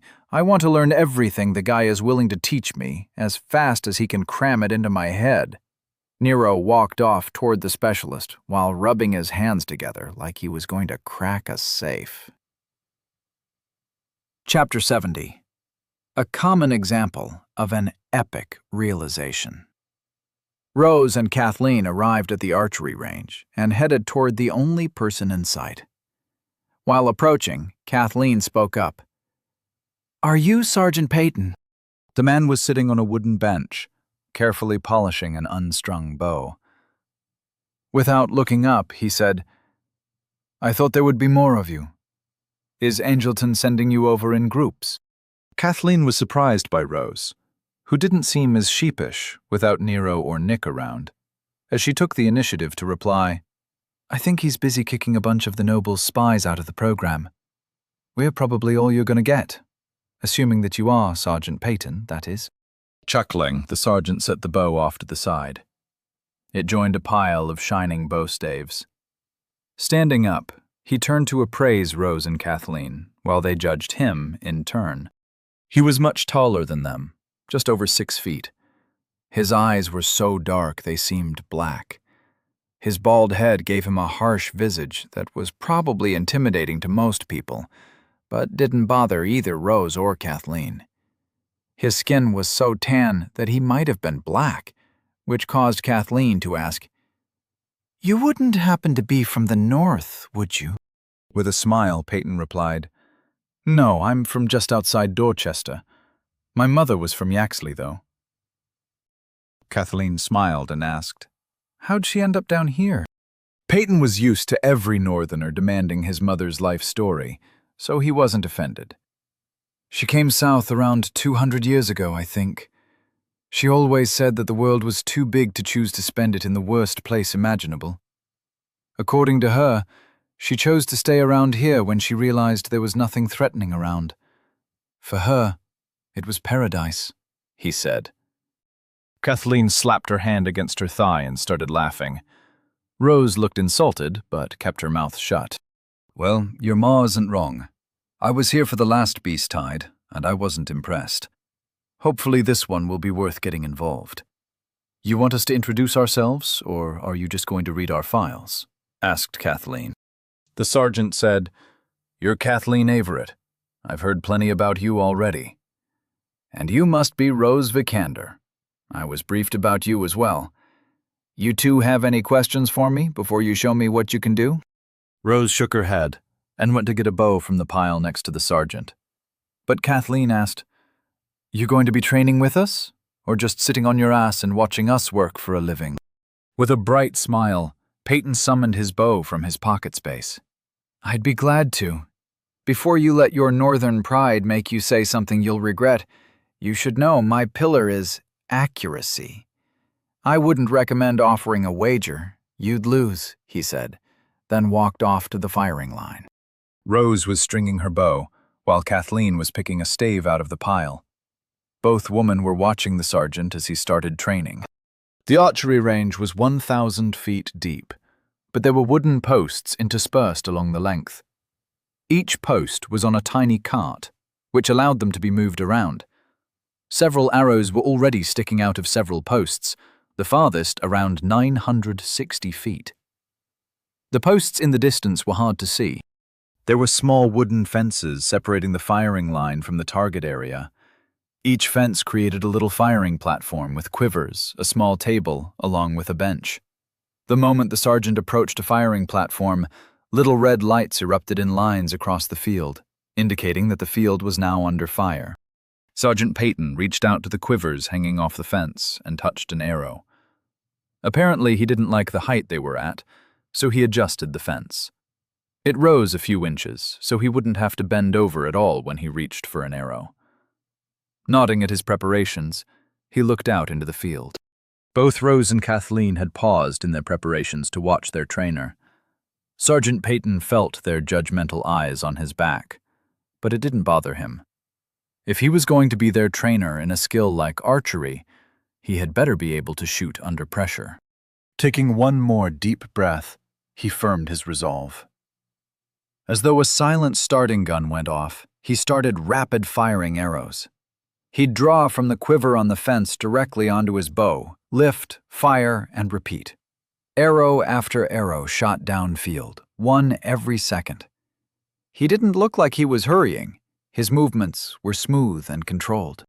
Rose was stunned, while Kathleen looked like she was proven right about something. It took around 5 seconds before the first arrow landed. When they finally started dropping, each one pounded into the same pillar. Arrow after arrow, they peppered the post like a machine gun firing. Both of them were staring at the pillar being turned into a porcupine around 500 feet away. When the final arrow hit, the trance was broken, and they turned back to look at the sergeant. As he had fired the last arrow several seconds before, he'd already sat down and was examining his bow.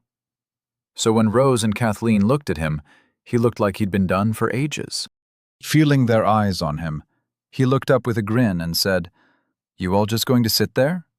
I was promised a show while I sat on my ass watching." Nero was excited to have an actual combat mage teaching him how to fight with magic. Perhaps he was a little too excited, as he jogged up to Specialist Howard and completely ignored the fact that the man had streams of fire and water flowing around him in patterns. Nero walked over, stopping just outside the essence flows, and said, "Hello, sir. I'm Nero Walker, and I'm here to learn how to fight with magic. How's this going to work? Is there a class syllabus I should have gotten? Are you providing the textbooks? Or, based on the fire and water motif you have going on here, is this like a channeling the elements thing? Will there be a lot of meditation involved? Please say no. But if there is, I'm totally on board with it." Dismissing his spell forms, Howard stared at the little boy in front of him. At that moment, he hated the general and regretted ever joining the army. As the kid kept talking, Howard got more and more upset. Before he could lash out, his other student finally approached. "Please excuse Nero. He's just a big fan of blowing things up. Don't worry, despite his first impression, he's a natural mage.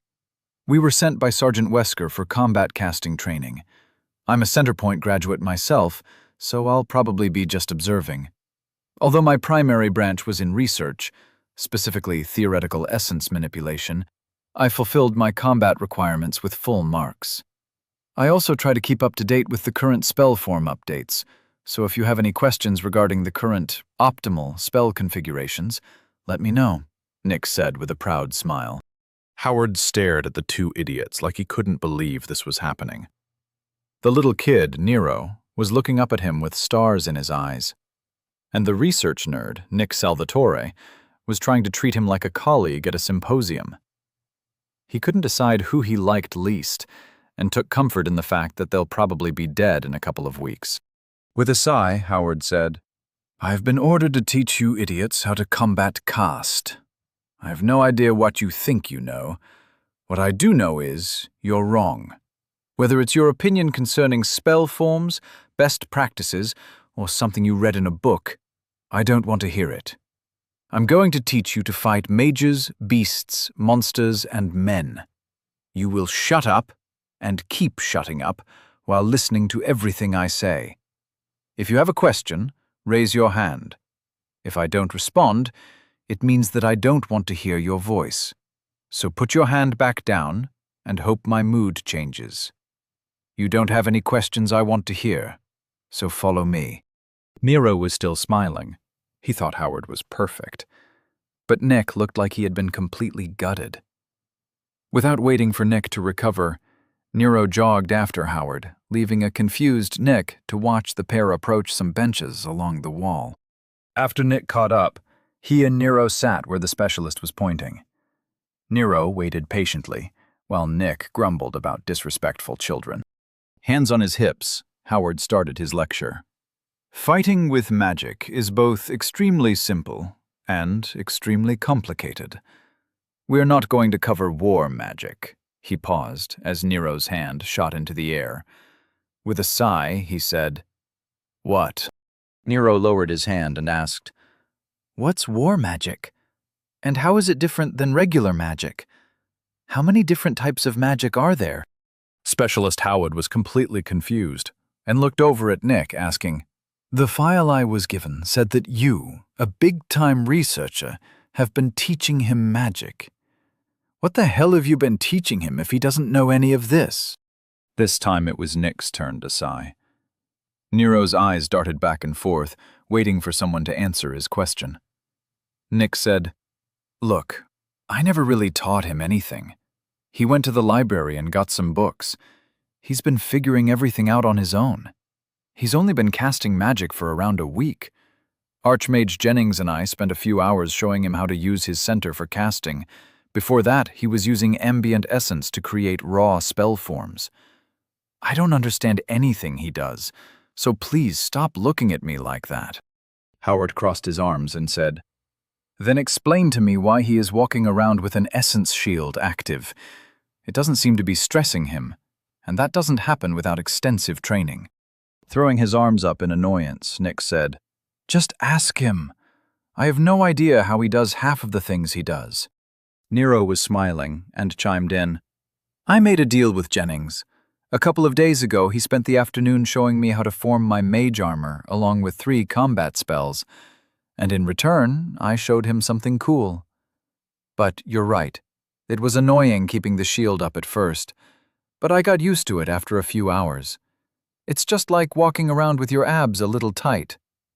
Now, can you please answer my question about the different types of magic? Also, what makes them different? Are the spell forms unique, or are they all based on the same parts?" Nick was chuckling at Howard. The poor man looked like he had just seen a ghost.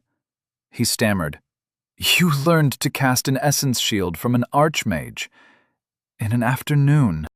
Nero nodded, getting annoyed that the man wouldn't answer his questions. "Yes, and 3 combat spells. Now will you please just answer the question? Or at least point me toward a book that covers the subject. It's a good thing you are all able to live to 1,000 because you take forever to do anything. Teach me something, damn it!" Nero shouted. Startled, Howard held up his hands in defeat. "All right, kid, calm down. Magic is categorized by its purpose. The underlying architecture of spells is all the same, but there are many ways to do the same thing. Spell creation is a difficult area of study. I said we weren't covering war magic because those are large spells that you couldn't cast anyway," he said, then tilted his head in consideration. "I should say that they're spells you probably can't cast yet. But we should start at the beginning. Have you read any Introduction to Magic books?" Nero responded proudly.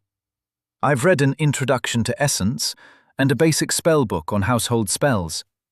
3 days ago, I read some books with some spell forms useful for hunting and personal magic. I don't feel comfortable creating a dimensional space in my soul just yet, but I was planning on giving it another look tonight."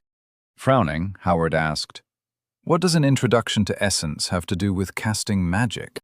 Nero replied easily, "Essence is magic, isn't it? I'm pretty sure it was listed as a book for the class, which was a prerequisite for the center's combat magic class. That's why I started there." Shaking his head, Howard said, "No! Well, yes, but no. Magic is the use of essence to perform a task. Essence is just the building blocks you manipulate with magic. You're not supposed to use essence to cast. That's crazy." Nick nudged Nero with his elbow and chimed in, "I told you that you were doing it wrong." Nero shrugged and said, "Whatever. That doesn't matter anymore. I know how to create a spell form with my center now, It's way easier. Now one of the books I was reading said that I had to control the essence and deny my opponent. What does that actually mean? Howard felt his hackles rise and said, "Nope, you're not going to be bouncing around anymore. Learning bits and pieces is stupid. Just listen for a while. Nick, you stand up and go over there. Nero needs to see actual casting being done correctly." Nick's proud smile was back, and he hopped up to take his place opposite Howard. Nero fought the urge to mutter an insult, but kept the thought that Nick was the very definition of a teacher's pet to himself. After taking their places, about 20 feet apart, Howard shouted, "Shields up!" Receiving a raised right arm from Nick, Howard looked over at Nero and asked, "Can you feel the areas of control for both of us?" Nero stood up and concentrated. He moved until he took his place between them, but off to the side, they ended up forming a triangle. Nero looked over at Howard and said, "Okay, I can see you both clearly."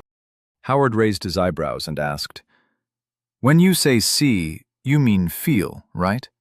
It sounds like you were saying you can see the essence flows around us." Nero crossed his arms and said, "Yeah, I can see them fine. I know how to use a psychic field. I'm not an idiot." Nick chimed in. "Wait a second. You can recognize essence streams? What are your soul density and mind focus stats at? They must be over 50. Howard shouted in anger, "Don't answer that! You ever ask a question like that in my presence again, and I'll put you down so hard, you'll beg to never see me again. You hear me?" Nick paled, and Nero jumped in. "It's okay, don't worry. He's my advisor. He just got excited about something. He doesn't always think before he speaks. My situation is a little weird, and he's been helping me try to figure stuff out. He didn't mean anything by it." Even from a distance, Nero was positive that he heard Nick gulp in fear. Specialist Howard seemed to calm down, but he still repeated his warning. "I'd never step in between an advisor and his charge. But if he asks questions like that again, you come tell me right away. No one is entitled to your identity." Nodding, Nero said, "Got it. Now show me what you wanted me to see. I'm watching closely." Specialist Howard wove a basic spell form Nero had never seen before. He did it slowly, so Nero could follow along. Nero watched as the parts came together to channel air essence, along with something that he didn't recognize. He felt the air condense and ionize inside the spell form. With a crack, a bolt of lightning shot from between Howard's hands toward Nick. It was so fast that Nero didn't have a chance to shout a warning. For a split second, Nero panicked. But Nero shouldn't have worried, as the lightning faded into nothingness the moment it entered Nick's field of control. It hadn't gotten within 5 feet of him. Utterly confused, Nero muttered, "That's not how electricity works." Howard looked over at Nero and said, "That's what happens when uncontrolled essence structures interact with a foreign psychic field. That's the primary concern for combat casting. How to get your spells through an enemy's defenses. Whether it's a shield, essence field, or an essence shield, a mage has to keep control of the essence he casts. Understand?" Nero said simply, "Nope, that doesn't make sense at all. You didn't shoot essence at him. You converted essence into lightning and shot that at him. Are you telling me that his psychic field can protect him from environmental effects? I have personally seen people killed by spells causing environmental effects, so I'm completely confused." Nick laughed and said, "I tried explaining it to you, but you wouldn't listen. Show him your spells that you're so proud of." Nero bristled and said, "Fine." Walking over to the targeting range, he felt Nick and Howard following. When he was about 15 feet away, he firmed his shield and cast one of his patented essence bombs next to a dummy. When it blew up, the dummy broke apart and shrapnel shot everywhere. His shield took some hits but didn't fail. Then Nero turned to another dummy and stamped a laser into existence. It burned a hole right through another dummy.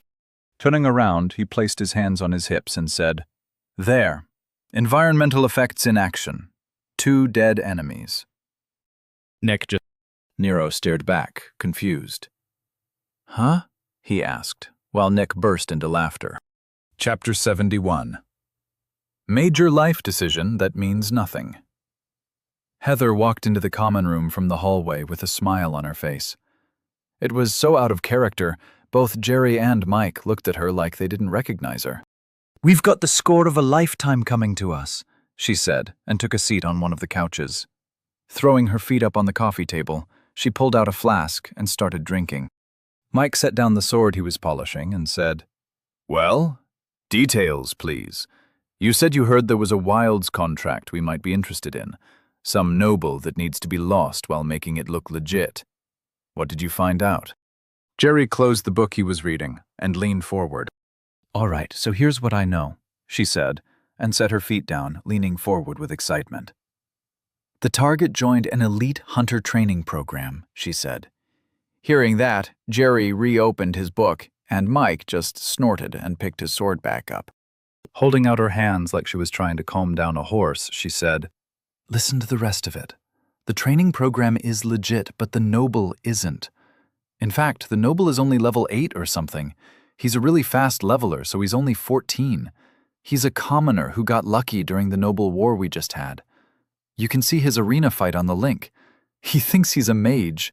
She laughed as she saw Mike and Jerry start paying attention again. She said, "It gets better. I heard that the only reason he's in the training program is because he realized he has no idea how to fight. Lord Cosgrove agreed to let him attend, but demanded that he adhere to the training program if he wants to learn how to fight. My friend knows one of the guards at the training facility, and he found out the best part." Mike and Jerry were leaning forward again. They were hanging on Heather's every word. After taking a sip from her flask, she said, "The kid's only got 2 minders. One of them is his bodyguard. Get this, she's a den mother from the center dorm he was staying at. The other is his advisor. The guy is some second son of a noble trying to start his own house. My friend said the guy works in research or something." She started laughing again. Both Mike and Jerry shared a look, along with some smiles. Trying to stop her laughter, she said, "I'm sorry, it's just too much. If all of that isn't enough, listen to what I just heard. A bunch of the nobles were worried about the kid out in the wilds with just some soldiers who wouldn't give a shit about him. So they placed a bunch of guards into his training program. The kid thought they were all spies, and he demanded that they be replaced with real soldiers. He actually asked to be left alone. The schedule has them out in the wilds after only a week of training. In 10 days, they'll be outside the walls." Mike and Jerry were stunned. Mike tried to wrangle his enthusiasm. This was too good to be true. "How sure are you about this? This seems way too easy for the payout." Heather's face turned serious, and she said, "We're getting 1,000,000 common valens to make sure that little shit doesn't return from the wilds. If you don't want in, I'll do it myself. This is too good to pass up. People are only nervous because he's a new noble. But out in the wilds, he's only a 14-year-old kid with his center-appointed guardians. Put on your big boy pants, and let's get this done." Jerry said, "I'm in. Even if Mike passes, this is too good to pass up. As long as we get their route through the wilds, a few illusions is all it will take." Mike nodded and made a decision. "All right, let's take 2 days to get our gear together. Then I want to be in the wilds waiting for them. Thanks for this, Heather. We owe you one." Heather's smile was wide and happy as she said, "Feel free to increase my share." Nero trudged toward the dining hall alone. Nick had been nice enough to give him some space. The reprieve from the old man's jokes was more than welcome. Nero wasn't in the mood to hear any more jabs at his misplaced pride. Since there weren't any other recruits anymore, Nero didn't have to wait in line. After getting his meal, he saw that the only people at the tables were Rose and Kathleen. Nero walked over and listened to their conversation. Part of him was happy that they were getting along. A very small part. Taking his seat, Nero poured himself some water from one of the table's pitchers. Kathleen looked at Nero and asked, "What's wrong with you? Had some trouble at the combat casting class?" Nero shot her a dirty look and said, "It seems I was misunderstanding some things. I wasn't aware that the only reason I'm still alive is because of 2 separate technicalities. I've had 2 wins, and both of them deserve an asterisk." Nero stabbed his steak with his fork like he was making sure it was dead. Rose chuckled, but didn't say anything. However, Kathleen pressed on the wound and asked, "What does that mean? What happened specifically?" Nero chewed on his steak and sighed. Swallowing, he took a drink of water and said, "When I fought those mercenaries, I thought I made a bomb out of essence. It turns out that I did, but the bomb didn't really kill them. It just forced a shockwave into the air. It was the air that killed them. Then with the assassin, the only reason my laser idea worked was because he was so low-leveled. Anyone over level 15 wouldn't even notice the spell I cast. So anyone with a decent leveling speed could be immune to that spell by the age of 20. Rose spoke up. "Hey, I'm 18 and only level 9, and my leveling speed is just fine." Realizing that she just shouted at Nero, she paled. Her reaction was just what Nero needed. Cracking a smile, Nero couldn't contain it. He burst into laughter. Rose didn't understand and thought she was in some serious trouble. Her eyes started looking for exits. Nero forced himself to stop laughing and said, "It's fine. Don't worry about it. Like Nick said, speak your mind. I'm not some stuck-up noble with his privilege surgically implanted up his ass. And I'm sorry. You're absolutely right. I don't understand the leveling system at all. So just ignore me." Kathleen was eating with a smile on her face, enjoying the happy dynamic. Nick appeared and took his seat. "Hey everyone, how was archery training? If your trainer was anything like ours, I bet you were just as impressed as we were. You know they got an actual war mage to train us? I think there are only like 10 in Dorchester at the moment. Hopefully we get our full complement before the beast wave hits. They could be the difference between holding the walls or abandoning the city," he said, while slicing up his steak and mashed potatoes. Nero said, "On that cheery note, let's hear about archery." Rose's mood was restored, and her smile brightened the dining hall. She said, "Our instructor, Sergeant Peyton, is an actual hunter. He's fought in the wilds for like 20 years or something. You wouldn't believe what he can do with an arrow. He emptied an entire quiver into a target 1,000 feet away, like it was no problem at all. His pillar is accuracy, so I guess it makes sense. But his speed was amazing. And he really pushed us, too. We had a medic come over to heal our hands. I don't know how many arrows I shot, but it was more than I could count. By the end of training, I was done. But don't you worry, I'll be back for more tomorrow." Her bubbly personality made everyone at the table smile.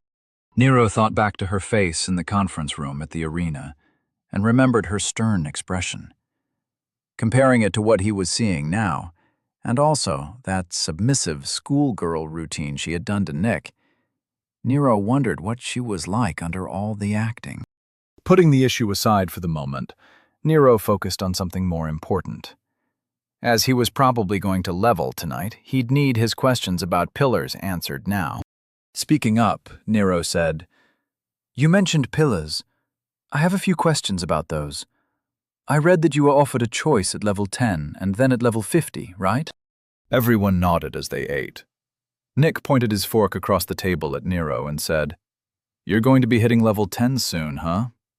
I guess you have some questions. This is a big moment for you, and you haven't had a lot of time to study the subject." Nero offered a blank look at Nick and said, "You're right. So maybe as my advisor you can stop restating the problem and start addressing it. What the hell am I going to have to deal with?" Rose and Kathleen chuckled. Nick just chewed on his steak and started talking while his mouth was full. "When you level to 10, Your mind will be pulled into your soul. You'll be presented with some options based on how you've lived your life. If you focused on paperwork, you'll get some options having to do with writing, or information, or something along those lines. Don't worry, you'll get around 10 options. Some people get more, some people get less. Either way, the pillar itself just represents an aspect of yourself that you are choosing to build your growth around, he said, then paused to take a drink of water. Kathleen picked up the slack and said, "My favorite analogy is that you are like a vine growing up around your pillar. As time goes on, you grow higher, but never stray from your pillar. As you grow to level 50, another pillar is added, and your foundation is strengthened. If you ever reach level 100, your pillars will form a pyramid, with you standing at the top, taking your place among the heavens." The image of a pyramid covered in fresh growth, with me at the top, staring at the sky, always appealed to me. Nero smiled. He liked that, too. He forced himself back into the conversation, as he didn't want to be distracted. "So, pillars are kind of limiting, then?" he asked. Nick shook his head. "Not really. They are essentially concepts. They can be applied in many ways. For example, the pillar I took at level 10 was insight. That could have sent me down many different paths. But I used my stars to increase my ability to parse data. My memory has been drastically increased, and I have an ability you've seen. Remember when I made the map of Dorchester? I was taking data that I had saved in my link and used my ability to create a model, which I projected as a hologram using magic. Neat, huh?" Nero nodded in thought. Before he could ask another questions, Rose asked, "So your pillar doesn't really have a lot of abilities? It's mostly focused on supplementing your mind?" Kathleen chimed in. "No pillar has more abilities than another. You just have to choose to put a star toward creating one. Then more stars to grow it into something useful. Some pillars are easier to apply to abilities, but no pillar is without the option for them. Think of Sergeant Peyton. Instead of focusing on his archery, he could have focused his accuracy pillar on spell work. Or he could have been a very accurate map maker." She then chuckled at her own pun as Nero winced. Nero said, "Okay, so pillars are super important, but it's more about how you see them that matters. You could get a space pillar and only be good at organizing closets if you spend your stars in order to excel at organization." Everyone laughed and Nick said, "You got it. Just choose what appeals to you. It's an important decision, but it's only one step on your path." The conversation continued until Captain Angelton appeared in the dining hall. His presence was immediately noticed, and their little group watched him approach. The captain looked around and seemed unhappy at all the empty seats. Standing at the head of their table, he said, "All right, so let me give you some updates. As you suspected, every recruit had an ulterior motive for joining this program. As per my orders, I offered them two choices: either be transferred to another elite training program, or quit and go back to whatever house ordered them to come here. I was surprised that 9 of them actually went back to their houses. Only 7 people had the strength of character to follow through with their training." Looking over at Nero, he continued, "The general was not happy about the way it worked out, but he told me to tell you, at least their cowardice gives me ammunition against the pansies in the mansions. Personally, I want to thank you. I was never comfortable with the situation. I'm looking forward to getting some real warriors around here. They'll be here in the morning. It shouldn't affect your training schedule." In a cold voice, Kathleen asked, "Real warriors, huh? I'm looking forward to seeing what you consider a warrior." To his credit, the captain realized his mistake instantly. Instead of apologizing, he just said, "Please, try not to be too hard on them. I don't want to keep bringing in new people. Losing 16 recruits on the first day of training is bad enough, even if there is an explanation in the file. It still looks bad." Chuckling, Nero asked, "So, what happens after dinner?" "I'm ready to get back to it. It's only 1930, plenty of time for some more pain." Missing the joke, the captain said, "You've got 1 hour of light running, followed by 2 hours of physical training. Then, typically, you have free time. Training fields will be available for you to choose where you spend your free time. However, I received a personal message from Archmage Jennings about you. He told me that you would probably be studying, and he advised me not to interfere with your plans. That was advice I planned to follow. But in the meantime, clean up and meet me outside. We've got work to do." Nero's group nodded and stood up in unison. After dropping off their dishes, they filed out to enjoy a light after-dinner run. For the next hour, Nero felt a slap on the back of his head every time Kathleen passed him. Unfortunately, it didn't help him run any faster.